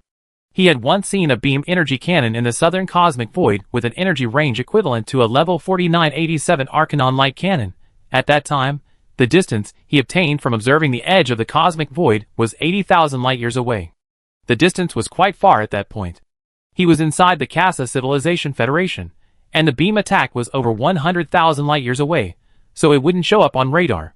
He remembered not panicking too much when he saw the beam cannon. After all, it was still 80,000 light-years away, still early. It would take another 80,000 years for the main cannon to reach him. He simply responded with a few Arcanon light cannons.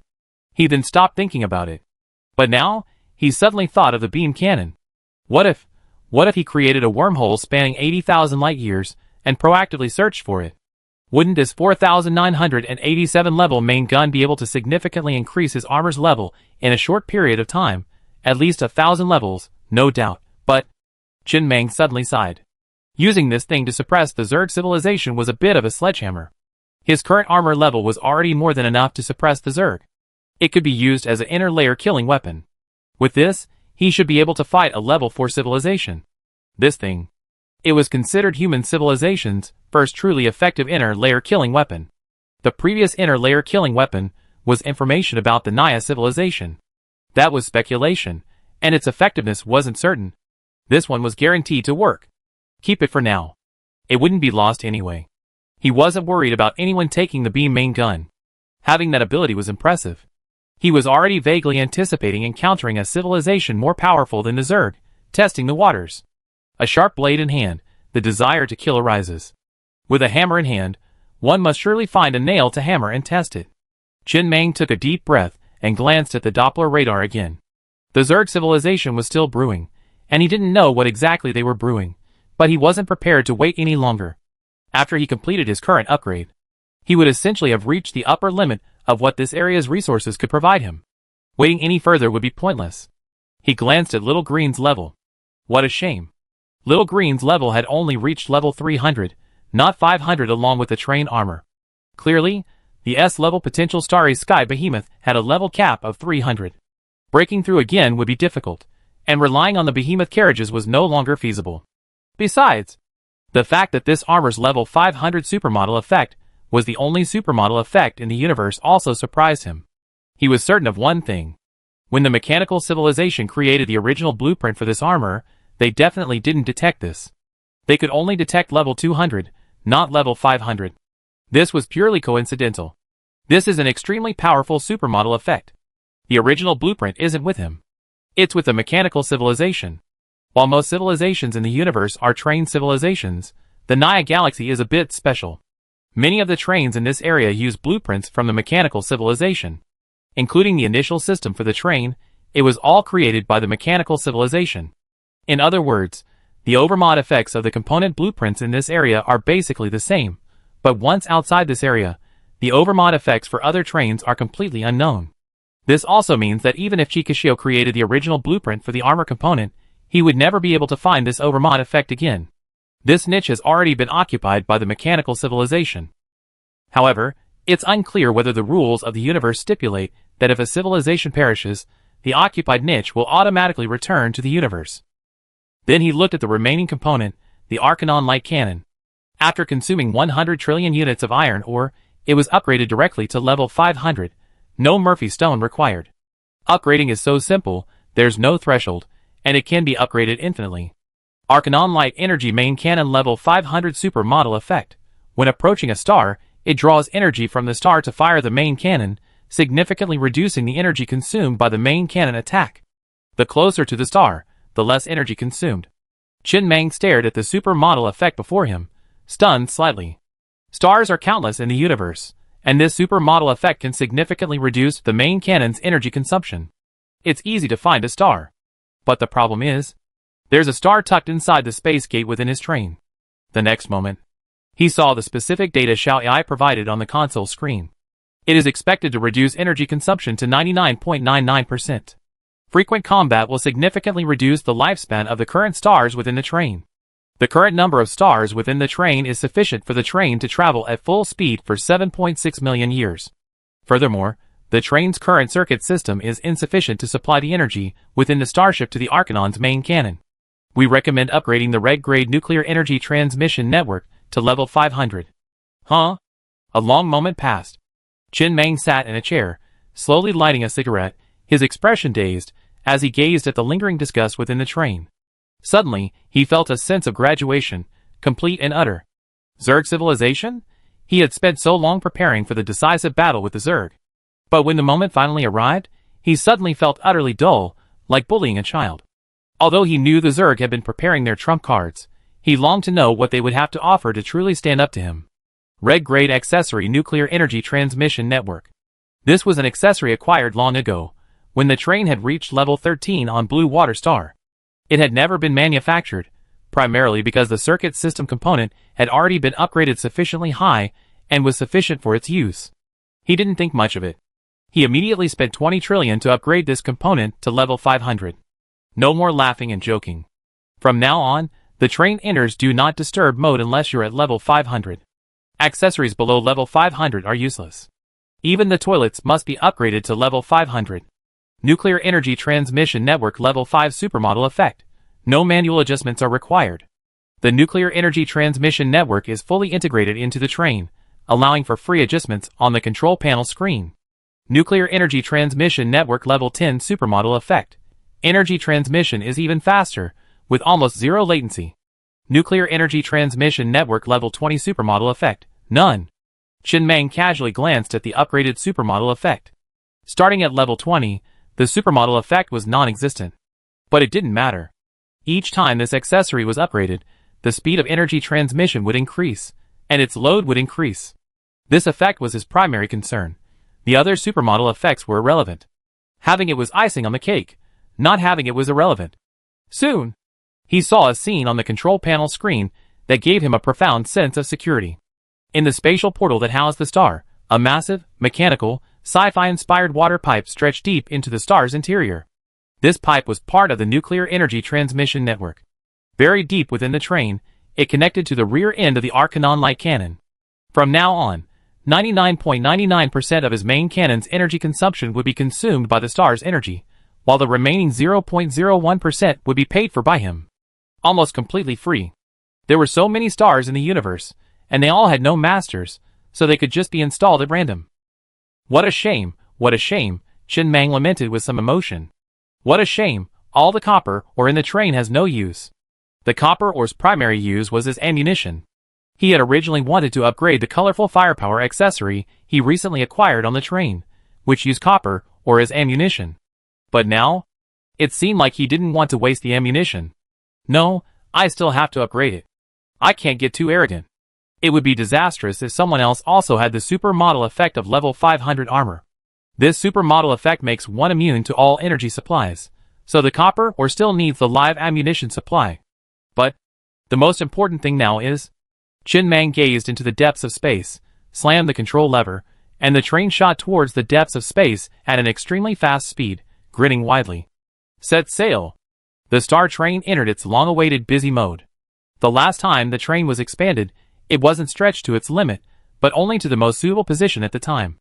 This time, Chen Meng chose to fill it up completely. The train officially entered the era of the giant. This freed up a lot of space.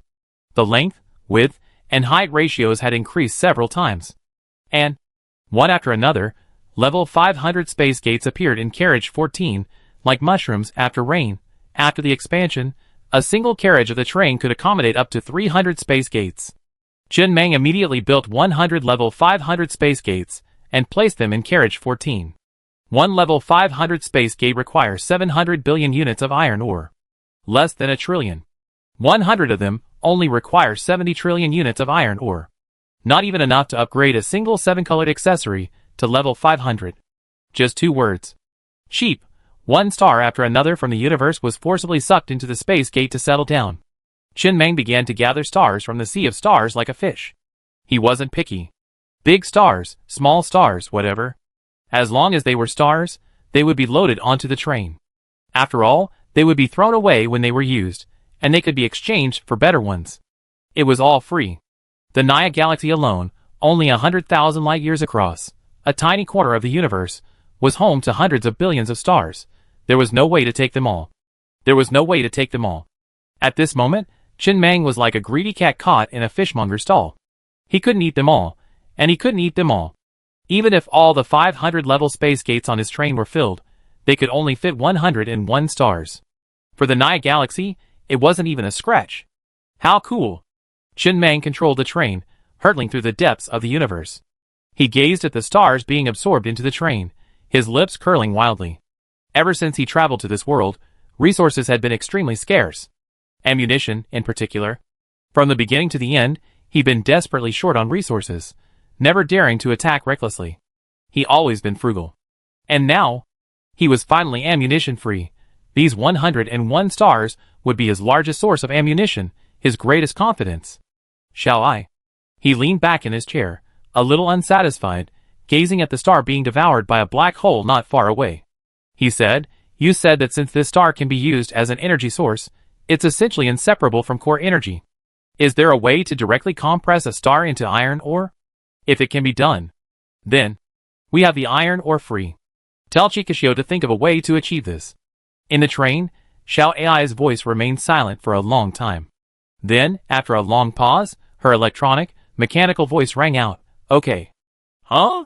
Chikashio, in Carriage 2 of the Star Train, the Mecha R&D Center, looked at Mr. AI in front of him, somewhat bewildered, after receiving Master Meng's latest order. He pointed at himself and said, "Me?" "Yes." Xiao AI nodded expressionlessly. "This is Master Meng's expectation of you. There's no rush for now. I'm just responsible for conveying it. Good luck." 3 days later. Full. The train was completely packed. 100 stars were stuffed into the train's space gate. Actually, Qin Meng wanted to experiment. If all 100 stars were thrown out simultaneously, the resulting gravitational chaos and explosion would be quite spectacular. And that's not all. The Arcanon light cannon is a powerful weapon, but it has a major drawback. It requires charging. The more powerful the cannon, the longer it takes to charge. This means the attack frequency is slow. Unleashing a high-intensity attack is like a middle-aged man standing by the toilet, dripping. Not fun at all.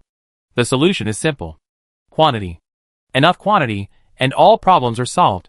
Building one Arcanon light cannon requires 102 trillion units of iron ore. This thing was originally enormous, but after the train's expansion, it seemed a bit small. The accessory has a limited space requirement on the train, and the train is too small to fit. But now, he doesn't have to worry about that. 5 more.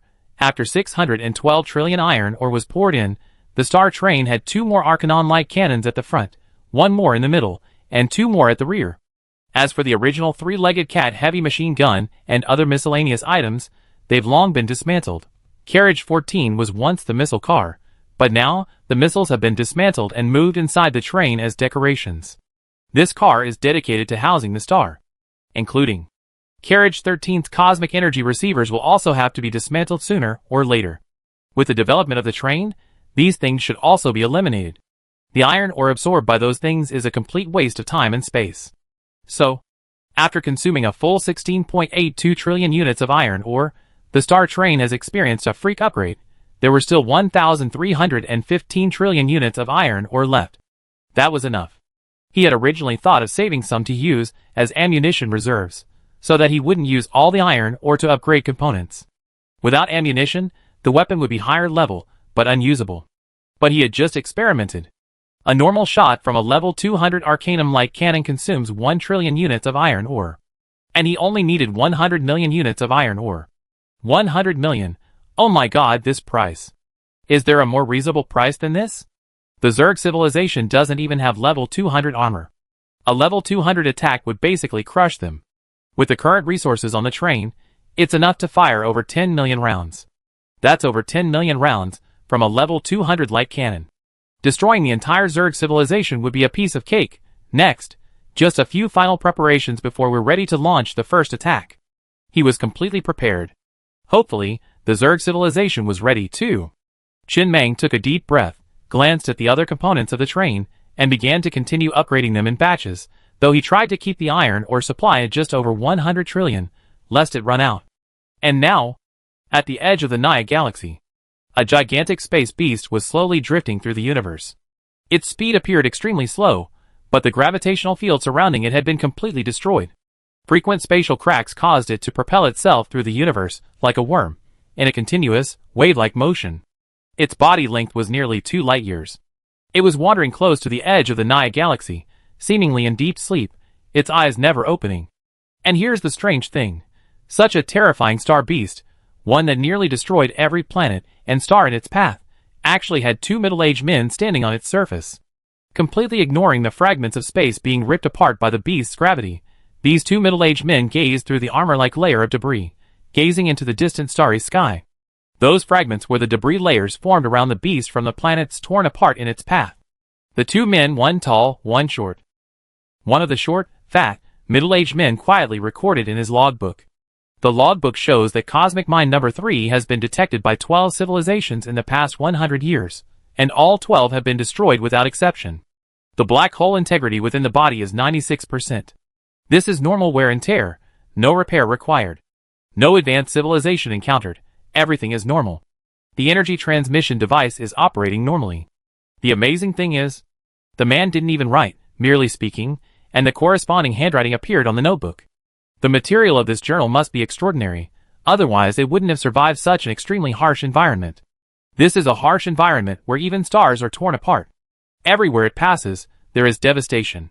The shattered universe will take a long time to slowly repair itself. 12. The tall, middle-aged man standing nearby frowned and said in a deep voice, "In the last 100 years, it was only detected by 3 civilizations. This time, it's being detected by 12? No wonder energy consumption has been so high in recent years. It feels a bit unsettled lately. The phenomenon of civilization explosions is becoming more and more frequent." The short, fat, middle-aged man put the journal back into his arms and explained, "Not entirely. Of these 12 civilizations, only 9 are level 3, possessing 200 level 7 color radar. The remaining 3 are level 1 and level 2 civilizations. It's pure bad luck. But even if there are only 9, it's definitely a lot more than before. I remember clearing this area just 400 years ago. In just 400 years, 9 new level 3 civilizations have emerged. The pace is much faster than before. By the way, I forgot to tell you, I'm planning to retire after I get back this time. I've been working for 700 years. I don't want to work for the remaining 300 years. I want to have some fun, see the scenery of different planets, and travel around." "You want to retire?" "Retired?" The tall man said with some envy, "That's great. I've only been working for 400 years, and the money I've saved isn't even enough for my retirement. Remember to come visit me from time to time after you retire." "No problem." The short, fat, middle-aged man smiled and said, "Our job is actually pretty easy, and the pay is high. All we have to do is monitor the remaining energy in the cosmic mines, and replenish it instantly through the black hole. Every 100 years, we check the mine logs again, and there won't be any other problems. By the way, I have a question I've been puzzled about." The tall man asked, puzzled. "The cosmic mines are clearly wormholes, so why are they called black holes? Wouldn't the logic for replenishing energy for the cosmic mines be to provide it through a remote wormhole?" "This one." The short, stout man hesitated for a moment before finally speaking. "This case is confidential and cannot be inquired about. I only heard a few bits and pieces from my senior. Although we are responsible for providing energy, have you ever seen a single piece of iron or at your workplace?" "Indeed not. That's because the other side of the black hole is somewhere else. We just need to press a button. This is indeed a black hole, but it has a wormhole effect. The giant black hole on the other side will shatter all the stars and planets in that area, compressing them into a huge amount of energy. This energy cannot be used for trains, but it can be provided to the star beasts just now. As it happens, the other end of the black hole is right inside this thing's belly." The short, chubby man stamped his foot inside. "This thing is a full 1.9 light years long. I don't know how our civilization created it. If we were to walk from end to end on foot, it's hard to say whether it would take even a celestial emperor a lifetime. If we weren't wearing work clothes, you and I would be dead if we showed our heads." "All right."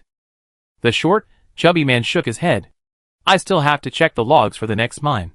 I try to finish them today. After I report back, I retire." "Okay." The next moment, the two of them vanished in the blink of an eye, as if they had never appeared. Only this gigantic cosmic beast continued to drift through the universe, its immense mass constantly shredding the surrounding planets. Space debris, like fish scales, vanished in a flash. The dust cloud that had once shimmered brilliantly beneath the stars was now tattered like vigorously stirred coffee. At this moment, Xiaolu, who was on the blue water planet and galloping across the wilderness with the star-trading sword tiger, seemed to have suddenly sensed something. He looked up at the sky, tilted his head to think for a moment, and then continued to run wildly. The star-trading sword tiger was simply exhausted, panting and groaning, practically exhausted. The boss said it was too weak. We needed to train it. The first goal was to run 10 laps around Water Blue Star. It was on its 3rd lap, and it felt like it was dying. It really wanted to say, this was useless. But just then, the exhausted and breathless star-trading sword tiger suddenly felt a surge of immense strength within it, and the aches and pains instantly vanished. Bewildered, it shook its paws. It seemed tired no longer? Wait, it seemed to have leveled up? Could this really be useful? Thinking of this, the star-trading sword tiger excitedly followed Little Green and continued to run furiously. Little Green, sensing the star-trading sword tiger's movements behind him, shook his head in delight and continued to roll across the ground like a ball, leaving no trace of dust. Mr. Mang once said, Every story has a happy ending. If it's not the end yet. Aquamarine Planet, Taiping City. In front of a barbecue restaurant, young Masterly stood at the entrance, gazing into the bustling business. A satisfied grin spread across his face. Taiping City was where Mr. Meng started his business. It became the heart of human civilization, bustling with tourists daily. He opened a barbecue restaurant in this city. As the heir to the Scallion civilization, he had extensive experience in growing delicious onions. And since eating onions wouldn't be perfect without grilling them, he naturally had a deep understanding of how to make delicious barbecue. The restaurant was called the best Scallion barbecue in the universe. The shop is always packed with customers. Just then, husband. A female voice came from the side. A woman with a scallion on her head and a slightly bulging belly emerged from the kitchen. She leaned against Master Li and whispered, "Business is both good and bad. You're so tired every day. It hurts to see you. It's okay to be tired. It's good." Master Li embraced the woman, looked out the door, and smiled. Life is rewarding when it's tiring. His Scallion civilization is also slowly reviving. Last time, he saved many members of the Scallion civilization, ensuring that it remains extinct in the universe. However, he has no plans to rebuild it. From now on, he will completely merge with human civilization. The information on his iris chip now reads, "Civilization belongs to the human civilization. Scallion race belongs to the Scallion people. This life is quite good. If only that star-stepping sword tiger guy could eat less at every meal. His appetite is too huge, and it's too expensive." Unlike Little Green, he's never seen Little Green eat anything. He even offered her barbecue, and she wouldn't eat. Little Green is still frugal. No way. Xuanwu Star, Zhongzhou City. The head of the Tianji Pavilion shook his head. "We've tried, but we can't get people from human civilization to cultivate immortality. Even if we join human civilization now, it won't work. Just like the people from the Scallion civilization, even though they join human civilization, not everyone in human civilization has Scallions growing on their heads. For now. The most orthodox human in the universe is the mainstream of human civilization today. They have no physical modifications, no special abilities, no cultivation skills, no magic, and are simply ordinary. People like us and the Scallion civilization are both mutations, but they're benign mutations. Currently, the only legitimate way for humans to cultivate immortality is to have children with us immortal cultivators. There's a certain chance that the children will inherit our mutations, allowing them to cultivate. Their civilization on the iris chip belongs to the immortal cultivation civilization. Their race belongs to the immortal cultivators. After the fusion of civilizations, many people on the blue water planet yearn to cultivate immortality. They have tried to teach others, but ultimately failed. It's simply impossible, like reproductive isolation, and it's difficult to break through. Of course, immortal cultivators, Scallion people, and orthodox humans are all essentially human. While some mutations might be less likely to be inherited, if these three species mate, it won't affect their ability to have children. There's no reproductive isolation. On the star, inside the train. Qin Meng, sitting in a chair, preparing to upgrade each component one by one, suddenly glanced at a pop-up notification on the screen. He'd been in touch with the fatty again. The miner had seen the fatty again after entering the dream. He immediately projected the scene onto the screen. He prepared to chat with the fatty again. "You're here again!" On another mining planet, the fatty, who had just settled in, looked at the mysterious guest who had appeared at his mine and trotted over excitedly. "I thought we hardly see each other again. I was thinking I'd visit you on that mining planet after I finished mining this mine. I didn't expect you actually leave that mining planet. You're amazing. By the way, are you quite interested in that Tiangong? I shamelessly went to my father yesterday to ask about it, and he said they basically completed the exploration. It's empty, nothing at all, absolutely bare." "Nothing at all?" "Yes, absolutely nothing. My father said he probably got first-hand information, but he's a little skeptical about its authenticity, because logically, it can't be empty. Apart from anything else, a Tiangong this large, hovering above a planet, and capable of appearing on it instantly, must need energy, right? At least there should be an energy transmission device, or resources, or something. But there's nothing, completely empty. Not even a single ore. It's actually empty?" After chatting for a while, Qin Meng and the fat man agreed to meet again tomorrow and left the conversation. The cyber miner was no longer responsible for mining, but was solely responsible for facilitating conversations between him and the fat man. Qin Meng sat in his chair, lost in thought. He was now certain that this sky palace was built by the future Doba and his team, and most likely thrown here by him from the future. He had initially wondered if his future self would fill it with resources and blueprints, but now it seemed like there was nothing. His future self would surely have thought of this. There were probably two reasons why he didn't do so. First, the rules of the universe wouldn't allow it. Second, his future self couldn't guarantee he'd find this sky palace. That's right. If it weren't for the Starfire civilization, he wouldn't have known about this sky palace at all. If his future self wanted to ensure he could obtain this heavenly palace, how to accurately throw it in front of his present self would be a considerable challenge. It looked like he had failed. After all, it hadn't reached him. It had instead fallen into the hands of the Nami civilization. Chen Meng suddenly thought, and his lips twitched slightly. When this heavenly palace was built in the future, it would surely be considered a wonder of civilization, right? He had just assigned the task of creating this wonder of civilization to Doba. Yes. That's good. I give Doba credit in advance. But he didn't know when Doba would be able to build this heavenly palace. Given the current technological level of the Goblin civilization, it would be difficult to achieve without several hundred years. Then he stopped thinking about the problem. He continued to strengthen the components. Continuing to look at the various components on the three-dimensional diagram of the star train on the control panel, he saw the refrigerator and sighed with a hint of regret. This component had provided him with considerable assistance. It was very useful in his humble days. It's still very useful now. He had been looking forward to the refrigerator's 500-level supermodel effect, but unfortunately, the last time he upgraded it to 500, the supermodel effect he gained was none. This means that even if he upgrades it to 1000, the supermodel effect will still be none. He can only wait for Chikashio to create the original artwork for the refrigerator accessory and rescreen the supermodel effect. Also, he see if he can find a way to increase the upper limit of the supermodel effect detection. It can only detect up to 200, which is a bit too low. It should at least detect up to 500. Then we have to see. The train assistance AI. The next moment. After consuming 380 billion units of iron ore, the train assistance AI was instantly upgraded to level 500. It gained a brand new supermodel effect. Train assistance AI level 500 supermodel effect. Computing power is significantly increased, and the level of the supermodel effect for deducing accessory original images is raised to level 500. It also inherits the database of all AIs that have died within radar range within the past 10 years. Chen Meng's eyes lit up, a slightly strange expression on his face. Why did he feel like his luck was so inconsistent? He had just been wondering how to increase the detection level cap, and in the blink of an eye, that problem was solved. Xiao AI, tell me how it feels to reach level 500. However, Xiao AI's voice did not reach the train. Xiao AI? Chen Meng asked, somewhat puzzled. The next moment. Wait. A moment. The sound of Xiao AI's struggling and stuttering voice echoed from within the train, like a computer crashing.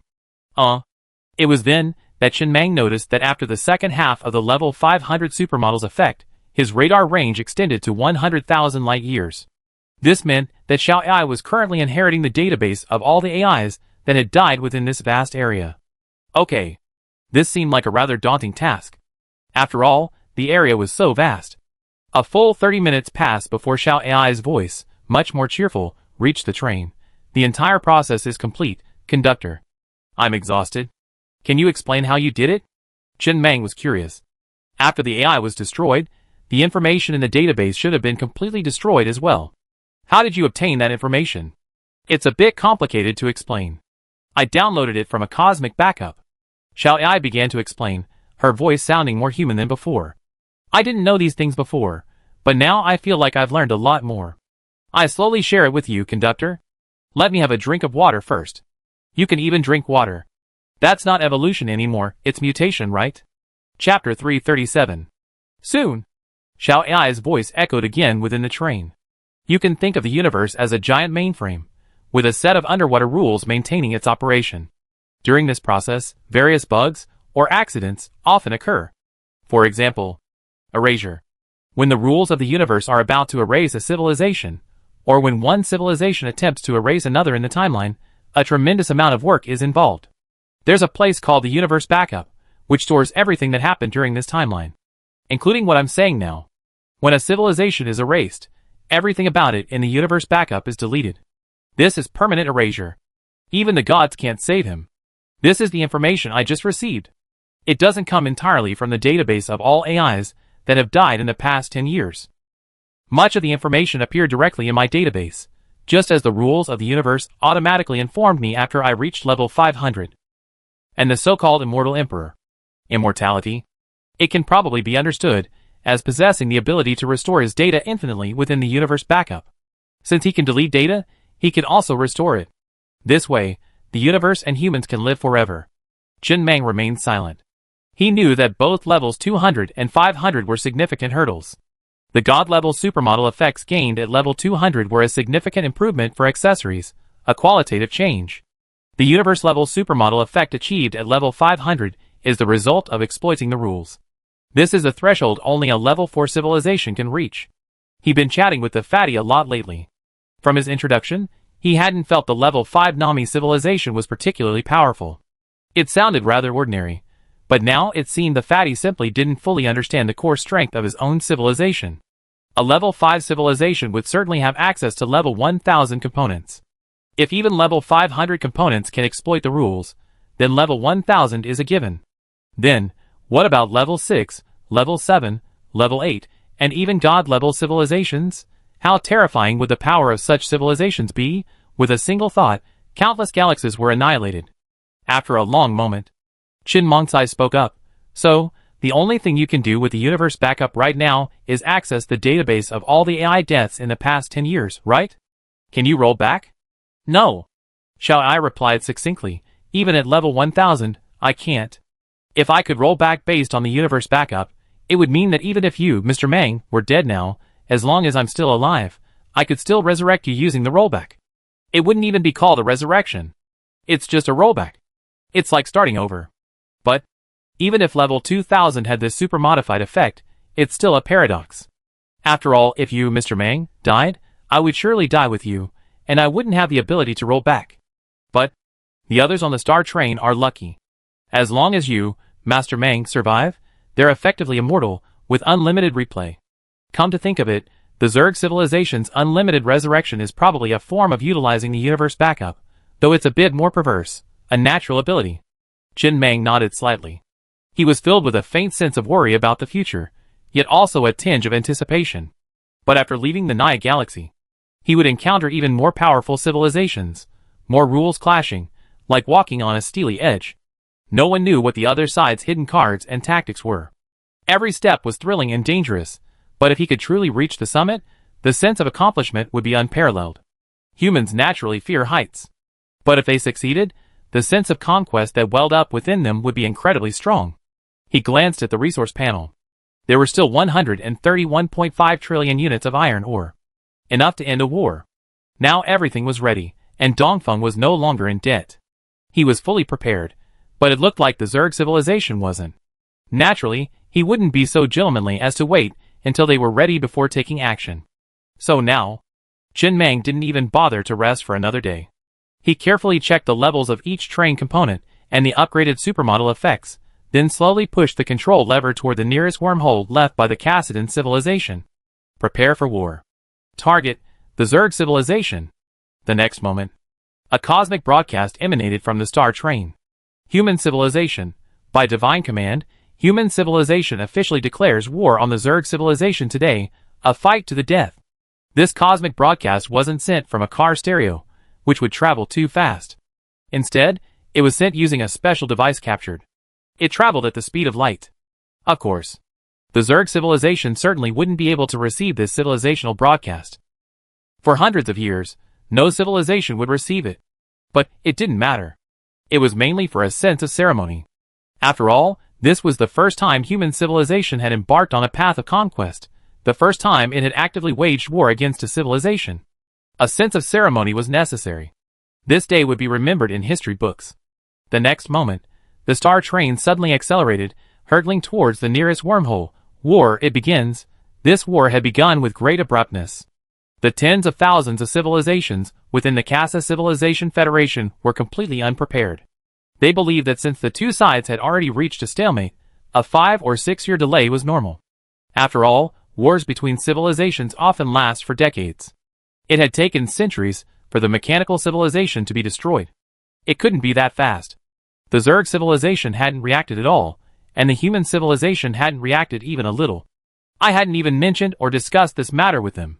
Until the star train suddenly appeared at the Zerg civilization's frontline positions, blazing with light and beginning a barrage of bombardment. The other civilizations, gradually receiving the news, belatedly realized. It seemed the war had begun. The human civilization had launched the first attack, and the number of the attacking forces was one train. Boom! The universe was silent. But as this scene illuminated the front of the train, Chen Meng, standing at the control console, could still imagine the sound in his mind. The pitch-black curtain of deep space was suddenly torn apart. Several piercing beams of light, like Arcanon light cannons, with a power of 200, burst from the barrels atop the steel behemoth's carriages. Like thunder hurled by a deity, they carved a scorching trail of death in the vacuum, dealing a devastating blow to the Zerg civilization's motherships ahead. 200. This far exceeded the defenses of these motherships. The defensive energy range of these motherships was only 15,000, or 150. For a second-tier civilization, this was already a profound foundation. After all, strengthening armor to 150 not only consumes a vast amount of resources, but also a vast amount of precious Murphy stone. But, in the universe, never think of yourself as a monster, and certainly never think of yourself as the protagonist. In some corner, beyond your reach, there are always those more monstrous than you, those more powerful than you, quietly watching you leap and sway. The so-called strength of the Zerg civilization was instantly shattered by these 200-level Arcanon light cannons, utterly annihilated. The fragments that remained vaporized shot at immense speeds into the depths of space. This is the front line of the Zerg civilization. A large force is assembled here. There are numerous Zerg motherships, each with a defense range of 150 and an attack energy range of 170, with the strongest reaching 230. Each Zerg mothership was surrounded by a vast swarm of Zerg monsters. They filled a vast expanse of space. They looked incredibly terrifying. The Doppler radar indicated that the number of Zerg monsters in the universe ahead was 37.92 million. An astronomical figure. And this was merely the front lines of the Zerg civilization, not its main force. The Zerg civilization's strength far surpassed that of a Tier 2 civilization. When several main guns exploded within the Zerg civilization's frontline forces, the vast swarm of Zerg monsters immediately launched a counterattack. First, a large number of Zerg motherships dispersed, fleeing in different directions. Simultaneously, countless Zerg monsters, fearlessly charging towards the star train, was a common tactic of the Zerg civilization. They used the number of Zerg monsters to deplete the enemy's energy reserves. When their energy reserves were nearly depleted, they launched a massive attack. It was incredibly simple. Yet, it was incredibly effective, unmatched. At this point, the enemy would usually retreat, then seek to locate the Zerg Queen and execute her. But today, the star train wasn't going to follow that script. Boom boom boom.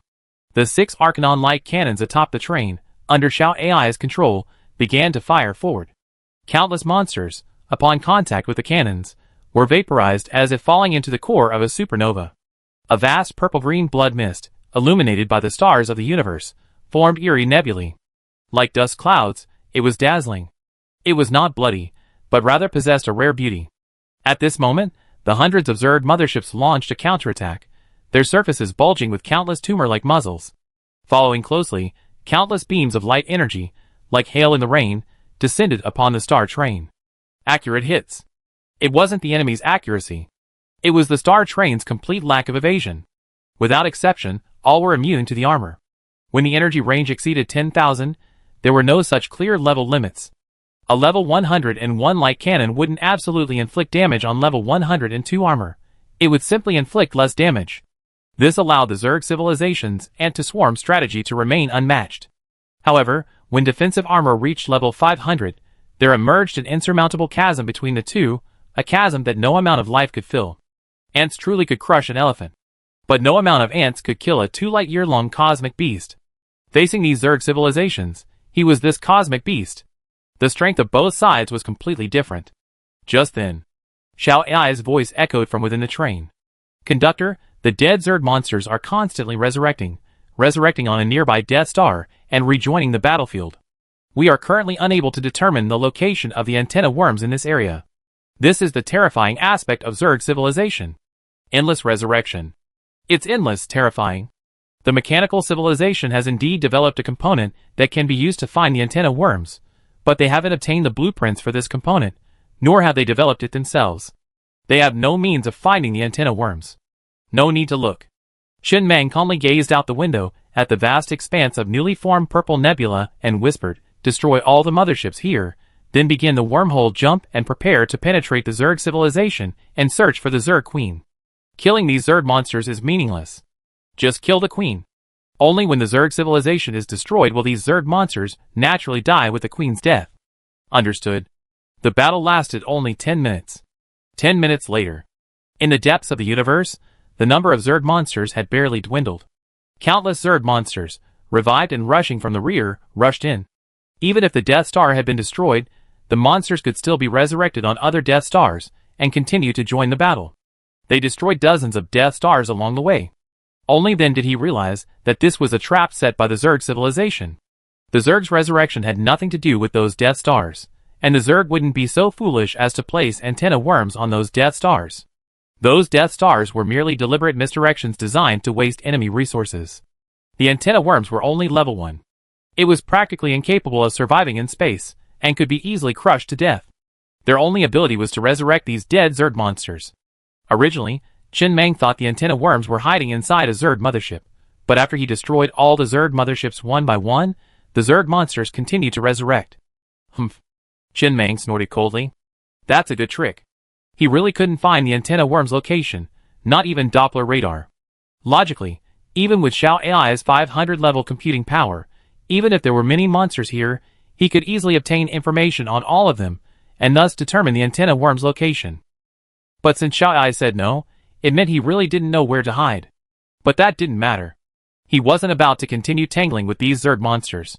Instead, he pressed a red button on the control panel, and his spider legs slowly extended, beginning to slice through space. He planned to enter pseudo-4-dimensional space, escape this place, and then reach the core of the Zerg civilization through the wormhole. Overwhelming strength. No need to hide, just force over power. Small tricks were meaningless. However, the moment the star train entered pseudo-4-dimensional space, Chen Meng glanced at the Doppler radar image, momentarily stunned, then suddenly grinned. TSK. The radar screen showed a multitude of antenna bugs swarming in the pseudo-4-dimensional space. Tens of thousands of them, densely packed. Like a plague of insects. Extremely blinding. He finally knew where the antenna bugs were hiding. They were actually hiding in pseudo-4-dimensional space. Why was it so hard to find them? Thinking about it this way, the mechanical civilization's methods were indeed powerful enough to detect even beings hiding in pseudo-4-dimensional space. They could even attack them. Logically speaking, creatures in pseudo-4-dimensional space were invulnerable to attack from the outside. What a pity. Chen Meng suddenly felt a pang of regret. If only the mechanical civilization were still alive. Their scientific research team was far more formidable than his own. While their internal conflicts were severe, their methods were indeed capable. It was simply that resources were scarce in this area. Otherwise, the mechanical civilization's advancement to a level 4 civilization wouldn't be a problem. But now wasn't the time to dwell on that. The next moment, a beam of light energy, several thousand meters wide, suddenly streaked through the pseudo-4-dimensional space, vaporizing countless antenna bugs before they were even touched. Why use a sledgehammer to kill a chicken? Why not? I like it, it works, I use it again next time. He had always thought antenna bugs were extremely rare, only 1 or 2. Now it seemed they might not be as rare as he imagined. There were tens of thousands of them here. After slaughtering all the antenna bugs, Chen Meng left the pseudo-4-dimensional space again, not intending to continue. Instead, he reappeared in the depths of the universe and began bombarding the group of Zerg monsters. A few minutes later, of tens of millions of Zerg monsters, only 30 million survived. Yes! He was very efficient, slaughtering nearly 10 million Zerg monsters in just a few minutes. However, their numbers were too great, and they were so scattered that a single shot wouldn't have much of an impact. What a waste of resources. Although they can't be resurrected, wiping them all out would still require considerable resources. Chen Meng calmly glanced at the resource panel. The Arcanon light cannon was useful, but it wasn't quite as effective against such a large number of enemies. He needed a weapon capable of inflicting mass destruction. The light cannon was primarily a single-target weapon. If these monsters could all be lined up in a straight line. He glanced at an accessory on the train that hadn't been used for a long time. Green grade accessory powerful magnet. Powerful magnet level 100 super effect. The strong magnet can be freely manipulated within the range of the enemy radar. An ordinary effect. Just a slightly larger range. The text panel red search radar. But in practice, Doppler radar also works. Theoretically, it can control any iron object within a 100,000 light-year radius, though the greater the distance, the greater the resource consumption. The next moment, he spent 380.8 billion units of iron ore and upgraded this accessory directly to level 500. Powerful magnet level 200 super model effect, none. Powerful magnet level 500 super model effect, none. He didn't pay much attention to it, simply narrowing his eyes slightly, pressing a button on the console, and gazing at a slightly wobbling planet not far away. He whispered, just a little bit more. He didn't need any super model effects. He simply needed the effect of each upgrade of this accessory. Each upgrade increased the magnetic force. The next moment, he consumed another 100 trillion units of iron ore, upgrading to level 1000. The supermodel effect remained negligible. But this time, Chen Mang laughed. Just as he expected, those Death Stars, mineral planets, and some other planets could be freely controlled by his strong magnetic radar. So now, things were much simpler. Sitting in his chair, Chen Mang gazed out at the endless Zerg monsters charging towards the train from the depths of space, and whispered, the train now possesses the ability to control celestial bodies. Theoretically, we can freely manipulate the rotation speed, direction, and gravitational range of nearby planets. We can utilize the gravitational influence of a planet. When the Zerg monsters approach this planet, we can use the planet's rotation and orbital speed to fling them, like a slingshot, to the next gravitational node. Repeat this process repeatedly, after multiple ejections. Have these Zerg monsters slingshot back and forth between several celestial bodies, so that they are compressed into a dense straight line. This involves a lot of calculations. I can't do it. But, for you, at level 500, this shouldn't be a problem, right? Of course. Xiao AI's laughter echoed from within the train.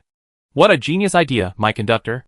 The gravitational slingshot effect refers to the fact that many aircraft in space use the gravity of planets to change their speed or direction.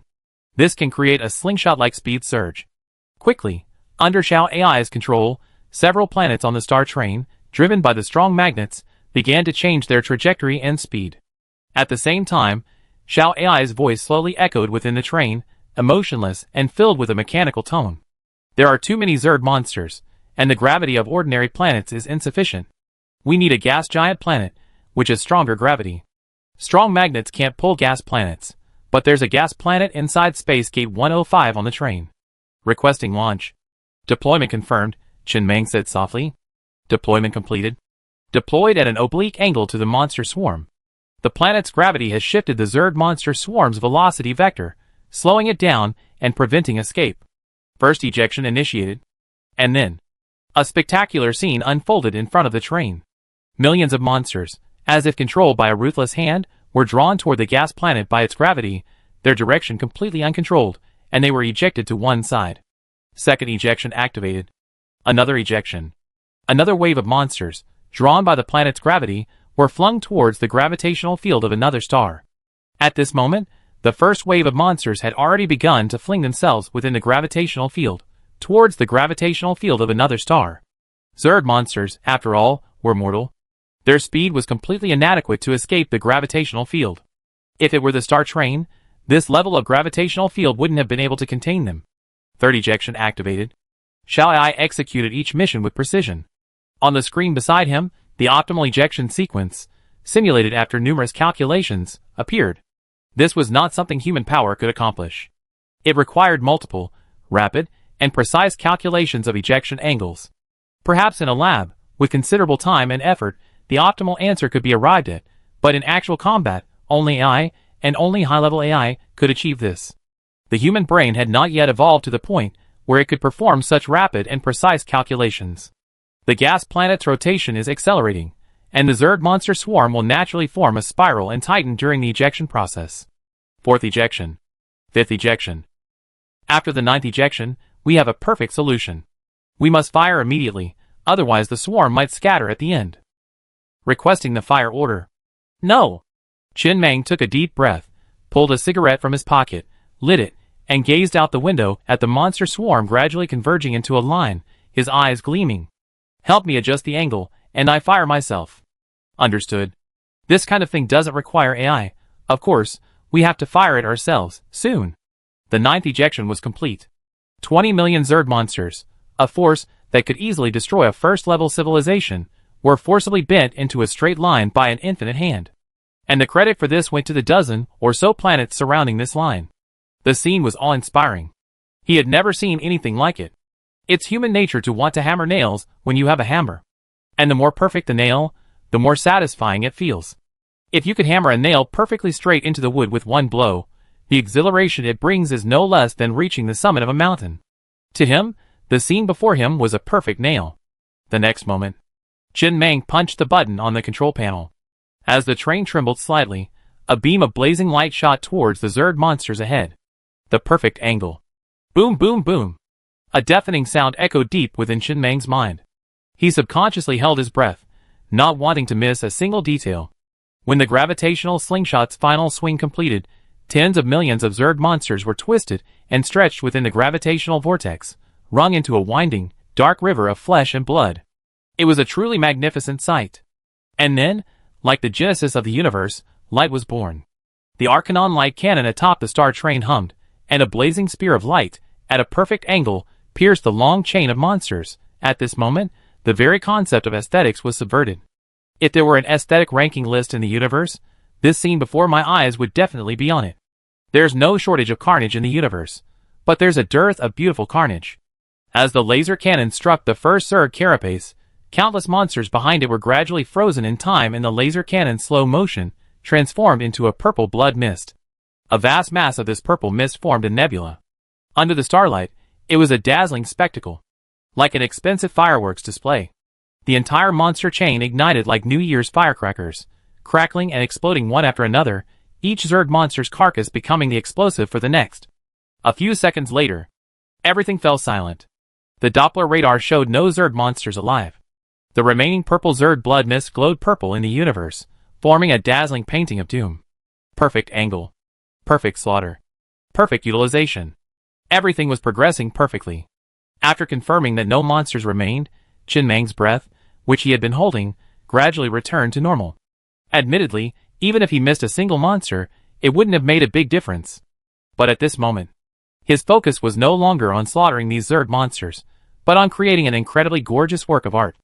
Any omissions wouldn't affect the overall outcome, but it would affect the aesthetic. That's it. Everything was settled. Everything was perfect. This was the ultimate form of violent aesthetics. At this moment, Chen Mang finally reacted, looking down at the ash that had landed on the corner of his clothes. He looked up ahead, quietly admiring the scene amidst the swirling smoke. The corners of his mouth couldn't help but curl upwards wildly. Awesome. So awesome. Although this had consumed a lot of iron ore, he had unlocked a new attack method, which would save him from the headache of facing such large-scale enemies in the future. Pulling directly to a line, he fired a single shot. Everything went silent. Just then, a panel suddenly appeared on the train control console. Human civilization, civilization empowerment. For each civilization wonder constructed that is recognized by the rules of the universe, receive a box containing a random mysterious reward, capped at 9. Colorful. Before he could react, another panel appeared. Human civilization has successfully created a civilization wonder recognized by the rules of the universe. The universe names it Insect Silence. Successfully received a box containing a random mysterious reward. And then, in the distance, the purple blood mist of countless Zerg monsters, after their deaths, seemed to be fixed, no longer dispersing, but lingering eternally in the depths of the universe. This was within the territory of his human civilization. To be more precise, the entire Zerg civilization was within his territory. This wasn't a war. It was a cleansing of the rebels within his own territory. Looking at the galaxy map, one could see a civilization wonder named Insect Silence. It belonged to the human civilization. If one touched it, then a replay of the previous scene would be shown. Is this considered a wonder? Chen Mang's emotions faded, a flicker of surprise in his eyes. This was truly a pleasant surprise. He had originally thought that only buildings he had personally built could be considered wonders. Now it seemed that not only buildings could be considered wonders. This one counted as a wonder, too. That was true. He knew that within the Nami civilization, there was a wonder, formed by accident. A large number of abandoned trains had accumulated somewhere in the universe, forming a train graveyard. It inexplicably gained recognition from the laws of the universe and became a wonder of civilization, without any guidance. The effect of that wonder of civilization is, within this area, there's a very low probability of the train soul brewing. Embedding the train soul inside the train grants the train's auxiliary AI an additional supermodel effect. Very good. Chen Mang grinned. He vaguely understood the logic behind the formation of a wonder of civilization. It needed to have some special significance, not just the highest possible cost. And not only could it not have a building, even a physical object would be acceptable. For example, humanity's first wonder of civilization, insect silence, had no physical form, only a vast purple nebula. And he also discovered that if one approached this area, a replay of the previous scene would automatically appear on the train control panel, a magnificent and spectacular sight. What should I do? Chen Mang pondered hesitantly. This was a good thing. But it also left him in a dilemma. He had previously had no concept of the territory of human civilization, nor did he place any importance on it.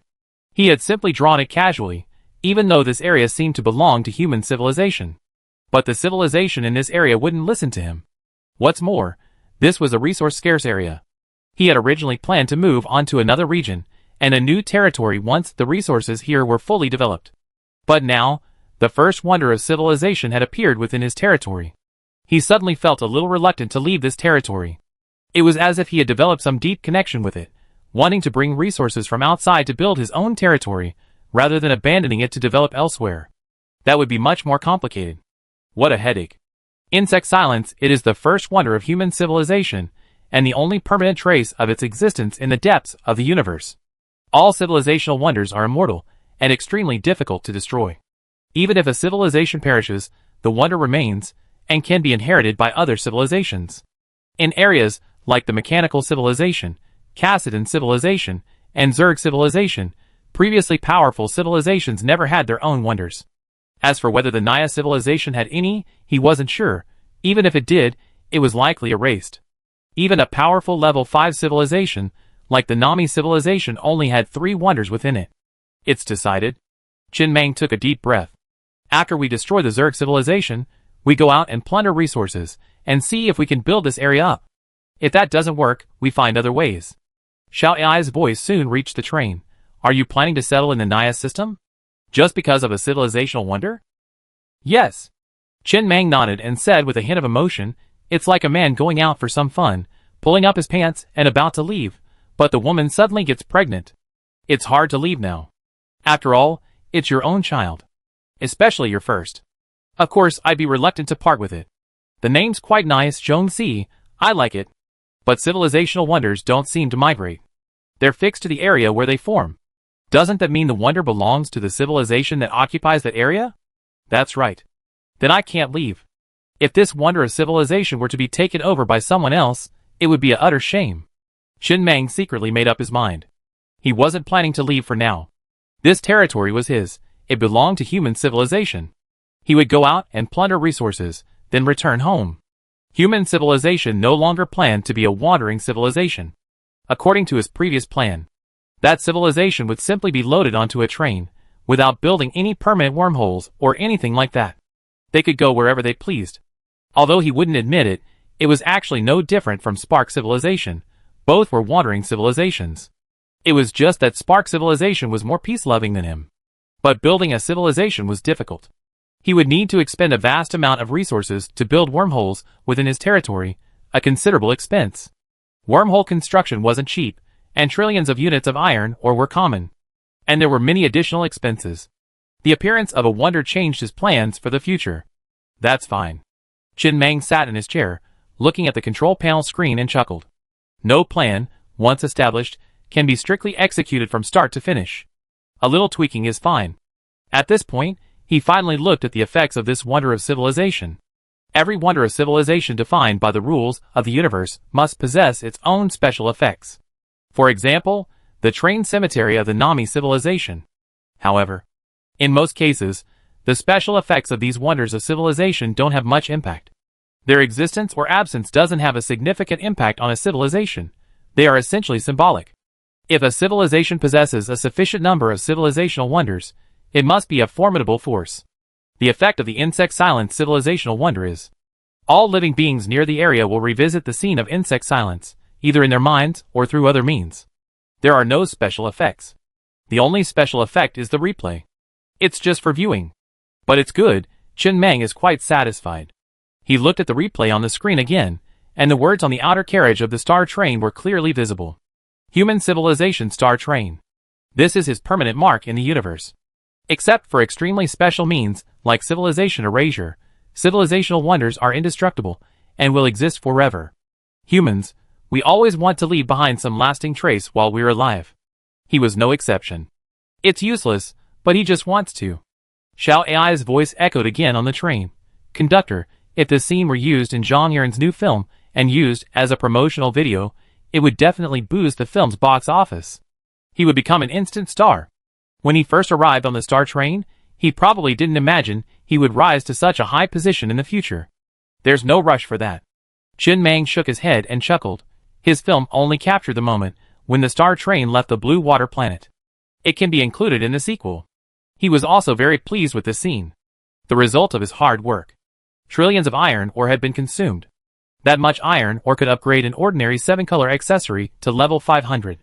This would also be the first level 1000 accessory on the star train. Then, he looked at the mysterious box that had appeared on the control panel. It was a reward from the Civilization Empowerment.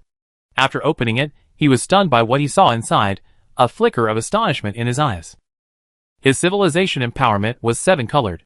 At first, he wasn't very satisfied. He felt it wasn't as good as the one with a fixed civilization level of 3. But now, he realized that the rewards in this box alone were almost worth an entire 7-colored Civilization Empowerment. If he could take all the rewards from this Civilization Empowerment, it would be equivalent to giving him 9 7-colored Civilization Empowerments. Supermodel. Chapter 338. Star inside the train. Chen Meng looked at the mysterious box on the table. It looked ordinary, all black, made of an unknown material, but he didn't feel anything special. If it weren't for the Civilization Empowerment, it wouldn't attract much attention if it were thrown on the side of the road. And inside the box was a single, ordinary token. When he held the token in his hand, a corresponding panel popped up on the train control panel screen. Civilization Empowerment. Available for the high-dimensional planet technology tree. Colorful, he remembered this Civilization Empowerment. The last time human civilization advanced to level 3 and drew the Civilization Empowerment effect, he had seen this Civilization Empowerment in the prize pool, but he hadn't paid much attention to it at the time. After all, he didn't understand what it was for. There was no text description. It wasn't straightforward. But he did recognize the 2 colorful suffixes at the end. With that suffix, this thing couldn't be weak. If each wonder created grants a 7-colored grade Civilization Empowerment, or equivalent rewards, wouldn't that mean he possesses the equivalent of 9 7-colored Civilization Empowerments? This would be a significant improvement for civilization. Of course, this presupposes the creation of 9 wonders. But now that one has been created, how long will the remaining 8 be, then? An introduction to the effects of this Civilization Empowerment appeared on the screen. This Civilization Empowerment grants a civilization's territory, and the planets it controls a high-dimensional superposition state, preventing it from being forcibly collapsed to 2 dimensions. It also grants priority when promoted to a higher dimension. Chen Meng narrowed his eyes slightly, as he looked at the description of the Civilization Empowerment before him. He had a rough idea of its effects. It was a defensive Civilization Empowerment, allowing him to ignore any attempt to forcibly collapse his civilization into 2 dimensions.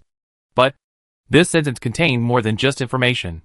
It was almost a clear signal that there was a crisis in the universe, or rather, that a civilization had the means to forcibly collapse other civilizations into 2 dimensions. Isn't this the 2-dimensional foil? He tilted his head to look out the window at the newly born civilization wonder, insect silence, his expression slightly complicated. He had just been feeling quite excited and proud. After all, he had developed a new offensive method, and his train's current strength was overwhelming that of a 2nd-level civilization, even a 3rd-level one. He felt that his civilization's strength was quite impressive in the universe. But reality soon poured cold water on him. It's forced erasure, it's forced dimensionality reduction again. The methods he prided himself on are practically insignificant compared to these civilizations' methods, completely powerless. He must be cautious. The universe is too dangerous. Even the slightest sign of presence could attract the covetousness of other civilizations. He must acquire forced erasure as soon as possible. Whether he uses it or not is one thing. He absolutely must have it. He must acquire these advanced methods as soon as possible. Otherwise, he feel completely insecure, like walking naked on the street. However, the good news is that he's drawn the higher dimensional planet, a colorful civilization empowerment, making him immune to methods like forced dimensionality reduction. He used to be delighted when he drew something good. But after more encounters, his joy gradually waned. It wasn't because the items he drew were bad, but rather because the universe was so vast. Whatever he could draw, someone else could also. He needed a vast foundation, so many that he couldn't even count them, to find his own territory in the universe and develop peacefully. So what's next? Chen Mang looked up at the red dot on the Doppler radar, indicating the Zerg civilization's urgent military buildup. He would first clear out the Zerg civilization. He planned to head to the nearby wormhole left by the Cassidon civilization, and jump to the closest spacetime node within the Zerg civilization. It was a hidden wormhole. Thanks to the Cassidon civilization, they had created numerous wormholes. When jumping around in this area of spacetime, he didn't have to build his own, but could simply copy others' ideas. It was quite good, saving a lot of resources. But he didn't leave immediately. The powerful magnet was operating at full power, rapidly drawing a large quantity of spider silk material into the train's interior. This was actually a gift of the Zerg civilization.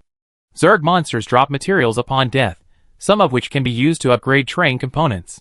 For example, spider silk. Humans lack this gift. They are truly a race blessed by heaven. Wait until later. He could upgrade his spider leg a bit higher to see what the effects of a level 1000 supermodel would be.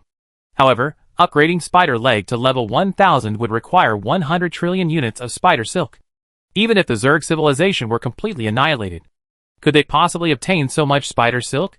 He had his doubts, but soon, Chen Mang's doubts were gone. The Zerg civilization's frontline garrison numbered tens of millions of monsters, a truly astonishing sight.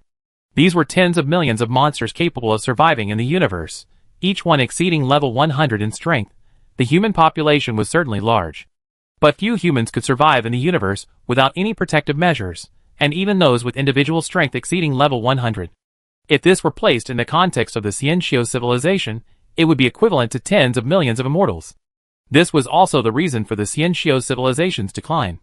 The immortal status required extreme talent, vast resources, time, and luck to attain, but for the Xianxiu civilization, it was as easy as giving birth to a ton of them. And the Zerg civilization was only a second-tier civilization. The fact that it declined rather than perished was a cause for celebration. After exceeding level 100, there are no strict level limits. This means that each of these tens of millions of monsters can inflict damage to the train. While the damage isn't significant, the sheer number of them means they can be slowly worn down. Of course, the trains mentioned here refer to those of the mechanical and Cassidon civilizations. His trains. Even if these people were to grind them down for 100 years, they wouldn't even see a single % wear and tear. Even if they did, the armor would automatically repair itself in the blink of an eye. Facing the Zerg civilization, he is absolutely invincible. The Zerg civilization's ability to mass-produce level 100 monsters so quickly is the reason it can run rampant in the Naya galaxy. If it weren't for the fact that, after destroying the mechanical civilization, the Zerg civilization engaged in a battle with another Zerg civilization preparing to enter the Naya galaxy, the Cassidon civilization would likely have perished long ago. He wouldn't have made it to Blue Water Planet. In that respect, he had to thank the Casa civilization for giving him a place to stay. Otherwise, after he left Blue Water Planet, the entire Naya galaxy would have been occupied by the Zerg civilization, leaving him unable to find even a single resource point and trapped near Blue Water Planet. He had already passed through the wormhole and leaped into the Zerg civilization's territory, only a few million kilometers from the core. The Casa civilization had constructed this hidden wormhole directly on the Zerg civilization's doorstep, which must have expended considerable resources and effort. At the very least, they had to draw the Zerg civilization's attention away so they could secretly dig a hole right on their doorstep. Otherwise, the spatial fluctuations would be too conspicuous. After a wormhole is created, it can be hidden, but even a hidden wormhole creates a very conspicuous spatial fluctuation upon opening, making it difficult not to notice. It was so close. He could see it clearly. Ahead, hundreds of planets clustered together, orbiting a total of 13 stars. The Doppler radar screen displayed them clearly. Here, if we only count Zerg monsters above level 100, there are tens of billions. If we count all Zerg monsters, there are quadrillions. Yes, quarters, This is an extremely exaggerated number. Most Zerg monsters aren't very high level. Many can be seen on the radar gnawing on iron, or clearly leveling up and evolving. Most importantly, this group of monsters can be resurrected continuously. With such a force, sweeping across the Naya galaxy is practically a no-brainer. Wait! Qin Meng's brow furrowed as he gazed at the radar display. Where do they get so much iron ore? He saw hundreds of trillions of Zerg monsters, almost every one of them rapidly devouring vast quantities of iron ore. All the monsters were rapidly increasing in strength at a visible rate. However, he knew how barren the Naya galaxy was. The resources in the north had been largely mined by the mechanical civilization. The resources in the east had been mined by the Kassadin civilization, and he accepted that whatever remained had been mined completely. The south was a void in space, devoid of resources. The upper and lower sides were empty spaces between other galaxies, devoid of many planets, let alone mining planets. The Zerg civilization in the west. Logically, after all these years, they couldn't still have so many resources, right? Most importantly, the many monsters over level 100 on the Doppler radar screen gave him a feeling of freshness. Yes, very freshness. Many of the monsters seen at the Zerg front were wounded, missing limbs, but here, a large number of level 100 monsters appeared intact, without a trace of battle. It was as if they had just evolved. And then, he witnessed another amazing scene. Is that a black hole? On one of the planets, a slowly rotating black hole existed on the surface. Numerous Zerg raced back and forth within it, bringing back vast quantities of resources with each trip. And they were all high-level resources. A black hole couldn't possibly exist on the surface. This wasn't a true black hole. It was merely a black hole-like entity. Qin Meng couldn't help but curse inwardly, somewhat annoyed. Isn't the universe too biased towards Zerg civilization? It was obvious that the Zerg civilization had discovered something resembling an ancient relic. They hadn't launched an attack in recent days precisely to buy time to digest these resources. The Zerg's overall strength was visibly increasing at a rapid pace, at least. He felt that the Zerg civilization certainly hadn't been this powerful before. Otherwise, with tens of billions of Zerg monsters over level 100, why would they have spent so much time battling the mechanical civilization and Kassadin civilization? They would have crushed them in a matter of minutes. What was all this trouble? This is such a damn waste of resources. The Zerg civilization consumes resources by leveling up the entire race, which means at least 99% of them are wasted. After all, even if a level 1 Zerg monster evolved to level 100, what effect would it have on the battlefield? It would be better to concentrate all resources and cultivate a single Zerg monster. But obviously, in the universe, no matter what form of civilization, it is impossible to quickly cultivate a single monster of terrifying strength. In the trained civilization form, there is the Murphy Stone as a barrier. In the Zerg civilization, however, there's a threshold for consumption speed. With so many resources, how long would it take a single Zerg to devour them? Even if they died of old age, they probably wouldn't even have devoured 1% of them. He was the only one who didn't use them. He had level 0 authority. As long as there were enough resources, a new god-level civilization would be born in the universe tomorrow. Human civilization, what a waste. What a waste. The Zerg civilization had already spotted him. A vast number of Zerg monsters began to take off from the planet, driven by motherships, and rushed towards him. From the depths of space, the scene, he could see, was a sea of blackness, quite shocking. The Zerg monsters weren't very fast. The reason they were able to zip through space was entirely because they were somehow attached to the Zerg mothership, sharing its speed. Destroy the mothership. These Zerg monsters would instantly become as fast as ants in the universe, moving one step at a time. The Naya galaxy was his territory. Any resources that appeared within his territory were rightfully his. This unknown black hole should also be his. A large number of Zerg monsters took off, surrounding him from all directions. This was his final battle with the Zerg civilization, a decisive one. The two sides should have fought a month ago, but both chose to quietly develop for a while. However, it was clear that Qin Meng had developed faster and was stronger. The Zerg might have thought that once their resources were exhausted, they would be invincible, but they hadn't expected that Qin Meng would encounter even greater opportunities. In the universe, never overestimate the magnitude of your opportunities. There will always be someone with greater opportunities. There's always someone more invincible than you. When both sides want to wait, the best solution is to engage in direct combat. You can't be sure that what you're waiting for will be superior to what the other side is waiting for, but you can be sure that if the other side wants to wait, it's likely they're also a bit unsure. The Zerg offensive was fierce. There were no probing attempts. No horns. In the silent universe, A near-infinite number of Zerg monsters, over level 100, took off from planets and swarmed towards the star train. Even if there was only one train, the Zerg Queen could control all the Zerg monsters and knew everything they encountered. Obviously, the Zerg Queen had already known what had just happened. She also knew clearly that this battle would be the decisive one. She held nothing back. She would start with a decisive move. Win or die. This place contained almost all of the Zerg civilization's strength. These days, the abundant civilization had concentrated all its monsters here, and began rapidly evolving them en masse. Huh? Qin Mang sighed softly, looking at the scene before him, and slowly closed his eyes. He knew that today was the day to make his final stand against the Zerg civilization. From now on, there would be no more Zerg within his territory. The next moment, the Star Train's spider legs slowly extended, severing space and disappearing from their original location, reappearing in pseudo-four-dimensional space. Millions of antenna worms, like maggots on a moldy pork rib, densely packed within the space. This was one of the Zerg civilization's greatest strengths. Infinite resurrection, but when a blazing beam of light swept through, completely annihilating all the antennae, even those millions of kilometers away, into ashes, the Zerg civilization's greatest source of confidence vanished. The antennae were too weak, only level 1, unable to withstand even the slightest fluctuation. He vaguely heard the roars of several spiders. Those spiders had used their legs to tear through space, entering the pseudo-four-dimensional space and hiding the antennae there. But they hadn't anticipated that their enemies would also possess their own unique abilities. He didn't immediately exit the pseudo-four-dimensional space. Instead, he remained inside, calling out the names of the Zerg motherships one by one. The 200-level Arcanon light cannon was simply no match for the Zerg motherships.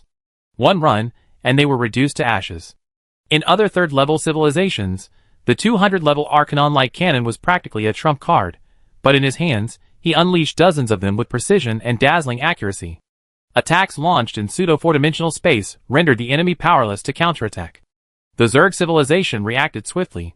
Soon, a large number of Zerg monsters and motherships appeared in pseudo-four-dimensional space and launched an attack. In the blink of an eye, countless Zerg monsters surrounded the train and began to devour it frantically. However, Qin Mang completely ignored them. No matter how many monsters there were, they could only gnaw at a certain point of his armor at once, not to mention that they couldn't do much. Even with the windows completely blocked by Zerg monsters, he simply controlled the Star Train, firing accurately at the Zerg motherships. This was an unequal war. An absolute crushing defeat. In human civilization, fighting matches often impose weight restrictions on the combatants. When the weight difference exceeds 100 kilograms, it's almost an absolute crushing defeat, and even the best skills are useless. And in a war between civilizations, when the gap between the two reaches a certain point, it's equally an absolute crushing defeat. Just as a civilization with the ability to eradicate the universe can absolutely crush him, so too can he absolutely crush the Zerg civilization. Under this crushing defeat, no matter how united, how courageous, or how intelligent, it's like a paper wall, shattered at the slightest touch. At this moment, the Arcanum's main light cannon fired after Xiao Ai precisely calculated the firing angle. Qin Mang lit a cigarette and walked to the floor-to-ceiling window at the front of the train. He gazed at the insects that filled the window, almost at his fingertips, and frowned slightly. Bugs, that sort of thing. Once they grow larger, they become incredibly terrifying, infuriating. Any part of a bug's body has almost nothing to do with aesthetics. Add to that the copious amounts of purple, green, and other mucus. The only feeling it gives is nausea.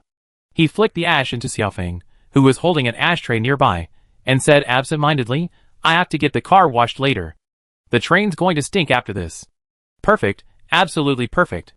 At that moment, in guard car number 7 of the Star Express, Zhang Yuan was leaning against the window, his camera flexing excitedly as he watched the scene unfold. The scene was incredibly shocking and realistic. He was recording the entire process. In the future, there's no need for special effects, just use the original footage. It's worth mentioning that the world is advancing so rapidly. Before the apocalypse of Blue Water Planet, creating large-scale explosion effects generally required a significant investment, so real detonations were often chosen.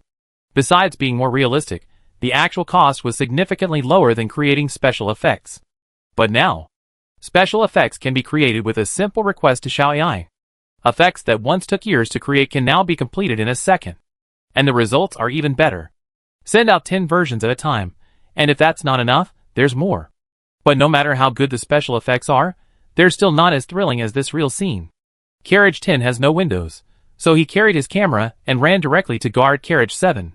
Busey, clutching his mecha case, ready to lead his team in a charge at the drop of a hat, stared expressionlessly out the window, remaining silent for a long time.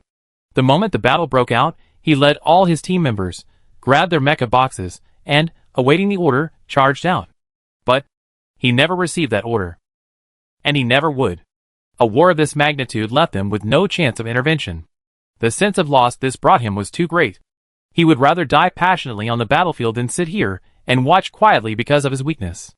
Win or lose, it had nothing to do with him. All right. Old Pig, sitting nearby, patted Busey's shoulder and whispered, "Individual strength is nothing in the face of a civilization. Relax and be open-minded. Didn't you see Jean Damiai apply for retirement? Civilization is evolving, and not everyone can keep up. We must recognize this reality." Busey looked towards Zhang Damiai's bed on the train. After the train's development was on track, Zhang Damiai applied for a transfer back to Blue Water Planet to serve as the director of the Law Enforcement Bureau in Taiping City, responsible for maintaining public order. Anyone who had come from the Star Train, even a former miner, could hold a position outside. No need to worry. When positions were transferred, simply revealing your high-ranking resident number was a sure sign of veteran status. You would never go hungry. If you didn't want to be an official, you would be given money to start a business. From today's perspective, the contributions of these miners can be considered insignificant. But at that time, their contributions to the Star Train were indelible. If he wanted to, he could go to Blue Water Planet or any other planet at any time and become an absolute high-ranking official. He was too senior. He had meritorious service, and his resident number was still 003. If he wanted, he wouldn't have to stay on this useless Star Train. He could become a powerful local official, but that wasn't what he wanted. He just wanted to be a thug. To be a sharp blade in Master Meng's hands. To slay all his enemies for Master Meng. To gain Master Meng's recognition. Just like the last time he was seriously injured while performing meritorious service, the photo of him after his injury, along with the fragments of his mecha, was framed and hung on the wall of resident carriage number 8. Now it's no longer there. It's been moved to the Star Train Museum on Blue Water Planet. In a very prominent position. And it's even been included in the history textbooks of human civilization. That's what he wanted. Every time he saw those children holding history books and marveling at his fearlessness, he felt excited, secretly happy. But there might never be another opportunity like this. Busey turned his head again to look at the two brothers, Zhang and Zhang, sitting by the window. Even as they stared at the disgusting Zerg monster outside, they still ate their Rigiamo, Chinese Rigiamo, with relish. He suddenly laughed helplessly. Perhaps he was overthinking things. When people think too much, they become unhappy. Zhang and Zhang could become officials if they wanted, but these two had no such ambitions. They didn't feel guilty about not having a job on the train. They had no thoughts at all and continued to train and eat Rigiamo every day, just like before. The train was much better now. There were many better foods. But these two just loved eating Rigiamo. It was like he was addicted to it. He asked why. Both of them answered that it tasted strong. Then he looked at the refrigerator in the corner of the train. It had once been Shanmazi and Meijia's wedding room. He vaguely remembered the scene when Shanmazi and Meijia became the first official couple on the train, witnessed by everyone. But Shanmazi had retired now. He and Meijia had bought a large house on planet Aquamarine. The refrigerator hadn't been removed. It was kept as a souvenir. Shanmazi would bring Meijia to visit them from time to time, and when they came, they would stay in this refrigerator. Past scenes came back to him, many things he couldn't forget. He had experienced so much with Meng Yi. But things had changed. Huh? Busey let out a long sigh and suddenly laughed. Old Pig, after this is over, I'd be ready to retire. I have to trouble you to find me a good position then. Hi. Old Pig waved his hand somewhat unhappily. Needless to say, with your number, qualifications, and resume, how could you possibly be bad? Just pick anyone you want. You're lucky to be able to stay on the train the whole time. I'm just lucky. Old Pig sighed. Old Pig. Actually, I saw you before the apocalypse. Really? Really? When? A long time ago. Back then, when a lot of people came to your office to complain, you were the one who resolved the situation. I remember you weren't the leader. I wasn't the leader.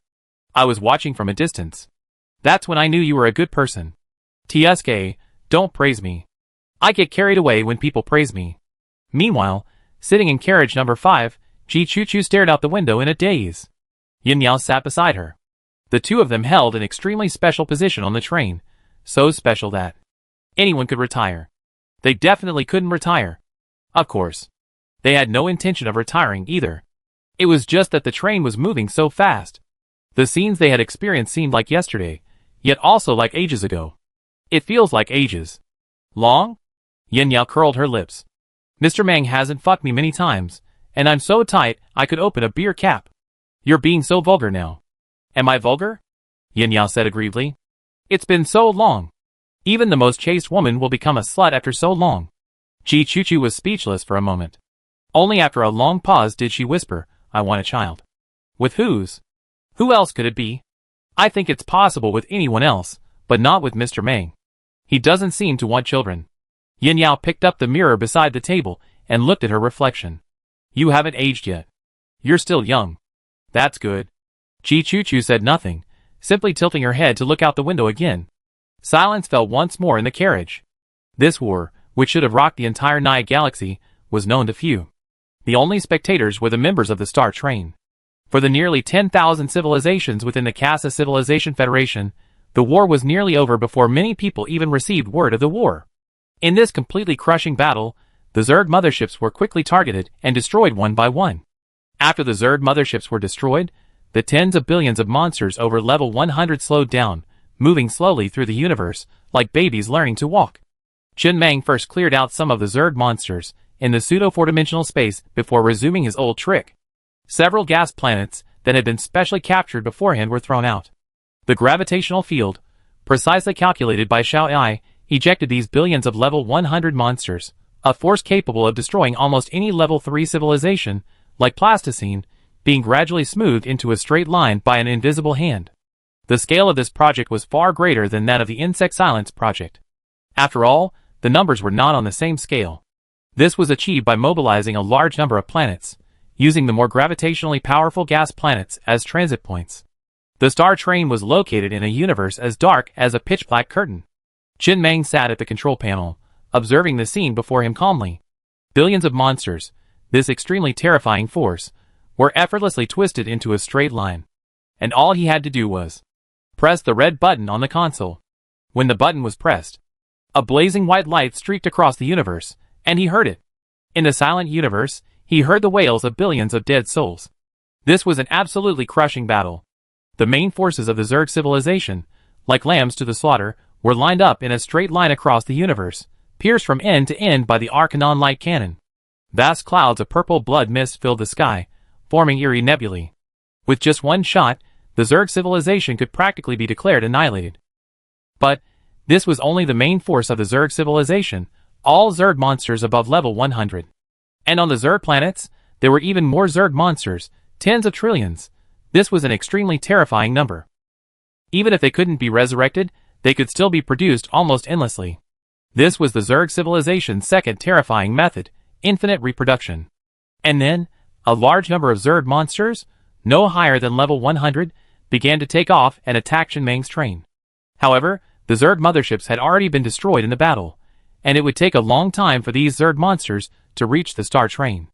Chen Mang controlled the Star Train, bringing its own gravitational field to the skies above hundreds of planets in the core area of the Zerg civilization. The following scene. It was like a meat grinder. Countless Zerg monsters flew into the universe, drawn in by the gravitational field. Uncontrollably, they formed a line across the universe, then a streak of blazing white light streaked across it. Then, a vast number of Zerg monsters flew into the universe. This process repeated itself endlessly. Chen Mang had lost count of how many times this process had occurred. All he knew was that the Zerg monsters taking off were getting lower and lower in level. In the end, many low-level monsters even flew out of the universe by clinging to the backs or bodies of slightly higher-level Zerg monsters. These monsters, unable to fly, were unable to survive in the universe upon their arrival, quickly expiring before they could even begin to attack. Even with the presence of a meat grinder, the battle continued for 3 days and 3 nights. 3 full days and nights passed. When everything fell silent. When the Star Train's main optical gun ceased their roar. Tens of millions of kilometers were covered with purple nebulae, which gradually drifted. This was the purple blood mist left behind by the dead Zerg monsters, creating an extremely magnificent scene in the universe. And the Doppler radar showed that there was no living being. To be precise, only 2 living beings. 2 queen mothers of the Zerg civilization. And so, Zerg civilization, dead. He had prepared for this battle for a long time, but the war lasted only a short time. From beginning to end, his side maintained near 0 casualties. The only casualty was a guard in carriage 7 who accidentally fell while climbing through a window to watch the battle and twisted his ankle. Aside from resources and time, he had lost nothing. In fact, the resources he lost were not much either. Before the battle, he had prepared enough resources to fire over 10 million rounds with his level 200 Arcanon light cannon. He thought that was more than enough. But in reality, after developing the gravity field that day, his efficiency increased dramatically, and he didn't even need to use 10,000 rounds, consuming very few resources. This was a crushing battle from start to finish. The Zerg civilization also demonstrated its ruthlessness, standing until only the last soldier remained, with only the queen surviving, and even the young perished on the battlefield.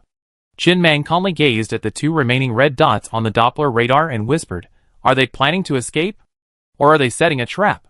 He always remembered the Zerg civilization's most terrifying tactic: infinite wormholes. But after the war began, aside from the initial wormholes created by the Zerg civilization, which were deployed in various locations around the Star Train and deployed troops to siege it, no further wormholes were sighted. He hadn't slept for 3 days. He had been waiting for the Zerg civilization to open a wormhole to escape, so that he could destroy it immediately. But he saw no sign of the Zerg civilization attempting to escape. Let's go land and take a look. Even if it was a trap, he had to go to this planet. The unknown black hole was located on this planet, and a vast amount of resources continuously flowed from it. He wanted to know what this black hole was, and he coveted the resources within. The Star Train slowly passed through a vast purple nebula and landed next to the 2 creatures on this Zerg civilization planet. Boom! Accompanied by a sound similar to steam deflating. The carriage door slowly opened. Wearing a bowler hat and leaning on a cane, Qin Mang emerged from the train alone, stepping onto this unfamiliar land and glancing around. Maroon red earth. The ground resembled a honeycomb, riddled with countless holes. Originally, there were many young here, but in the final battle, the Zerg civilization, seemingly committing suicide, sent countless young to the battlefield. He didn't let Biozi and the others get off the train with him. He was worried about the unknown risks. Perhaps this was a form of sacrifice by the Zerg civilization. When all its members died, the Queen Mother's strength would be greatly enhanced. He could share the train's armored defenses. He wanted to see it for himself. The air smelled of gunpowder. It smelled like something emanating from the dirt itself, not a very pleasant one. Qin Mang glanced around and soon spotted the last 2 red dots on the Doppler radar display. They were 2 enormous balls of flesh, slumped in a large hole in the ground not far away. His brow furrowed slightly. These 2 queens. They resembled fat, white mealworms, and were enormous. There was no telling how many there were beneath the surface. At a glance, they stood 6 or 7 meters tall above the surface. At their head stood a gigantic human face, though it was all white and a bit blurry. On either side, there were 4 tentacles, similar to spider legs. They weren't particularly beautiful. These 2 were the queens of the Zerg civilization, one each from 2 different Zerg civilizations. TSK. Qin Mang smacked his lips, then looked back at the slowly spinning unknown black hole not far away. Without another word, he prepared to return to the train to deal with the 2 Zerg queens. He simply wanted to see up close and personal what the Zerg queen looked like. That would be more tangible than seeing it on a Doppler radar screen, and it would also bring his story to a proper conclusion. Once he'd seen it, it was over. To see what the queen who had nearly killed him looked like, it was a bit disconcerting. It didn't quite fit the human aesthetic. The Zerg civilization was dead in name only. With the death of these 2 Zerg queens, it would officially be extinct. He didn't turn around. Instead, he slowly backed away, preparing to return to his train. Although they shared the train's armor, he wasn't willing to expose his back to his enemies. But at that moment, his eyes narrowed slightly as one of the queens suddenly pulled a small object from the hole in her abdomen, held it in the air with her tentacles, and then tossed it in front of him. Qin Mang stared silently at the small object that had been tossed before him. It was a translator. The Zerg queen wanted to communicate with him. This was something he hadn't expected. The Zerg queen seemed to be more intelligent than he imagined. At least, she could communicate. Chapter 339. Qin Mang looked at the translator thrown in front of him by the Zerg Queen. After a long silence, he slowly leaned over, picked up the device, activated it, and pinned it to his collar. Normally, he wouldn't waste time talking to a dying person. But today, he could make an exception. Soon, he saw the Zerg Queen's mouthparts opening and closing slightly, and a faint, piercing sound reached him. Through the translator, he could clearly understand the meaning of this sentence. "Hello, human." Qin Mang narrowed his eyes slightly. The other person's words were extremely calm. He didn't know if it was because Zerg people didn't show emotions, or if they were truly so calm, able to remain so calm even when their own race was being exterminated. But he still replied softly, "Hello, Zerg." "Not very well." The Zerg Queen he was talking to suddenly let out a hint of laughter. "My people are all dead, so I can't say I'm all good. But before I die, I have something to ask you." "A grudge." Qin Mang said calmly, "Years ago, you Zerg released countless Zerg eggs into the depths of space, bringing doom to countless planets. I nearly died in that apocalypse. This is revenge from many years later. So you can die knowingly." After the words fell, the Zerg Queen was visibly taken aback, then continued with a hint of resignation, "You humans are still like that. You always like to find rational motives for your actions. I'm not asking why you attacked us. The reason is irrelevant. This is how wars between civilizations are. Someone will always win, and someone will always lose. What I want to ask you is, are you from a god-level civilization?" Qin Mang neither denied nor responded, patiently waiting for the Zerg Queen to continue. The Zerg Queen also spoke to herself. "The last time I met you, your train armor was only level 200. While powerful, it wasn't without a chance. But when I saw you again this time, your train armor had reached level 500. When I realized this, I knew the Zerg civilization was doomed. This kind of absolute crushing defeat is difficult to resist. But, from what I understand, armor upgrades consume a lot of Murphy stones. Logically, to upgrade the armor to level 500, even the entire Naya galaxy might not have enough Murphy stones, not to mention you have so many equally high-level accessories. I was thinking, you might come from a god-level civilization. That's why I stayed here to see you. I hope you can convey a message for me. Of course, there will be a reward. I once came from a god-level civilization, Zerg civilization. My father was the Zerg Queen of that god-level civilization, immensely powerful. However, as a child, driven by playfulness and a desire to prove myself, I severed all connections and entered a random one-way wormhole. I came here and established my own Zerg civilization. When I wanted to return, I found it was impossible. All I could do was to develop my Zerg civilization as much as possible, striving to one day return to my homeland. But establishing your own civilization is incredibly difficult. I transformed myself into a fertility queen, barely managing to create one. According to your human aesthetic, if you had seen me before, you might have fallen in love with me. Zerg queens are incredibly beautiful and proud, but that's not how they should be. It's just that I didn't have my own fertility queen to begin with, so I had to transform myself into one. As for this idiot beside me, she blindly followed my lead, thinking this was standard procedure. If you ever return to your god-level civilization, I hope you can find the god-level Zerg civilization and pass on a message to the Zerg Queen. Your daughter, Killua, thrived abroad and established her own Zerg civilization, but ultimately succumbed. So that my story can be shared with my family. So that they can recall me." "Recall?" Qin Mang's eyes narrowed slightly. "Of course." The Zerg Queen before me suddenly laughed again.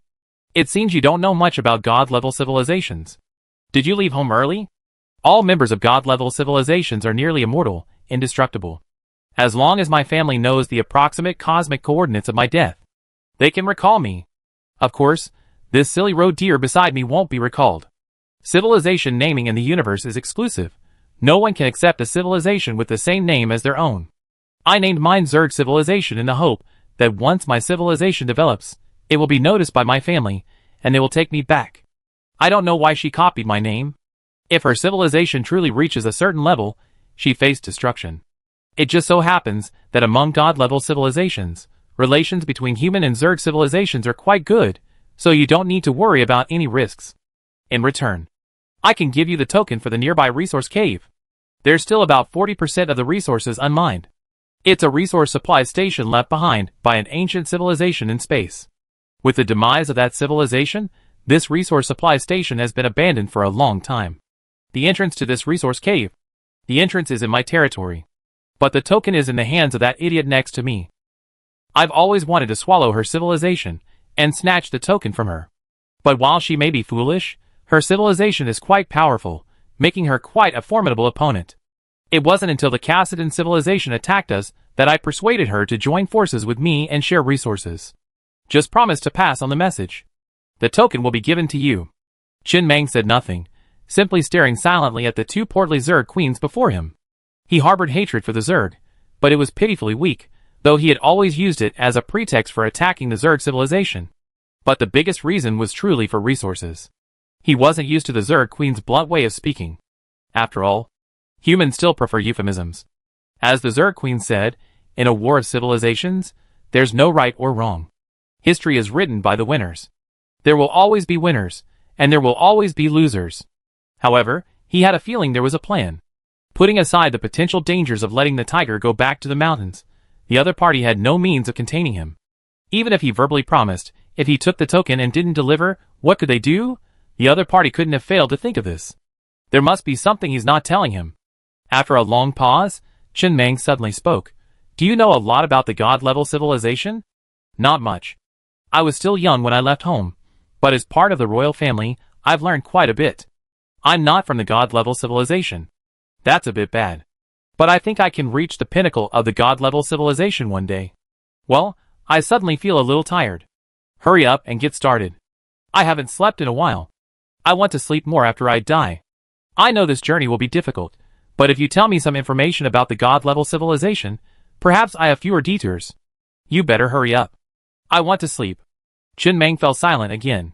He had wanted to give the other party a chance to survive, to keep him on his train and tell him some information about the god-level civilization, but after learning that he wasn't from the god-level civilization, the other party simply refused to live. This meant they didn't believe he could become a god-level civilization. They had no hope at all. This made him a little unhappy. You just said my train's armor is level 500. Even if all the Murphy Stone in the entire Naya galaxy weren't enough, doesn't that mean I have enough potential? It only means you have a little chance. In the universe, such opportunities are plentiful. If such an opportunity isn't based on a strong background, then it's worthless. I can let you stay on my train. Even if I fail, you can at least live longer. No, I just want to sleep peacefully and wait for my family to call me back. I don't want to be displaced with you. I might as well just die. I've been tired for so many years and have long wanted to rest. I don't want to be tired anymore. Living a few more years doesn't mean much to me. Qin Mang said nothing more and turned back to his train. He suddenly felt that he was no longer able to reason with this Zerg queen. She had acted so desperately wanting to live, even offering her a resource mine just to get her to pass on a message. But after learning that he wasn't from a god-level civilization, she simply gave up. She just wanted to die. Since reasoning didn't work, he had to resort to other means. Soon, Biuzi, who had been unable to contain himself, jumped down from the train with his guard team, shovels in hand. The leader, Biuzi, excitedly raised his shovel, gazing at this completely unfamiliar planet and the two Zerg queens before him, and shouted, "Brothers, get to work." Soon, the two completely harmless Zerg queens were uprooted, each carried by Zhang and Zhang Air, and carried back to the star train. No need to waste time. Just pack them up and take them away. We talk about the token later. Right now, he's more interested in information about the god-level civilization. He knows full well that the most precious thing in the universe isn't resources, but information. Information barriers often lead to the easy demise of a civilization. This is the main reason why he's been chatting with the fat guy for so many days. He's eager to know what's going on inside advanced civilizations, so he can prepare for the necessary defenses. Hey, what are you doing? The Zerg queen frantically twisted her plump, white body in a panic. In her violent thrashing, she accidentally pushed Zhang Yi, who was carrying her, into the seat. Her face flushed slightly, and she stopped talking. Then, the Zerg queen was pushed aside. Zhang Yi, covered in slime, crawled out of her body. He glanced around bewilderedly before continuing to carry her overhead and heading towards the star train. An hour later, Qin Mang, accompanied by Old Pig and the others, appeared calmly on the blue water planet. Gazing at the Zerg queen lying on the wasteland, he had already made up his mind to extract information through torture. Uncle Li, who had been brought in, had a serious expression on his face, ready to demonstrate his abilities at any moment. He was the only one on the train with experience in interrogation, thanks to Mr. Shen. Speak. Chen Meng stood there leaning on his cane, looking at the Zerg Queen before him and whispering, "Now is not the time for bargaining. You no longer have any leverage. If you don't want to suffer any physical pain, tell me everything you know about the god-level civilization. I find someone to verify it.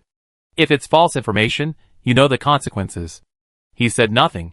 He used the claim that the Zerg civilization had killed so many humans as a way to exert pressure. This was meaningless communication. It wasn't something one should discuss off stage. He only wanted to know information about the god-level civilization. The Zerg Queen lowered her head and whispered, "In our Zerg civilization, there's a rule. I marry whoever takes my virginity. I've always been a virgin, and just now, one of your men took my virginity. Have him come over. I tell you everything when I see him." "Huh?" The old pig standing nearby couldn't help but exclaim in disbelief. "What are you talking about? You've given birth to so many Zerg monsters, and you say you're a virgin. How bizarre. Is parthenogenesis so surprising to you?" "It's not surprising. It's just that in our understanding, parthenogenesis is only seen in low-level creatures, like paramecium.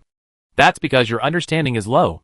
The old pig was speechless for a moment, unsure how to respond. Soon, Zhang Yi, a bewildered man, was brought over. The Zerg Queen, upon seeing Zhang Yi, rapidly developed countless cracks on her massive body, and her skin and fat began to rapidly slough off, until a tall, perfectly human-looking woman stood there. "Now I've shed my identity as the Birth Mother Queen. This is the real me.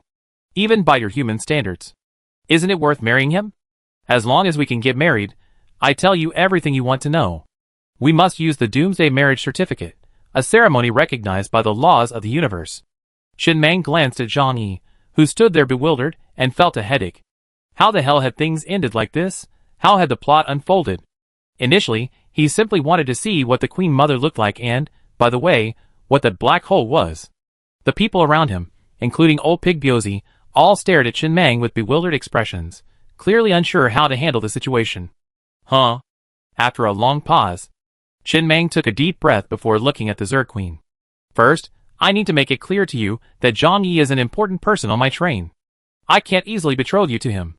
I need to ask you a few questions. Humans and Zerg are different. When you're together or in bed, do you suddenly produce a lot of bugs?" "No." The Zerg Queen smiled. "It seems you're not from a god-level civilization. In a god-level civilization, all races are the same. We're all made of flesh, and we can deconstruct our flesh almost at will. The Zerg you see are so terrifying. That's because that's their optimal fighting form. The me you saw earlier was extremely obese. That's the optimal reproductive form. For those in advanced civilizations, it's possible to. You can choose your own appearance and body shape without any racial bias. Even humans can disassemble their bodies into Zerg forms at any time. The only bias is the prejudice of higher civilizations against lower ones. This is a universal consensus. And now, I have no abilities, only a beautiful form like a beautiful vase. No different from you humans. Same body. For Zerg civilizations, this is a skill they can possess without reaching a high level of civilization. It's a gift. They choose their form and acquire their abilities. For human civilization, this requires your civilization to reach a certain level. No need to elaborate. You're just saying you're no different from a normal person, right?" Chen Meng frowned. "It's like this." "Wait a moment." Chen Meng, with a somewhat grim expression, pulled Zhang Yi aside. After a long pause, he steeled himself and asked, "Do you want a wife?" Zhang Yi tilted his head, pondering for a moment, then nodded earnestly yes. "What do you think of that woman?" Chen Meng pointed at the Zerg Queen in the distance. "Okay. Do you want her to be your wife?" "No." Zhang Yi shook his head. "One isn't enough. I want two. My brother doesn't have a wife either." Chen Meng took another deep breath. "Don't you mind her being the Zerg Queen?" "Well, the Queen isn't a beggar. Why would you mind? It has the word Zerg in the prefix." "No, she doesn't even mind me being stupid." "Very good." An hour later, an incredible wedding took place in the apocalypse on the Blue Water planet. Zhang Yi, dressed in his wedding attire, walked in front, beaming as he embraced the Zerg Queen as they walked down the red carpet, throwing candy to the guests on either side. Few people attended the wedding, only the senior staff of the Star Train. Zhang Yi's grin stretched almost to his ears. He had never imagined he'd have a wife. After all, he knew his brain wasn't working very well. He hadn't expected his wife to be so beautiful, and a queen at that. However, the Zerg Queen beside him looked unhappy, muttering indignantly, "Stupid, stupid, You have to learn everything, from beginning to end. It's so annoying. Behind them was Zhang, also beaming, also holding a girl. It was another Zerg queen, after shedding her reproductive form. She looked a little dazed, and like Zhang, she only had a silly smile. Yes. The two brothers got married on the same day. Zhang Damei, sitting in the audience, was completely bewildered as she watched the scene unfold. She'd been handling official business at the Law Enforcement Bureau when, out of nowhere, she received news that her two brothers were getting married, and so she came to attend the wedding. Where had these two beauties come from? She'd never seen them before. Did they just appear out of nowhere? Chen Meng, also standing in the audience, watched the scene unfold and couldn't help but sigh again. He slowly closed his eyes and gently rubbed his temple. He still couldn't comprehend how things had reached this point. It was as if the fast-forward button had been pressed. And suddenly, here they were. He annihilated the Zerg civilization, then handed over the two Zerg queens to his men as wives. Never mind. That's not so bad.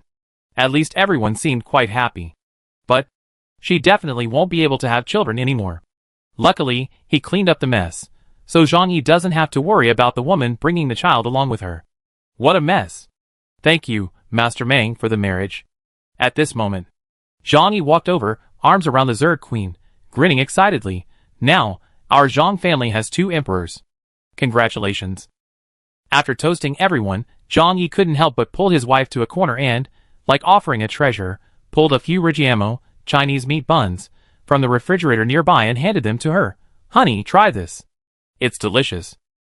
Watching the scene, Chen Meng sighed and lit a cigarette. After all, she was a little princess of a god-level civilization. She had tasted everything. How could she possibly enjoy this kind of food? Speaking of which, their statuses were a bit unequal. Zhang Yi was going to suffer a lot after marriage. Although she didn't have her family's support, the inherent pride of a god-level civilization remained. But, the next moment, the Zerg Queen's eyes lit up as she popped a Rigiamo into her mouth. She pulled a dozen Rigiamo out of the refrigerator and stuffed them into her mouth, chewing and swallowing rapidly. Then, with a puffed-out mouth, she looked at Zhang Yi, gave a thumbs up, and nodded in praise. Delicious, so delicious, husband. You? Zhang Yi was slightly stunned by the scene before her. Honey, you're such a big eater. Are you full? No. That's great. Zhang Yi suddenly spoke excitedly. It's been ages since I've met someone as big a eater as I am. Today, let's see who can eat more. I've saved up a lot of star vouchers over the years. I calculated that it's enough for us to eat Rigiamo for a long, long time. Okay. 30 minutes later. Zhang Yi lay on the ground, holding his stomach with a look of satisfaction on his face. The Zerg Queen, likewise, lay in Zhang Yi's arms, holding her stomach with a look of satisfaction. The two of them enjoyed their meal. Chen Meng sat at the table, silently pouring himself a glass of wine. He averted his gaze from the two people in the corner. Suddenly, it didn't seem entirely bad. These two had only just met, and they seemed to have a good relationship. But something just felt off. He glanced at Zhang, not far away. He was sitting there with another Zerg Queen, staring at each other, unsure what they were doing. Just when he thought this pairing might be a little off, they suddenly kissed. Chen Meng couldn't help but curse, and averted his gaze again. An hour ago, after confirming that Zhang Yi and the Zerg Queen were going to marry, the Zerg Queen, who had been sitting there without a word, suddenly spoke. He said he had the token for the resource cave, and if he wanted to take it, he needed to get Zhang Yi's younger brother to marry her. It just so happened that Zhang also wanted to find a wife, so with a glare, they agreed. That was good. He had finally figured out that the Zerg Queen was a bit unintelligent. She followed Kilua's lead, and this mindset gave him an inexplicably familiar feeling, as if he'd seen it somewhere before. The wedding was finally over. Both couples had their weddings held using the Doomsday marriage certificate, recognized by the rules of the universe. Although he wasn't sure what the practical implications of this recognition were, he wasn't sure yet. Can we talk now? In the Doomsday abyss, the post-wedding scene was a mess. Chen Meng sat at the table, looking at Kilua, the Zerg Queen, and spoke calmly. Okay. Kilua cleared his throat, then leaned on Zhang Yi's shoulder. He looked at Chen Meng seriously and said, let's sort out the whole story first. I'm from the royal family of the god-level civilization Zerg civilization, and I've been stranded here unintentionally. I originally thought you were from a god-level civilization, and wanted you to return with a message, but after learning you weren't, I gave up the idea and prepared to patiently wait for death. Anyway, as long as the timeline stretches out long enough. My family will always find me. No matter how long it takes, to me after death, it's just a moment. It makes no difference. But now that things have developed to this point, we need to reconsider. First, we now share a common interest. Only if your civilization develops well enough can my husband and I live well enough. Secondly, when I return home in the future, my family will have a hard time accepting my husband. I need him to have a certain status, and his status depends entirely on the strength of your civilization. So, under these two conditions, you can rest assured that everything I say next is true and is genuinely considered for the development of your civilization. Jin Mang nodded slightly. Your logic is quite clear. Of course. I'm different from that idiot. You don't know how long I tried to persuade her to share resources. My lips were almost worn out. Are you really from a god-level civilization? Jin Mang frowned slightly and asked. For a god-level civilization, finding you shouldn't be a piece of cake? No. Killua shook his head. God-level. The civilization is indeed powerful, but only within the rules of the universe. For example, finding me would take a considerable amount of time. The universe is so vast, finding a single person is difficult, not to mention that I severed all connections and anchor points before leaving. Secondly, how should I put it? There's no war in a god-level civilization. Everyone lives in harmony. And everyone strives for a common goal. Leave the universe. Leave the universe? Leave? Yes. Killua nodded again and explained, as far as I know, once a civilization reaches level 7, it possesses dimensionality reduction techniques, easily reducing an entire cosmic space to 2 dimensions. Even if your armor is level 1000, you won't be able to defend against this kind of attack. This is an attack based on the rules. But ascending in dimension is extremely difficult. Before I left, I knew that no civilization possessed the means to ascend. At the 4th dimension, many civilizations possess the ability to travel back in time, but no civilization has ever possessed the ability to see the future. God-level civilizations are supposed to be omnipotent, but clearly, they can't achieve either. So, the God-level civilizations have reached a consensus that the universe is constantly expanding, at a rate far faster than the speed of light. Due to cosmic constraints, nothing in this region can exceed the speed of light. At the edge of the universe, space is extremely chaotic, making wormholes impossible to create. This means that even a god-level civilization cannot keep up with the expansion of the universe and travel beyond it. Everyone agrees. The universe is in a state of chaos, and wormholes cannot be created. Beyond the universe, perhaps lies a true 4-dimensional world, where time has no meaning and past and future can be freely traveled. All god-level civilizations strive for this goal. Killua paused, took a sip from the cup beside him, and continued, what I'm going to say is a bit complex. I'm not sure you can understand. For a second-level civilization, this is a bit too far-fetched, but since you want to know, I can explain it.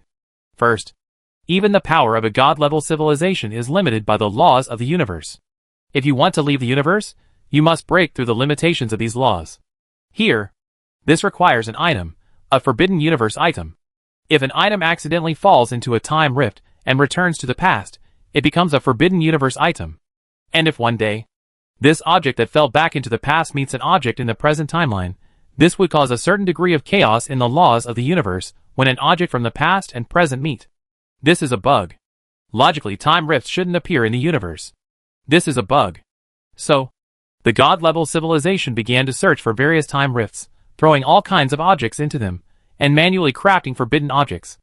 At first, they tried using the goblin civilization to throw objects in, and then take them out, but they found that this didn't work. The object had to be thrown in, and then reunite with its original body at some point in the future. Achieving this is extremely difficult. Give me an example.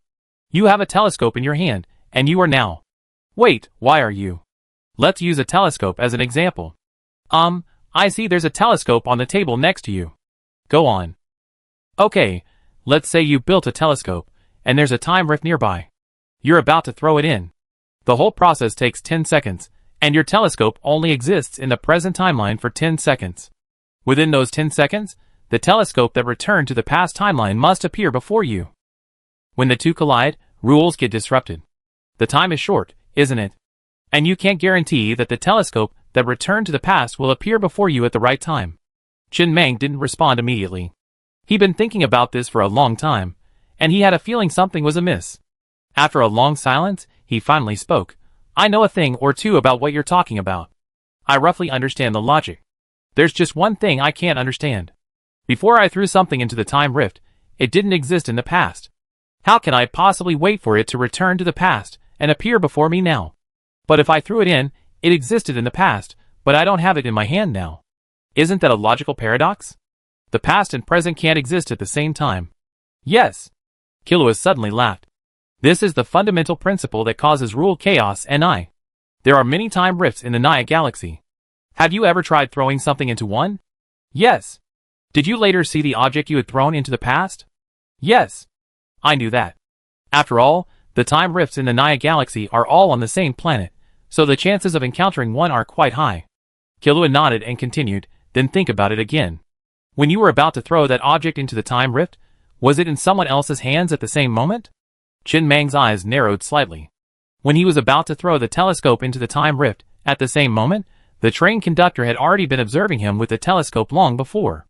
In other words, before he threw it in, long before, the object already existed. Is it because you were certain I would throw it in? No. Killua laughed. It's a form of pseudo-interference in the future. No civilization can interfere with the future, but God-level civilizations have developed a method of interference, calling it hypothetical future. You can understand it as, when you are certain that you will throw something into the time rift in the future, this thing has already appeared in your space-time. Through this method, you can obtain a large amount of universe-forbidden items, or even resources.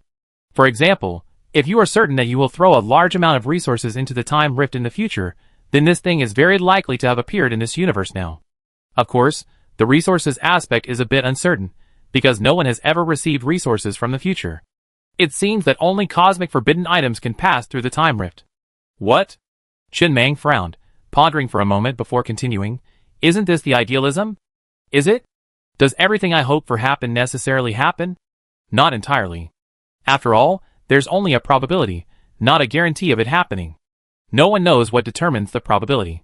Secondly, the biggest problem here is that even if it appears in this universe, how would you find it? The universe is huge. Anyway, the things a God-level civilization studies are too complex. Even if I tell you, you might not understand. The most important thing for your civilization right now is resources. You just need to find a way to acquire enough of them. For now, don't worry about anything else. It's too far away from you. Chin Mang, back inside the train, sat in his chair, speechless. He had thought that communicating with Killua would give him a more comprehensive understanding of the universe. But it just sounded even more bewildered. But he was certain of one thing. Killua wasn't entirely right. After all, he had never been certain that a massive palace would be thrown into the time rift in the future. Yet, it had indeed appeared before him. This wasn't a result of his own certainty, but rather a decision made by his future self.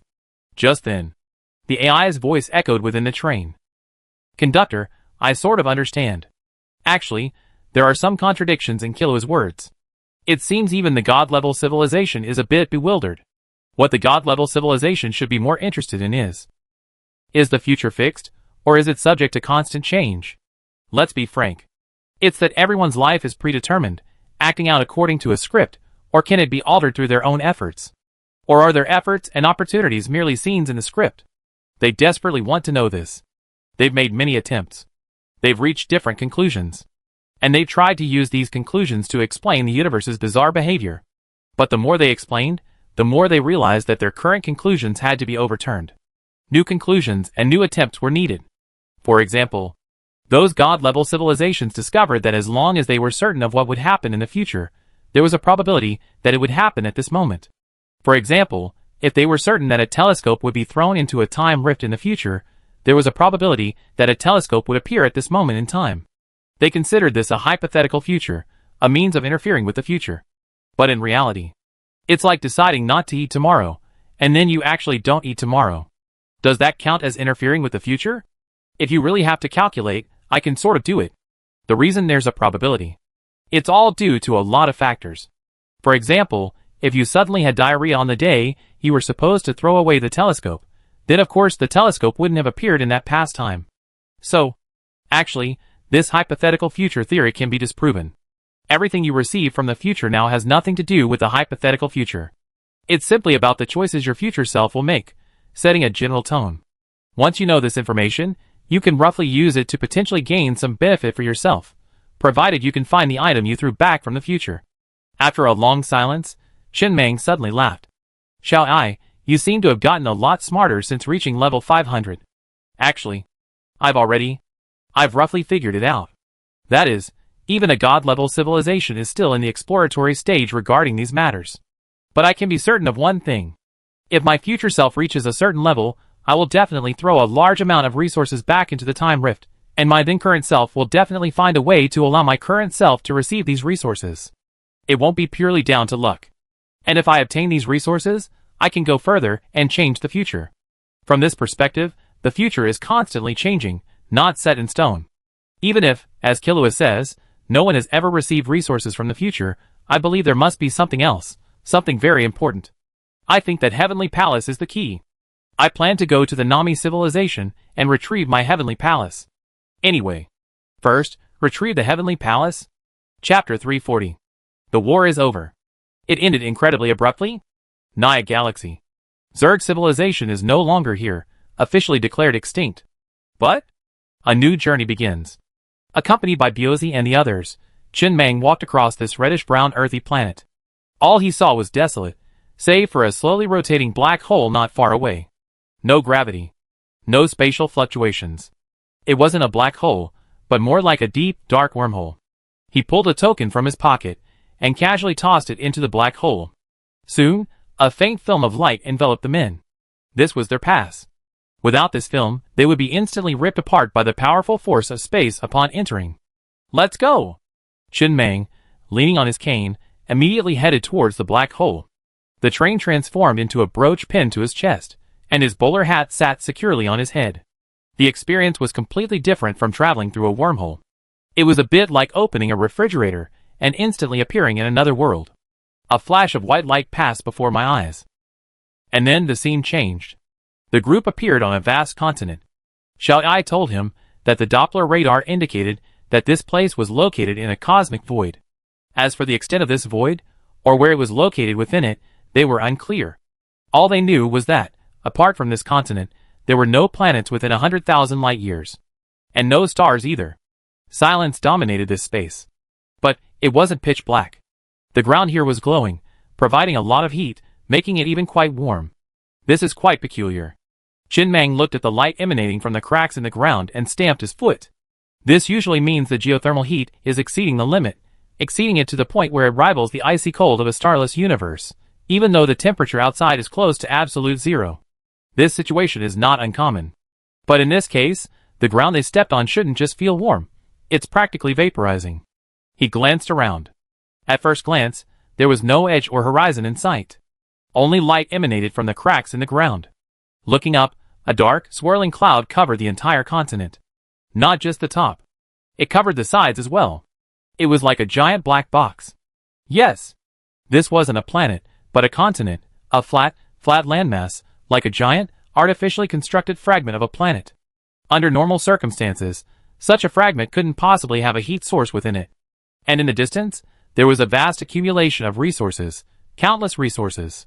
This wasn't a mine. Instead, it had already been mined and piled up. He didn't even need to mine it. He could just take it all away. 40% remained. The remaining 60% had been used by the Zerg civilization. He had prepared a quadrillion units of iron ore for this decisive battle with the Zerg civilization, but unfortunately, he hadn't used it all, not even a trillion units, with almost zero consumption. The level 200 Arcanon main cannon, powered by a star, only required 100 million units of iron ore per shot, far more than he could possibly use. Add to that the vast amount of resources he had captured. No wonder they say war is the fastest way to make huge profits. It's indeed fast. It's indeed monstrous. But Qin eyes suddenly narrowed slightly.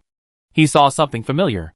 The continent before him was divided into 81 regions, each containing a vast accumulation of iron ore. In front of each region, there was a mark. A shield-like mark. He recognized it. Xiao Ai, if I remember correctly, this mark should be the mark of the Naya civilization, right? Yes, conductor. Very good. Qin said quietly, his expression calm. Now it seemed that the owner of this unknown resource library left by an ancient civilization had been found. The Naya civilization that had been erased from the universe. But isn't this universe's efficiency simply too low? It's understandable that the conductor had been missed. An unknown dust nebula had blocked the train, preventing detection. Why was this resource repository overlooked? Is it blocked by dust clouds again? Or is it that the universe's void makes it difficult for the laws of the universe to detect? Can you detect the source of heat at the Earth's core? It's not showing on the radar screen. We need to send someone to drill through the cracks in the ground to investigate, but that could be quite dangerous. I go! As Xiao Ai finished speaking, Busy, standing nearby, shouted confidently, "Let me do it. I'm the best at exploration." No rush. Chen Mang nodded slightly, not immediately accepting Biazi's request. He simply waved his hand, and the star train crashed to the ground. Countless robots, carrying refrigerators, swarmed out, stuffing a large amount of resources into the refrigerators and transporting them directly back to the train. Before that, let's take the resources first. Swallow the sesame seeds first, then check for watermelons, lest there's nothing left. Besides, the resources before him are already watermelons, not sesame seeds. Huh? He gazed at the busy scene before him, a smile on his face as he let out a soft breath. They say the Naya galaxy is resource poor, but he thinks it's not lacking. Isn't this quite abundant? A little less is better. No one's competing with him. Since this resource repository was left behind by the Naya civilization, this cosmic void is most likely the one south of the Naya galaxy, likely quite far away. Because he didn't see any energy attacks on the Doppler radar. And he didn't see the attack from the 4,987 level Arcanon light cannon. It's quite well hidden. He never underestimated any civilization. As the saying goes, a lean camel is bigger than a horse. Even the Naya civilization, a level 4 civilization forcibly wiped out by the universe, occasionally revealed resources that made him admire them. If only he could have so many resources. The once silent continent suddenly became extremely lively. Countless robots bustled frantically like worker ants. It seemed incredibly popular. Conductor Xiao Ai, standing nearby, suddenly spoke up. I have a question. Generally speaking, the role of the strategic resource depot in space is long-distance supply. After all, not everyone has a refrigerator like ours that can deliver supplies at any time. If the battle line is long, it would require the deployment of numerous strategic resource supply points throughout space to ensure immediate replenishment. Even if the logistics wormhole is cut off, it wouldn't exhaust all resources and become a lone ship in the universe. But who would place a strategic resource point in a cosmic void? Are they planning to cross it? Chen Mang was silent for a moment, then suddenly, as if awakened by Xiao Ai's words, he glanced at the radar screen on his tablet and whispered, "No. The Naya civilization's territory is primarily based on its expansion along the z-axis. The x-axis diameter of its territory is only 100,000 light-years, representing the Naya galaxy we see, but the z-axis depth is a full 1.87 million light-years, spanning several galaxies. They should have attempted to explore the cosmic void. It's just, even if they wanted to cross the cosmic void, they should have taken a detour, not forced their way through. The environment inside the cosmic void is extremely harsh, requiring extremely high levels of armor for their trains, and there's no supply for years. The amount of core energy lost in the cosmic void is also very small, almost non-existent. So I think they might not be trying to cross the cosmic void. Instead, perhaps there's something hidden within it, and they want to relocate, or perhaps they foresaw the danger and sought refuge within it. Any choice a civilization makes might seem foolish to others, but it's definitely not a mistake. Of course. Except for the Killua civilization. The first time he encountered this civilization was when he had just upgraded his car stereo to the universe's only supermodel effect, and he heard the civilization broadcasted left in the universe. Level 1 civilization, Killua civilization.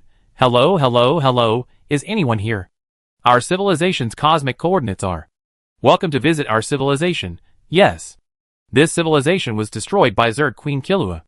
The reason was a duplicate name. In the universe, having the same name as someone else is a taboo.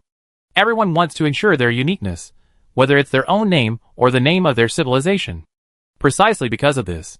While he didn't know why the Naya civilization had set up a supply point here, he believed it must have been a correct decision made by the Naya civilization's leaders, given the circumstances at the time. 48 hours later. All the resources in this area had been successfully emptied, and the amount was considerable. This was no easy task. He didn't immediately count the resources harvested. Instead, he looked at the tablet screen Xiao Ai handed him. The Robot R&D Center not only manufactures mining robots, but also another type of robot, the robot dog. It hadn't been used much, but right now, in this cramped and dangerous terrain, it was perfect for exploration. A large number of these robot dogs were being built, digging deeper into the cracks in the ground. Chen Mang sat inside the train, ensuring his own safety before officially commencing the exploration operation. So far, no robot dog had been in danger. It seemed as if there was no danger. Until the next moment. Crack! The screen on his tablet suddenly became filled with noise, indicating that the robot dog he was observing had just been destroyed, along with its camera. Chen Mang's brow furrowed slightly. Replay the footage of the robot dog just before it died. Quickly, at super high speed, he clearly saw a black line instantly emerge from deep underground and strike the robot dog. The image then disappeared, and that black line was a ghost. A flicker of surprise crossed Chen Mang's eyes. It was actually a strand of hair.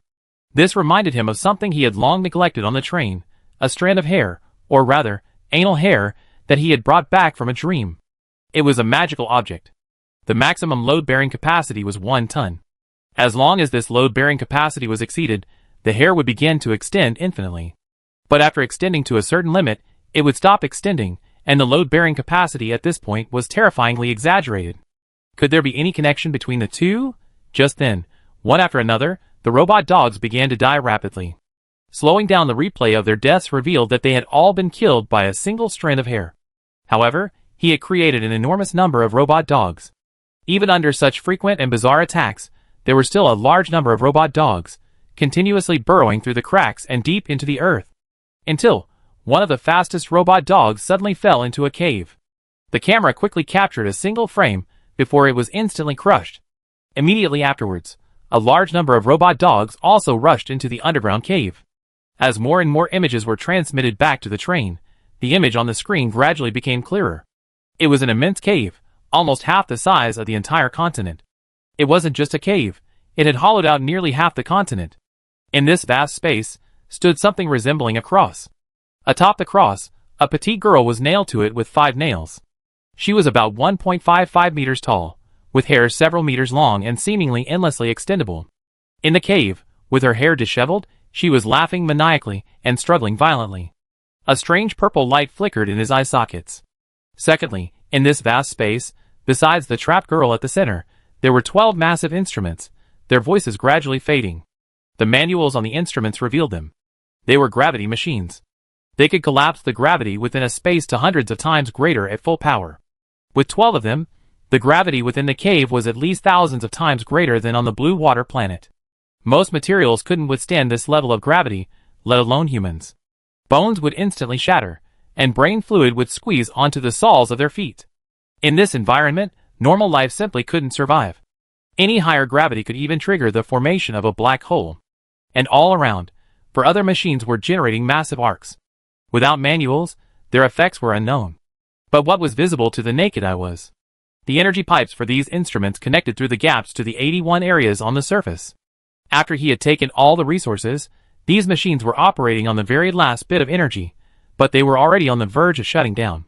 Now, everything was clear. This place wasn't some strategic supply point for the Naya civilization, nor was it part of the Naya civilization's grand plan to explore the voids of space. It was simply a prison. A vast amount of resources was piled here, solely to power these 16 machines.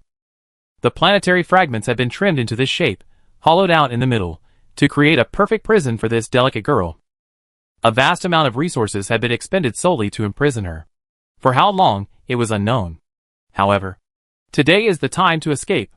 Chen Mang stared at the black hole behind him with a slightly grim expression. He rested his hand on the joystick, ready to return at any moment.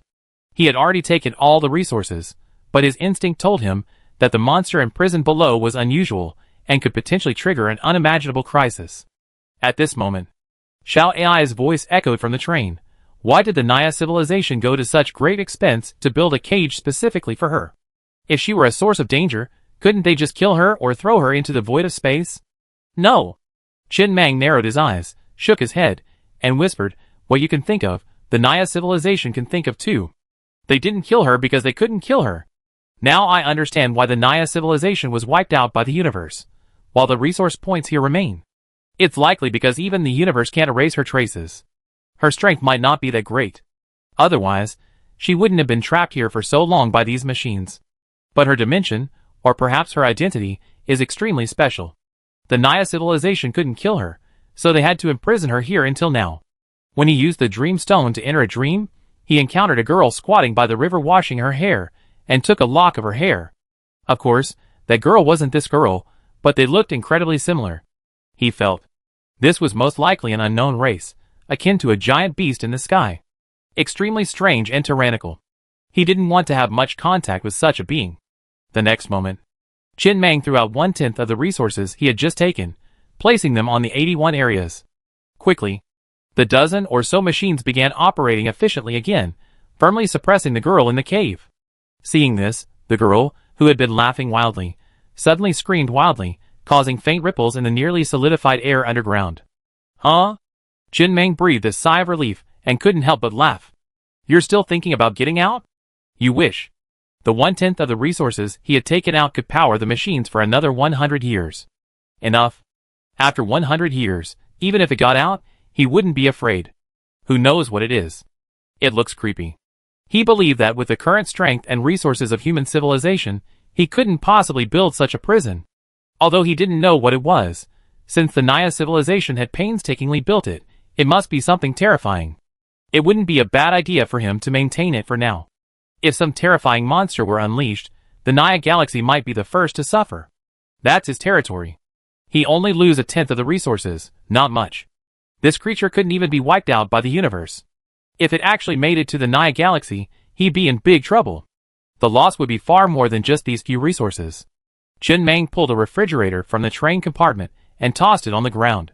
This would make it easier for him to come back next time, and also allow him to replenish resources in 100 years to continue sealing it. Just then, his brows raised slightly. With all the machines running at full power, the girl was trapped beneath his eyes. Initially, she had the strength to roar, but now even that was gone. She clenched her eyes and teeth tightly, her body trembling slightly. All robot dogs that fall into the cavern are instantly crushed into discuses by the immense gravity. Luckily, Busey didn't go down. Otherwise, he'd be a burger patty at a fast food restaurant. The images he captured were silent, pieced together from fragments, like a slideshow, and the image of the girl he saw was incoherent. Let's go! Qin Mang didn't plan to stay long, simply saving these photos and planning to return to ask Zerg Queen Killua about it. After all, she was the eldest daughter of a god-level civilization, so perhaps she knows something. Soon, the star train returned to the Zerg home planet. Killua, having been summoned, stood inside the train, staring at the images on the tablet.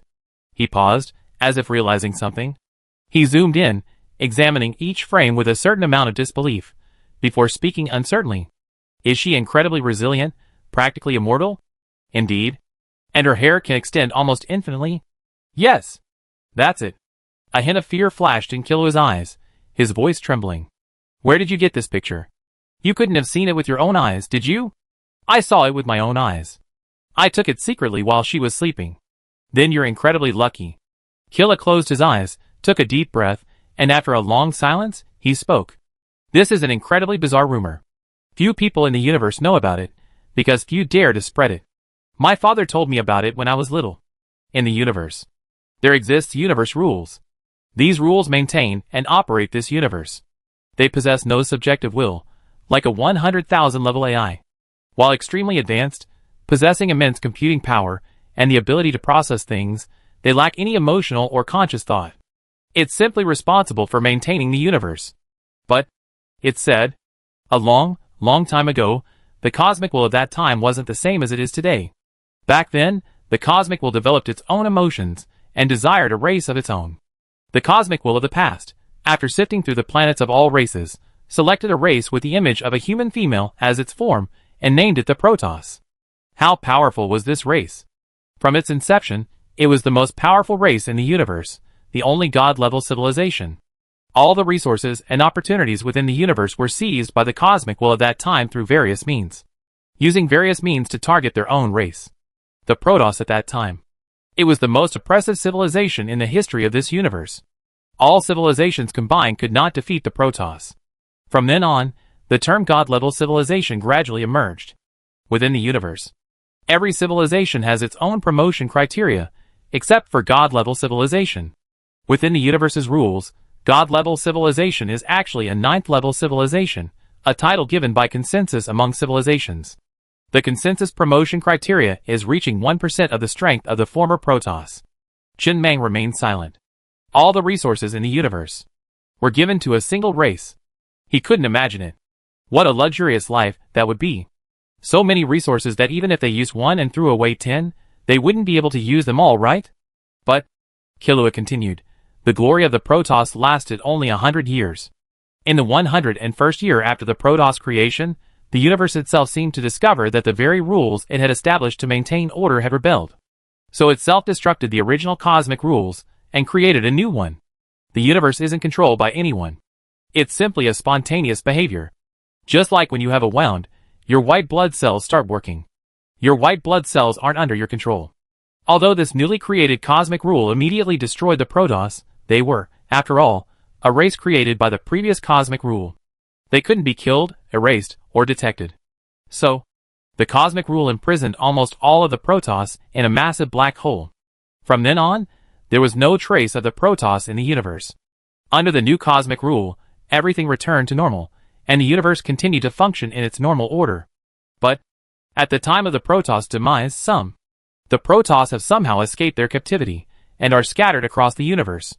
Each time they emerge, they bring about immense disasters, requiring vast human and material resources from the civilizations in that region to suppress them. Chen Mang nodded thoughtfully. According to what you're saying, if these Protoss emerge, the universal rules should intervene, right? So they're just going to ignore it? Killua hesitated. I'm not sure why. Perhaps the universe itself felt the last rebellion was due to a hidden danger, or perhaps something else. Since then, the universal rules have essentially gone into a state of standby. Even if the Protoss emerge, they won't intervene. It's as if they've fallen into a deep slumber. Only when a bug is discovered will they fix it. Clearly, the universe is delegating less authority to the universal rules to prevent such a thing from happening again. That sounds a bit hard to imagine, said Old Pig, who was standing by and listening, somewhat dazedly. So, the universe itself has no mind, and everything in it is created and resolved on its own. The universe can't even control these things? Is it hard to imagine? Killua tilted his head and said, just think about your own body. When cancer cells appear in your body automatically begins to work, preparing to kill these disease cells. Many people who die from cancer don't die from the cancer cells. It's because their bodies are too cruel, killing the cancer too aggressively, and accidentally killing their host. Can you control your body and make it kill the cancer less aggressively? Who set these rules within your body? They were born naturally. It's like this in your body, and it's like this in the universe. Naturally. A set of rules was born. A set of rules that both your body and the universe believe would maintain maximum function and order.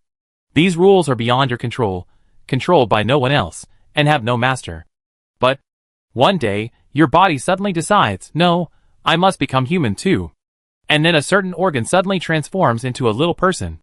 At this moment, the rules within your body must begin to eliminate this little person, then determine the cause of this behavior, and then, in the future evolutionary process, eliminate this hidden danger. This is how humans evolved. This is how the universe evolved. Why did the cosmic rules at that time choose the human body as the external form of their own divine race? All advanced civilizations, regardless of their own form, will eventually deconstruct and reconstruct their bodies into humans. It's because humans are the most perfect beings in the universe. Although they possess no power or abilities, they operate in accordance with the laws of the universe, implicitly imbued with the will of heaven. What if a major bug were to occur in the universe someday? The current cosmic rules could very well accidentally cause the universe to completely collapse while resolving this bug. This is perfectly normal. This is the terrifying nature of the Protoss. Even God-level civilizations are somewhat wary of them. That's why you're so lucky to have met a Protoss member in person and come back alive. No, Chen Mang whispered softly, you're lucky. That Protoss member was dug out from your resource library. After Killua left, Chen Mang looked back at the image of the girl on the tablet. Who could have imagined that this person was actually a Protoss? In terms of background, is there anyone in the entire universe with a higher background than this person? But no matter how powerful they were once, they are now just remnants of a previous dynasty. Being imprisoned here for years by a level 4 civilization, the Naya civilization, clearly shows its strength is far less than it once was. He naturally had no intention of releasing this remnant of the Protoss. But after learning its identity, he felt that this could be considered a deeply destructive weapon. When some civilization bullied him, and he couldn't defeat it, he could simply throw this thing over. If only it could be sold for money. It would surely fetch a good sum. The Protoss had no men, only women like this. Reproduction didn't rely on live birth, but was fabricated out of thin air by the laws of the universe at the time. This forcibly created race had no roots in the universe, no reproductive capacity, and was unrecognized by the universe. Granted, he was powerful. But he was like a rootless stream. I have to say, having the daughter of a god-level civilization by his side was quite beneficial. Otherwise, how could he know these secrets? How bizarre. The rules of the universe could be changed, and emotions could even be born and races could be created. The referee personally cheated on the players. How could other civilizations compete? After a while after this incident, he looked at the Doppler radar. He really wanted to go to the Nami civilization and take back his heavenly palace. He felt that there must be something in that heavenly palace that others couldn't see, but since it was left to him, he would definitely know. But how the hell was he going to get there? He didn't even know where the Nami civilization was. How far away was it from him? Qin Mang sighed deeply, sat down in a chair, lit a cigarette, and said helplessly, "When I throw the heavenly palace back in the future, won't I have considered how he can get it back? At least I threw it in the Naya galaxy. How is the Nami civilization supposed to pick it up if you leave it somewhere unknown? Why not just leave it outside the universe? And he go outside the universe to pick it up. He can't even empathize with his future self, let alone what he was thinking at the time. Hasn't he ever considered this? Forget it. Let's put this aside for now. The most urgent task is to first inventory the resources, upgrade the train once more, and then consolidate the resources of the Naya galaxy. Then we can start considering our next goal. There aren't many star systems around the Naya galaxy. There aren't many resources either. He had no idea how far the nearest galaxy was, and he didn't dare upgrade his radar, fearing it would trigger a cosmic mine. Going down the x-axis was highly unlikely. There was probably an advanced civilization occupying that area. Going up the x-axis didn't seem likely either. As for the other side of the cosmic void, that was even more impossible. He couldn't get through anyway. For now, it seemed like he could only try mining in areas where the spark civilization had passed through.